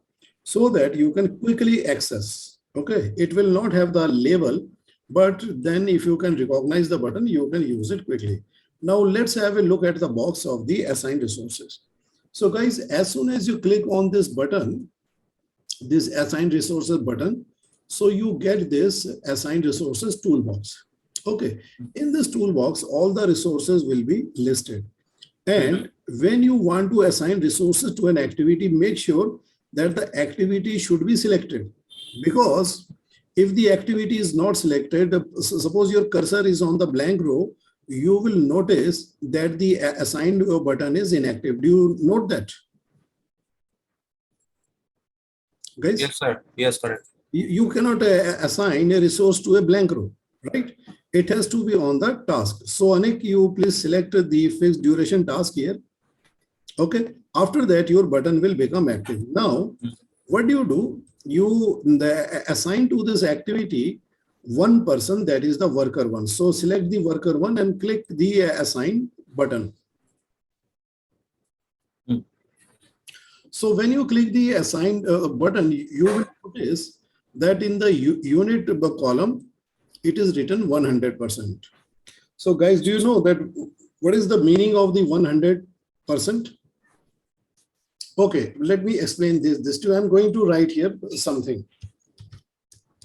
100% means that 8 man hours, which means that you want this guy to work full day. Suppose if you want the person to work only 3/4 of the day, so you will select, you will type here 75%. If you want a person to work half a day, then you will type here 50%, and it will put a person, will assign a person for 8 man hours. And if you want a person for only 2 man hours per day, you will put here 25%, and it will create a work schedule of 2 man hours. So guys, is this clear? Yes, sir. Can you keep this in mind? Because the 100% is the default. Now, if you look at the top, so guys, do you note that when you assigned it 100%, it created a work of 8 man hours, right? Yes. Okay. Now, just do this thing. You just go into the unit column and put here 75%. Type it. Don't scroll. Type 75, press enter. You don't have to write the percentage symbol. Now, guys, what is the work? What is the work? 25%, 6 hours it is. 6 hours, because it is the 75% utilization. Because the 100% utilization is 8 man hours, right? Right? And do you see that 100% will not be mentioned, but anything below the 100% will be mentioned. Do you see that the 75% utilization is mentioned here, right? Okay, guys, now do this thing. Go into the units column and you assign the person for 50% and see that what happens here. Type here 15, press enter. Guys, do you see that it is creating the assignment for 4 hours? Yes. Okay. Now, go to the units column and put here 25%. So what is the 25%? It is 1/4 of the total work capacity of a person. Okay, guys. So Yes, is yes. this thing clear? But Yes. if you don't want to use a person, so select the person and click on the remove. Click on the remove. So it has removed the resource. So when you remove the resource from an activity, so what is the work here? 0. Because the work will be created only when you assign the resource. Now, when you want to assign a resource full time, click the assign button. So what will it do? It will assign the person 100%. So 100% means full day. So whenever you put 100%, do you see any number here? No, because it is the default. So whenever you are utilizing a person, so most of the time, most of the people will be assigned full day task, right? So if a person is being utilized for full day, there is no need to mention. But if you are utilizing a person for less than 1 day, then there is a need to mention. Right, guys? Is this clear? Yes, sir. So, you know, what happens when you assign the person? So close this box, guys. Close this box. When you assign a person, what happens? Microsoft project calculates the work. So what is the work? 8 man hours. Now, guys, do you understand that why 8 is coming in the cost? Because the rate of the person, we are utilizing a simple rate for understanding it mentally, 10 rupees per hour, right? Or 10 rupees per man hour. That's how it should be put, that what is the pay rate of a person? 10 rupees per man hour. So since we are utilizing this person for 8 man hours, so Microsoft project is calculating the cost at 80 rupees. Right, guys? Is this clear?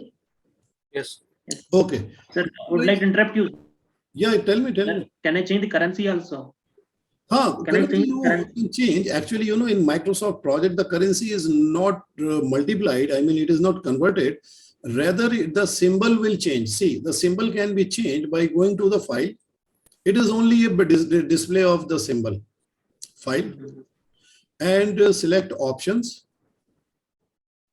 And if you looked at the display, I mean, display the option, and you change the currency to USD. Okay, change it to USD and you click on the U and you will find USD below. Scroll down, select USD and you click on the OK. Now, guys, what did it change? It only changed the symbol.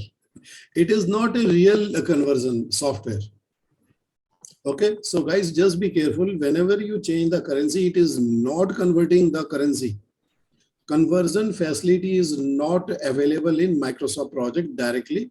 You have to add an additional column. You have to put the formula or the rate of the conversion between various currency. Then only you can have the cost in that particular currency. So it is only replacing the symbol. Guys, is this clear? Yes, sir. Yes, sir. So it has just replaced the rupee symbol with the dollar, nothing else. It is not converted. Okay. Now let us come back to the main point. Now, what is the fixed duration task? Fixed duration task means that if you set the duration, Microsoft project will not change the duration in the fixed duration type task. It will only change the work when you add more resources. When you add more resources, you know, normally you will feel, oh, when I add more people, should it not do the crashing? No, because you have told my Microsoft project, I am selecting a fixed duration task. Now, where the fixed duration task type is used in which kind of projects? See, mostly the fixed duration task type is utilized in the heavy engineering projects like civil, mechanical, electrical, and then the construction, infrastructure. These kind of projects, they use the fixed duration task because most of their tasks are based upon the process-based tasks, because they know that if they have to I mean, they are going to lay some concrete or something. So the concrete takes around 28 days to cure, and most of the processes around any task is fixed. So most of the project which are done in the core engineering sector, they are using the fixed duration type. Right, guys? Is this clear? Yes. So for you guys, you should be using fixed duration type. Okay, the next is the fixed work type. Now, fixed work type is used in those industries where the man hours is calculated. In software and IT industry, we first calculated the man hours, and our costing to the client is based upon the man hours which are required to create the product. So we use the fixed work type. Now, first, let us try to understand how does the fixed duration task type works. See, when we add more and more resources, what is going to happen? The red box is going to remain constant. Only the green box is going to change. Okay, only the work will be changed, and of course the cost will change if you are adding more resources. If the man hours are required more, So the costing will change more. Okay. Now let us do this thing to understand it better. Let us go into the task usage box. I mean, task usage sheet. So guys, you are here. Yes, sir. Okay. Now on this activity, you click on the assigned resource. And now, so you select the worker 2 and click assign. Now, guys, have you seen when you assign the worker 2, the worker 2 is assigned 8 man hours of the work and his timesheet is created for Monday. Do you see that? Okay. Now add the worker 3. So guys, do you see that worker 3 has been added and his timesheet has been created for 1 day on the Monday? Do you see that? But only for 1 day. Okay. Because you have fixed the duration. The duration is fixed by you, right? Okay. Now add worker 4.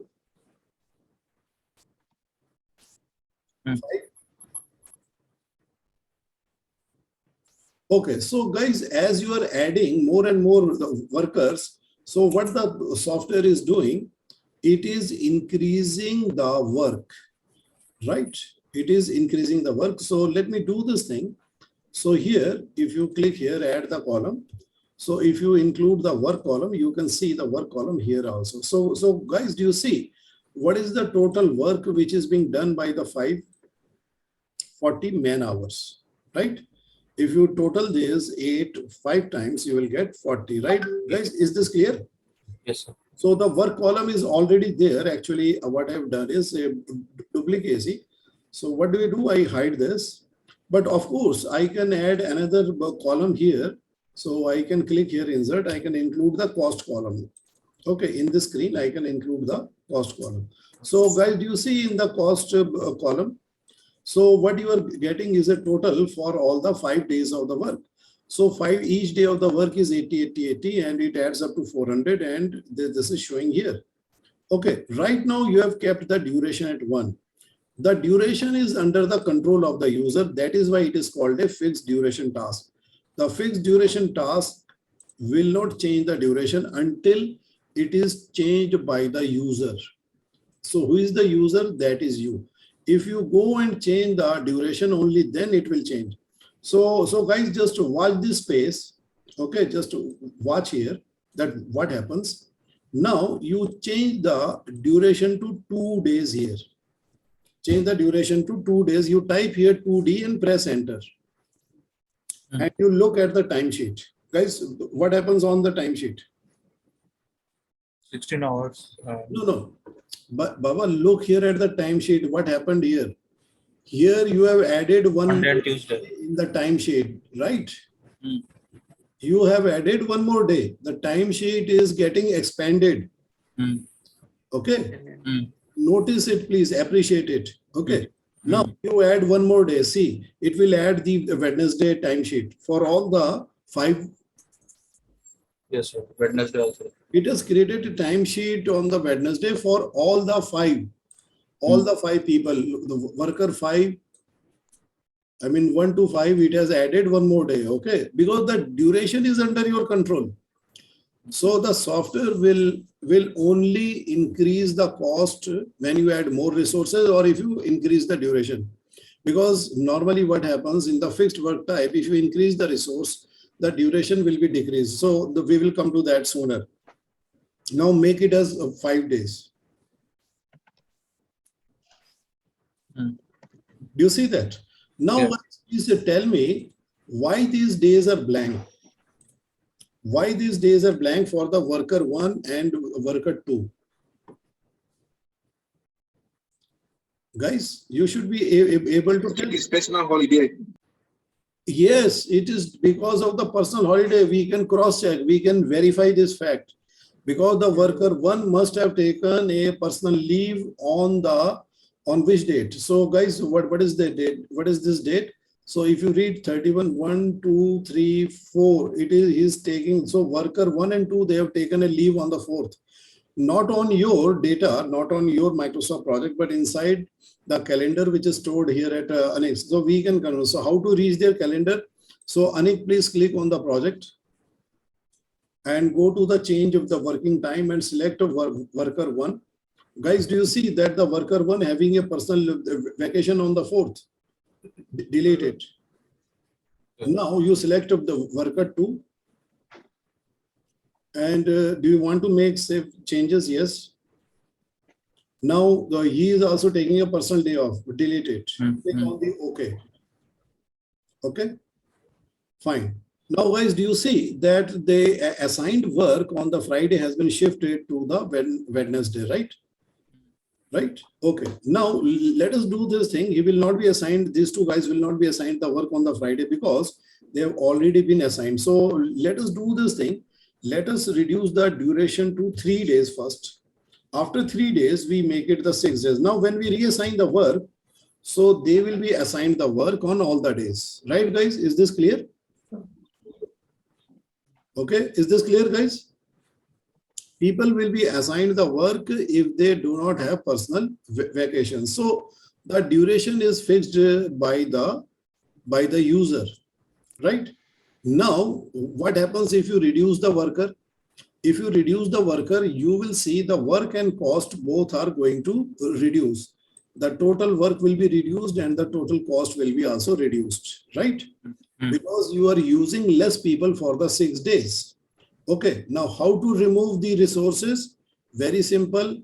Select the activity, select the task. Now click on the resource button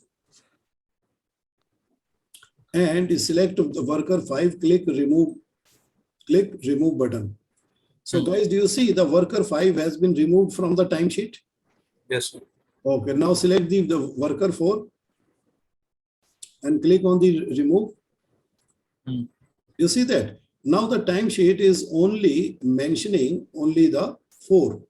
No, only the 3 workers. So you can see it very clearly that only the 3 resources are mentioned. Okay, the timesheet is being created for three workers. But if you reassign them, so click on the assign here. Okay, do you see that? Now the worker 4 is not being added for all the 6 days. So that's a little bit of a mystery to me. Select the worker 5 and click on the assign. No, it is adding only for the 1 day. But normally it should be added for all the 6 days because it is the fixed duration task. Okay, but we will find it out later. But for the time being, so normally whenever you add a resource to the existing number of the days, they are added for all the days. Okay, now let us close it. Okay, so guys, please reduce the duration to 1 day. Okay, after this, now increase the duration to 6 days. Okay, so this completes the timesheet. This gives a complete timesheet for all the resources, right? Okay, fine. Now we are going to learn about the fixed duration. So in the fixed duration, the duration is fixed by you. When you add more resources, only the work and the cost is calculated and added. Okay. Now let us create another task here. So please go into this blank row here and you type here fixed work task. Fixed work task. Okay. Now you go to the attribute of this, you right click and go to the information. And in the information, select advanced. And in the advanced, you select the task type as fixed work. And click on the OK. Now fixed work means that the work will be fixed by you, work will be decided by you, but the duration will be calculated by the software. Now, how does this thing work? Suppose you have an activity which is requiring around 80 man hours. So you go to the work column and you type here 80. You type here 80. Okay. And you remove the question mark from here. Remove the question mark.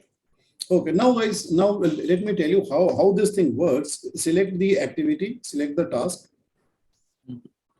Okay, I'm pausing here. Everybody please confirm that that you are having the same data. Yes, sir. So guys, have you changed the task type? Yes, sir. The task type, let me confirm to you.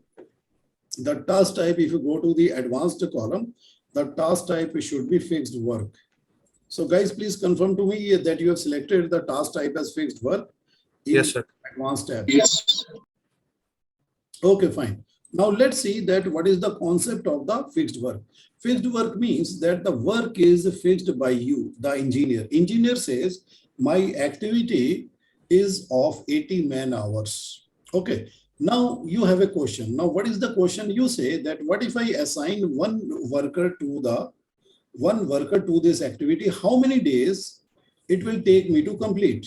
Okay. So you know, I'm marking the duration with the green color. So why I'm going to mark with the green color?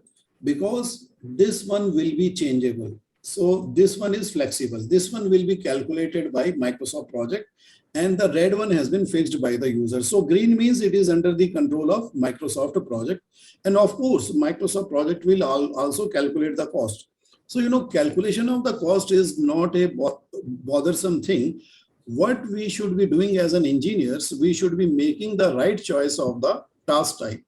So that I'm making you understand it in detail so that in the real life, we'll be able to make the right choice. See, in your engineering project, you start with the fixed duration. And if you feel that you are doing something which is based upon the man hours, then you select the fixed work type. Now let's see that how the fixed work type works. So guys, now you select the activity fixed work. Select this activity fixed work. Now click on the assign resource button here. Okay. Now you select the worker 6. No, not 1, but 6 onwards. Select the worker 6, click on the assign. Now click on the close button. So guys, did you note something that what happened? When you assigned this worker, Microsoft project said this one worker will be working 8 man hours per day. So it will take him 10 days to complete the 80 man hours of the work. So what it has done, that it has created a timesheet of 10 days. Did you see that, guys? Yes, sir. Yes, sir. You see that? So what it is saying that since the work is fixed and the duration is calculable, so the duration has been calculated because the one person has a full-time capacity to work for 8 man hours. So 80 divided by 8 man hours. So the Microsoft project say that this is going to take 10 days to complete for this one person. Now guys, tell me one thing. What if I add one more person and the work total is 80 man hours? So will the number of the days increase, remain constant, or reduce? It will reduce. It will reduce. It will become half. The duration will 5 be, days. because you know what will happen. 80 man hours of the work will be subdivided between 2 people. So 2 people will work together to create or generate 16 man hours per day, right? So guys, what is 80 divided by 16? If you can recall from your school time? 5. 5, exactly. So keep this information in mind. Now, what you do, select the task and click on the assign resource button. Okay, so guys, let's do this thing. Let us bring this box a little bit here so that we can see the calculation and the table at the same time. Now, guys, you select the worker 7 here. Now click on the assigned, but no, you bring it a little bit below so that you can see the new row which will be formed, because the new row. So let us do this thing. Let us close the fixed duration because this will both give you the space. Okay, now look at the demo screen. So you first select worker 7, then you click on the assign button. Now guys, no, actually you have to click on the assign button. No. Oh, sorry. It got assigned to the wrong task. Just a moment, because you first remove. You have to select the fixed work type. Okay, now click the assign button. Guys, do you see that the duration is reduced? Do you see? Yes. Do you see this table? It has been reduced, right? See this. Earlier, this was spread out over the 10 days. Now it is spread out over the. Now, just do this thing, keeping the activity as selected. Select worker number 8 and click the assign. Now, what happens? It has calculated if you are using 3 people, it is 3.33 days. Okay. And on the last day, all the 3 people will have a fraction of the work. So what is the fraction of the work? The fraction of the work is like 2.67 man hours. Do you see that on the Thursday, the work is 2.67 man hours. Okay. How it is being calculated? I'll show it to you. Just divide 80. Okay, divide 80 by 8 3 the 24. So guys, just divide 80 by 24. So what do you get?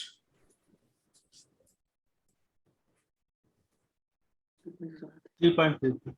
3.33. So that is the duration which is mentioned here. Now, what is 0.33 multiplied by 8 hours? Just do this thing. 0.33 fraction of the day multiplied by 8 hours. So what is it equal to? 0.04 into 8. 2.64. Yeah. 2.6.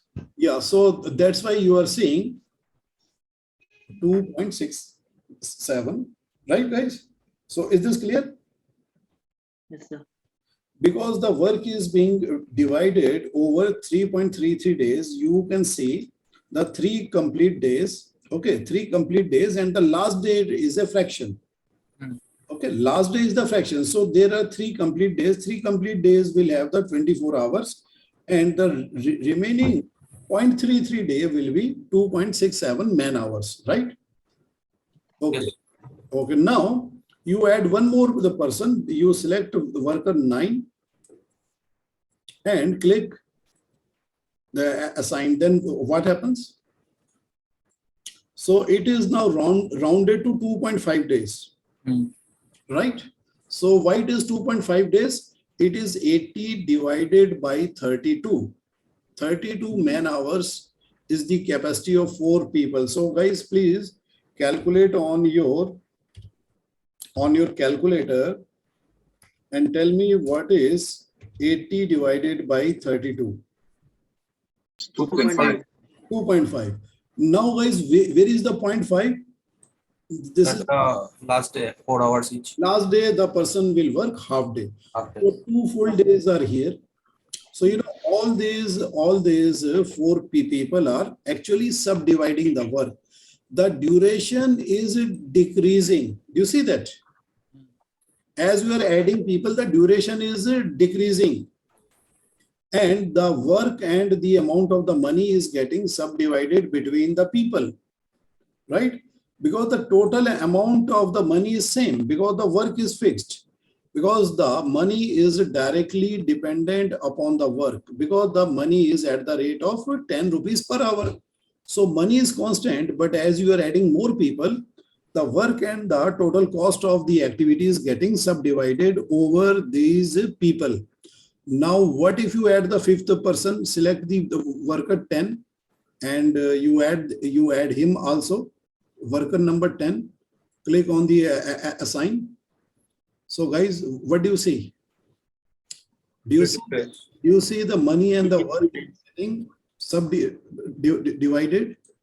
So, if you are using 10 people, I mean, if you are using 5 people, so everybody gets 80 divided by 5, every person gets 16 man hours. 16, 16 multiplied by 10 is equal to 160 rupees or dollars that they are going to get.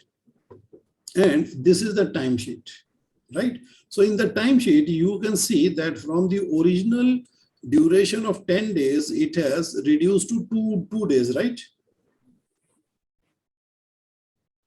Yes. Yes, sir. Okay, now let us do this thing. Let us remove the 4 workers. Let's keep only 1.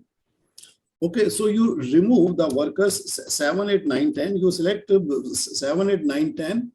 And after selecting the workers 7, 8, 9, 10, click on the remove button. Just make sure that only worker 6 remains. Now, guys, when you are giving the total work to the worker 6, then what happens to the duration? 10 days. The duration is going to take 10 days, right? Yes. Okay, now if you ask the worker 6 to work only half day, then what is going to happen? First, you tell me. If I ask the worker 6 to work only half day, so what will be 20 days? 20 days. 20 days, fine? 20 days. Okay, fine. Just go to the unit column, put here 50 and press enter. Okay, because if he is working half day, his contribution will be 4 man hour per day, and due to which the duration will get doubled to 20 days, right? So what is RBD here? Request demand. Request demand, actually, see, when you are working on the project online, so you can request a demand to the resource manager. So this thing will not work in the standalone mode. So when you are connected to the central database of the project online, so you can, if the resources are not under your control, you can request a demand that I demand the 100%. Okay. Okay. And if this request demand is approved by the resource manager, then you will get the person for the requested demand of the units. Okay. So this is part of the project online, but here you are not worried about that. Here in the desktop version, let us assume that you have a full control on the resources. So if you are entering 50%, so you will get 50%. If you are entering 100%, you will get the 100%. So, okay, we have to understand the maths first. Those are the administrative things. Okay, first let us understand the calculation. Now, guys, if you reduce the units to 20%, means 2 hours per day. So how many days it will take to complete the work? First, you tell me. 40 days. 50 days. So you enter here 25%. Okay, make the capacity to 1/4. Now look at the duration. Guys, do you see that the duration has increased? 40 days. Okay, 40 days. You make it as 25% and press enter. You type here 20. No, Baba, not here. On worker 6. On the worker 6, it is already on the screen. You put here 25 and press enter. Put here 25 and press enter. Some issues are happening one moment. No, why there should be an issue? What's happening? Okay, you first close this thing if you are having it. Okay, now once again you press the button. Go, yeah, it is having 25%. Right? Actually, I have already put in it type enter, but somehow it doesn't. So guys, do you see that once I'm asking this person to work part of the day, so the duration is increasing. Now, guys, do you understand what is the relationship between the resource and the duration? If you are using a work type, then it means that you are only fixing the work. So the work is fixed by you. It will now not be changed, right? So if you're fixing the work, so based upon the amount of the resource you are using, the duration will be calculated by Microsoft project. Now, guys, let us do this thing. You assign this person 100%. You type here 100 and press enter. Press enter. Now, do you see that what is the, no, you type here 100. And no, I've typed 100 and then. Okay, now you close the box. I think there is some bug here. Okay, so now let us look. Okay, just do this thing. Yeah, it has come back to the 10 days. There is some bug here, right? Okay, now guys, okay, now this person is working full time. Okay, for this activity. Now, suppose you, the engineer, you say, no, I don't want this activity for 80 man hours. I want this work to be done for 40 man hours. So guys, if you reduce the work to half, what is going to happen to the duration? Duration will decrease. Yeah, so you go to the work column and put there 40 in the for the task. You make it as 40. Go to not this. It becomes 5 days. Not this. Anek, listen to me carefully. I told you to go to the column of the work, Okay. not the worker. Make it as 40. Make it as 40. Press enter. Okay. Look at the duration. Guys, did you understand why the duration is reduced to 5 days? Because you are telling Microsoft project. Amount of work to be done has been decreased. Yeah. Because you're reducing the work, keeping the one person full day. So the one person will be finishing the work in 5 days. Now, instead of the 40 and put here 8, put here 8. So tell me what will be the duration? 1 day. Okay. Now you put here 6 hours. Now what is the duration? 0.75. Yeah. Now you put here 4 hours. 0.5. 0.5 means half day, right? Half day you can see here, 4 man hours. Now put here 2. Okay. Now a question has come to your mind. What if I give this person 196 man hours of the work, or say, let's put a very odd number. I want this person to work for 193 man hours. Just put here 193.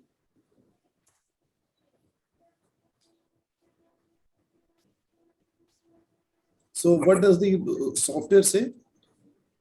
24.13 days. 0.13. So, 0.13 multiplied by 8 will tell you that how many man hours of the work will be remaining on the last day of the schedule, right? So that is the leftover day. Last day is called the leftover day. So we do the leftover work, okay, on the last day of the schedule. Right, guys? Is it clear? Best, is this clear? Yeah, it's clear. The concept of the fixed duration is utilized more in the civil engineering and hardcore engineering, and fixed work type is utilized more in the service-oriented projects like software development or movie making. Movie making is also dependent upon the man hours, how much time you put into a particular scene, how many man hours you need, and based upon that, so no, not in the movie making. No, movie making is fixed duration. The best example I can provide you is the software. Software industry uses fixed work, and rest of the industries, they use the fixed duration. So guys, it will be wise to set the default in your Microsoft project to the fixed duration. Okay. Okay, guys. Now there is a third type of the task which is used mostly for the what if analysis.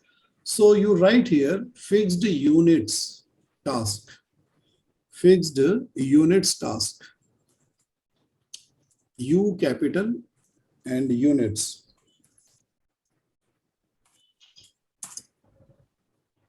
Okay. And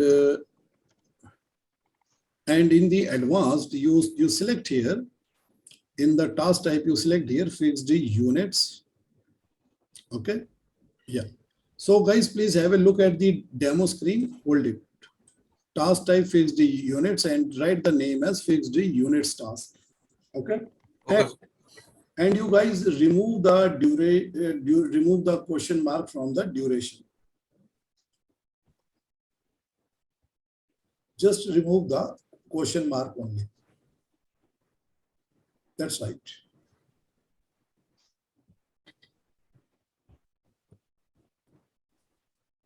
Okay, guys, you have done that. Yes, sir. Now click on the OK. Now I will explain to you first the concept. What is the meaning of the fixed units type? Basically, you know, initially, let us put here 1 day. Okay, so what's happening? I'm not able to click here. So Anika, are you connected with good speed? Yeah, press enter. So why the question mark is hanging around? So that is a problem. Okay, let's go. Yeah. No, it is not estimated. I think it is a bug in the software. So let's go to the Gantt chart. So I'm sure. Okay, fixed units. Let us delete these 2 rows. Okay, guys, fine. Fixed units task. Now, what is the concept of the fixed units? Fixed unit task type means the task type in which the resources are fixed. So keeping the resources as fixed, we are trying to determine that what will be the duration or the work. Okay, if we increase the duration or if we increase the work. So you know it has an effect on the calculation. Anik, are you connected to the internet? Yes. Actually, I am not able to click on your screen. I am not able. Yeah. Okay. I don't know. It was sort of frozen. Yeah. Now, guys, do this thing in the fixed unit. You select and click on the resource button. In the resource button, you select worker 7 and 8 and you click the assign button. Select workers 7 and 8, 2 of them, and click on the assign button. Now click on the close button. Now guys, let me tell you what is the meaning of the fixed units. Fixed unit means that the workers are fixed, and what is flexible? It is the day and the work which is flexible. Now, it is used mostly for the what if analysis. Now, what if there is a question in your mind? I have got 2 guys in my team. So what will be the man hours if I give them 10 days of the work? So make the duration as 10 days.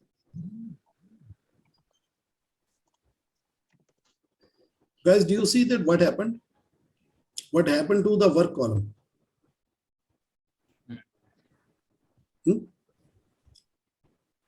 Guys, someone please react. Yes, it increased to hours. Yeah, it has increased to 160. Why? Because the 2 people, they add up to 16 man hour per day. So per day is 16 and 10 days is 160 man hours. Now, a question comes to your mind. If my workers are 2 and if I give them, now this time you are going to change the man hours. You say that if I give them 8 man hours of the work, how much time will they take? So guys, please tell me yourself verbally. If I give these 2 people 8 man hours of the work, what will be the duration? 10 days. Half day. Half day. Half day. Yes, exactly. Now you put their 8 into the work column, go to the work column and put their 8. Guys, do you see that Microsoft project is telling you if you change the work, the duration will be half. What if you change the duration to 25 days? Change the duration to 25 days. It will tell you these 2 guys, if they are made to work for 25 days, so how much work they will generate? 400 man hours. 400. Then a question comes to your mind. What if I make these guys work for 100 man hours? So how much duration they will take to complete 100 man hours? Guys, do you see the duration that they are going to take? 6.25. 6.25. You know, this is, in this case, the fixed unit. Unit means that you are fixing the workers, and what is flexible? The duration and the work is flexible, right? And in the fixed work, it is the duration which is flexible, and in the fixed duration, it is the work which is flexible. And what is not flexible in the fixed work type? The work is not flexible, and in the fixed duration type, the duration is not flexible. Right, guys? Is this clear? Now, I am sure that you are getting the ideas which is the best one for you. The best one for you is fixed duration task to begin with. Fixed duration. Yeah, because the fixed duration is less confusing in the beginning. But if sometime you want to do what if analysis, you can use the fixed units. But after you have done the what if analysis, either you convert it to the fixed duration or you convert it into the fixed work. I think that will be good for you. Now, what happens that Microsoft project starts with the default. Whenever you are using it for the first time, the default is fixed unit, and this is really very confusing. Okay, so people are very much puzzled, and I've seen many people, they get so much discouraged with this, then they stop using the Microsoft project. They say, whenever I apply the resource, it is changing my duration or it is changing my work. I don't know how to get the stable calculation, because in the Excel, when they used to use the Excel, they were used to the fixed duration type. They will put the duration into the duration column, and they will add some man hours here, and they will get the cost. Right, guys? Is this clear? Yes, sir. So it is better that you go to the fixed duration task. Now, how to set the default? So let me tell you this, guys. To set the global to the, the global default to the fixed duration, go to the file, then options, and after the option, go to the options and go to the schedule. Okay. And in the schedule, you will see default task type. Guys, do you see the default task type? Yes, sir. Okay. And you select here fixed duration. Now, what is going to happen? By default, it's going to create fixed duration type task. And if you want to change it, you can change it. Now, what's happening here? What's happening with your... I'm not able to select this duration. Yeah, you are not able to select it. Because I feel that this has been somehow hard-coded by the person. I mean, who was using it previously. I don't know how he could do it on the desktop. On the desktop, it is. So are you logged into some account or something, project online? Because No. If you are connected to the online version, it will fix it from there. Then it is difficult for you to change. So let me do this thing. Just wait. Let me create a new. Okay. So in the new file, in the blank project, let me see that is it giving me the option to change? If I go into the schedule and if I want it to the auto schedule, no, it is not letting me do it. There is some setting which is hard coded into this version. So let me do this thing, switch account. So I think you are logged into some sort of a web project account. Okay, let me look at someone else's screen. Saurav, you share your screen.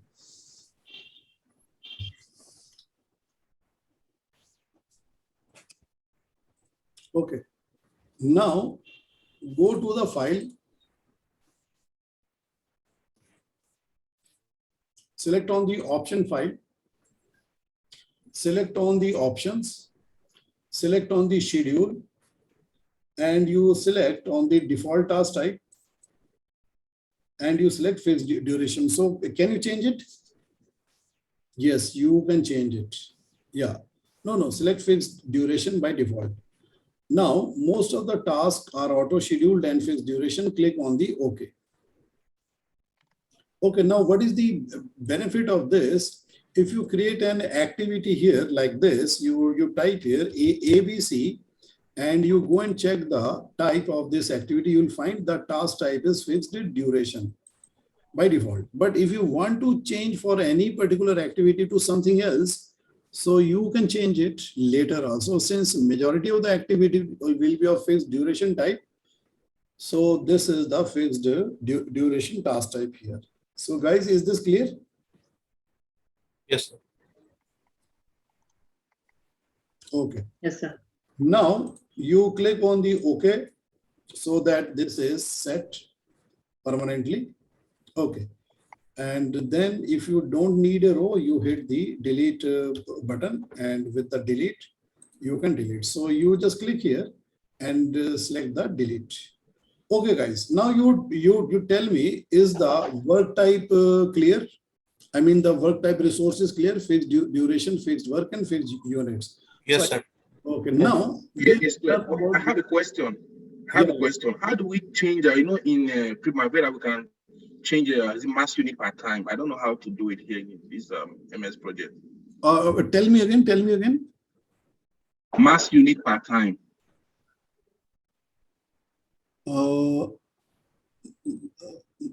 Rate per unit of time, rate. Not rate, the mass unit, like now, okay, a particular department, let's say plumbing, if you code it here now, it's going to give you like 8 hours. So I want to increase it so that it will be 2 workers. Yes. Good question. Yeah, I'm coming to that only. Yes. So guys, let me tell you one thing. Okay, here is a very good question he has asked. See, guys, do you see this column here? So let me mark out this column. Guys, do you see this? Okay, but let me first of all switch this thing, because this is very, very irritating. So you should, screen tip should be, because it is trying to help you too much. Too much help is also bad. So guys, read the name of this column, maximum units. Okay. Suppose if I have one person in a particular skill, suppose, say this, I'll just tell you what happens. See, I write here a skill, the skill is designer, right? Now, if I've got one designer, so by default, Microsoft project will create only one designer. It means that there is one person, right? If I say that the designer is not just one person, it is a team of 4 people. See, if I want to designate a team of 4, I'll write here 400. Now I will go into the notes. I will write here in the notes.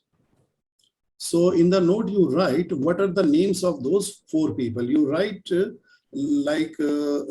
X. So these are the names, X, Y, Z, A, right? These are the 4 people.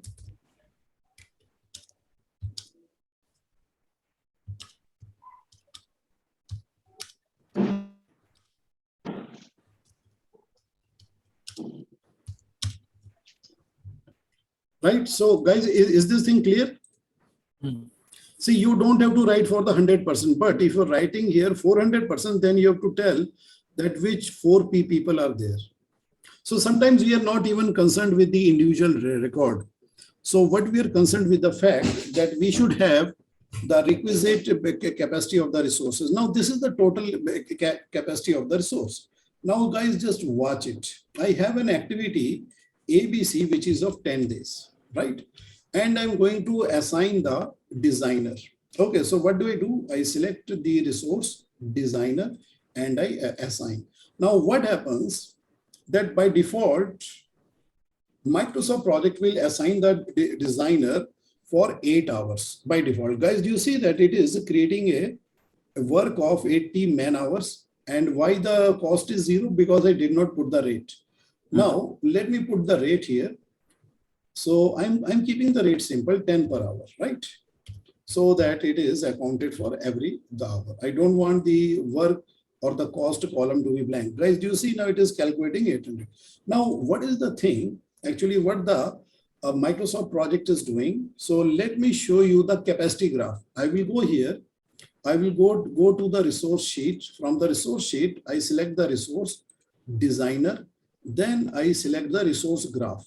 Now guys, in the graph, so where is the graph starting from? It is starting from 1st of the August. I have to scroll a little bit. Now guys, do you see this dark line on the top? Yeah. That is the capacity of the designer resource. Actually, the designer resource is consisting of 4 people. That is why the capacity line is showing 400. But whereas, what is the utilization? Utilization is only 1 person. Guys, is this thing clear? Yeah. Okay. Now, suppose if I want to utilize 2 people, okay, how do I do it? Just watch me doing it. Then I will come back to the graph once again to show you that as I utilize more people, so what the software is going to do, it will increase the graph to 200 like this. Okay, it is going to increase like this, right, guys? Okay. Yes. Keep this the expectation in mind. So let me assign one more designer out of the 4. I go to the activity in the Gantt chart. I select the activity, and guys, do you see that by default 1 person? So whose screen is this? My sir. Saurabh. So no, I know everybody's for me. Everybody is mine. So Okay. So you type here 200 and press enter.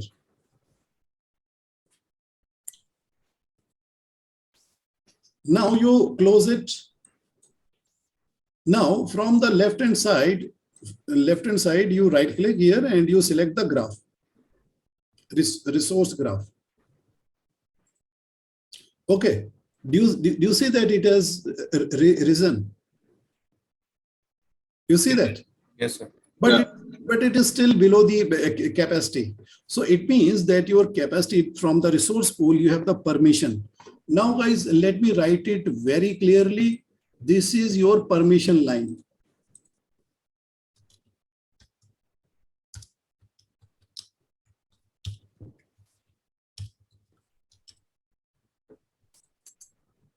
Resource use of the permission.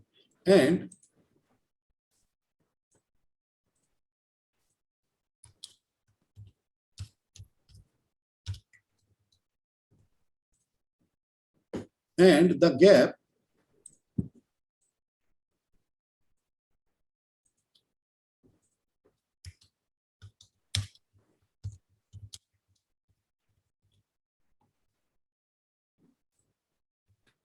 so guys, is this thing clear? Yes, clear. Resource use permission up to how much? So if you look carefully, up to 4, right? Yes. And this line is representing still available capacity, and resource use permission is up to 4 people. Out of the 4, how many you have used? Out of the 4, you have used 2. 2. This is 1 person, and this is 3 person, and this is 4 person. So you have the permission to use 4, but you are utilizing 2. Now, guys, suppose my permission to use is 4 and I use 5. So I'm sure that best you know that what is that situation called? You have got 4, but you are using 5 in your plan. So what will happen? Over allocated with The red. 5th person will be shown as over allocation, red color. You will see a part of the bar, which will the bar will go up like this. See, up to this point. So well, let me tell you what to expect. See, the bars will be blue up to here. Then another bar, the part of the bar which will go above this will be red, right? Okay, let us apply 5 people and come back. Okay, let's see that what happens. Okay, guys, let us do this thing. Sort of go to the Gantt chart here. In the Gantt chart, what you do, you select ABC, click the resource button, and you have the unit column, you put here 500 and press enter. Now click the close. See, guys, do you note this? This red, the human, the icon that comes up. Yes, sir. Yes. Okay, so read what it is saying. See, read the legend. This task has over allocated resources. So it's not the end of the world. It has got over allocated resources. Now, how does it look like in the graph? Just go into the graph, select a resource graph. Guys, do you understand this? right? So your permission line is 400, but you have used extra one person.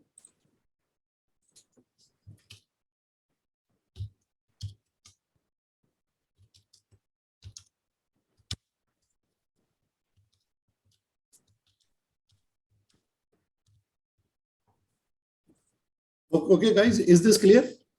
Yes, sir. Yes, clear. Now, this is called the resource over allocation. It is not the end of the world.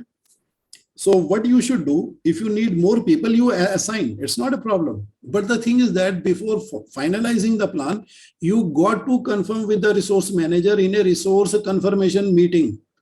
This meeting, just like your critical path meeting, you have to have the resource confirmation meeting.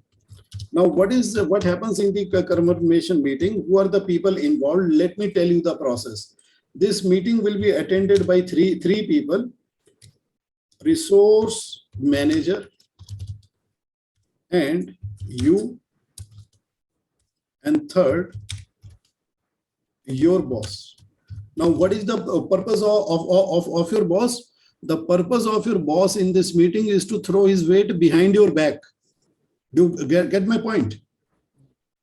See, the resource manager will try to make sure that you are utilizing minimum resource. But your boss will tell the resource manager, no, the plan made by my team member is correct, you give him the resource. Do you get my point? See, what is the appointment of the resource manager? Resource manager is reporting to the CEO of the company, right? Now, what is the purpose? Why the resource manager is assigned in the company? The resource manager reports directly to the CEO, because the purpose of the resource manager is to optimally utilize the resources, man, machine, material. CEO wants to keep an eye that people are not misusing the resources. Do you get my point, guys? Okay. The resource manager will try to verify that if you are using the resource in a justified manner, and the justified will be supported and reinforced by your boss. So you will ask the resource manager, I need one more designer because I have to finish the work quickly.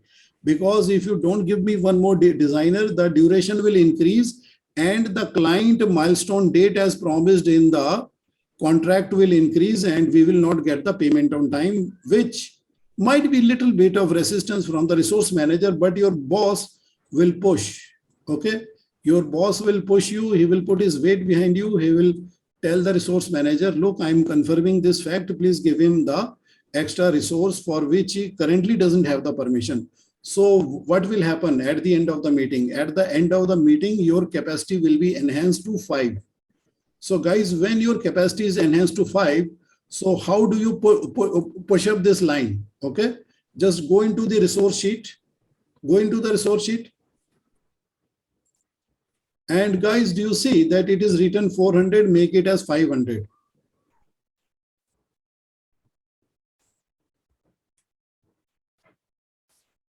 And press enter. Now go into the notes. Go into the notes. Open the notes. No, open the notes. You have to update. You have to write. How did you get 5? You have to write it. Baba, it's the project management. This is serious business. So you write here. 5 designers approved by RM in a meeting on, what is the date today? 10th July 2022. Email copy below. Okay. So guys, do you understand the process now? Yes. So guys, tell me a simple question. Can you use the resources of a company without permission? No. No. That is why you need resource confirmation meeting. Now let us go into the resource graph and see. Do you see that the capacity is enhanced? Now there is no red bar. So when there is no red bar, it is a realistic usage of the resource. if we're using the resource below the capacity, it is not a problem because the resources are not coming into your room and to sit with you. No, the resources are there in the resource pool. That is the permission. It is just like, so guys, please tell me, who is electrical engineer here? Who is electrical engineer? Anik, you are one, right? Okay. Yes. So Anik, tell me, what is the permission? What is the capacity given to an average household in India? How many kilowatt? 2.5 kVA. Okay. So My home connection is 2.5 kVA, that I know. Source is 2.5. So I have a permission to use 4 in my place. Yes, right? yes. Now what happens? Do I use 4 at all the times? No. No, I can use up to 4. But if I'm using more than 4, there might be an inquiry from the electrical D department. What equipments you are running in the home? Because why? Because the domestic rate of the electricity is less than the industrial rate, right or wrong? Yes. Everywhere in the world, the domestic electricity rate is less than the industrial rate to keep the people comfortable. That might even in some countries, the electricity rate is even subsidized. Why? Because those countries are so cold. People need to heat themselves to stay alive, right? So that is why, you are given a permission to use a certain limit.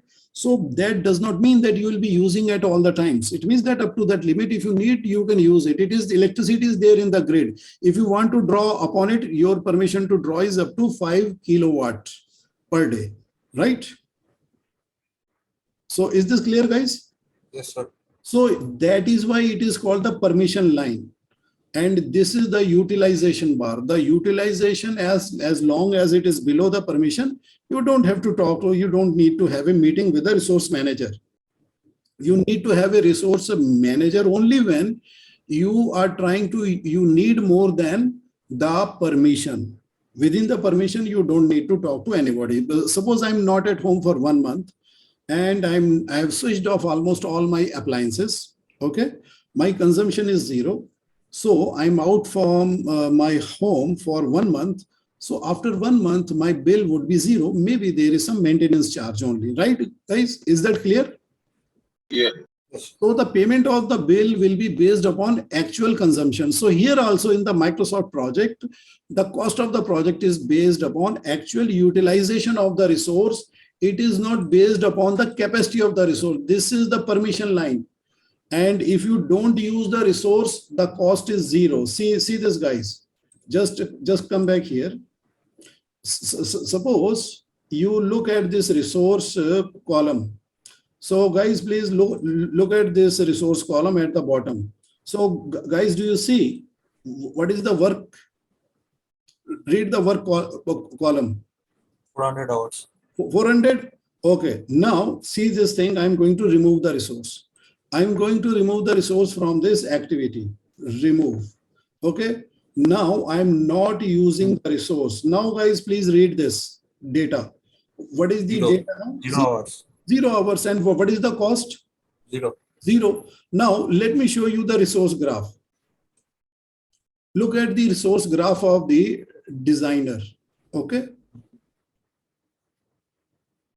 The designer is at the bottom. Just give me a moment. So guys, do you see any utilization here for the designer? No utilization, but you can still see the capacity line is there, right? So out of the capacity of the 500 or 5 people, how many you are using? Nothing. You are not using at all, right? So if you reduce the time scale, let's say, if you make it a little bit thinner, you can see more dates. Are you using the designer? No, you are not using the designer. Now, let me go to the task A, B, C, and let me use 3. I say use 3 designer out of the approved capacity of 5. I'm going to use 3 out of 5, right, guys? Now, let me go to the resource graph. Okay. So, guys, please see. What do you see now? Yeah. So how many you are using right now? So guys, please react here. How many you are using? 3. And What is the remaining capacity? True. Two more. 2. Remaining is 2. 2. And how many days you are using? Count the bars. Each of the bar is representing 1 day, right? So how many days do you see here? It's 10 days. 10. The utilization, do you see the utilization here below? Yes. 300 means that this bar which is there, it is utilizing 3 people, right? Okay. Now guys, if I write here like this, instead of the 3, so you know what I'm doing, I'm not using 3 people, I'm using like this. Now guys, what is the meaning of this? What is the meaning of the 250? Someone tell me. What is the meaning of the 250? See, let me tell you guys, it's a very simple logic. See, there are 2 people who are working full time. 1 people half day. And 1 person is doing half day. It is like this, right? So 250 is representing each day. It is representing up to here. It is representing, I will just put a dark shade. So up to here, it is representing 2 people. And from this point onwards, it is representing 1 person. He works half day, right? 250%. Right, guys? Is this clear? Yes. Okay, guys. Now this point is clear. Okay. Now the resource part is over. And guys, if you looked at the cost, did you do anything here? No.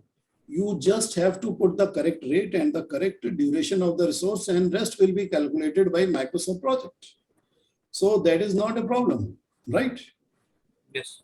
Okay, now let us do this thing. Let us remove the resources which we don't need. We have not utilized them. How do I come to know that I have utilized them or not? So guys, do you read this column?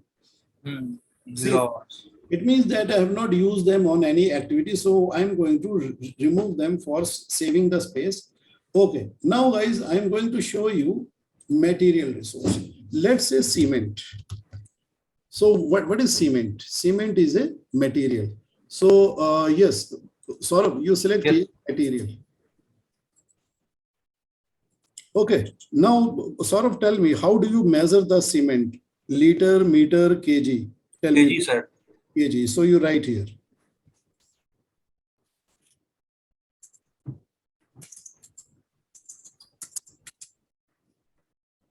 Press enter. Okay. Now let us assume the rate per kg is 100. So you put here 100. Just put 100. Only 100. Okay, guys. Okay. So guys, I am waiting for you to confirm. Yes. You have created the same? Yeah. Okay, good. Now let us do this thing. Let's go to the activity, and you select this activity ABC. Okay. And you click on the resource button.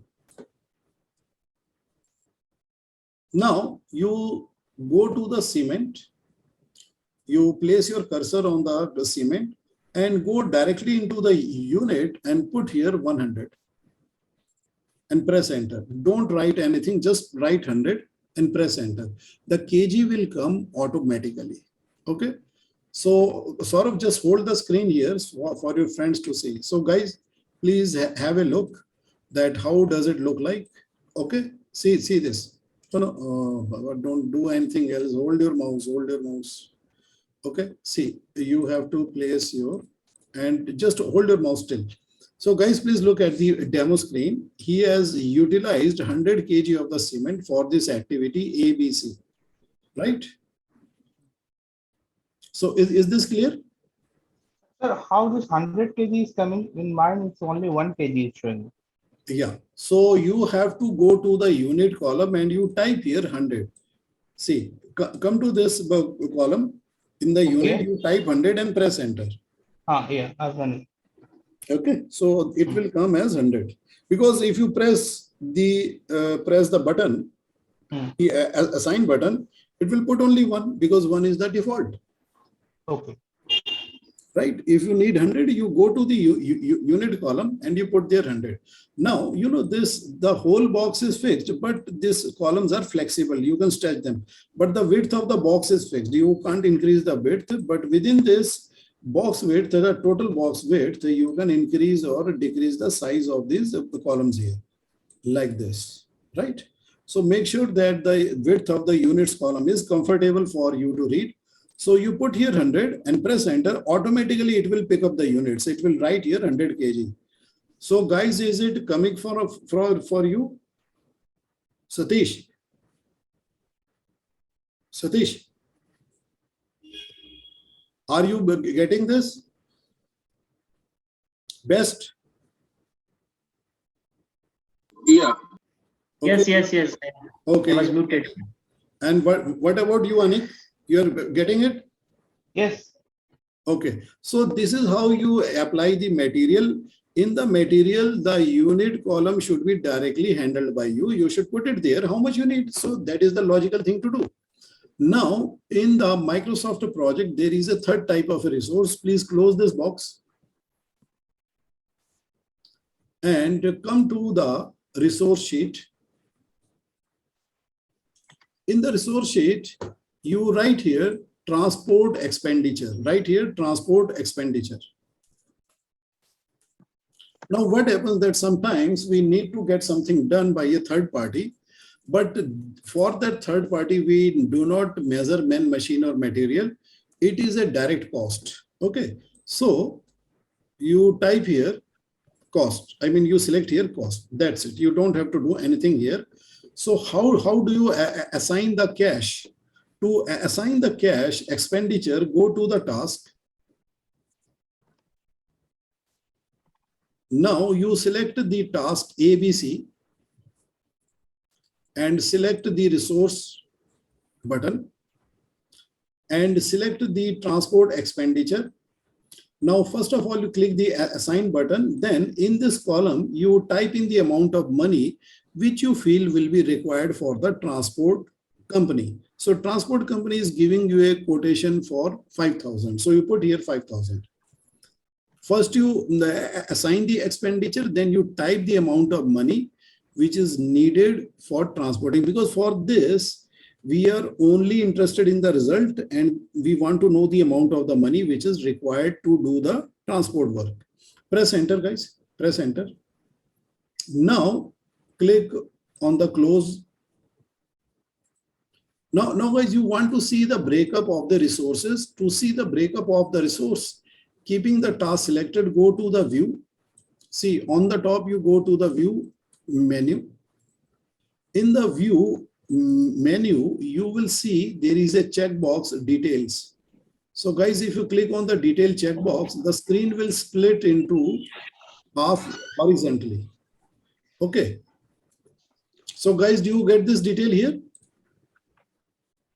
And you right click here. And you select here cost. So guys, you are able to see that what is the required units. So designer is working 250%, means 2 people full time, 1 people half time.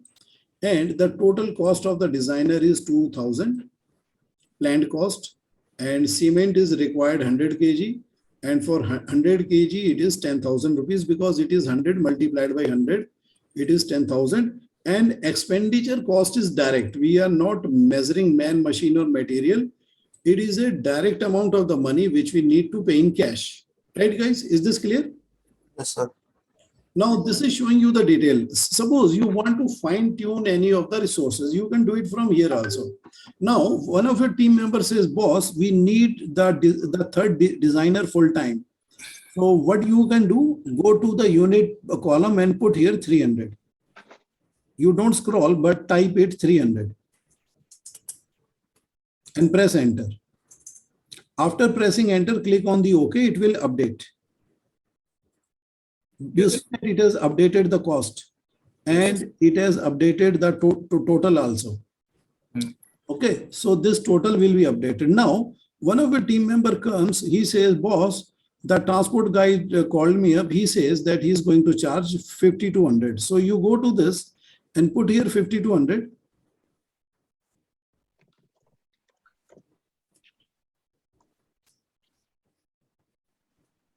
$5,200 and press enter and click on the OK. This will update. Do you see that it has updated the cost here? Now, if you look at the total cost, which is the 17,600, it is the total of this. Okay. So this total is coming from the total of these three items. Now, one of a team member comes, he says, boss, we need 120 kg of the cement. So you can update the material also. You just update the kg. You just go here and type 120 and press enter. And press enter. Then click on the OK. And after that, you will see that your total cost is updated. Do you see that? 19,600 is updated. Okay. And this is the breakup. So this is a very convenient way to review. If you are having a task in which a large number of the resources are utilized, you can see them and update them in a comfortable manner. So how do you reach here? So to reach here, first of all, you will click on the view option. Then you will click on the detail checkbox. Right, guys? Okay. Okay. And if you want to hide it, if you are done, if you want to hide it, go to the checkbox and uncheck it. So if you uncheck it, so this thing disappears. Right, guys? Is this clear? Yes, sir. Okay, guys. Now it is time for a project, which you can do like two teams. So how many people we have here? So we have got 5 here. So now I'll be dividing you into a team of 2 groups. So 3 plus 2 equal to 5. So I'll be creating 2 rooms in this Zoom only. But first of all, let me explain to you the project that you have to do. So sort of go to the document folder and you open the PDF file exercise for practice. Go to the MS project, yeah, documents folder, and you open MS project exercise for practice. So guys, please read the flow chart on the top.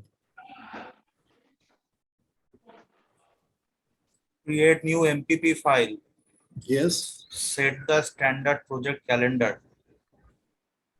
Add WBS task and set dependencies. Add WBS task and set dependencies. Create resource in resource sheet. Assign resources. Correlate result with the expected value. Troubleshoot.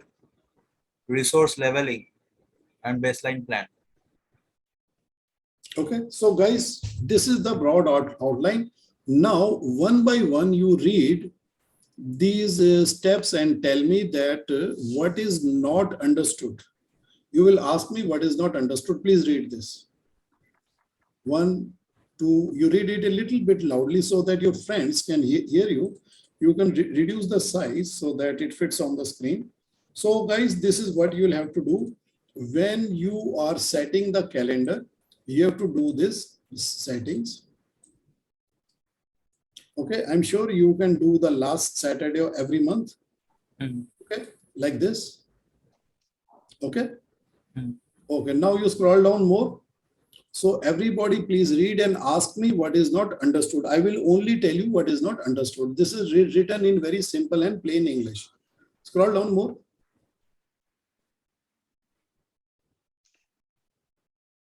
Read the number 5. Create WBS and add task under the WBS group and set relationship as indicated. Yeah. So guys, you have to tell me one thing. What is the name of this task? Is it summary task or a milestone? The one which is on the row number 1, the ID number 1, is it a summary task or a normal task or is it a milestone? Summary task. Summary task. Yeah, very good. And what is the number 2? This is normal task. Yes. And what is the number 7? This is a Milestone. milestone. Milestone. And guys, you note one thing, the milestone is at the same level as the summary task. Do you see that? It is not indented. The indented is only for 2, 3, 5, 6 like this. These are the only ones which are indented. Only the tasks are indented. The group summary and the milestone is not indented. Why? Because they are like the opening and the closing brackets like this. Right, guys? Is this clear? Yes, sir. Now, this is the relationship. So guys, please tell me what is the meaning of the +9? What is the meaning of the +9? So is it lag time or lead It's time? lagging time. Lag. Now, what is the task number 2? What is the name of this? That's requirement Start. gathering. Requirement gathering. So what you are saying is that we will start the requirement, the analysis. It is related to the requirement gathering, start to start, but it is starting 9 days after the start of requirement gathering. So you know, when you draw the graph, it's going to look like this. Okay, so let me show you the visualization. The visualization would look like this. So, you know, requirement gathering bar will be like this, and requirement analysis bar will be like this, and the relationship line, which is, it will be like this. Okay, so is this clear, guys?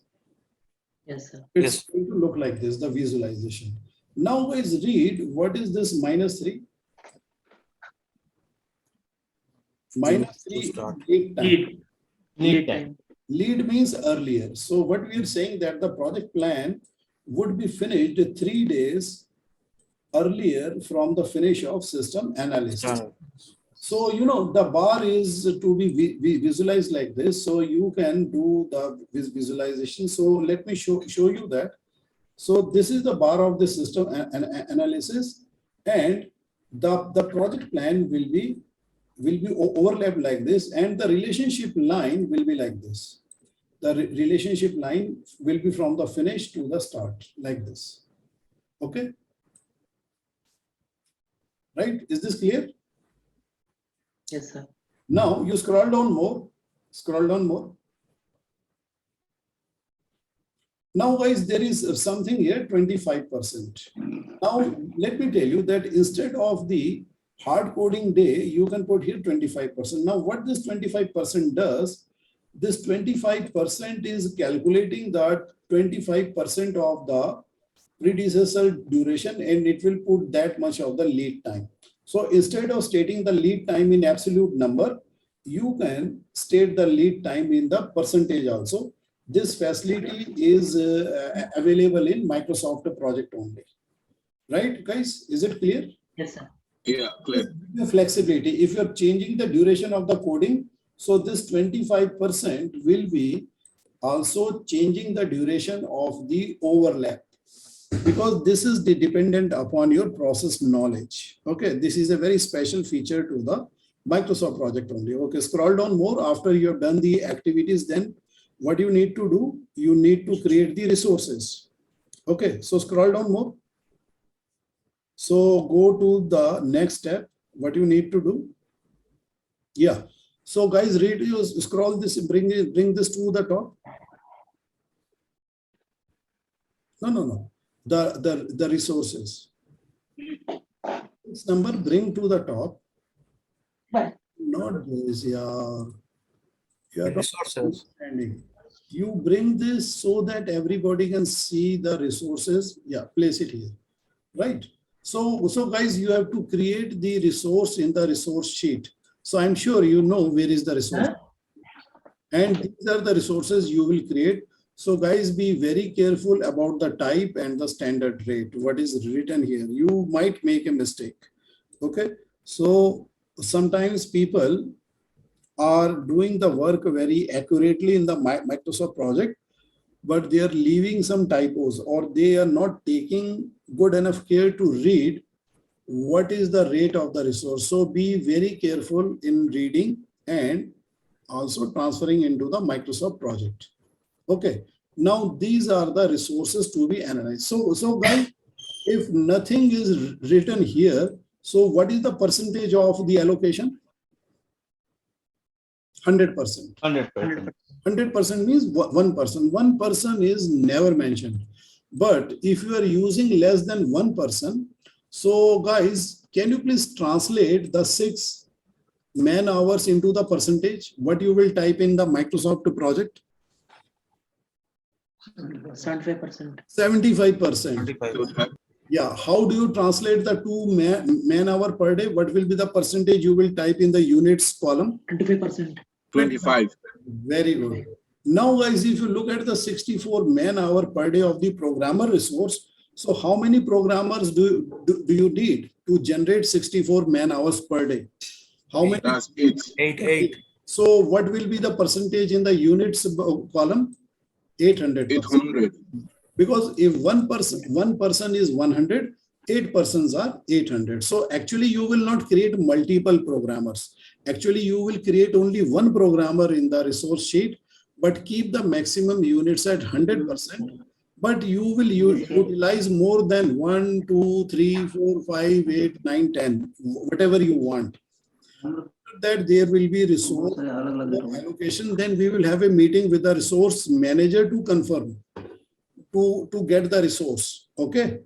Now you go down here. So similarly, how many test engineers you need per day? 2 means what? 8 hours. That's 200. 2 means in the unit column, you will apply 200. 200%. 200%, because you have to translate it into the language of Microsoft project. But in the Primavera, you can enter directly like that only. But in Microsoft project, you have to translate into percentage. So 8 is equal to 100% and 16 equal to 200%. So, and so on. Right, guys? Is this clear? Yes. So you want to use 2 test engineer for this activity on a per day basis. So similarly, it will be 200%. And then this is the amount of the money you need as a travel expense, 50,000. And this is the count of the material resource. So you are going to need 6 handbooks.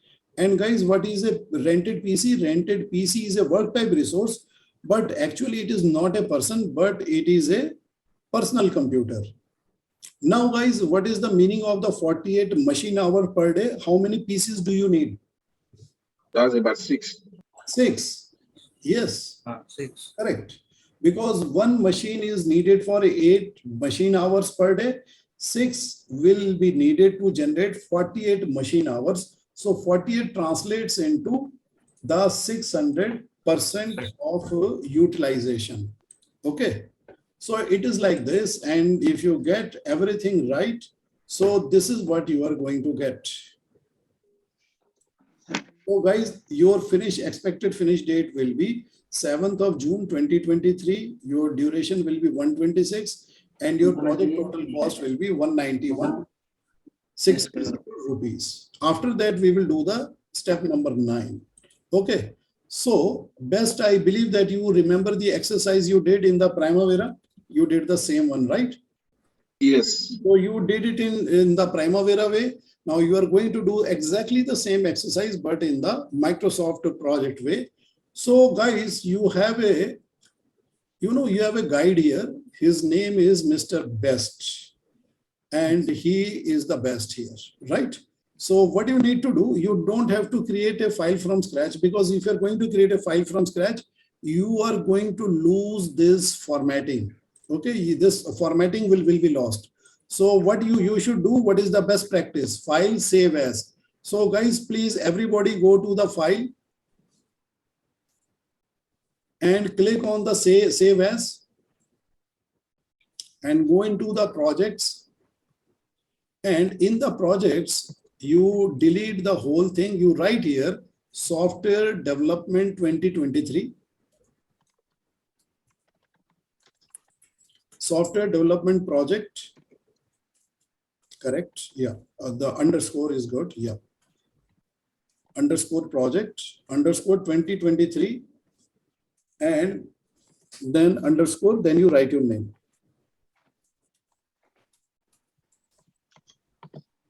And click on the save button. Yes, correct. Good. See guys.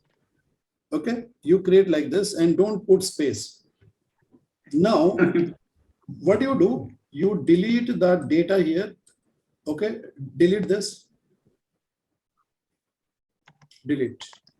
And on the top, you change the name as Software Development 2023. See, this is what you will do in the real life also. This is a real life training. There will be no difference between what you are training here and what you will be doing tomorrow. Right, guys? Okay. Now go into the resource sheet and also make that as blank. So in real life, we don't create everything from scratch each time. We just take the existing file and turn it into a blank. Go into the resource sheet and you delete all the resource, select all the rows and delete them. Okay. Always start with a safe and blank file, but keep the setting, right? Now, what you will do, come to the Gantt chart once again. So guys, please look at the instruction sheet. So guys, I believe that you may have printed it. Now I see here. So what I'm going to do, that since there are 5 people here, I'm going to divide you guys into a team of, I'm going to divide you into a team of 5 people. Best. Sir, 4 people is there. I am in two screens, that's why. Okay, you are using 2 screens. Okay. So if you are using 2 screens, so what I'm going to do, I'm going to create 2 rooms here. I'm going to put 2 people in 1 room each. So you guys collaborate to do the project. Just wait. So let me first create the room.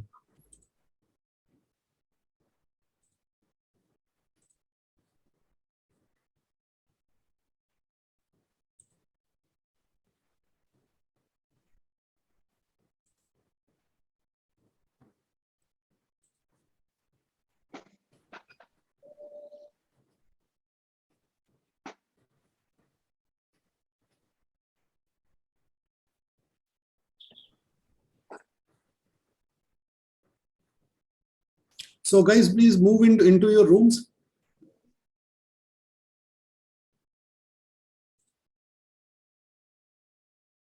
So guys, please move into your rooms.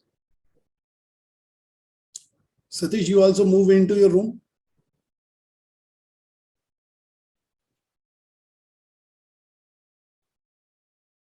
Satish.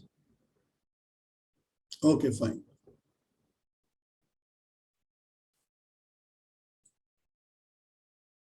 Okay, so Best and Satish, you are the buddies now, right? Yeah. Okay, so the one person can guide, one can type, then another can type, then so you guys can share the screen. So who is going to share the screen? So Satish, I believe that you can share the screen and Best will guide you. He's the best of the person here to guide you because he knows the exercise by heart, but this time he is doing it in the Microsoft project. Is that right, Best?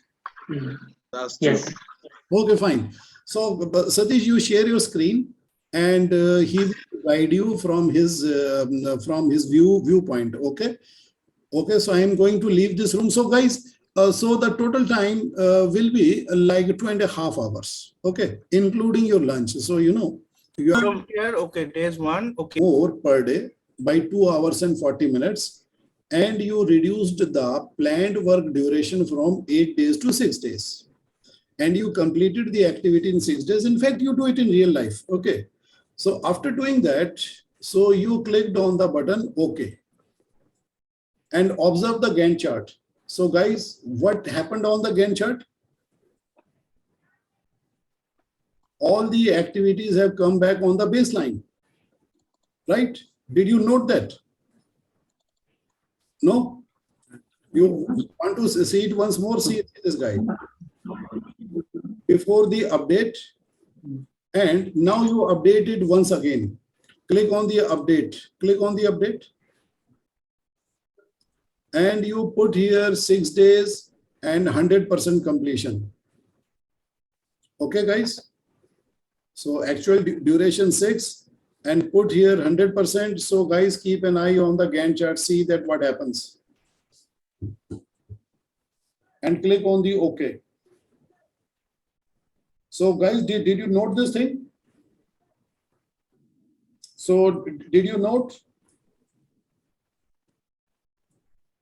that all the activities, they have come back on the Gantt chart, guys? I want some reaction. Yes, sir. So did it happen on your screen or not? Do you need some help? It happened. Guys, this is what you will have to do from tomorrow onwards. That's a real training. So tell me if it is happening or not happening for you. I need to come to your screen and show you. Because Happening, sir. the task will go ahead. So control the next task. And you know, this is how you will finish your work on the milestone. Right, guys? Okay. Now, if it is done, click on the save. Baseline change baseline. Okay. After that, guys, we are going to take out two reports, cost progress and work progress. So guys, please click on the report. So in the report, okay, so please put the custom. Guys, please mute your mic. If you have something important, please mute your mic. Okay. So click on the work progress report. So guys, do you see the work progress here? Do you see this actual in the requirement definition, right? Now you again click on the report, click on the report, click on the custom because you created this report, so they will be in the group custom, and click on the cost progress.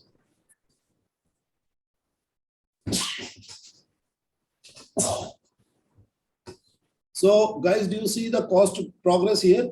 How much money you have used and how much money is planned? The baseline is the blue bar and the actual what you have used is the orange bar, actual cost. Guys, do you see that? Okay. Yes. Okay. Now go to the Gantt chart and go to the view, go to the table and you select cost.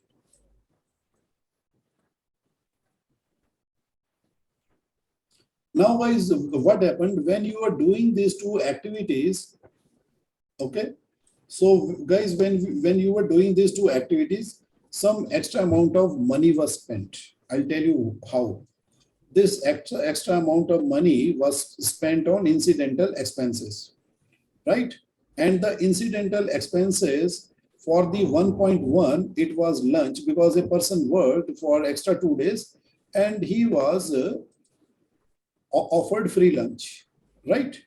Okay, how to capture this? So now you go to the fixed cost of the column and you enter here. So his extra spending was 300 per day. You enter here 1800. 1800. Okay, and you right click on 1.1 to enter a note.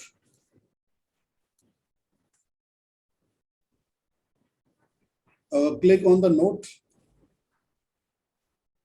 Okay, so best I believe that you remember doing the same thing in the Primavera. Okay, here the notes does not have a classification. So you write here extra cost. So extra cost is like rupees 300. Okay, 300 multiplied by 6 days.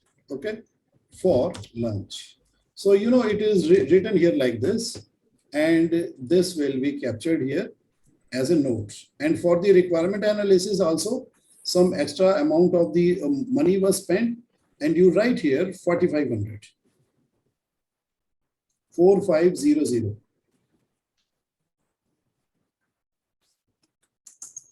And you right click and put a note for the 1.2. Okay, so what you are going to write in the note? So you write here cab. So cab reimbursement, you write here 3,000 and then you write here dinner. So that dinner reimbursement is 1,500. Okay. So it is like this. So you have to write it in the text format to that what was the extra spending 4,500 for. So if a person wants to see the reason, he can go into the notes column. So let me insert the column indicator column. Okay. If you insert the indicator column here, so you can see the notes. So guys, do you see the notes here? So any person who is looking at your data, he can see that while completing the task, some extra amount of money was spent in completing the task. Okay. Is that clear? Yes. Guys, is that clear? Yes. Yes, sir. Okay, after completing these two activities, you can go into the report and see the cost progress. You will see some progress there. Go into the report and you select here custom and you select cost progress. Guys, do you see that the actual is a little bit more? Do you see that? See, read the numbers. Read the baseline number, read the actual number. Do you see that? Guys, are you? 13,920, 15,420. Yeah, so you are seeing that now. So this is the actual situation. So this happens in real life. So that should be depicted like this, right? Right. You know, this is a very dynamic thing. See, if you are capturing the data correctly, this is going to display correctly. This is like the, you can say this is the ultrasound of the project, or you can say this is the MRI report of the project. Have you seen the MRI report of a person? It is showing the internal organs in much details, 3D. It is just like that only. It is showing you the health report, health card of the project. So you can take a corrective action. You can take the decision very quickly. You know, big businesses need this control. You understand the importance now. If you're running, say, $100 million project, don't you think that you should be controlling it from day one? Guys, yes or no? Yes. Yes, sir. Right? So, guys, this is real thing. Microsoft project and the project management subject is a real thing, and it is a very high value skill. If you can show this sensitivity towards controlling the data, compiling the data, and you reporting the data to your boss, you will be cherished a lot. Your work will be appreciated a lot. This is a real skill, and billion-dollar businesses need people like you. Right? Okay, so let's just do some reporting part. I have to send some report to the boss. Right? So guys, do this thing. You click here, okay? You click on this boundary line, and then you right click here, and then you copy. Guys, use the option copy. Guys, did you see that? Copy. When you right click here, the menu comes, and then you copy. Right? Have you done? Yes, sir. Okay. So guys, I'm going to show you something interesting here. Now you come to the Excel sheet. In the Excel sheet, you go to the cost usage week 1 and select the first row and column and you paste it. Okay. Done. So everybody. Yes, so your report will come here. Do not change the dimensions of the report. Please do not disturb the report. Let it stay here as it is. Okay. Now go to the Microsoft project and go to the report. Go to the report and you select the custom and you select work progress. Select the work progress report. Copy it from here. Copy by clicking on the boundary line. Right click. Right click. Copy. Okay. Guys, please go to the Excel sheet. In the Excel sheet, you select work progress week 1. This tab you select. Okay, and paste it here.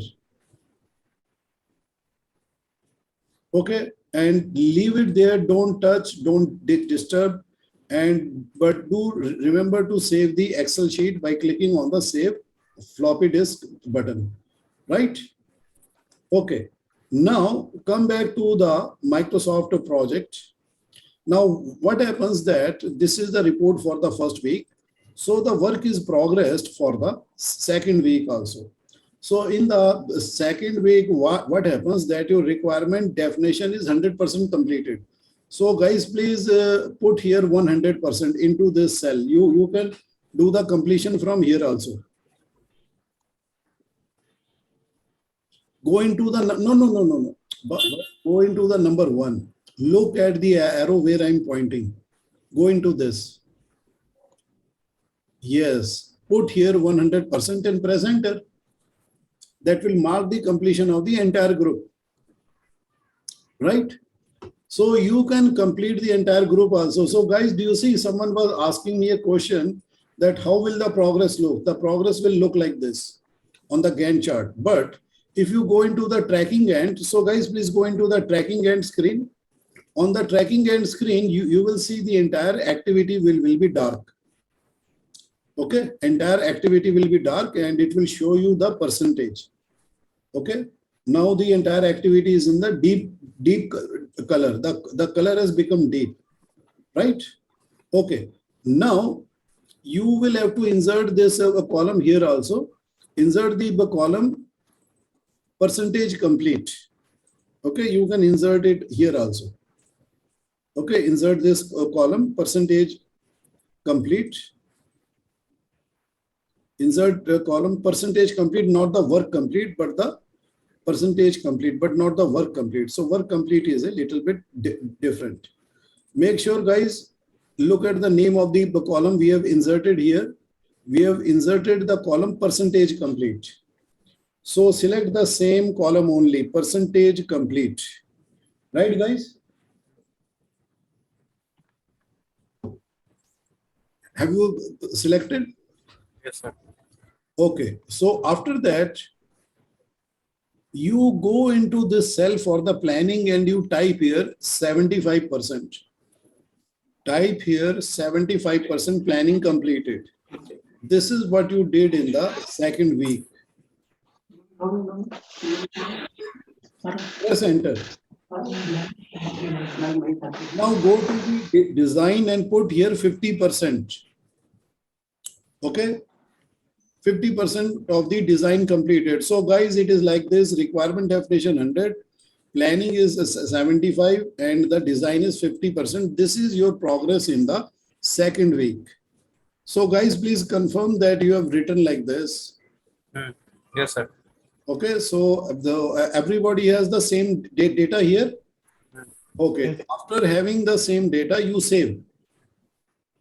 Okay, save this. Now, after you have saved it, go into the report. Please go into the report. Go into the custom. Select cost progress. Select cost progress and copy this. Copy this. Copy. Yes. Come to the Excel sheet. In the Excel sheet, go to the cost usage week 2. Week 2. Go to the corner cell and paste it by doing Control V. Do the Control V. Oh, okay, guys. Do you see this? It has been pasted into the week 1 and week 2. Now, what happens? See, if you are keeping these two pictures in the same place, exacting the same place, see guys, dancing graph. Do you see the dancing graph?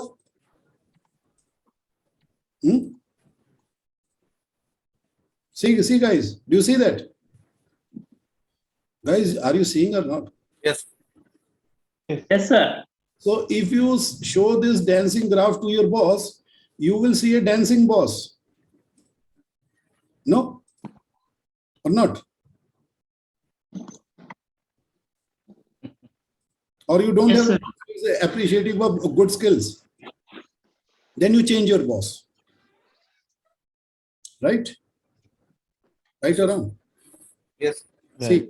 See why? Because many years ago I had made a mistake because the data was progressing, but I was not keeping any records of that. I was not even taking a printout. So what happened that after some time when my boss asked, look, I was out, can you please show me what was the progress of the overall project last week as I want to compare it with this week? I said, boss, we don't have the data because the data is progressing. So he said, no, is it not possible to retrieve the history? I said, no. Then I created this thing, I created this many years ago. You will not find this thing any Microsoft project book. Even if you buy a book worth $200, you will not find this technique there. This is a direct transfer of knowledge to you, expert knowledge, right? And I'm not publishing any video of this in the YouTube also. If you come to my class only, then you get to learn. Only few people know that I'm teaching this thing in the class. So they recommend people to people. I've not published any book. I've not put it on the Udemy also. I've not put it on the YouTube. In the YouTube, you will see mostly the first half of my training, but not the latter half of the training.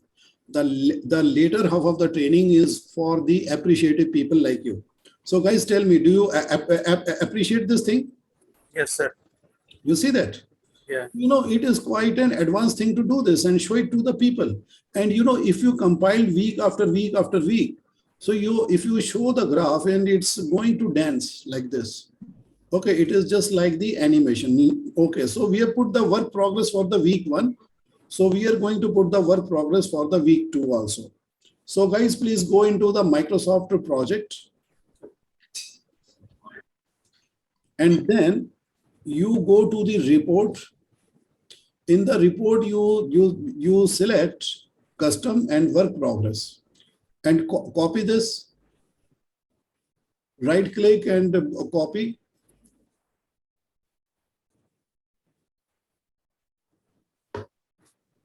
And you paste it into the Excel sheet in the corner A1.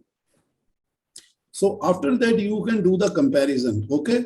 So you click on the week 1, then you click on the week 2, you will be able to find that what is the progress. As you see it visually, you will be able to see that which areas of activities have been progressed and what is jumping.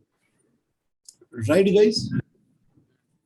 So is that cool? And you can copy it from here and you can send it in the WhatsApp as well. Right? Right. See, you just do this thing. You just right click here and for the week 1. No. First you send for the week 1. Go to the week 1 and you right click here, copy. Yes, send it in the WhatsApp. Okay, group, and you send for the week 2. So immediately after, so guys, nobody sent anything at all. So the best you send it for the week 2.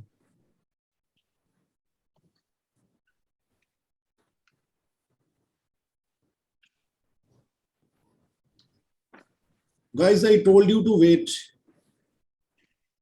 So guys, can you please delete this?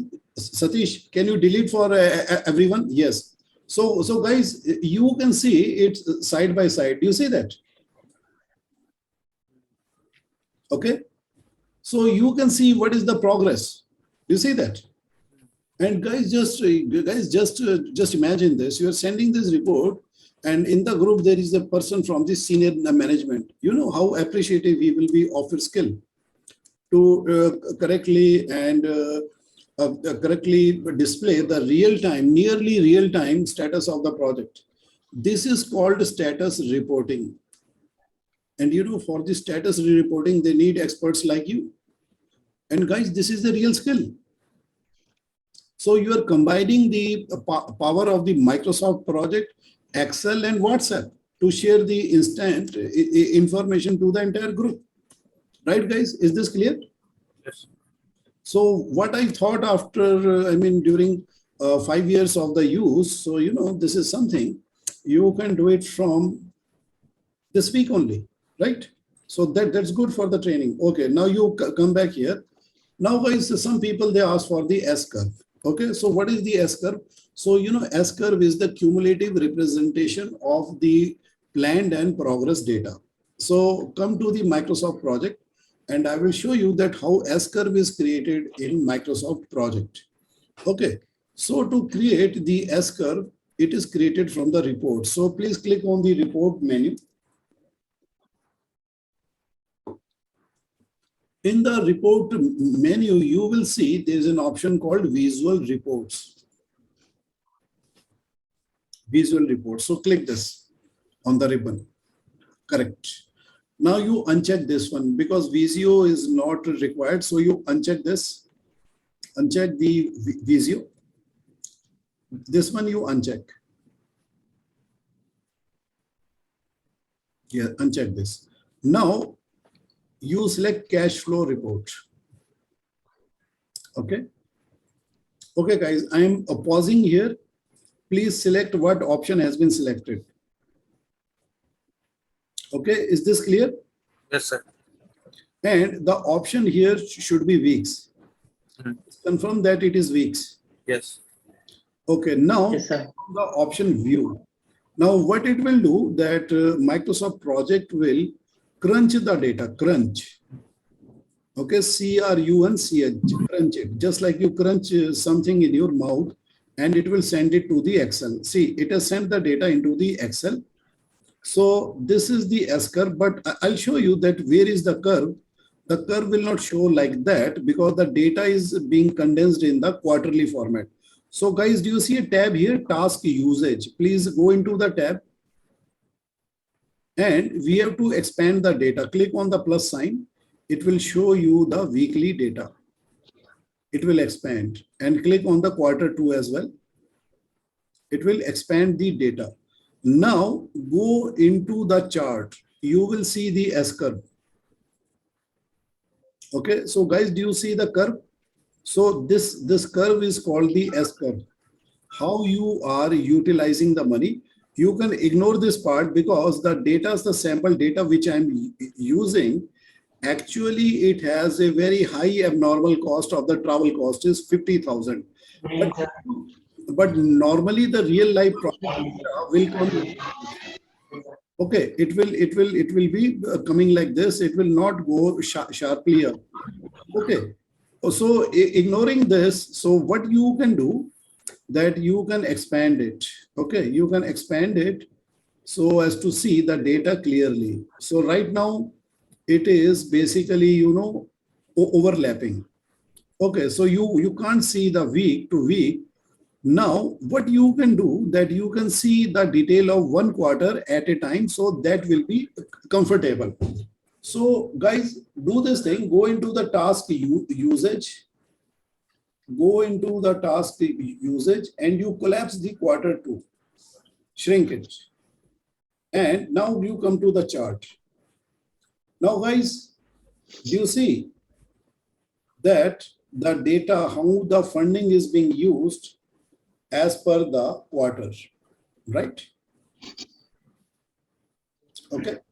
Now, if you want to see the data of the Q2 in detail, so what you do, you go to the chart and you collapse the Q1 and expand the Q2 and then come back to the chart.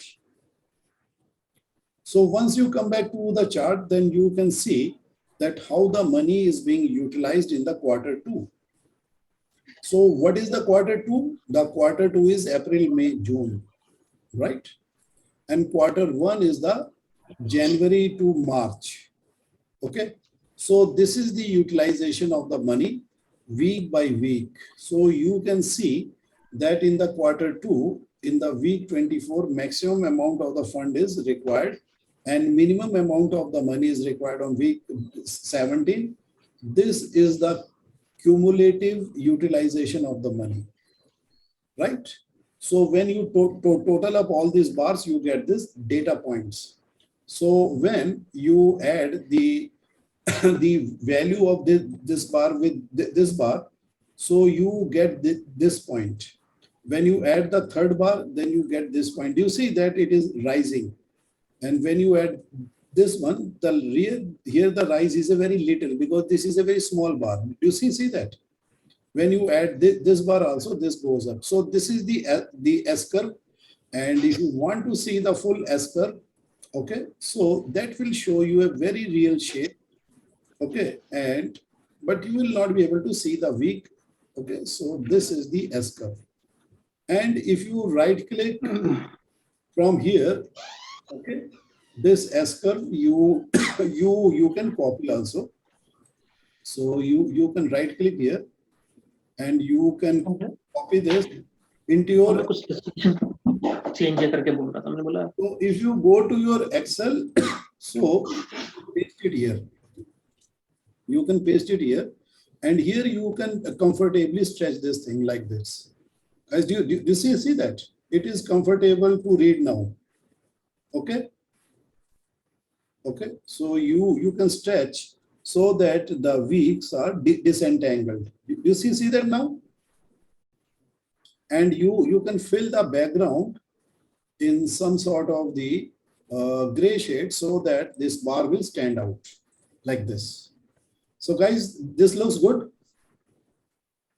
Yes. And the same thing can also be copied from here after you change the shape, and you can send it in the WhatsApp. So can you please send it in the WhatsApp? Okay, so let me send it on your behalf.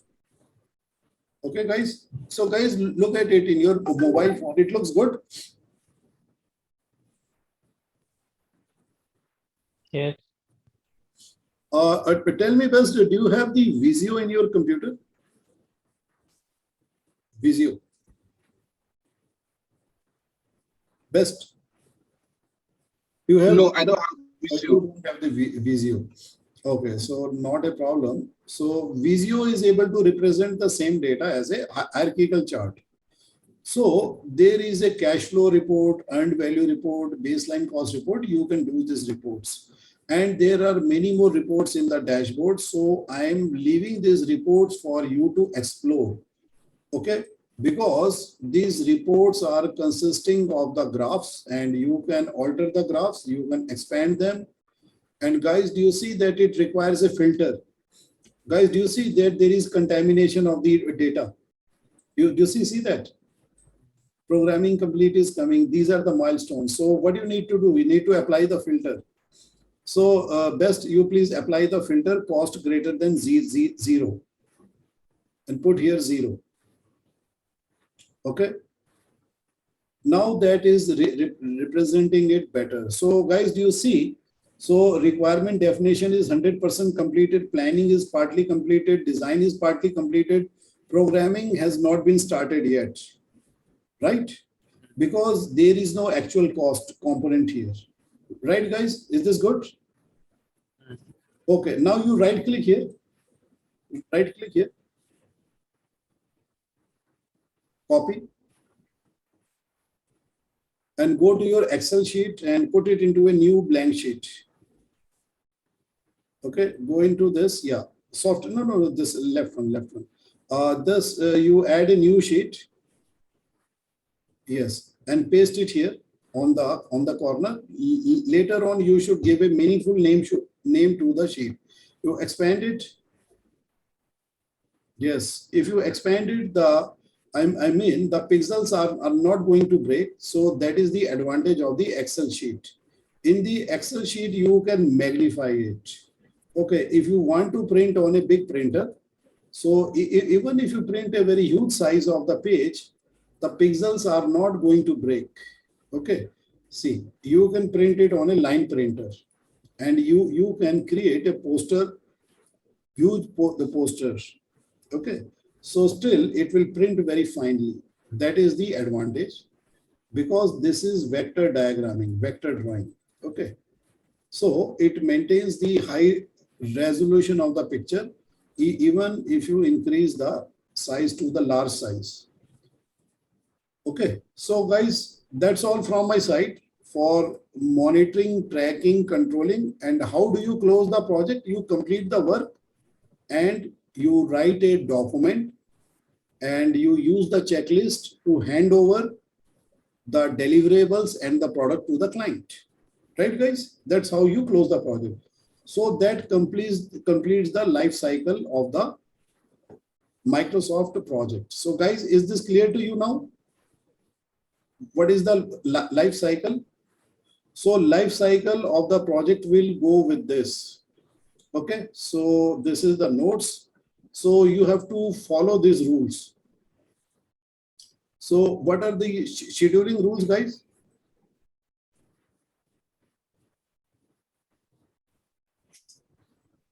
Oh, your system is waiting to go. What's happening here? We minimize this thing. Minimize the browser. Let's go to the Word MSP notes. So let's take us into the notes. Okay, great. So guys, this 5 number is not there because the 5 number is only Primavera. So best, can you please read this rule? The 5 number, can you please delete? So that you have 1 to 5 here. Okay, so these are the 5 scheduling rules which are applicable in Microsoft project. So guys, is this clear? And then what do you do after creating the schedule? You create the resource. So the whole flow chart is in your mind now here. So guys, if you looked at the exercise, there is a flow chart at the top. So best, can you bring it on the center of the screen? Bring it on the screen one.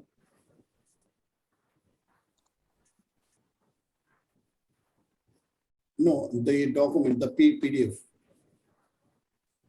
So just do one thing, just you switch off your screen too.